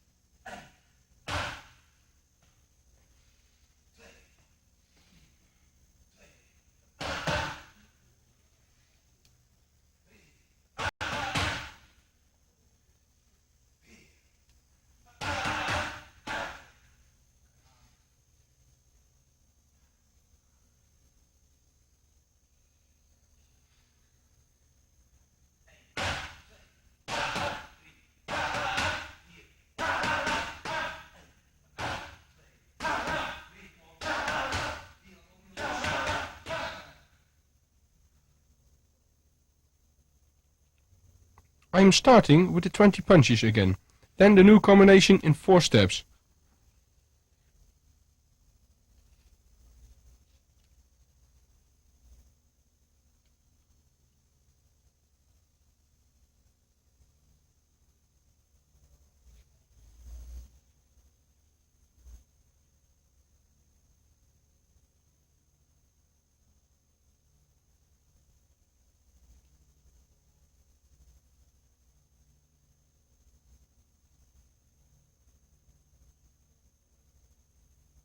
The first count we start with a right punch. The second count we start with a right punch and a left uppercut.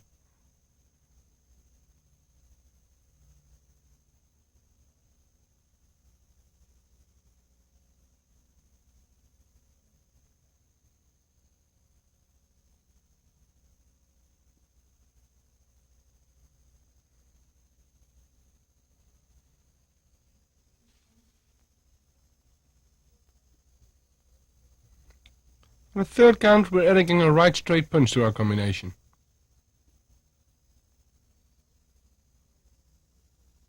The last count will show the right punch, the left uppercut, the right punch and the left liver punch.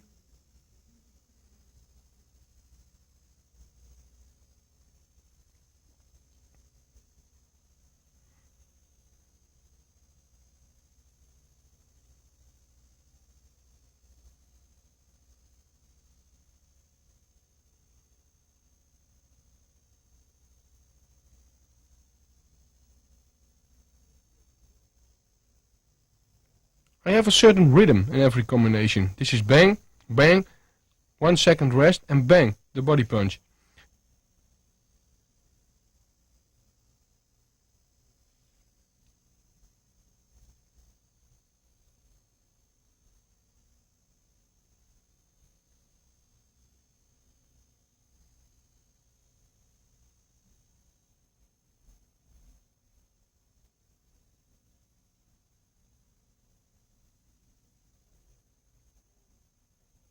With my body punch, I lower my body by bend my knees, but such that I stay in balance and step back to the basic position.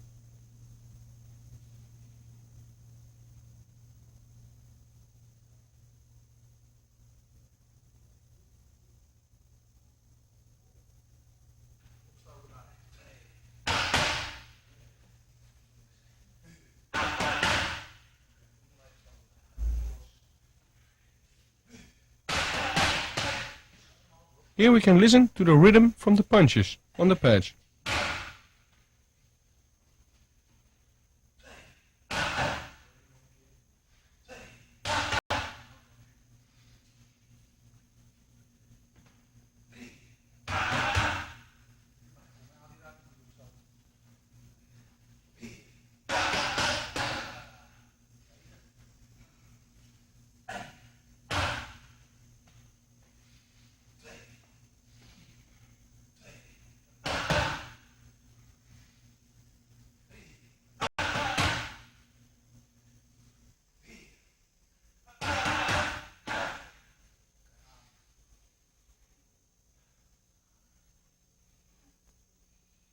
Again, you can hear the rhythm of the punches on the pads.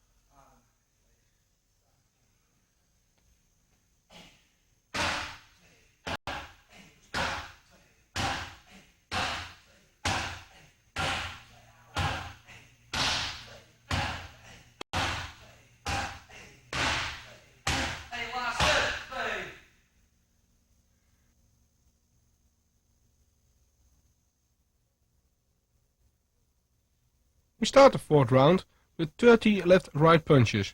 Now forwards and backwards, so 3 times 10.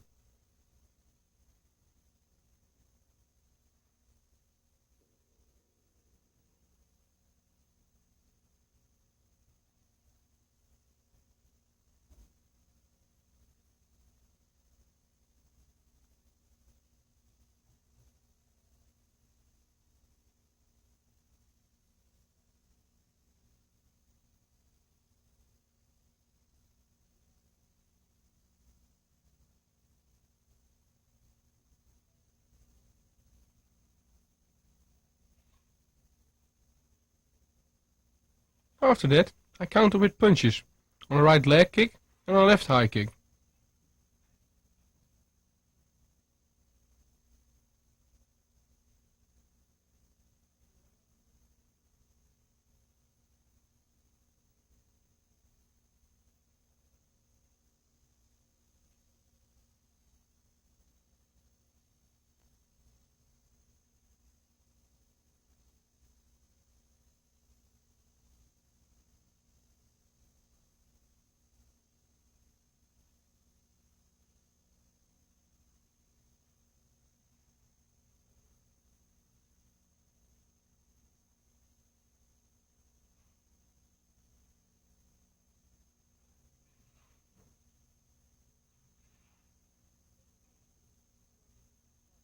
My trainer Andre is the one who makes me fight forwards or backwards, by going forward or backwards.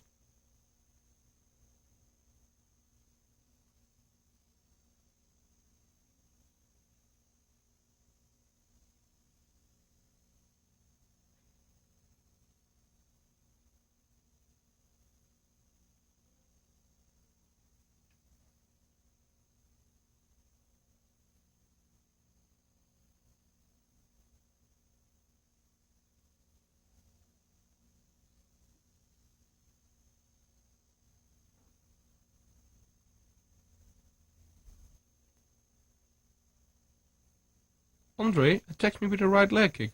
I block and counter with a right punch.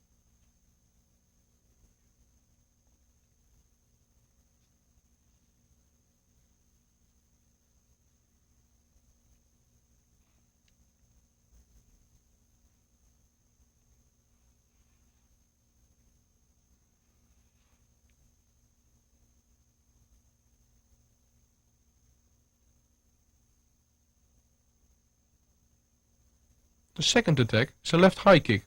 I block with two hands and counter with a left hook.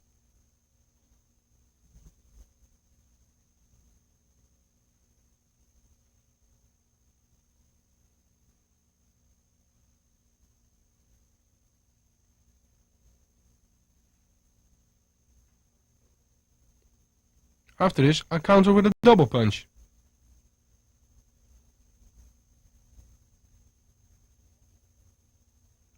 You can see now I block, counter with a right punch and a left hook.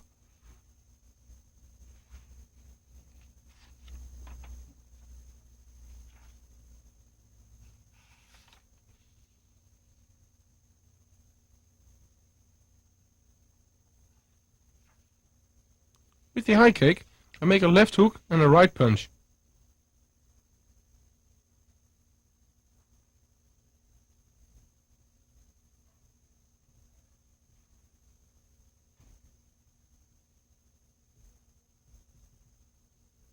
I turn my body in every punch to have a lot of power in my punches.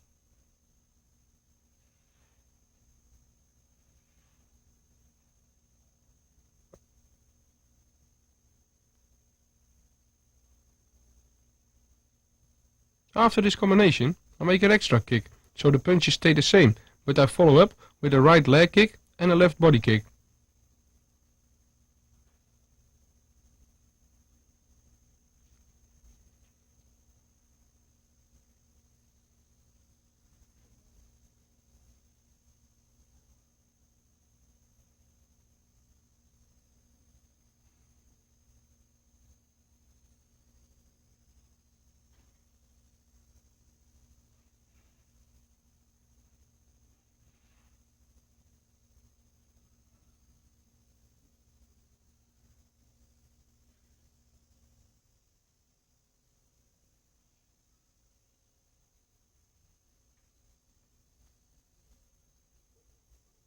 We're finishing the round with single power punches, a right punch and a left hook on every count.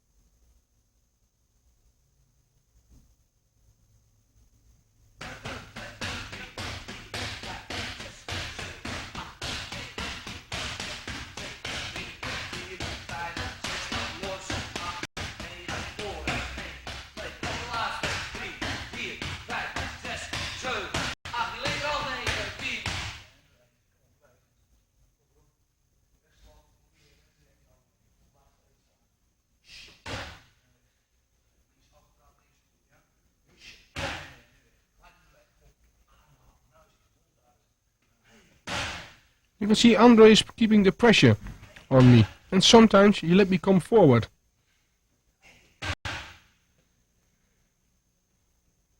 It's like an opponent, sometimes he backs you up, and sometimes you go after him.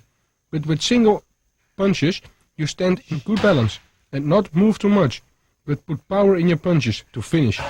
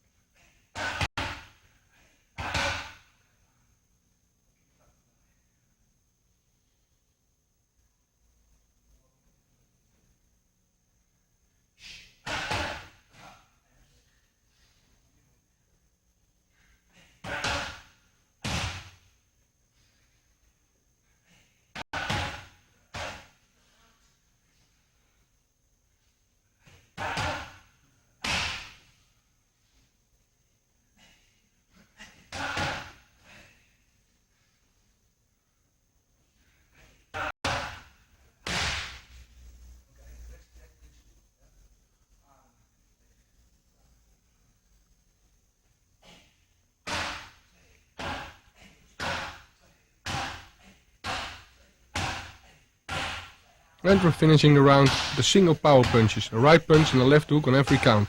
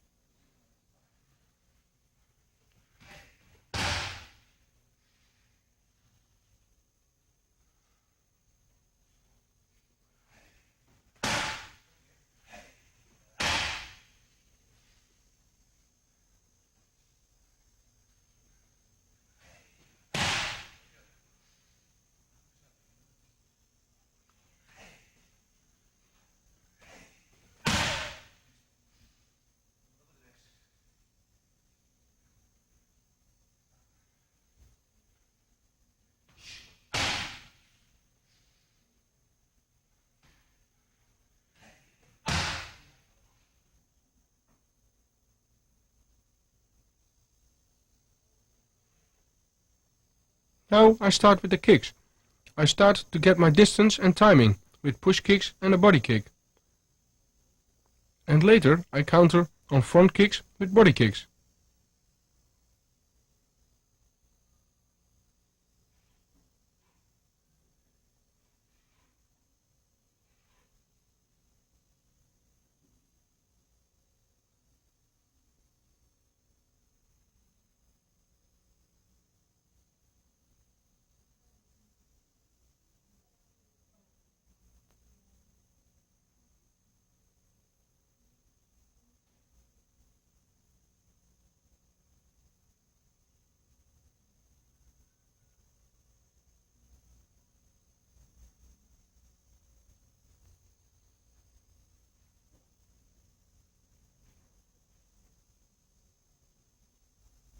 Notice my little step in between while I'm kicking the pads.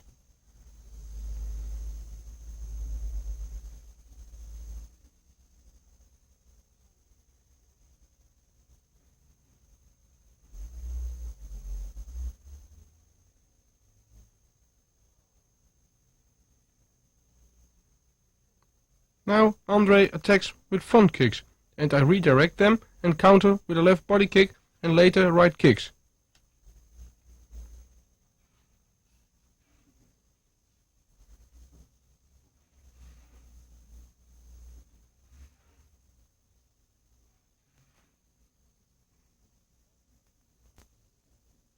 After I redirect, I make a step in between to get in the right position to give a powerful kick.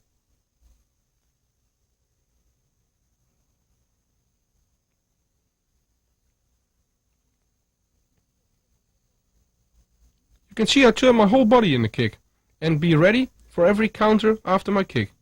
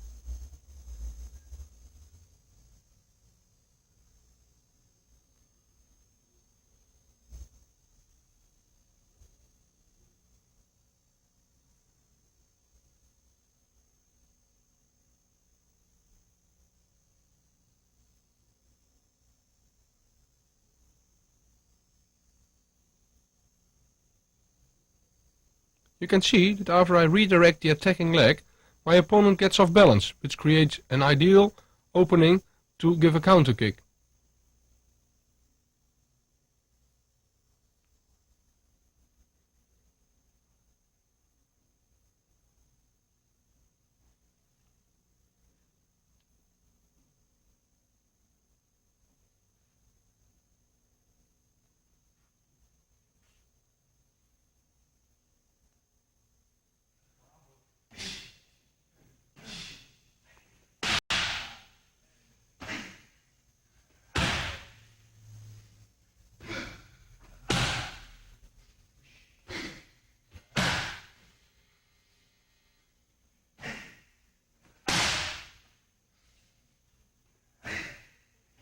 You can see that by moving your whole body behind the kick can be very powerful.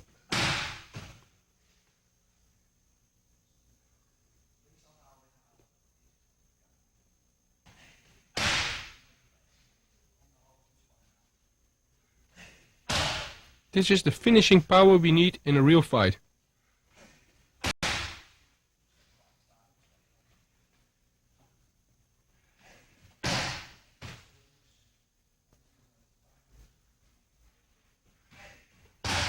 Also with the kick counters I move in and out, and be sure that I redirect the kick good before I counter.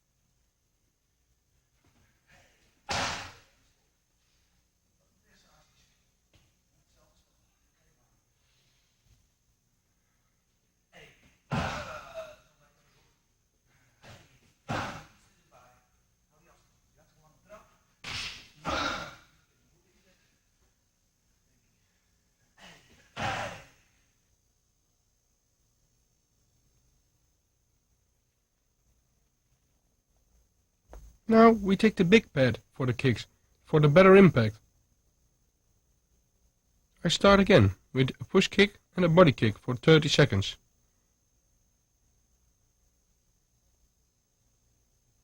After the first 30 seconds, we start with counter kicks on the leg kick and the high kicks.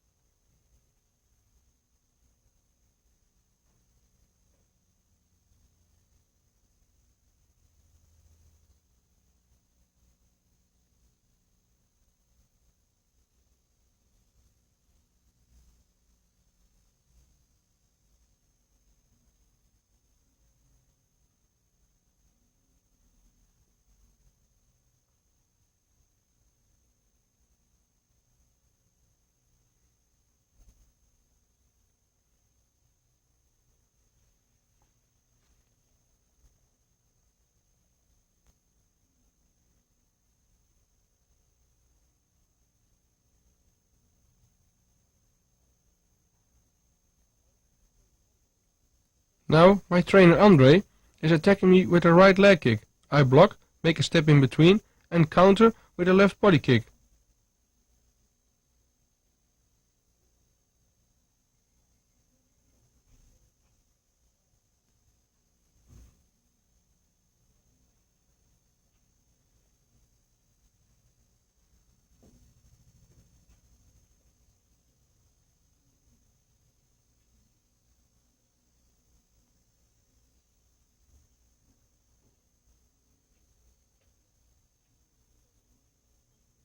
You do the same with the left high kick. I block and counter with the left body kick.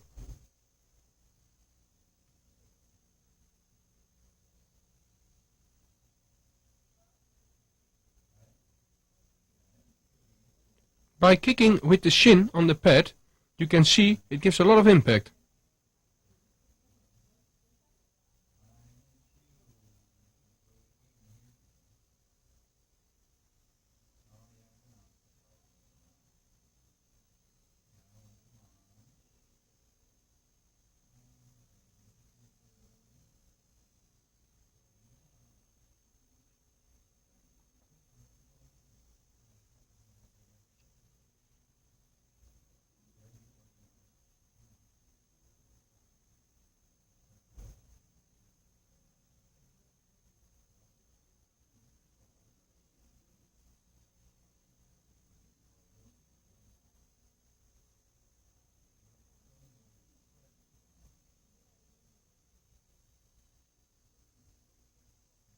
Notice the double-handed block as we learned.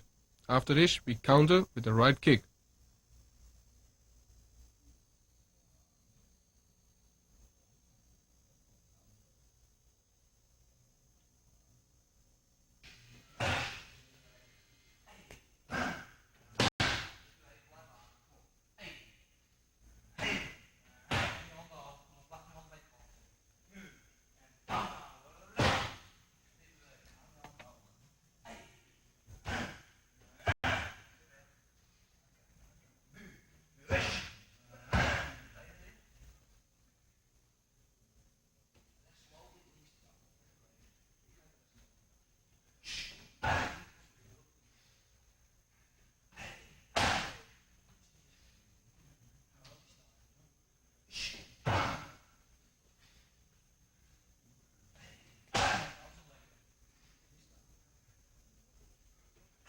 After blocking the right low kick, I'm countering with a left kick to the body.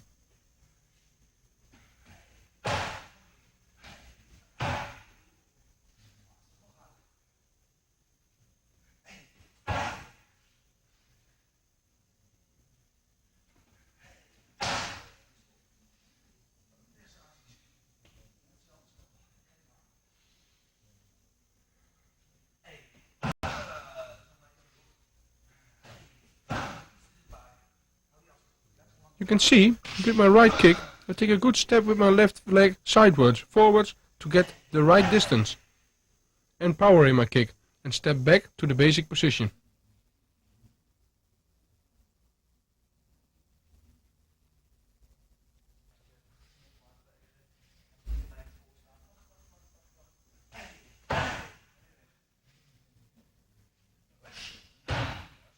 First part of the round, I make counter kicks on the left jab and later on a right punch with leg kicks.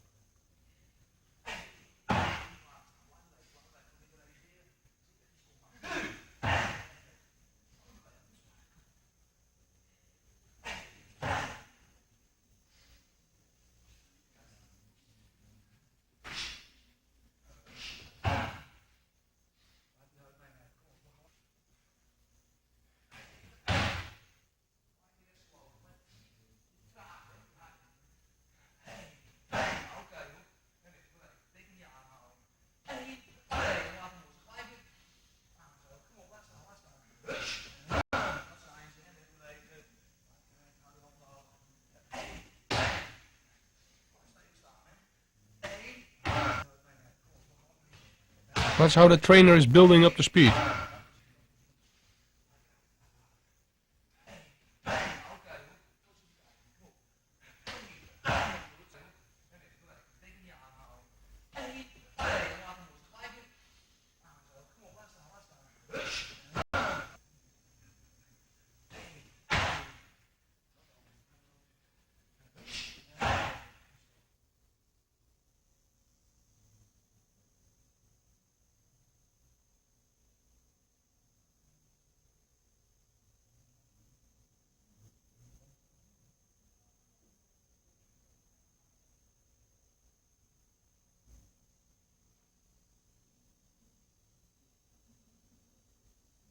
I'll block the left punch and come in with the left body kick.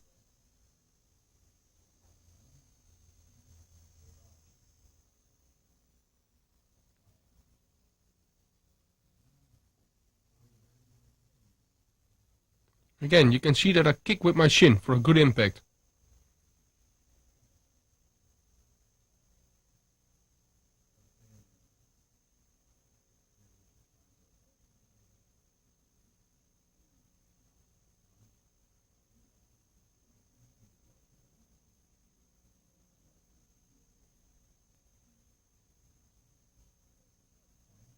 To turn your body while kicking is very important to kick powerful.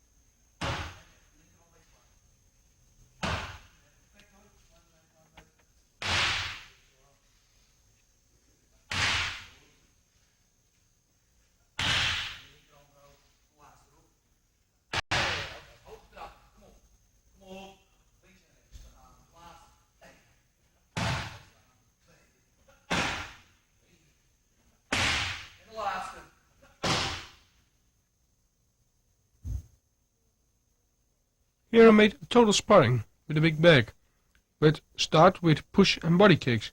Then I spar for 1 minute with the pad. After this I make a right punch, left kick combination and follow with a left jab and a right leg kick.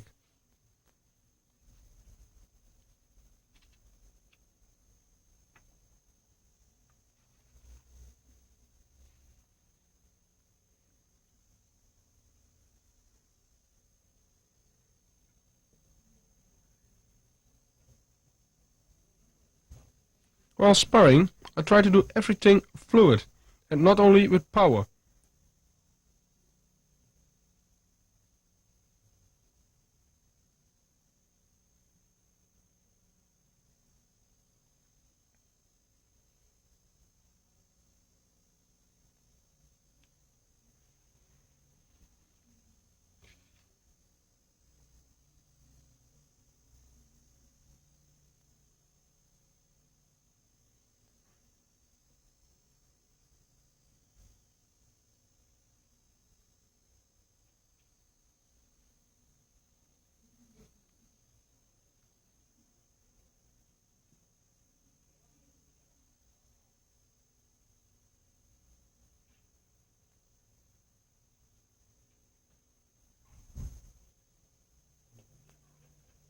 You can see how Andre has to push me to the last 3 minutes of this round.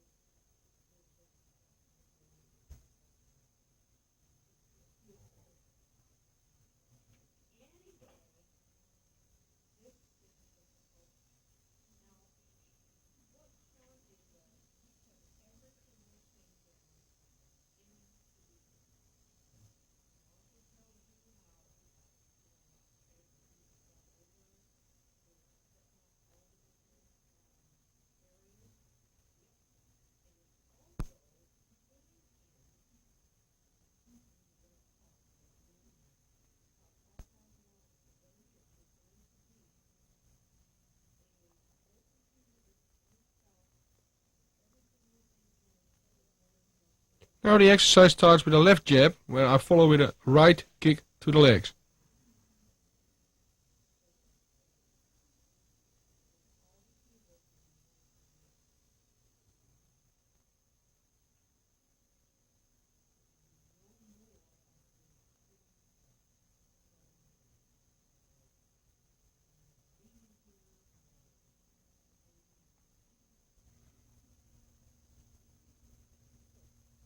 These shots you saw of the pad training are just parts of every round. That's why sometimes I still tell something what's not shown. But the whole schedule is in the beginning. Now after 30 seconds rest, we start with the last 20 power kicks.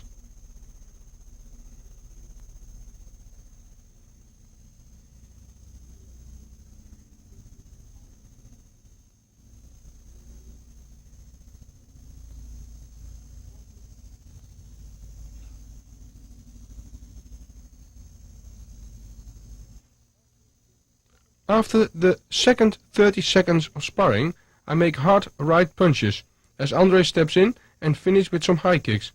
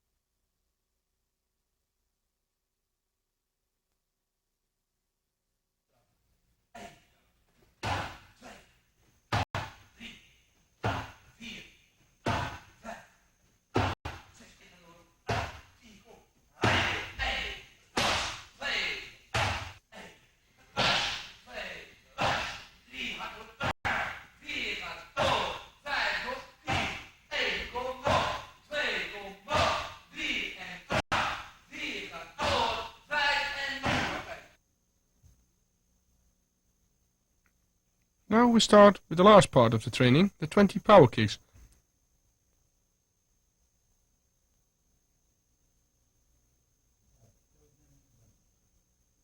We'll practice this 20 times left and 20 times right.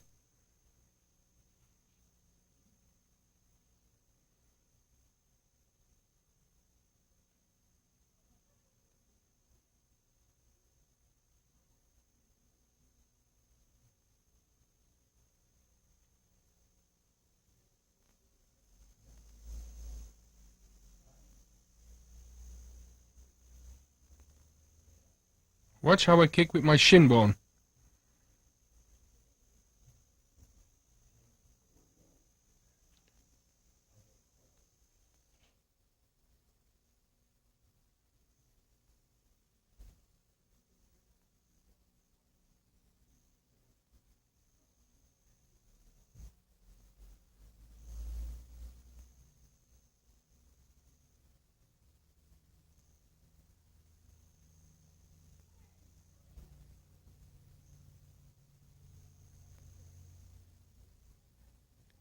You see, I step in every kick I make and put my whole body in it. While I kick, I watch my defense.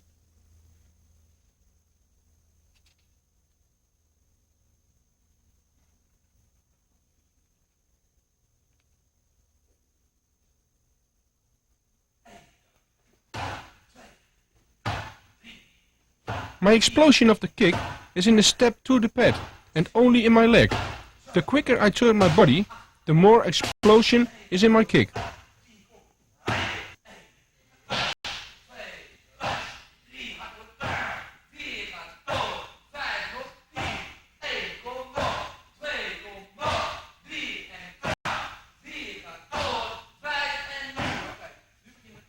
After the kicking, Andre clocks my heartbeat for 1 minute.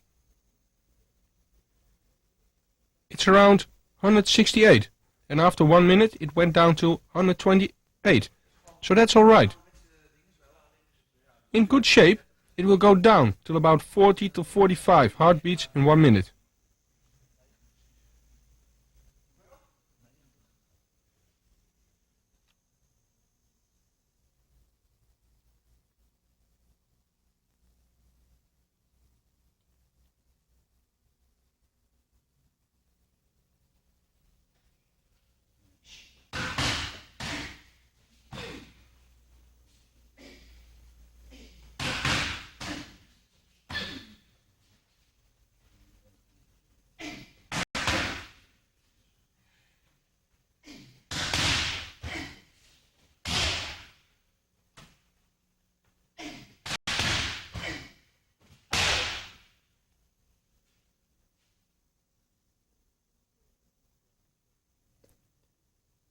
This is more a complete form of training on the pads for Muay Thai. Bob Schreier, my partner, holds the pads.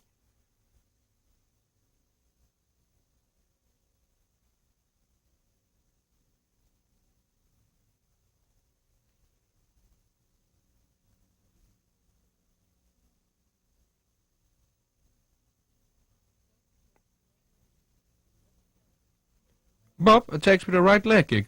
I block and counter with a right punch, a left hook, plus a right leg kick.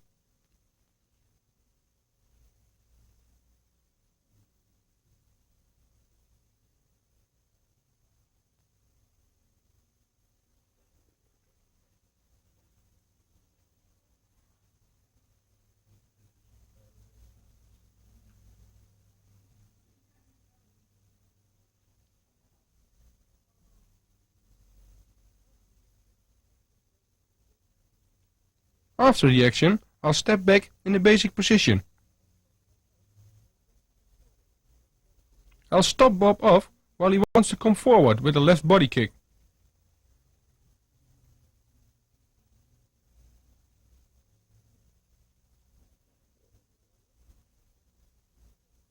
So he wants to come forward and I'll stop him off with a left body kick.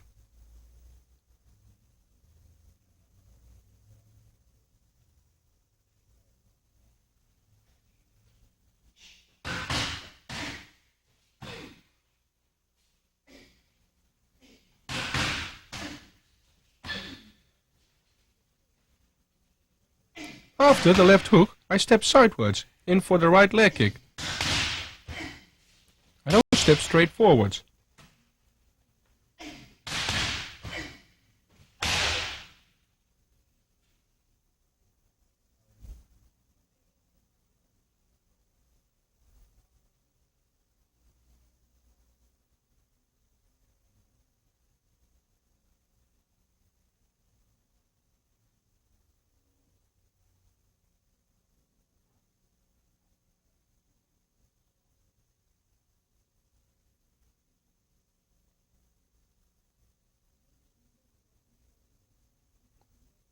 I'm making the same block and counter punches and leg kicks, but now I step back and make a step in between and come back with a left body kick.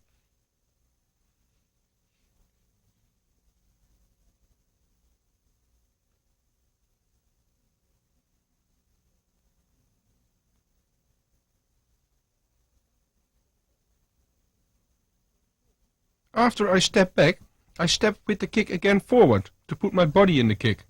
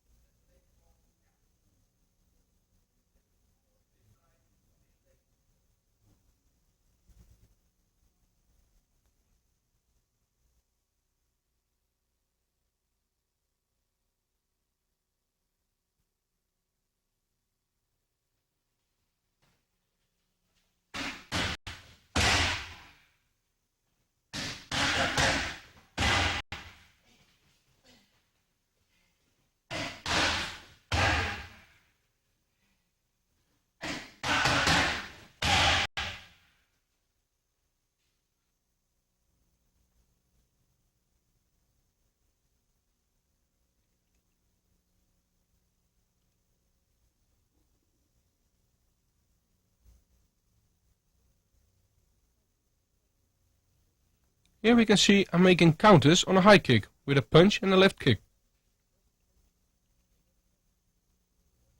Bob attacks with a left high kick. I block double-handed and I counter with a right punch and a left body kick. I put my body in the punch and step in between and put my body in the kick too.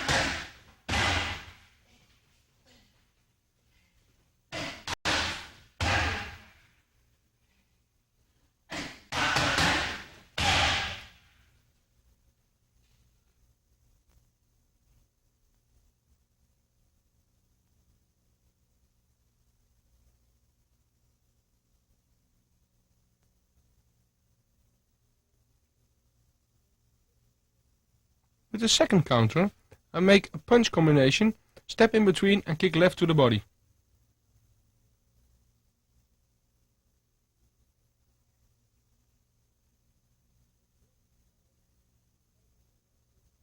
I block the high kick and counter with a right punch, left uppercut and a right punch. Then I make distance with the step in between for the left kick.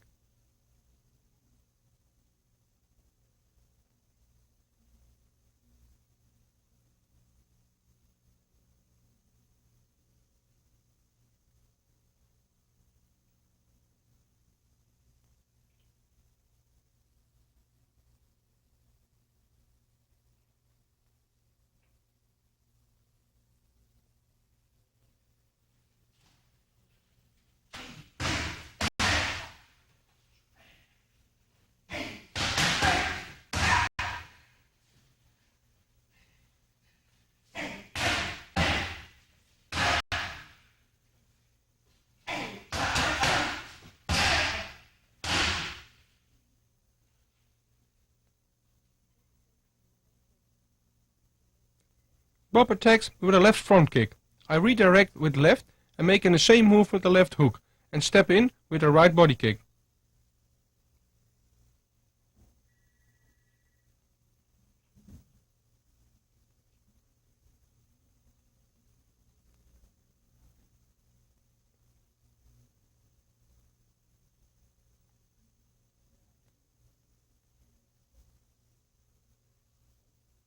With the second counter, I redirect the same, but counter with a left hook, a right punch and a left hook.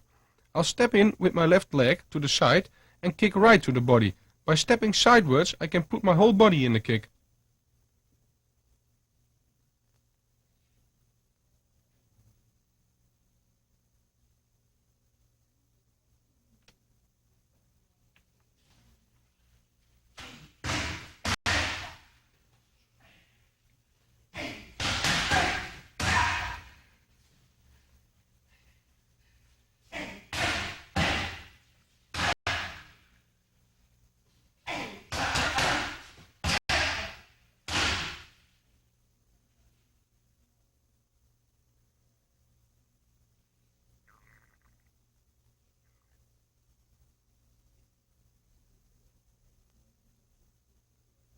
I make sure I redirect the front kick good before I counter, otherwise the counter is no good.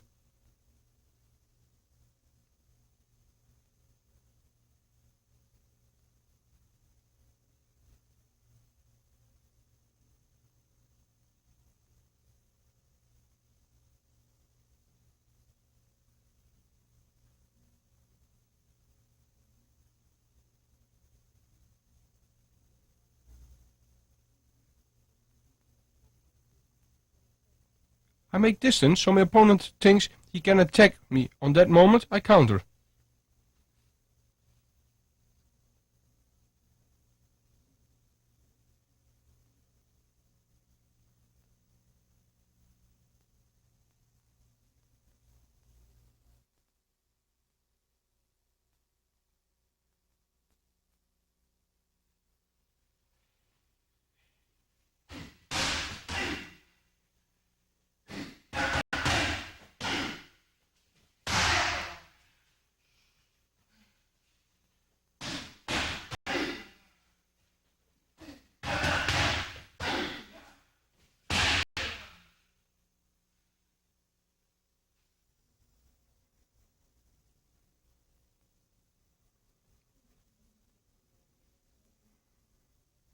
Bob is attacking me now with a right high kick.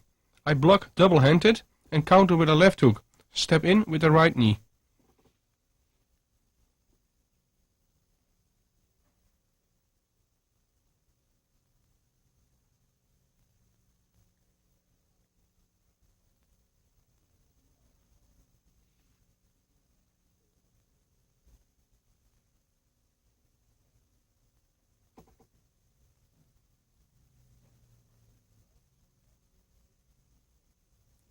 Now I'm countering with 3 punches after the block. A left hook, a right punch and a left hook. I'll step in with the right knee. The punches are fast and powerful, and I'll put my body in the knee by pulling my hips in it.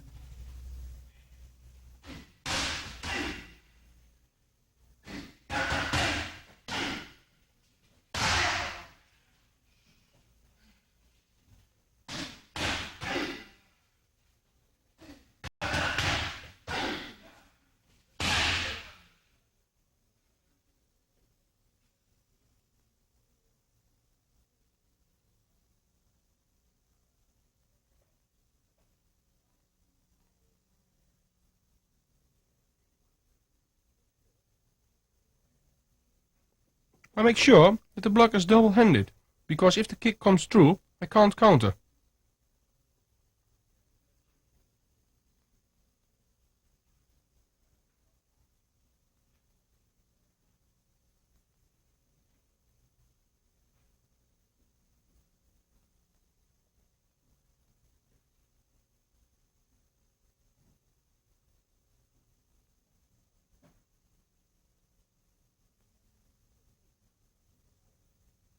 After every combination, I step back and make space to step in with a right body kick.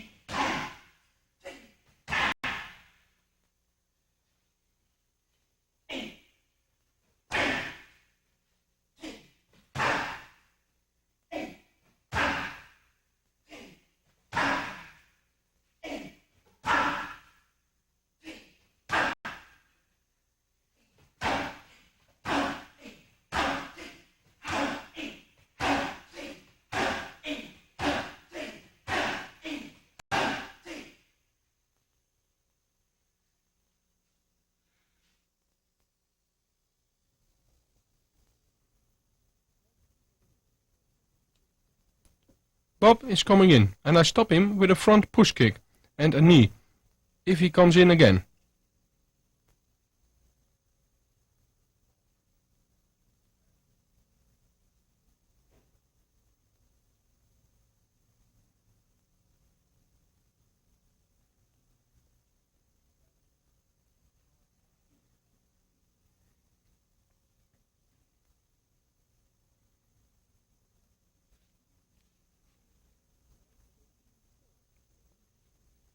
Now I make the knees forward from a moving position.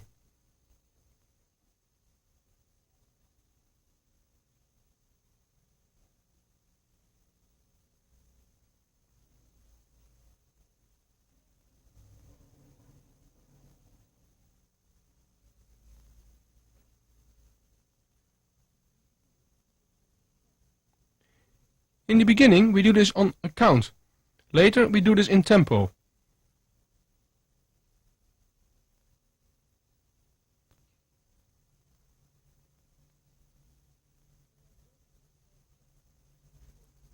When I grab Bob around the neck, I stand close to him, and when I make the knee, I step back and make distance and fire back.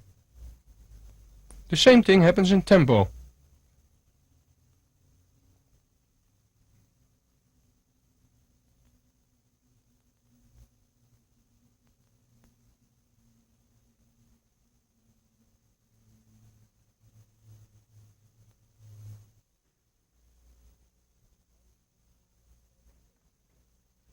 Now we're practicing the exercise in tempo.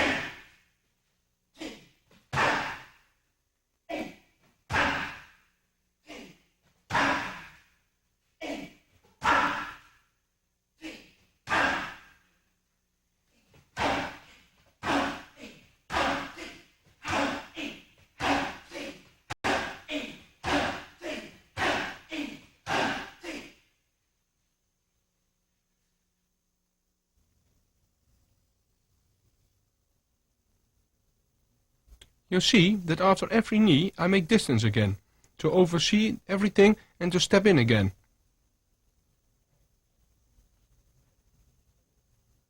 I'm keeping my defense while giving the knees.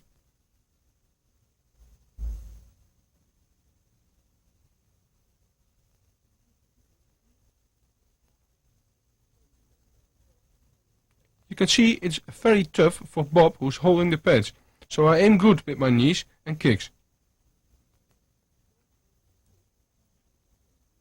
If you don't aim too good, he will get hurt.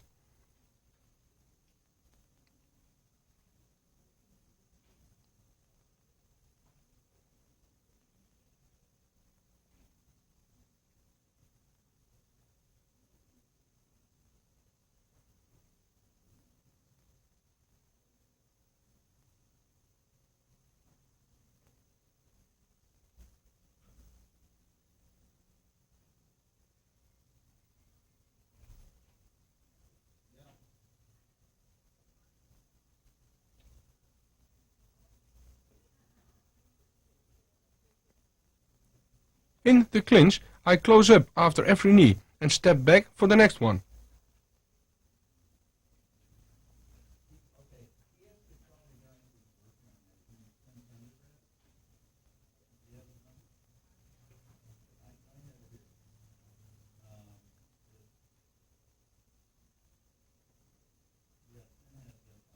And again in tempo.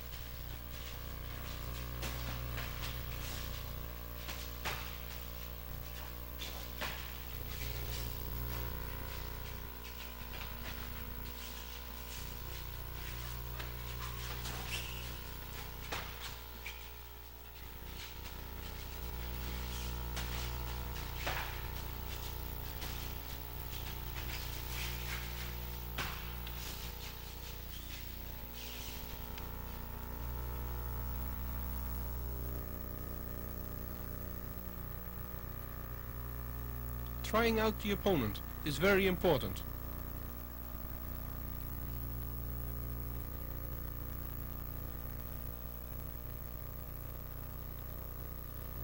It's very important to try out your opponent if you know nothing about your opponent.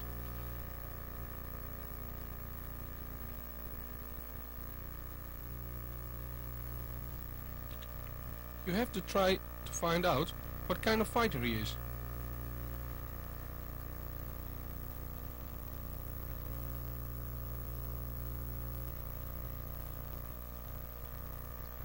Point is, you want to find out what his strong points are. This can be found out by faking a lot and irritate him. So he wants to attack, but be aware for every counter if you irritate him.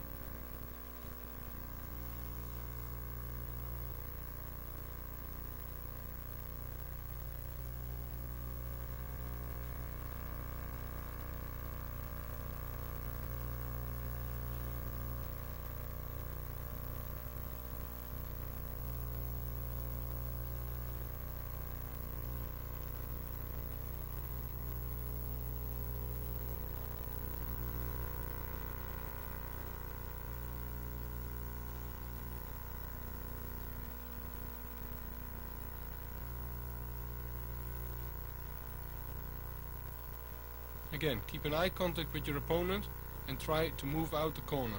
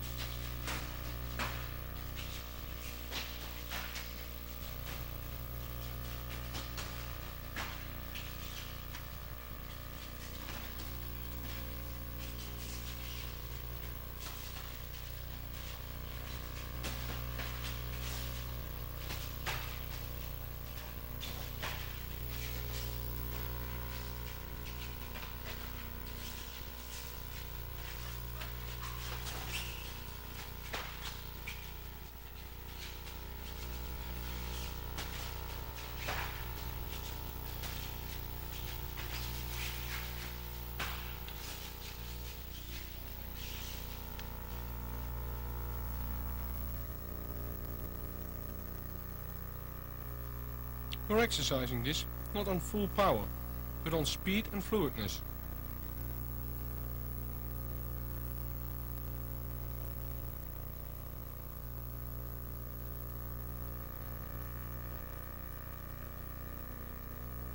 I irritate him with easy things like jabs and inside leg kicks.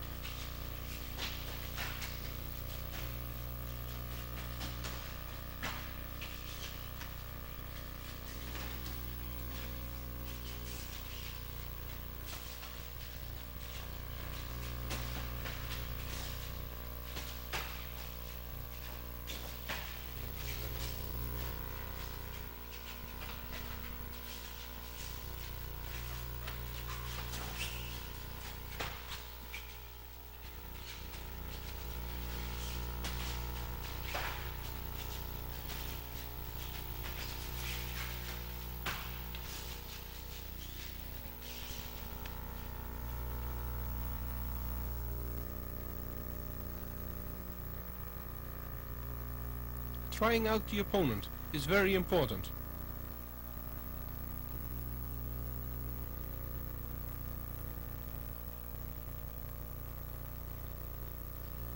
It's very important to try out your opponent if you know nothing about your opponent.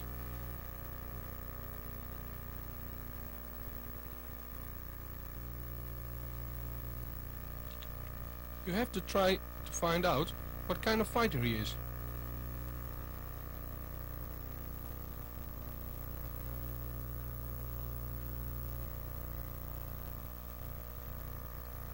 Point is, you want to find out what his strong points are. This can be found out by faking a lot and irritate him. So he wants to attack, but be aware for every counter if you irritate him.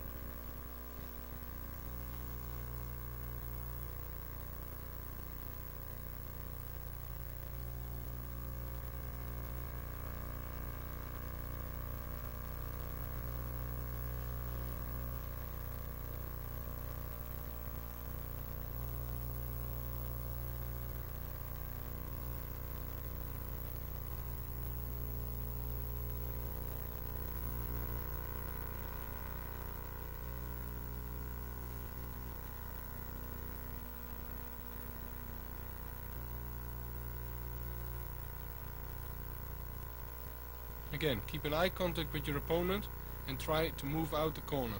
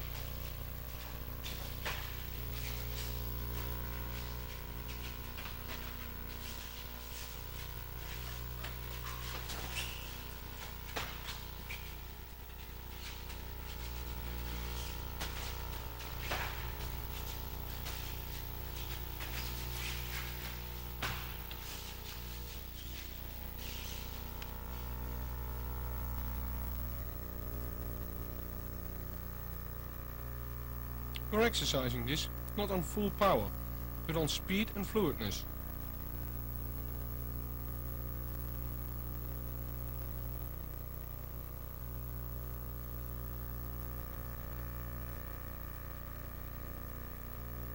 I irritate him with easy things like jabs and inside leg kicks.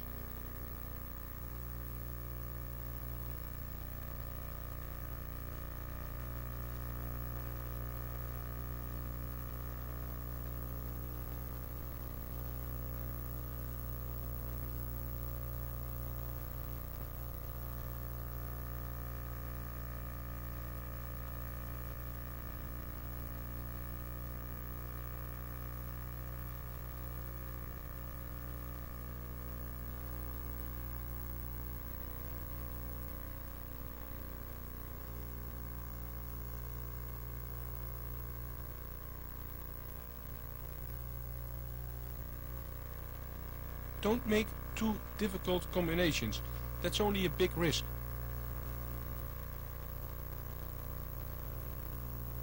Stick with 1 or 2 punches or a kick.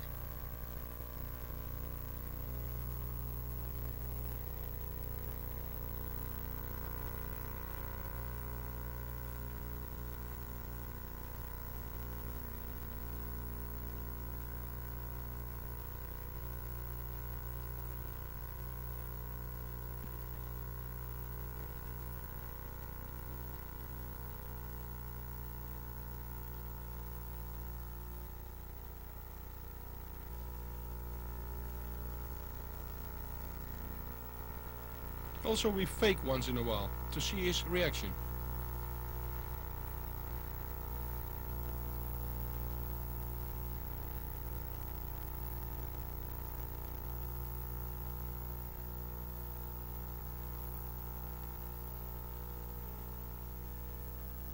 Remember, don't make the combinations too difficult. Just make one punch or one kick. It's just why you want him to show something.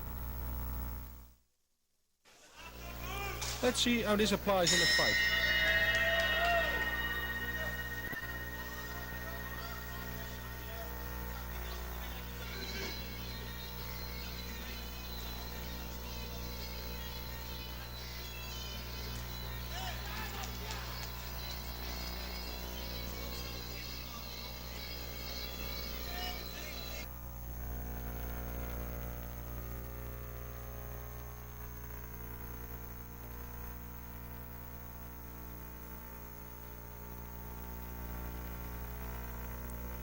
Here you can see I'm testing out my opponent.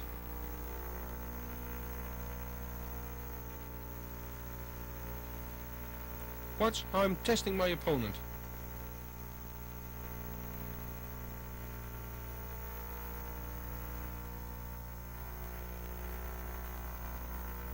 I'm moving and faking a lot to irritate him.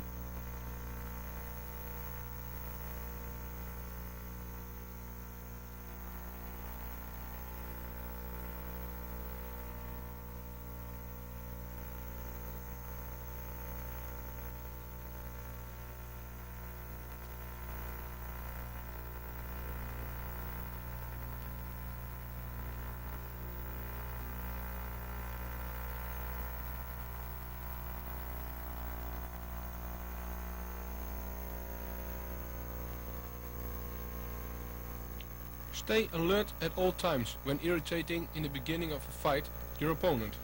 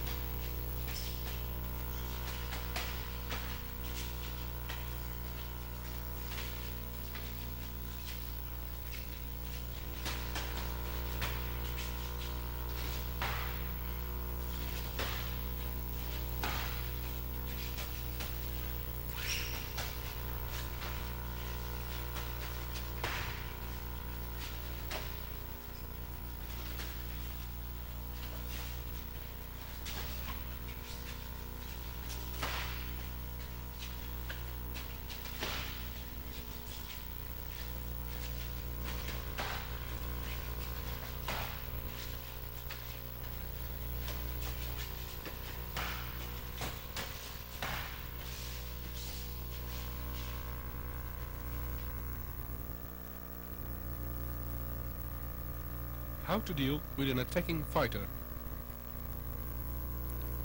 Here I show how to deal with an attacking fighter. You look first and I will explain later.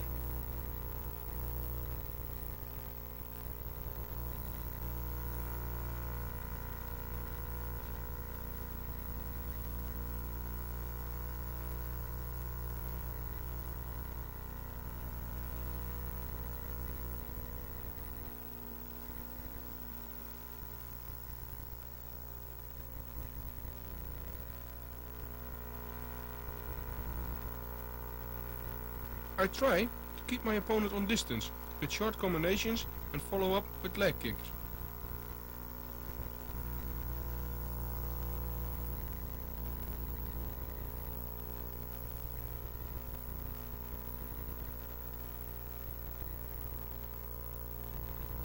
I turn away and don't let him put me in the ropes.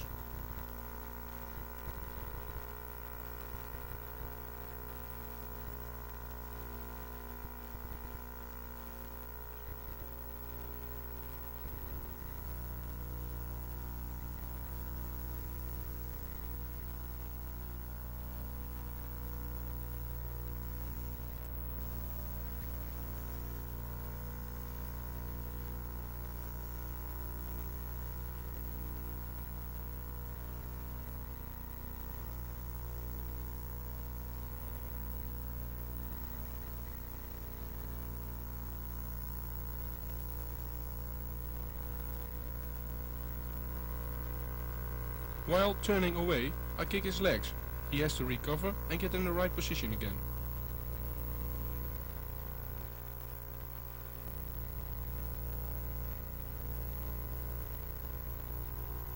You can see how I turn away of the corner and place him in the ropes and have a possibility to counter.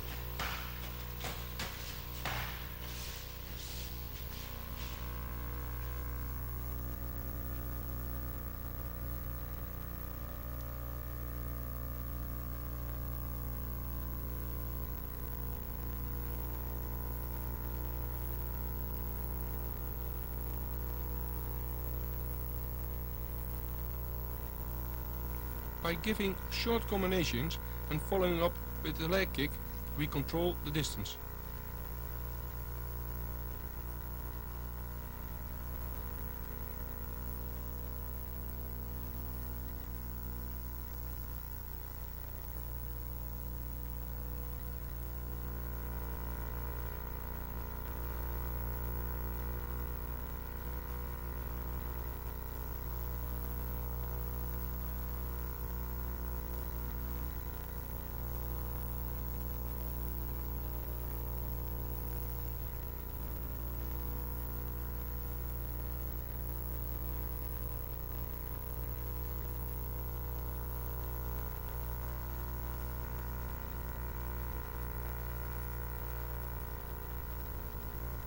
You can see I'm moving to the ring.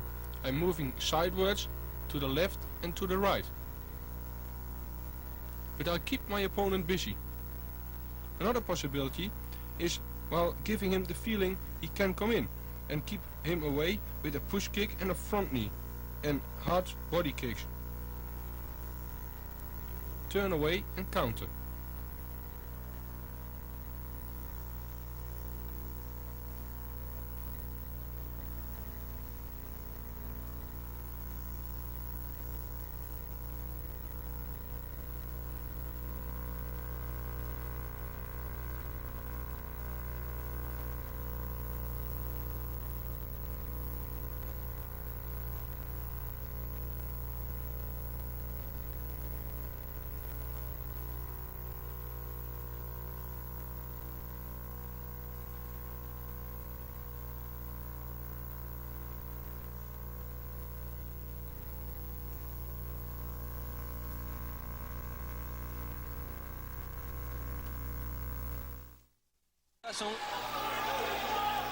Il va se précipiter sur Kaman pour essayer de conclure.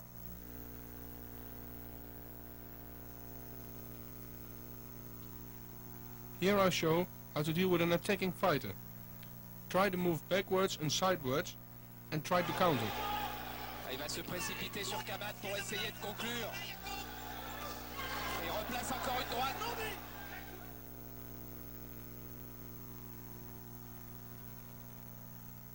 You can see I turn away while he wants to put me in the ropes. Le paquet comme on dit. Et il a raison.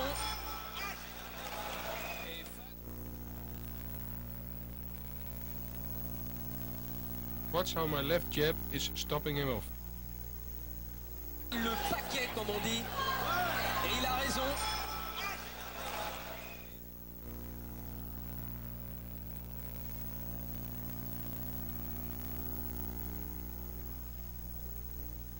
Avec les pieds tellement les deux boxeurs veulent faire la décision. quasiment sur un coup. Superbe droite plongeante. By moving backwards and keeping my balance in the center, I give a good counterpunch with my right hand. Décision quasiment sur un coup. Superbe droite plongeante. He's not only a boxing type of fighter, he can take a punch too.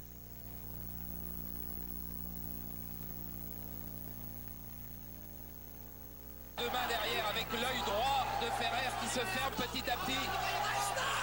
Et toute la chance de Kaman maintenant réside dans son travail de jambes, avec une garde bien fermée, hermétique.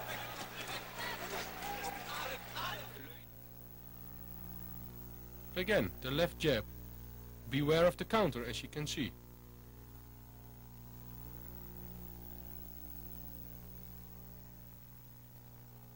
And a push kick when he's moving forward, to keep the right distance.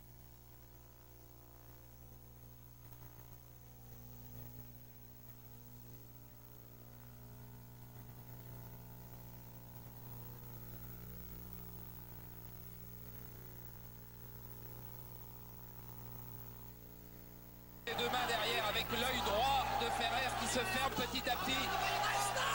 Et toute la chance de Kaman maintenant réside dans son travail de jambes, avec une garde bien fermée, hermétique.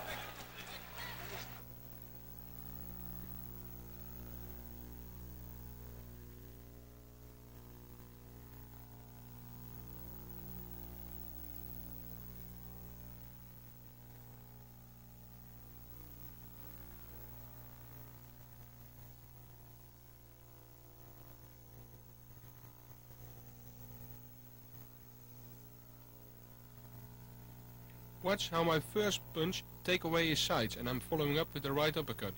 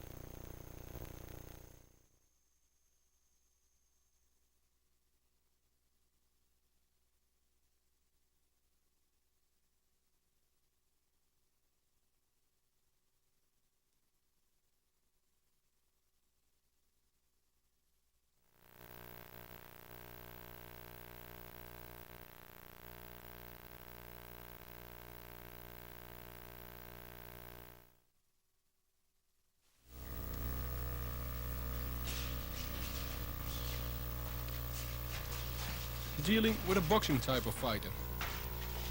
When I deal with a boxing type of fighter, I try to do like I show here with my partner.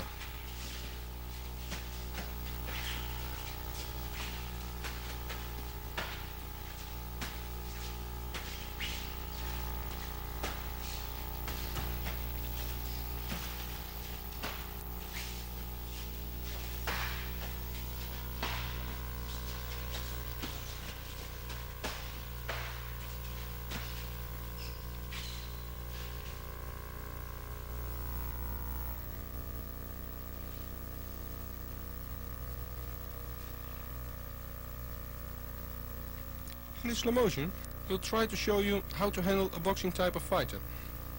A puncher needs to come close and needs a good balance, so I keep him busy with flurry punches, and when he comes in my reach, I grab him, turn him in the ropes and counter on his legs.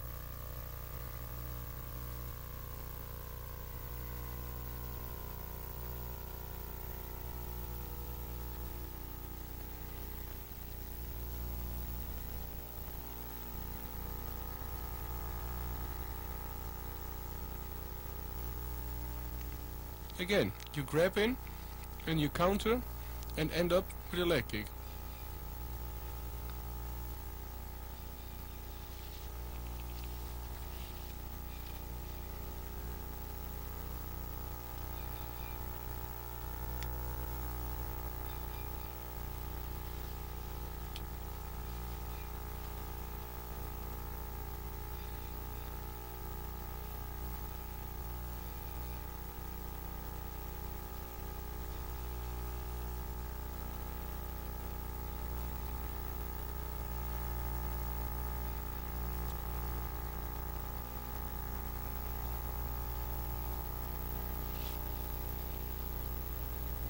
punches I make are not so hard, but he has to block them, and when he wants to punch, he's in my reach.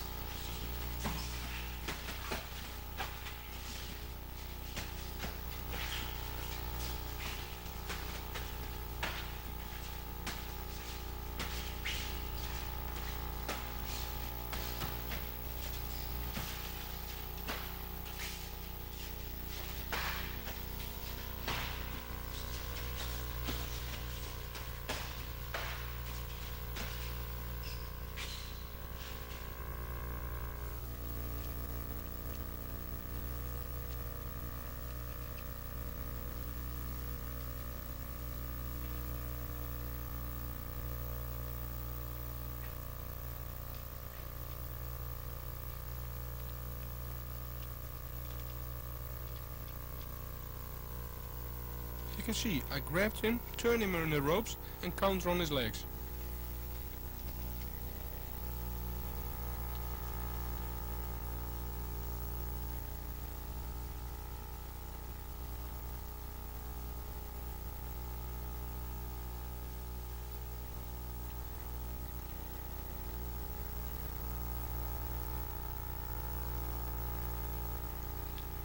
When he's in my range, I grab him good and turn him right away in the ropes.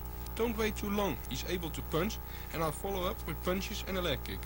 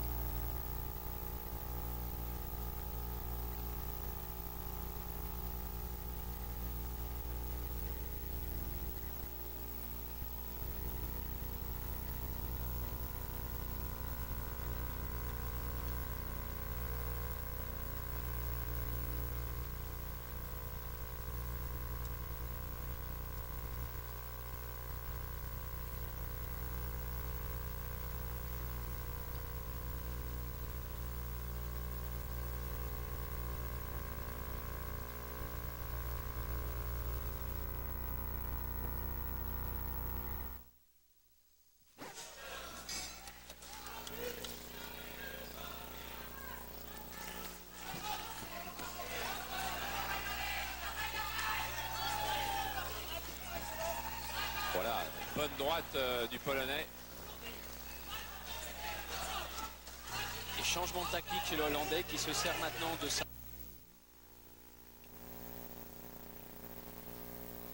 I'm showing you how to deal with a boxing fighter.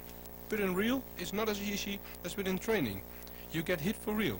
But still, you have to move and turn away and counter. That's what I try here to do.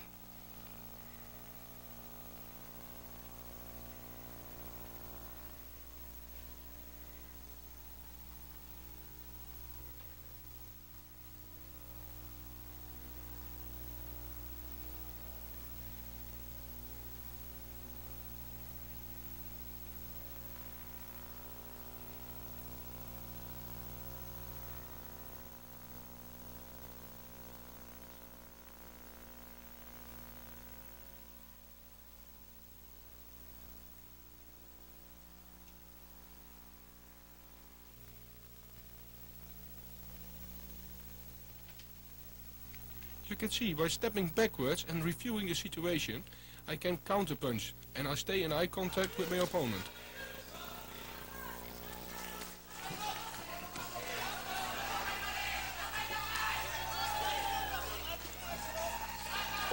Bonne droite du Polonais.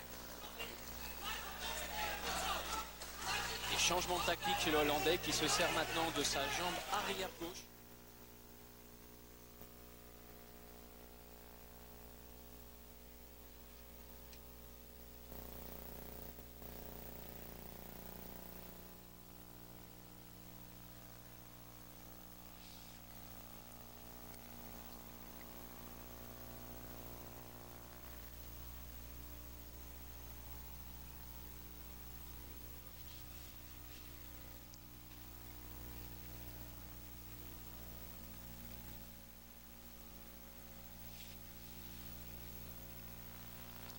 By way of pushing your opponent and stepping back in the basic position, you can review the situation. This is important with the boxing type of fighter.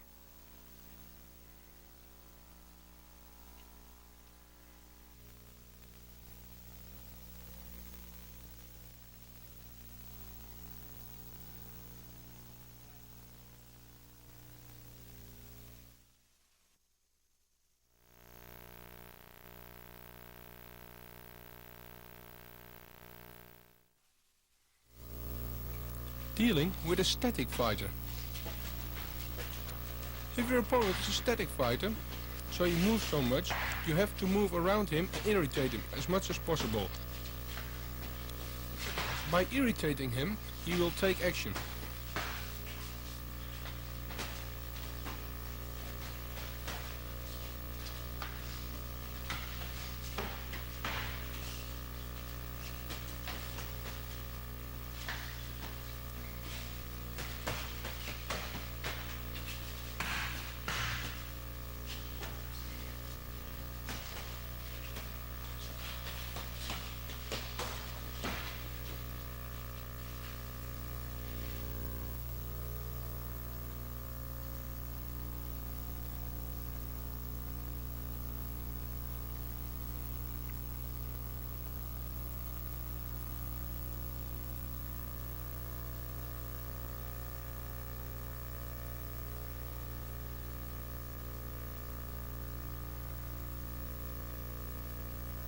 So I move around him and irritate him a lot with quick punches and kicks, inside leg kicks and jabs to the face, so he gets a little bit angry.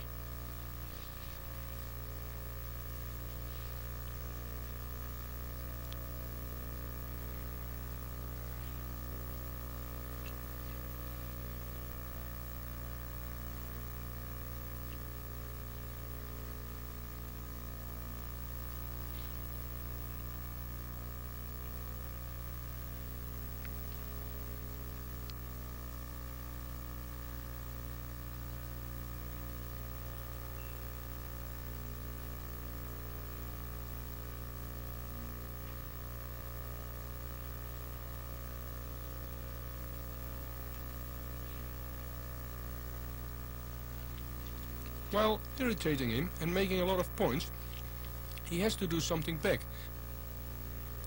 So be aware when he does.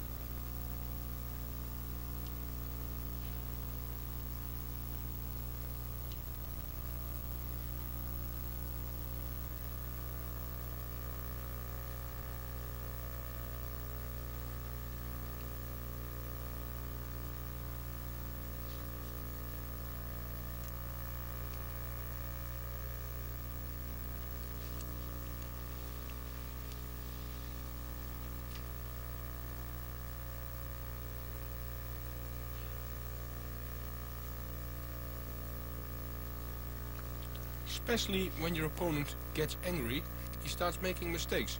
He don't think so good and makes mistakes. But be always aware for attacks. And if he attacks, you have to be sure your counters are hard and effective.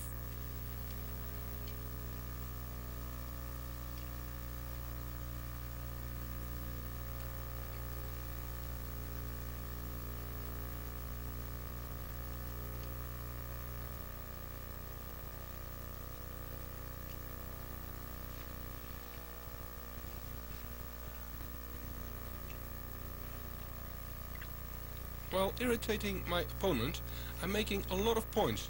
Of course, in a real fight, this will give me a good advantage in one round on points. So maybe in the later rounds he has to force the fight because he's behind on points.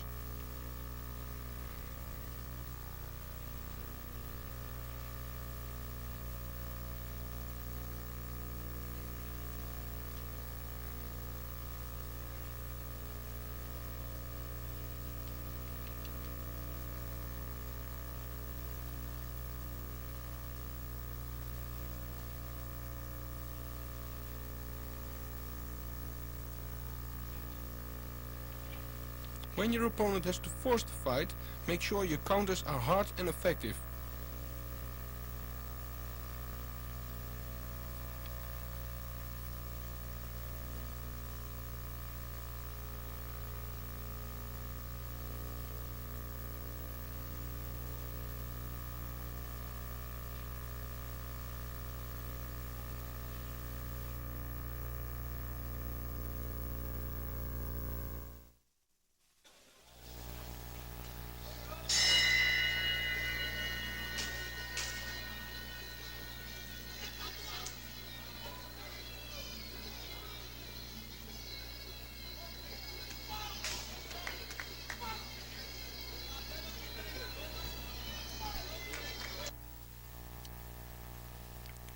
Here you can see how I deal with a static TIE fighter. I irritate him and wait for his attack.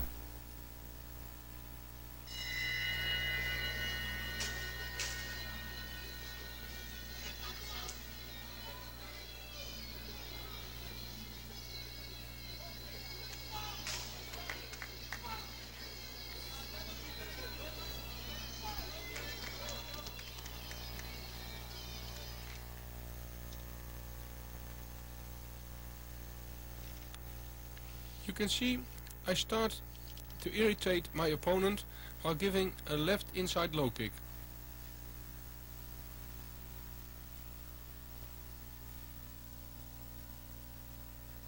I move around and I'll make him nervous. And I'm faking.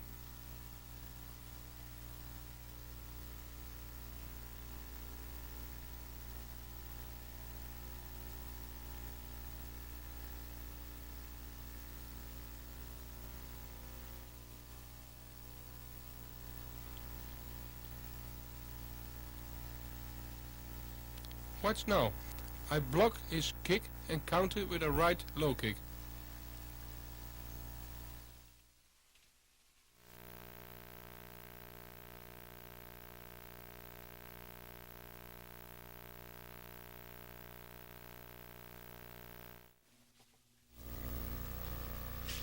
If you are a tall fighter, it's no use to be attacking all the time.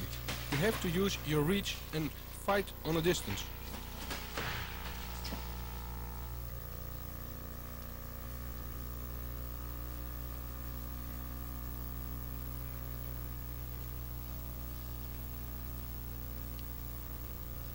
I keep my opponent on a distance, with front kicks, jabs, leg kicks and front knees, and move sideways. When he comes in my reach, I grab him and don't let him go anymore. This part I cannot show anymore, because there was a little accident. A left high kick to the head hits my partner.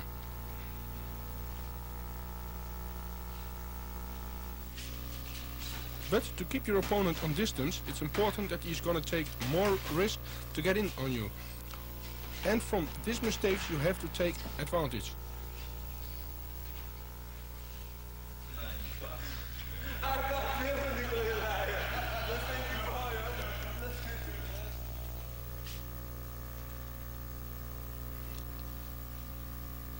The part, what I can't show you anymore, is that when my partner is in my reach, I grab him and hit him with knee and don't let him go.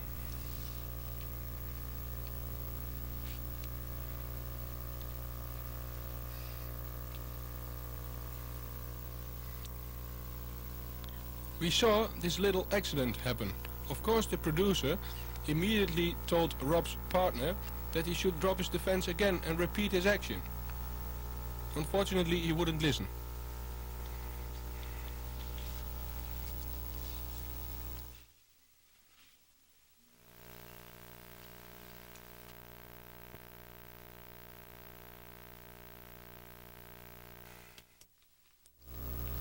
Here, I try to imitate a short fighter. A short fighter always have to move in and have to take risks.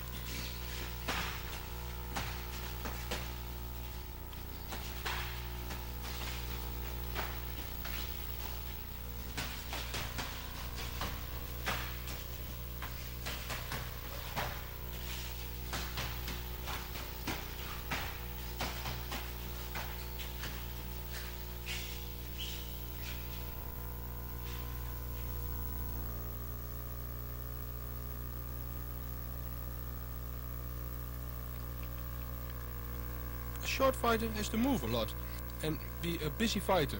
He has to make a lot of combinations with his hands and follow with leg kicks and body kicks.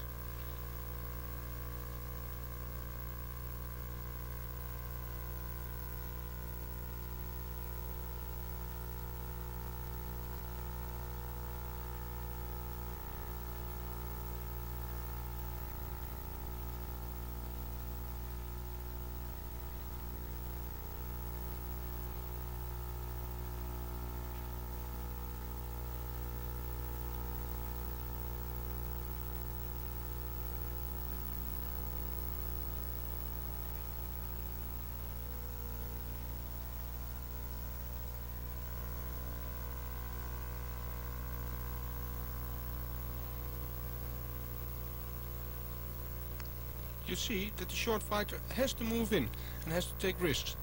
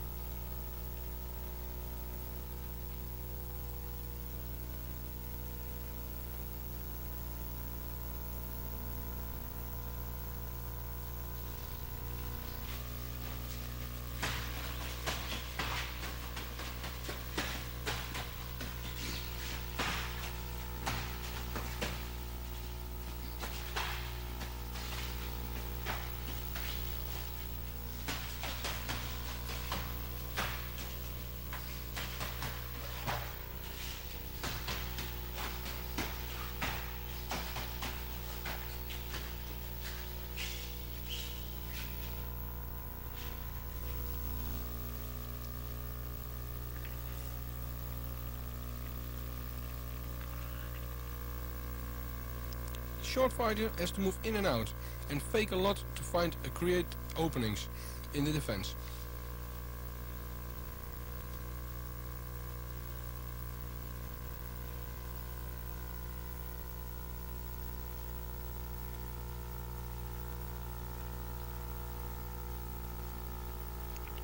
Also, backing up your opponent and put him in the ropes is important.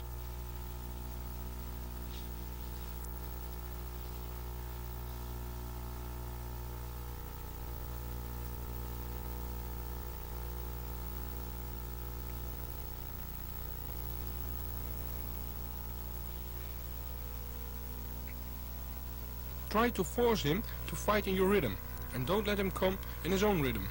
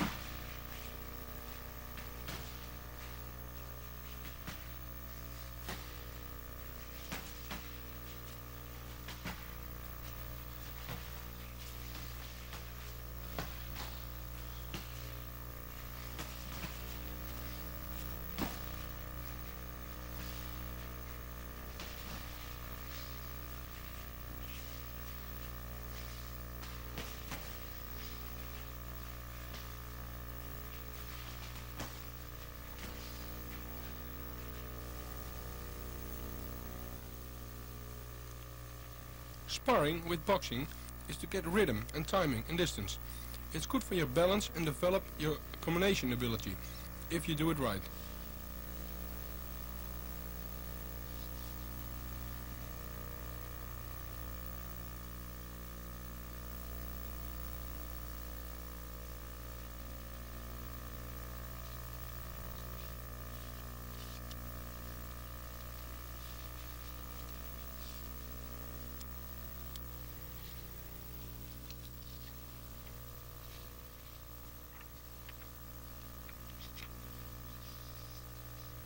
Sparring is not standing toe to toe, and try to hit each other as hard as you can.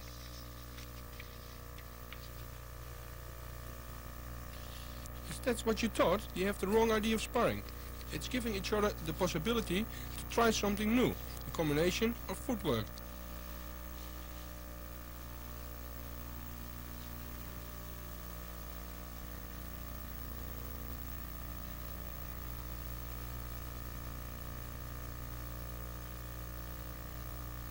So we're trying out evasion, combination, footwork, slips, but we do it relaxed.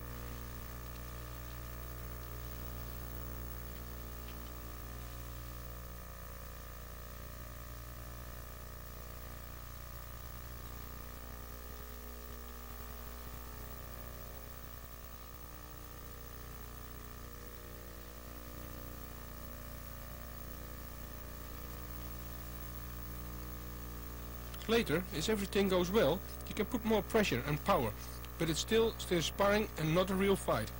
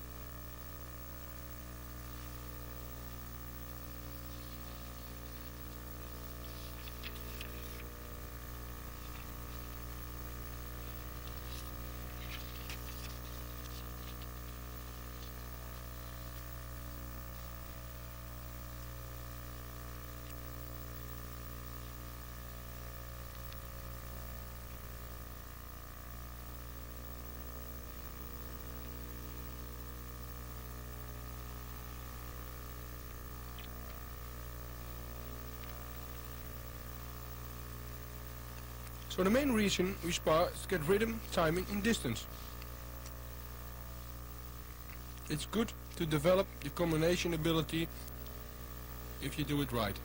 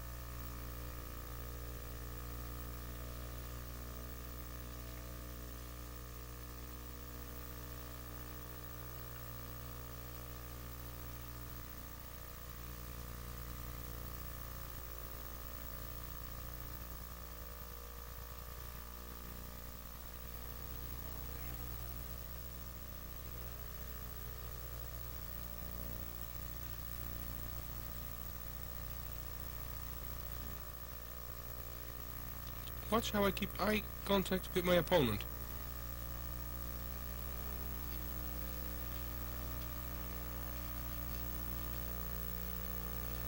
It'll help me and keep me in advantage by counter-punching.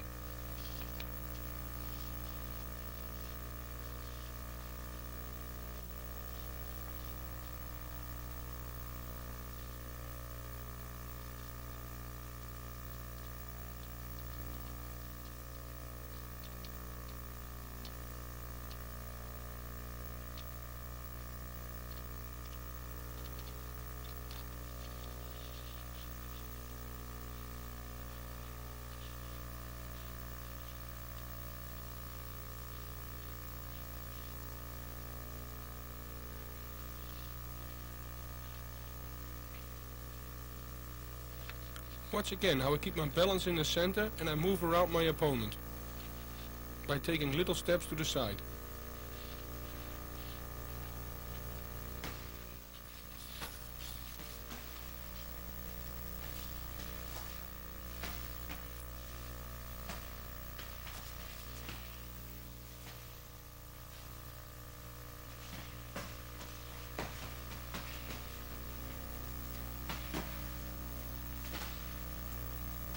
You can hear that the punches are relaxed. It's not a big bang. We just relax by sparring and we don't hit each other to hurt each other.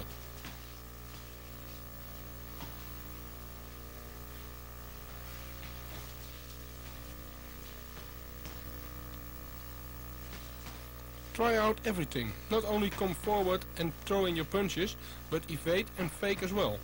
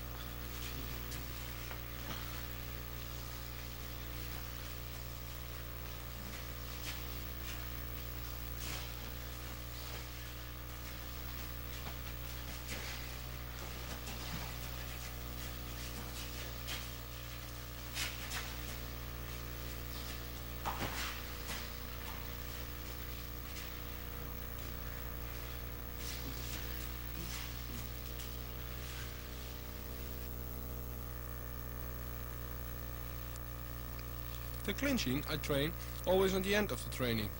I start with grabbing each other around the neck and try to get your arms to the inside and pull your opponent off balance with short pulls on his neck and steps sideways.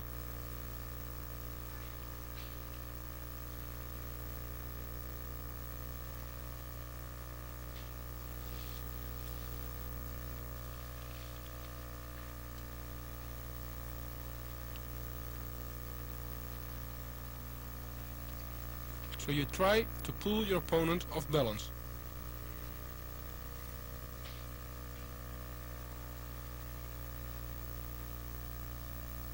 By giving short jerks, you will be off balance.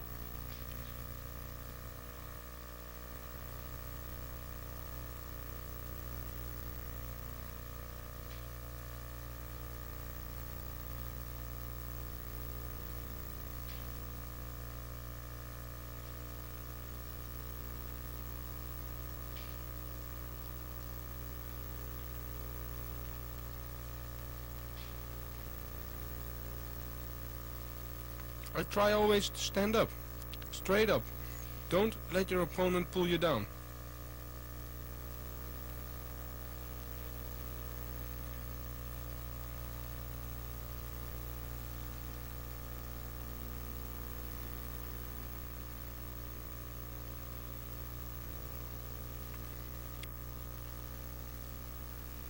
Don't use too much power during clinching. It's a lot of techniques. It's not only power. Use the power of your opponent at that point.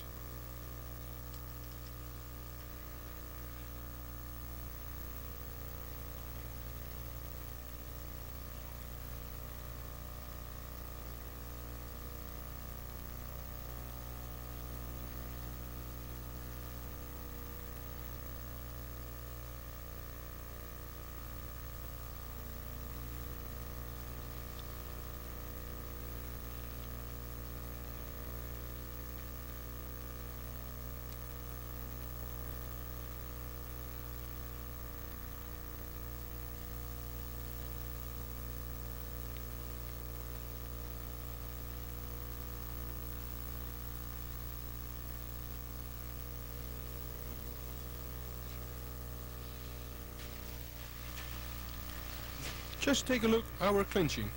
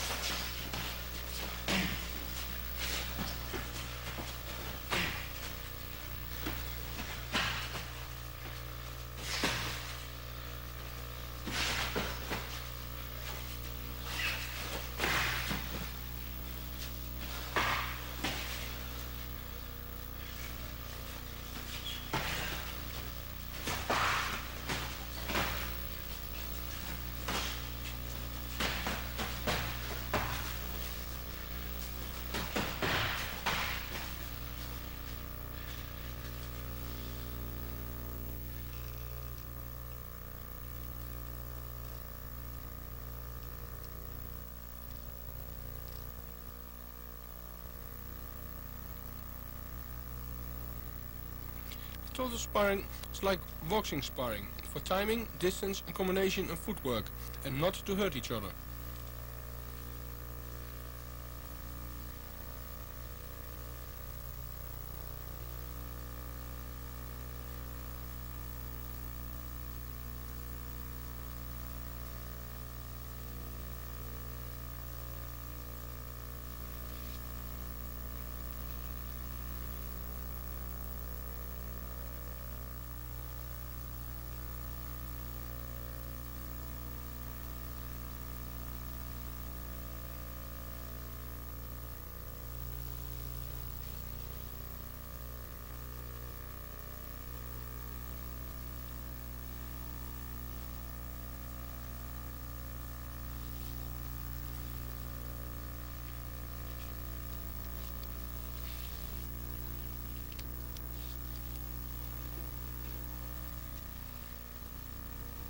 Move forwards and backwards and try to do everything what's possible.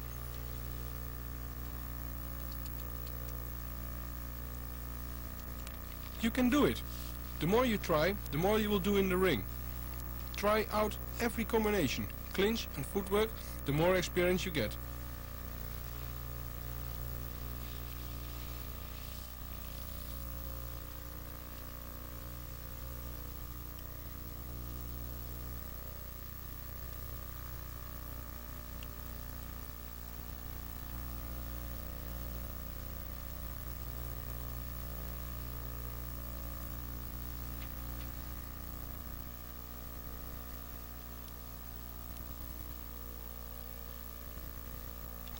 You'll start to recognize also more things from your opponent.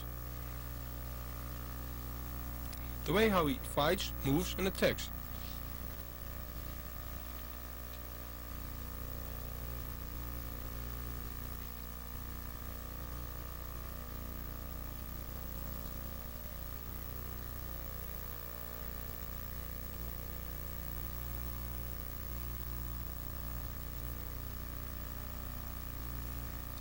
A good fighter can adapt to every fighting style, so try to fight like all fighters, long, tall, static and boxing type.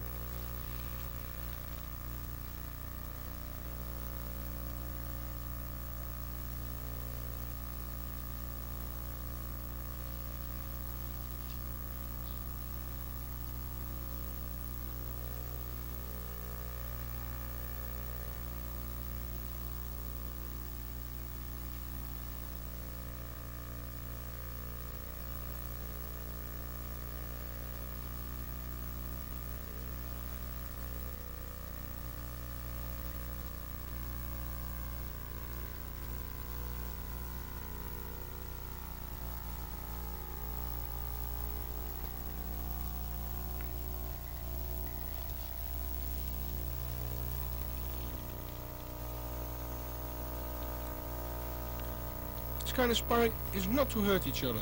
Again, it's for timing, distance, combination and footwork.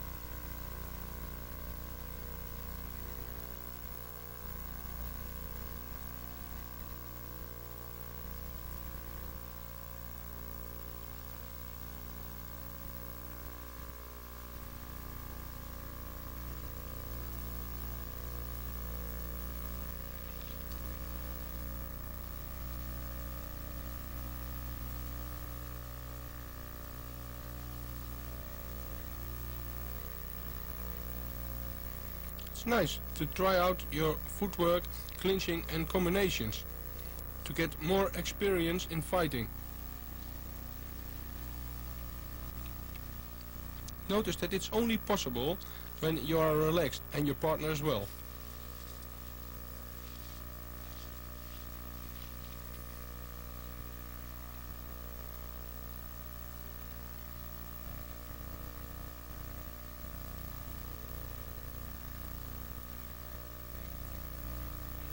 Again, notice that a good fighter can adapt to every fighting style, so try to fight like all fighters, long, tall, static or a boxing type. A good fighter is an all-round fighter.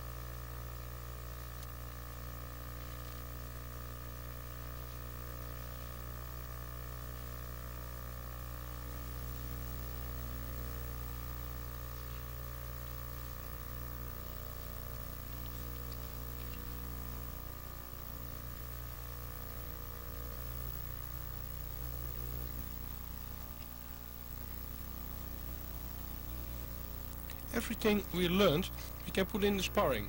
Redirect, fake, takeovers, clinching, whatever we would like.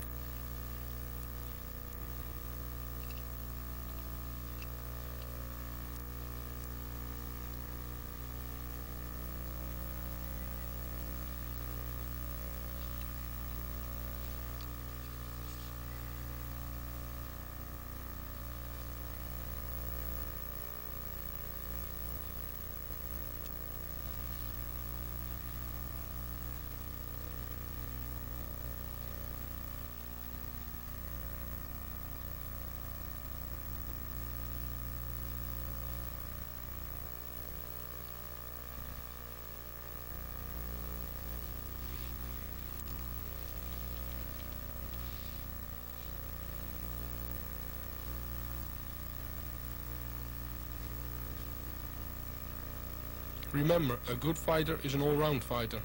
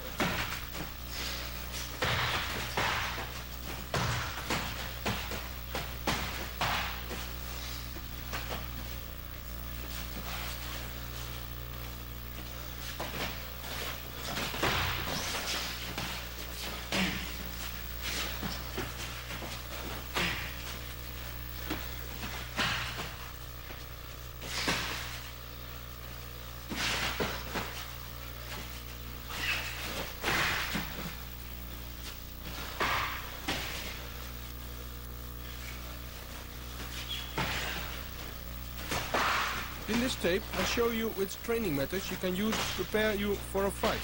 Try to pick out the things which you feel will work for you and your fighting career. Good luck and have fun.